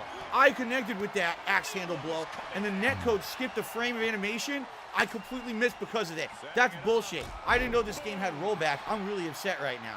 That's complete bullshit frame drop. Phil, and I'm not, stop I'm not gonna acting put up like for you that. play a character All right? because Get you up and bitch fuck 'em about it up. all the Get time. up We right know now and you fuck 'em hate up. that shit. Stop getting. Oh my God, this is not good. Chucky, springboard, missed. Yes, he missed. Stomp him. Stomp those plastic legs. Pick him up. Come on. Uppercut. Look at this. Slaps. Disrespectful strikes. Slaps. Spinning back slaps. Yeah, like No, the only that's one like of shit, stats I don't think do he that. would have checked would be no. Phil. Don't strike me here. Oh, He would have looked at Phil at Detractor does not DSPs. absorb impact as well as people think. Man, that hurt. Right on the chin. For the love of God, stop striking me, Chucky. Stop this, Chucky. Stop, Chucky. Stop striking my face. Papa Vera Stop helped striking Bill's, my face. Bill's Stop videos it. helped him Oh my with God. Papa Vera's autism? What the fuck? All right. Honestly, I'm guessing everyone else can smell Okay. some in the water at this point. So, Chucky that's just a- eliminated me. Yeah, I okay, that didn't was a get to fake see Papa it. Vera. There was some asshole in stream chat I had to take care of, and I just got eliminated by Chucky. Well, we all know he Chucky's used still the in the lag rumble. switch to pull Derek, that. can you? You Oh have my eyes? God, no! He's got wings. Well, oh my God, ladies and gentlemen, Wings of Redemption is in Wow. the Halloween Havoc 2022 Royal Rumble. Phil, facing you off know, against Chucky. Can you you know, believe this? Here he is. You were really doing this, but here's Oh the thing: my you God. cost them money, and you still want to act all Can buddy Wings with pull it wings. off? LTG couldn't do it. Like, I here's the couldn't thing. do it. Can Wings do it? Wings might do it. No. Reversed by Chucky. Chucky. Clubbing blows to Wings of Redemption. Jordy on the ropes. Can't get any offense in. And Derek Jordy is like on the ropes, literally. Jordy picked up. Jordy on the ropes. Luke will he be eliminated. He's shaking off the stun. He's shaking off the stun. No. No. Jordy saves himself. and he had Jordy him. now. Kicking. Oh, God. Giant. Well, here's the massive thing: flip if like Richard leg. Vucek is in Striking there, the I chest mean, of you Chucky. already have shirtless Here we go. Richard, so Look at this. No, Chucky reverses. you already have Chucky shirtless striking. wings, so that's Chucky's redundant. got him now. No, Chucky's I bet got you him against the Keemstar's in corner. here. Chucky's going to try and eliminate Wings right here. Chucky's going to go for it. Can he eliminate I wonder Wings if he of got Redemption already? Keemstar. Can Jordy hold on and stay in the fantasy role? No, he's staying in. Jordy, he's got him. Jordy's got him. No, wait. Reversed by Chucky. Chucky now. Yeah, it looks like Reversing whoever Jordy. made this Chucky gave him with a kick. shitload Reversed of by Wings of stats. Redemption. No, reversed by Especially Chucky. a small guy Reversal. stats. A reversing reversal. I've never seen such a series of reversals in my life. He's got him up. Yeah, Chucky's I got think him. it's more Whips him likely the to be corner. Keem. Here comes Chucky. You better look out, Wings. Because Here of comes all the Chucky. shit he's Picks him done, up. He's gonna try I to think it's going to be eliminate Keem over him. Try to Rich. eliminate him. He's starting to get slippery out there. Look, he's sweating. He's sweating. The ropes are very slippery. Yeah, I do reverse. think Chucky's Okay. set to max. Wings. He's got Chucky. He picks him up. He's got Chucky. No. Chucky slips out and reverses. He's a slippery little devil. He's a slippery little critter there. Look at this. Who's coming in at number 29? Number 29. Sam Hain. The very spirit, the creator of Halloween. Sam Hain has hit the ring. Oh, There he is. The essence of evil himself. Sam from Hain Sam Hain is from in Trick or Treat. the Rumble. I can't look at Jordy. What the freaking shit? Oh my God! Did you ever He see anything really like thinks that in your going life? that clown Did you mode ever is see Wings of funny. Redemption move like that? Oh my God! This is serious business. Jordy is not fucking around. Jordy wants to win the Halloween Rumble 2022. Yeah, Jordy wants to Sam win it because he Hain. lost $50,000 because Phil Look at this. wouldn't Eyes do a are glowing. podcast. He's got an evil eminence coming out of the pumpkin. Sam Hain, the demon. Now Jordy Like, turns to he Sam Hain. We ran only have out of one horror entry left, people. by the way. We're about to have the final four in this event right now. Whoever's Well, I last mean, person out if it's competing Keemstar, for it's the like win. you didn't have the All you right, didn't look have at this. Frankenstein's monster. Oh my God, How'd Chucky, you not have the Frankenstein's MVP monster? of this match. Chucky will not be beaten. Fucking Can't Flesh believe it. Golem. Come on We now. got Sam Hain, the spirit of Halloween itself, facing off against Wings of Redemption. Now we've got Chucky. Oh God, Chucky just planted Sam Hain. Wings of Redemption showboating. This is a terrible idea. You tried this before in your 1v1 on Bog. It didn't work. What do you think you're doing, Jordy? You can't do this. Don't do it, Jordy. No. Oh my God, Chucky. No. Oh, go to a sleep. GTS. He just sent Jordan to sleep. He sent Jordan to sleep. Discus elbow. Oh my God, this is terrible. What are you doing?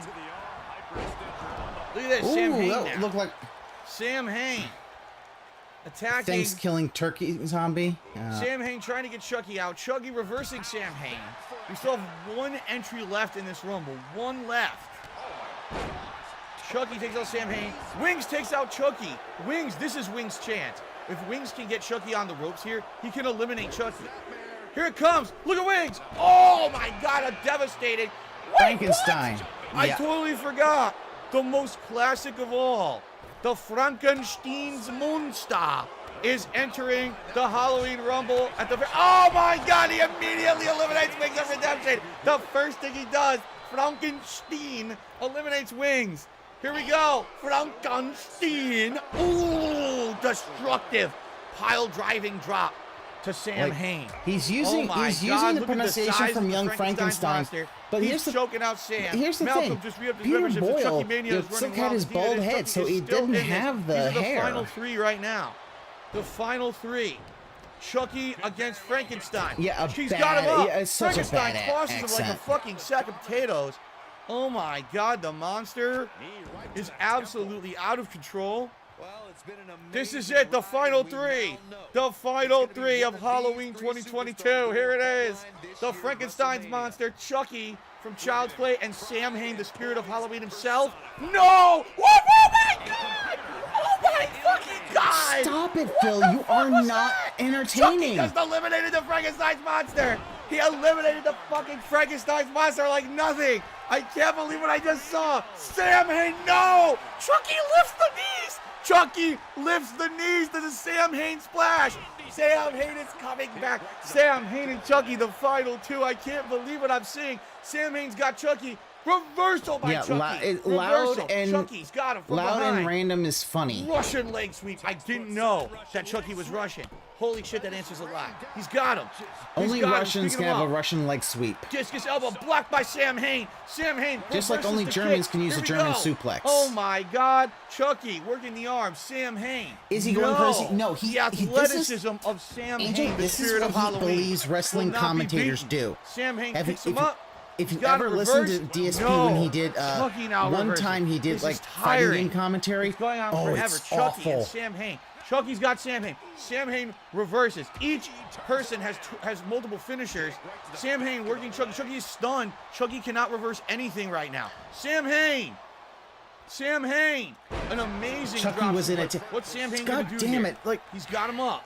Chucky's stunned. any other Sam streamer Hain would grabs have him. banned He puts him Derek in the for ropes. just He's gonna spamming win. the chat. Sam Hain with Chucky. Sam Hain with Chucky. He's got Chucky. Sam Hain with Chucky. He's got him. He's got him. Out.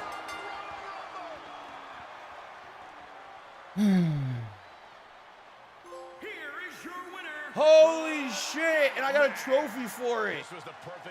Sam Hain, the spirit of Halloween himself, the originator of the holiday, the Demon King, wins the 2022 Fantasy Royal Rumble match. Oh my God.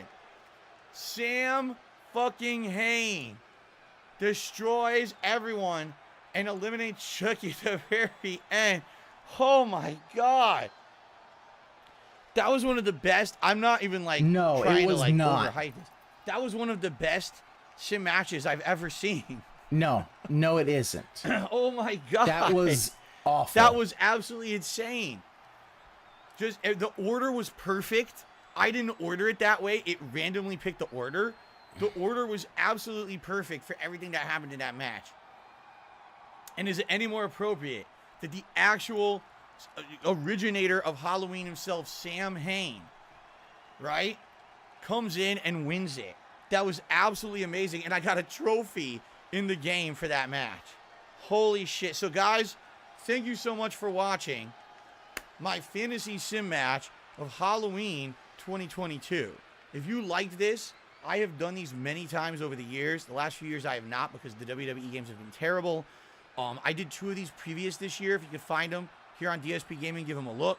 I used to do these. I don't know how that was back perfect. In the day. CM Turbo. With a friend of mine. That was very awful. long time ago. That really was just awful. Overhyped garbage. And I can tell you this, because you guys seem to like these so much, I will likely continue to do them.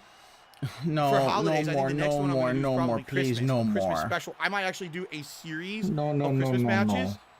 An actual special event on a stream. So thank you all. This was great. I had a ton of fun doing this. I did not expect the match to be that fun and that crazy over the top. Thank you all. That was excellent, and thanks for being a great audience, whether you watch live or if you're watching this on demand. Leave comments. Let me know what you thought about this match. This is if you terrible. want to see more in the future. All right, guys, thank you so much. I really appreciate it. Awesome. Holy crap, guys. That was insane. Right? Did you guys expect it to be that good? I didn't expect it to be that good. I thought it was going to be all right. But that last I had 25 no minutes was expectations, insanity, and this right? somehow couldn't even meet up to that. I gotta calm down. I gotta calm down. What the fuck, that was dude? Ridiculous. He Holy hyped crap. himself up like he was. That order is Like, randomized. does he I have don't a pick half that chub order. because So, of wrestling? basically having, you know, LTG and me and Wings come at the end, that wasn't intended. That just happened that way. We very well might have come in at the very beginning. Nobody and it wouldn't have gives been a that shit, good. Phil. But my God, that was so exciting. That was absolutely exciting as shit, right? All right. So I just got a tip. An anonymous $2 tip. They didn't put a name or a message in there. Thank you, the anonymous $2 tipper. That was wild, out of control, over the top insanity, and it was super duper fun. I would love for him to Holy ban shit, man. Derek. Wow. No, definitely the MVP. Derek is saying, who's the MVP? Chucky.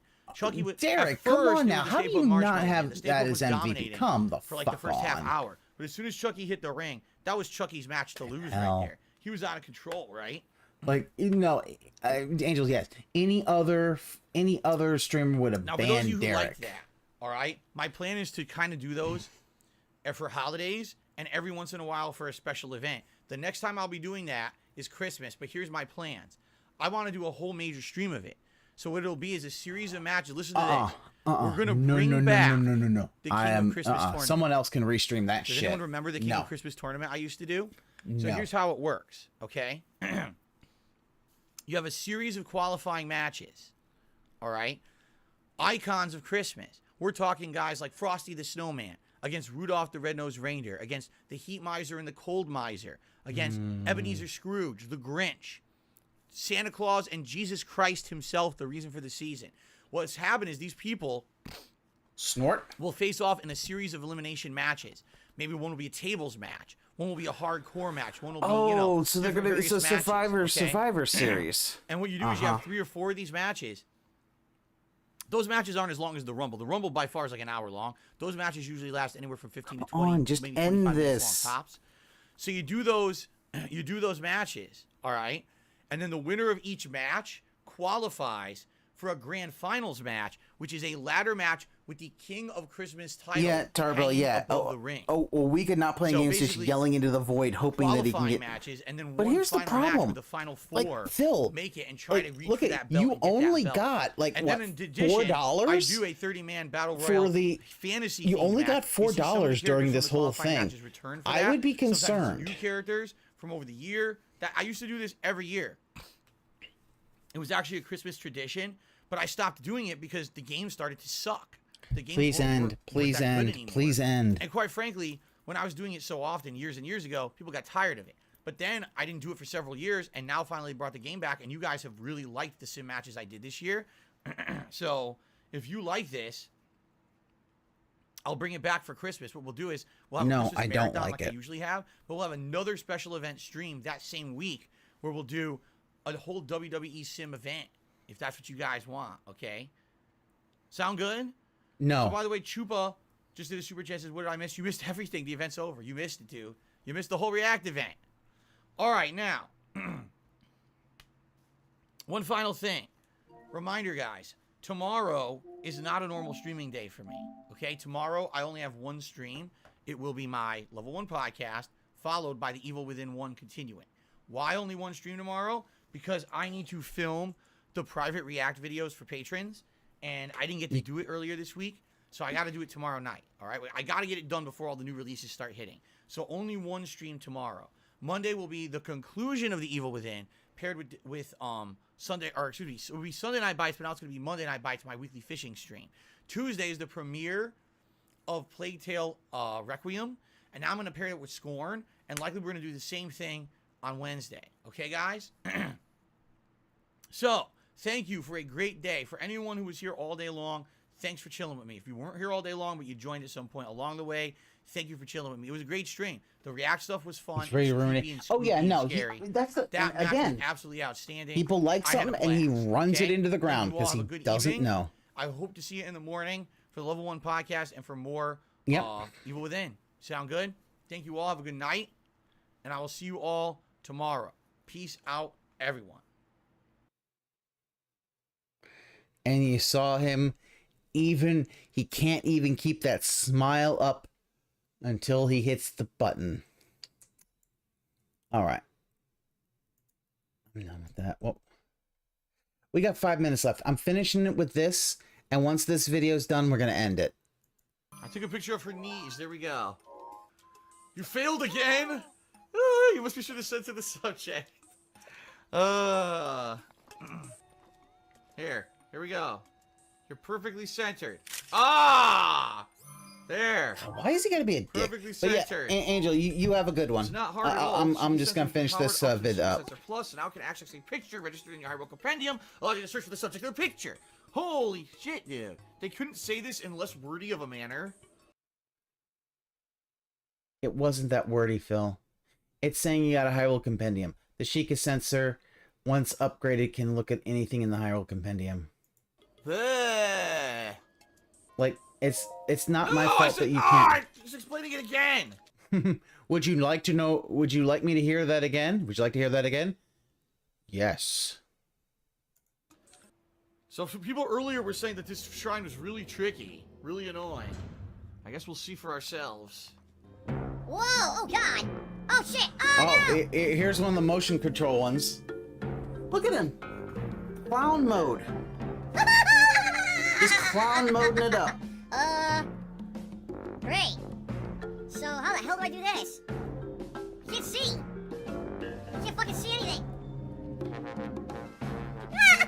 Oh, this is not working very well at all. It's not calibrated with the gamepad. How do you do this? What? I did it! No! Are you kidding? The gyroscopic control sucks ass. I'm never gonna get this. I'm never gonna get it. What the fuck? Did it go up? I got it in! Oh my god, I got it in.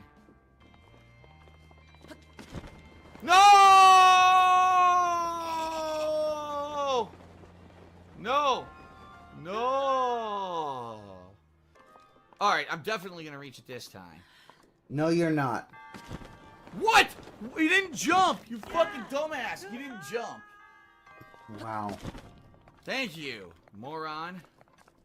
I see some people in the stream chat asking, did I get Why are you yelling at a video game character who can only do what you input it to do? And you're calling that character a moron. That's odd. No, and I'm not going to. At this point, there's no reason to buy a Switch. There's no games on it that are worth playing besides Zelda, and I have Zelda for Wii U. I'm not getting the Switch until much later this year, if I even ever get it. Uh-huh. So, I guess we're gonna go back to Kakariko Village. Kakariko. Of course, now that I've traveled, guess what? Some people are telling me there's a painter outside of Impa's house that could help me. It's too late to say to stay and talk to the painter. It's too late. Yep. This is what he does. He just does not care. It's too late to go back to Kakariko. It's too late. God, stop it. Stop singing. Shut up. Singing. They're beating Thank the you, shit out of video someone. editor. And I don't care. Nice. My first recollection. Cool. What will he recall? The most famous reindeer of all. Remember, Link. Remember. Mufasa is calling to you. Then we'll need some adjustments on that divine beast so Daru can learn it as easily as possible. Oh, that's a terrible voice for Zelda. No, Okay. sir, I do not like it. We should be able to understand. Okay. I don't No, care sir, for it I do either. not That's like why this. that's why I Could've done chose better. to do Why is she British? Jamon1985 says that's why they always leave voices out. that's why I chose the Japanese. I think the Retro Japanese just- fits she a should little be bit better, in my Cockney. personal opinion. Or like so really like a really heavy draw. Boy, Eki, I knew we'd be stopping the cannons. You stop that now. You stop that now. I don't like it. I do not like Zelda's voice. I do not. I don't like it. I should have made her sound. Oh God. Yeah, so they should have made her sound like Jar Jar Binks. Etikus. Make her sound like Jar Jar Binks. Yes. Misa think cannon real bad. Gotta stop him. 10,000 years ago? Very well, since you lost your memory, I'll gladly tell you as many times as you need me to. No, wait a minute! No! Don't tell me this again! No! No, skip. Skip it. Of the royal family skip. Of Hyrule. Skip. No, we don't need that again. Yeah, the Zora I've got already. So maybe I could do Zora first, then hook left, and then hook all the way around, I guess. Hook around the map the lengthwise. La, la, la, la. Yada da da, yada pa. Grab the nightshade. This is beautiful. What's this? Here she comes. Ooh, for midnight swim, yes. Ooh. Yes. So he's upgraded. Okay, that's a level 1 upgrade. All right. Goodbye, chubby middle-aged woman. Wow. Okay. Phil. I should probably say. I just realized Like, I haven't Phil, saved all day. I think You should not be disparaging anybody's size and being middle-aged. All right. Good. That's done. All right. Well, yeah, it's getting worse. Yeah, but it's done now. It can't hurt you anymore. Thank you all for coming out. I do appreciate it. I don't have the ability to raid, but Peace is, I think Peace might still be on.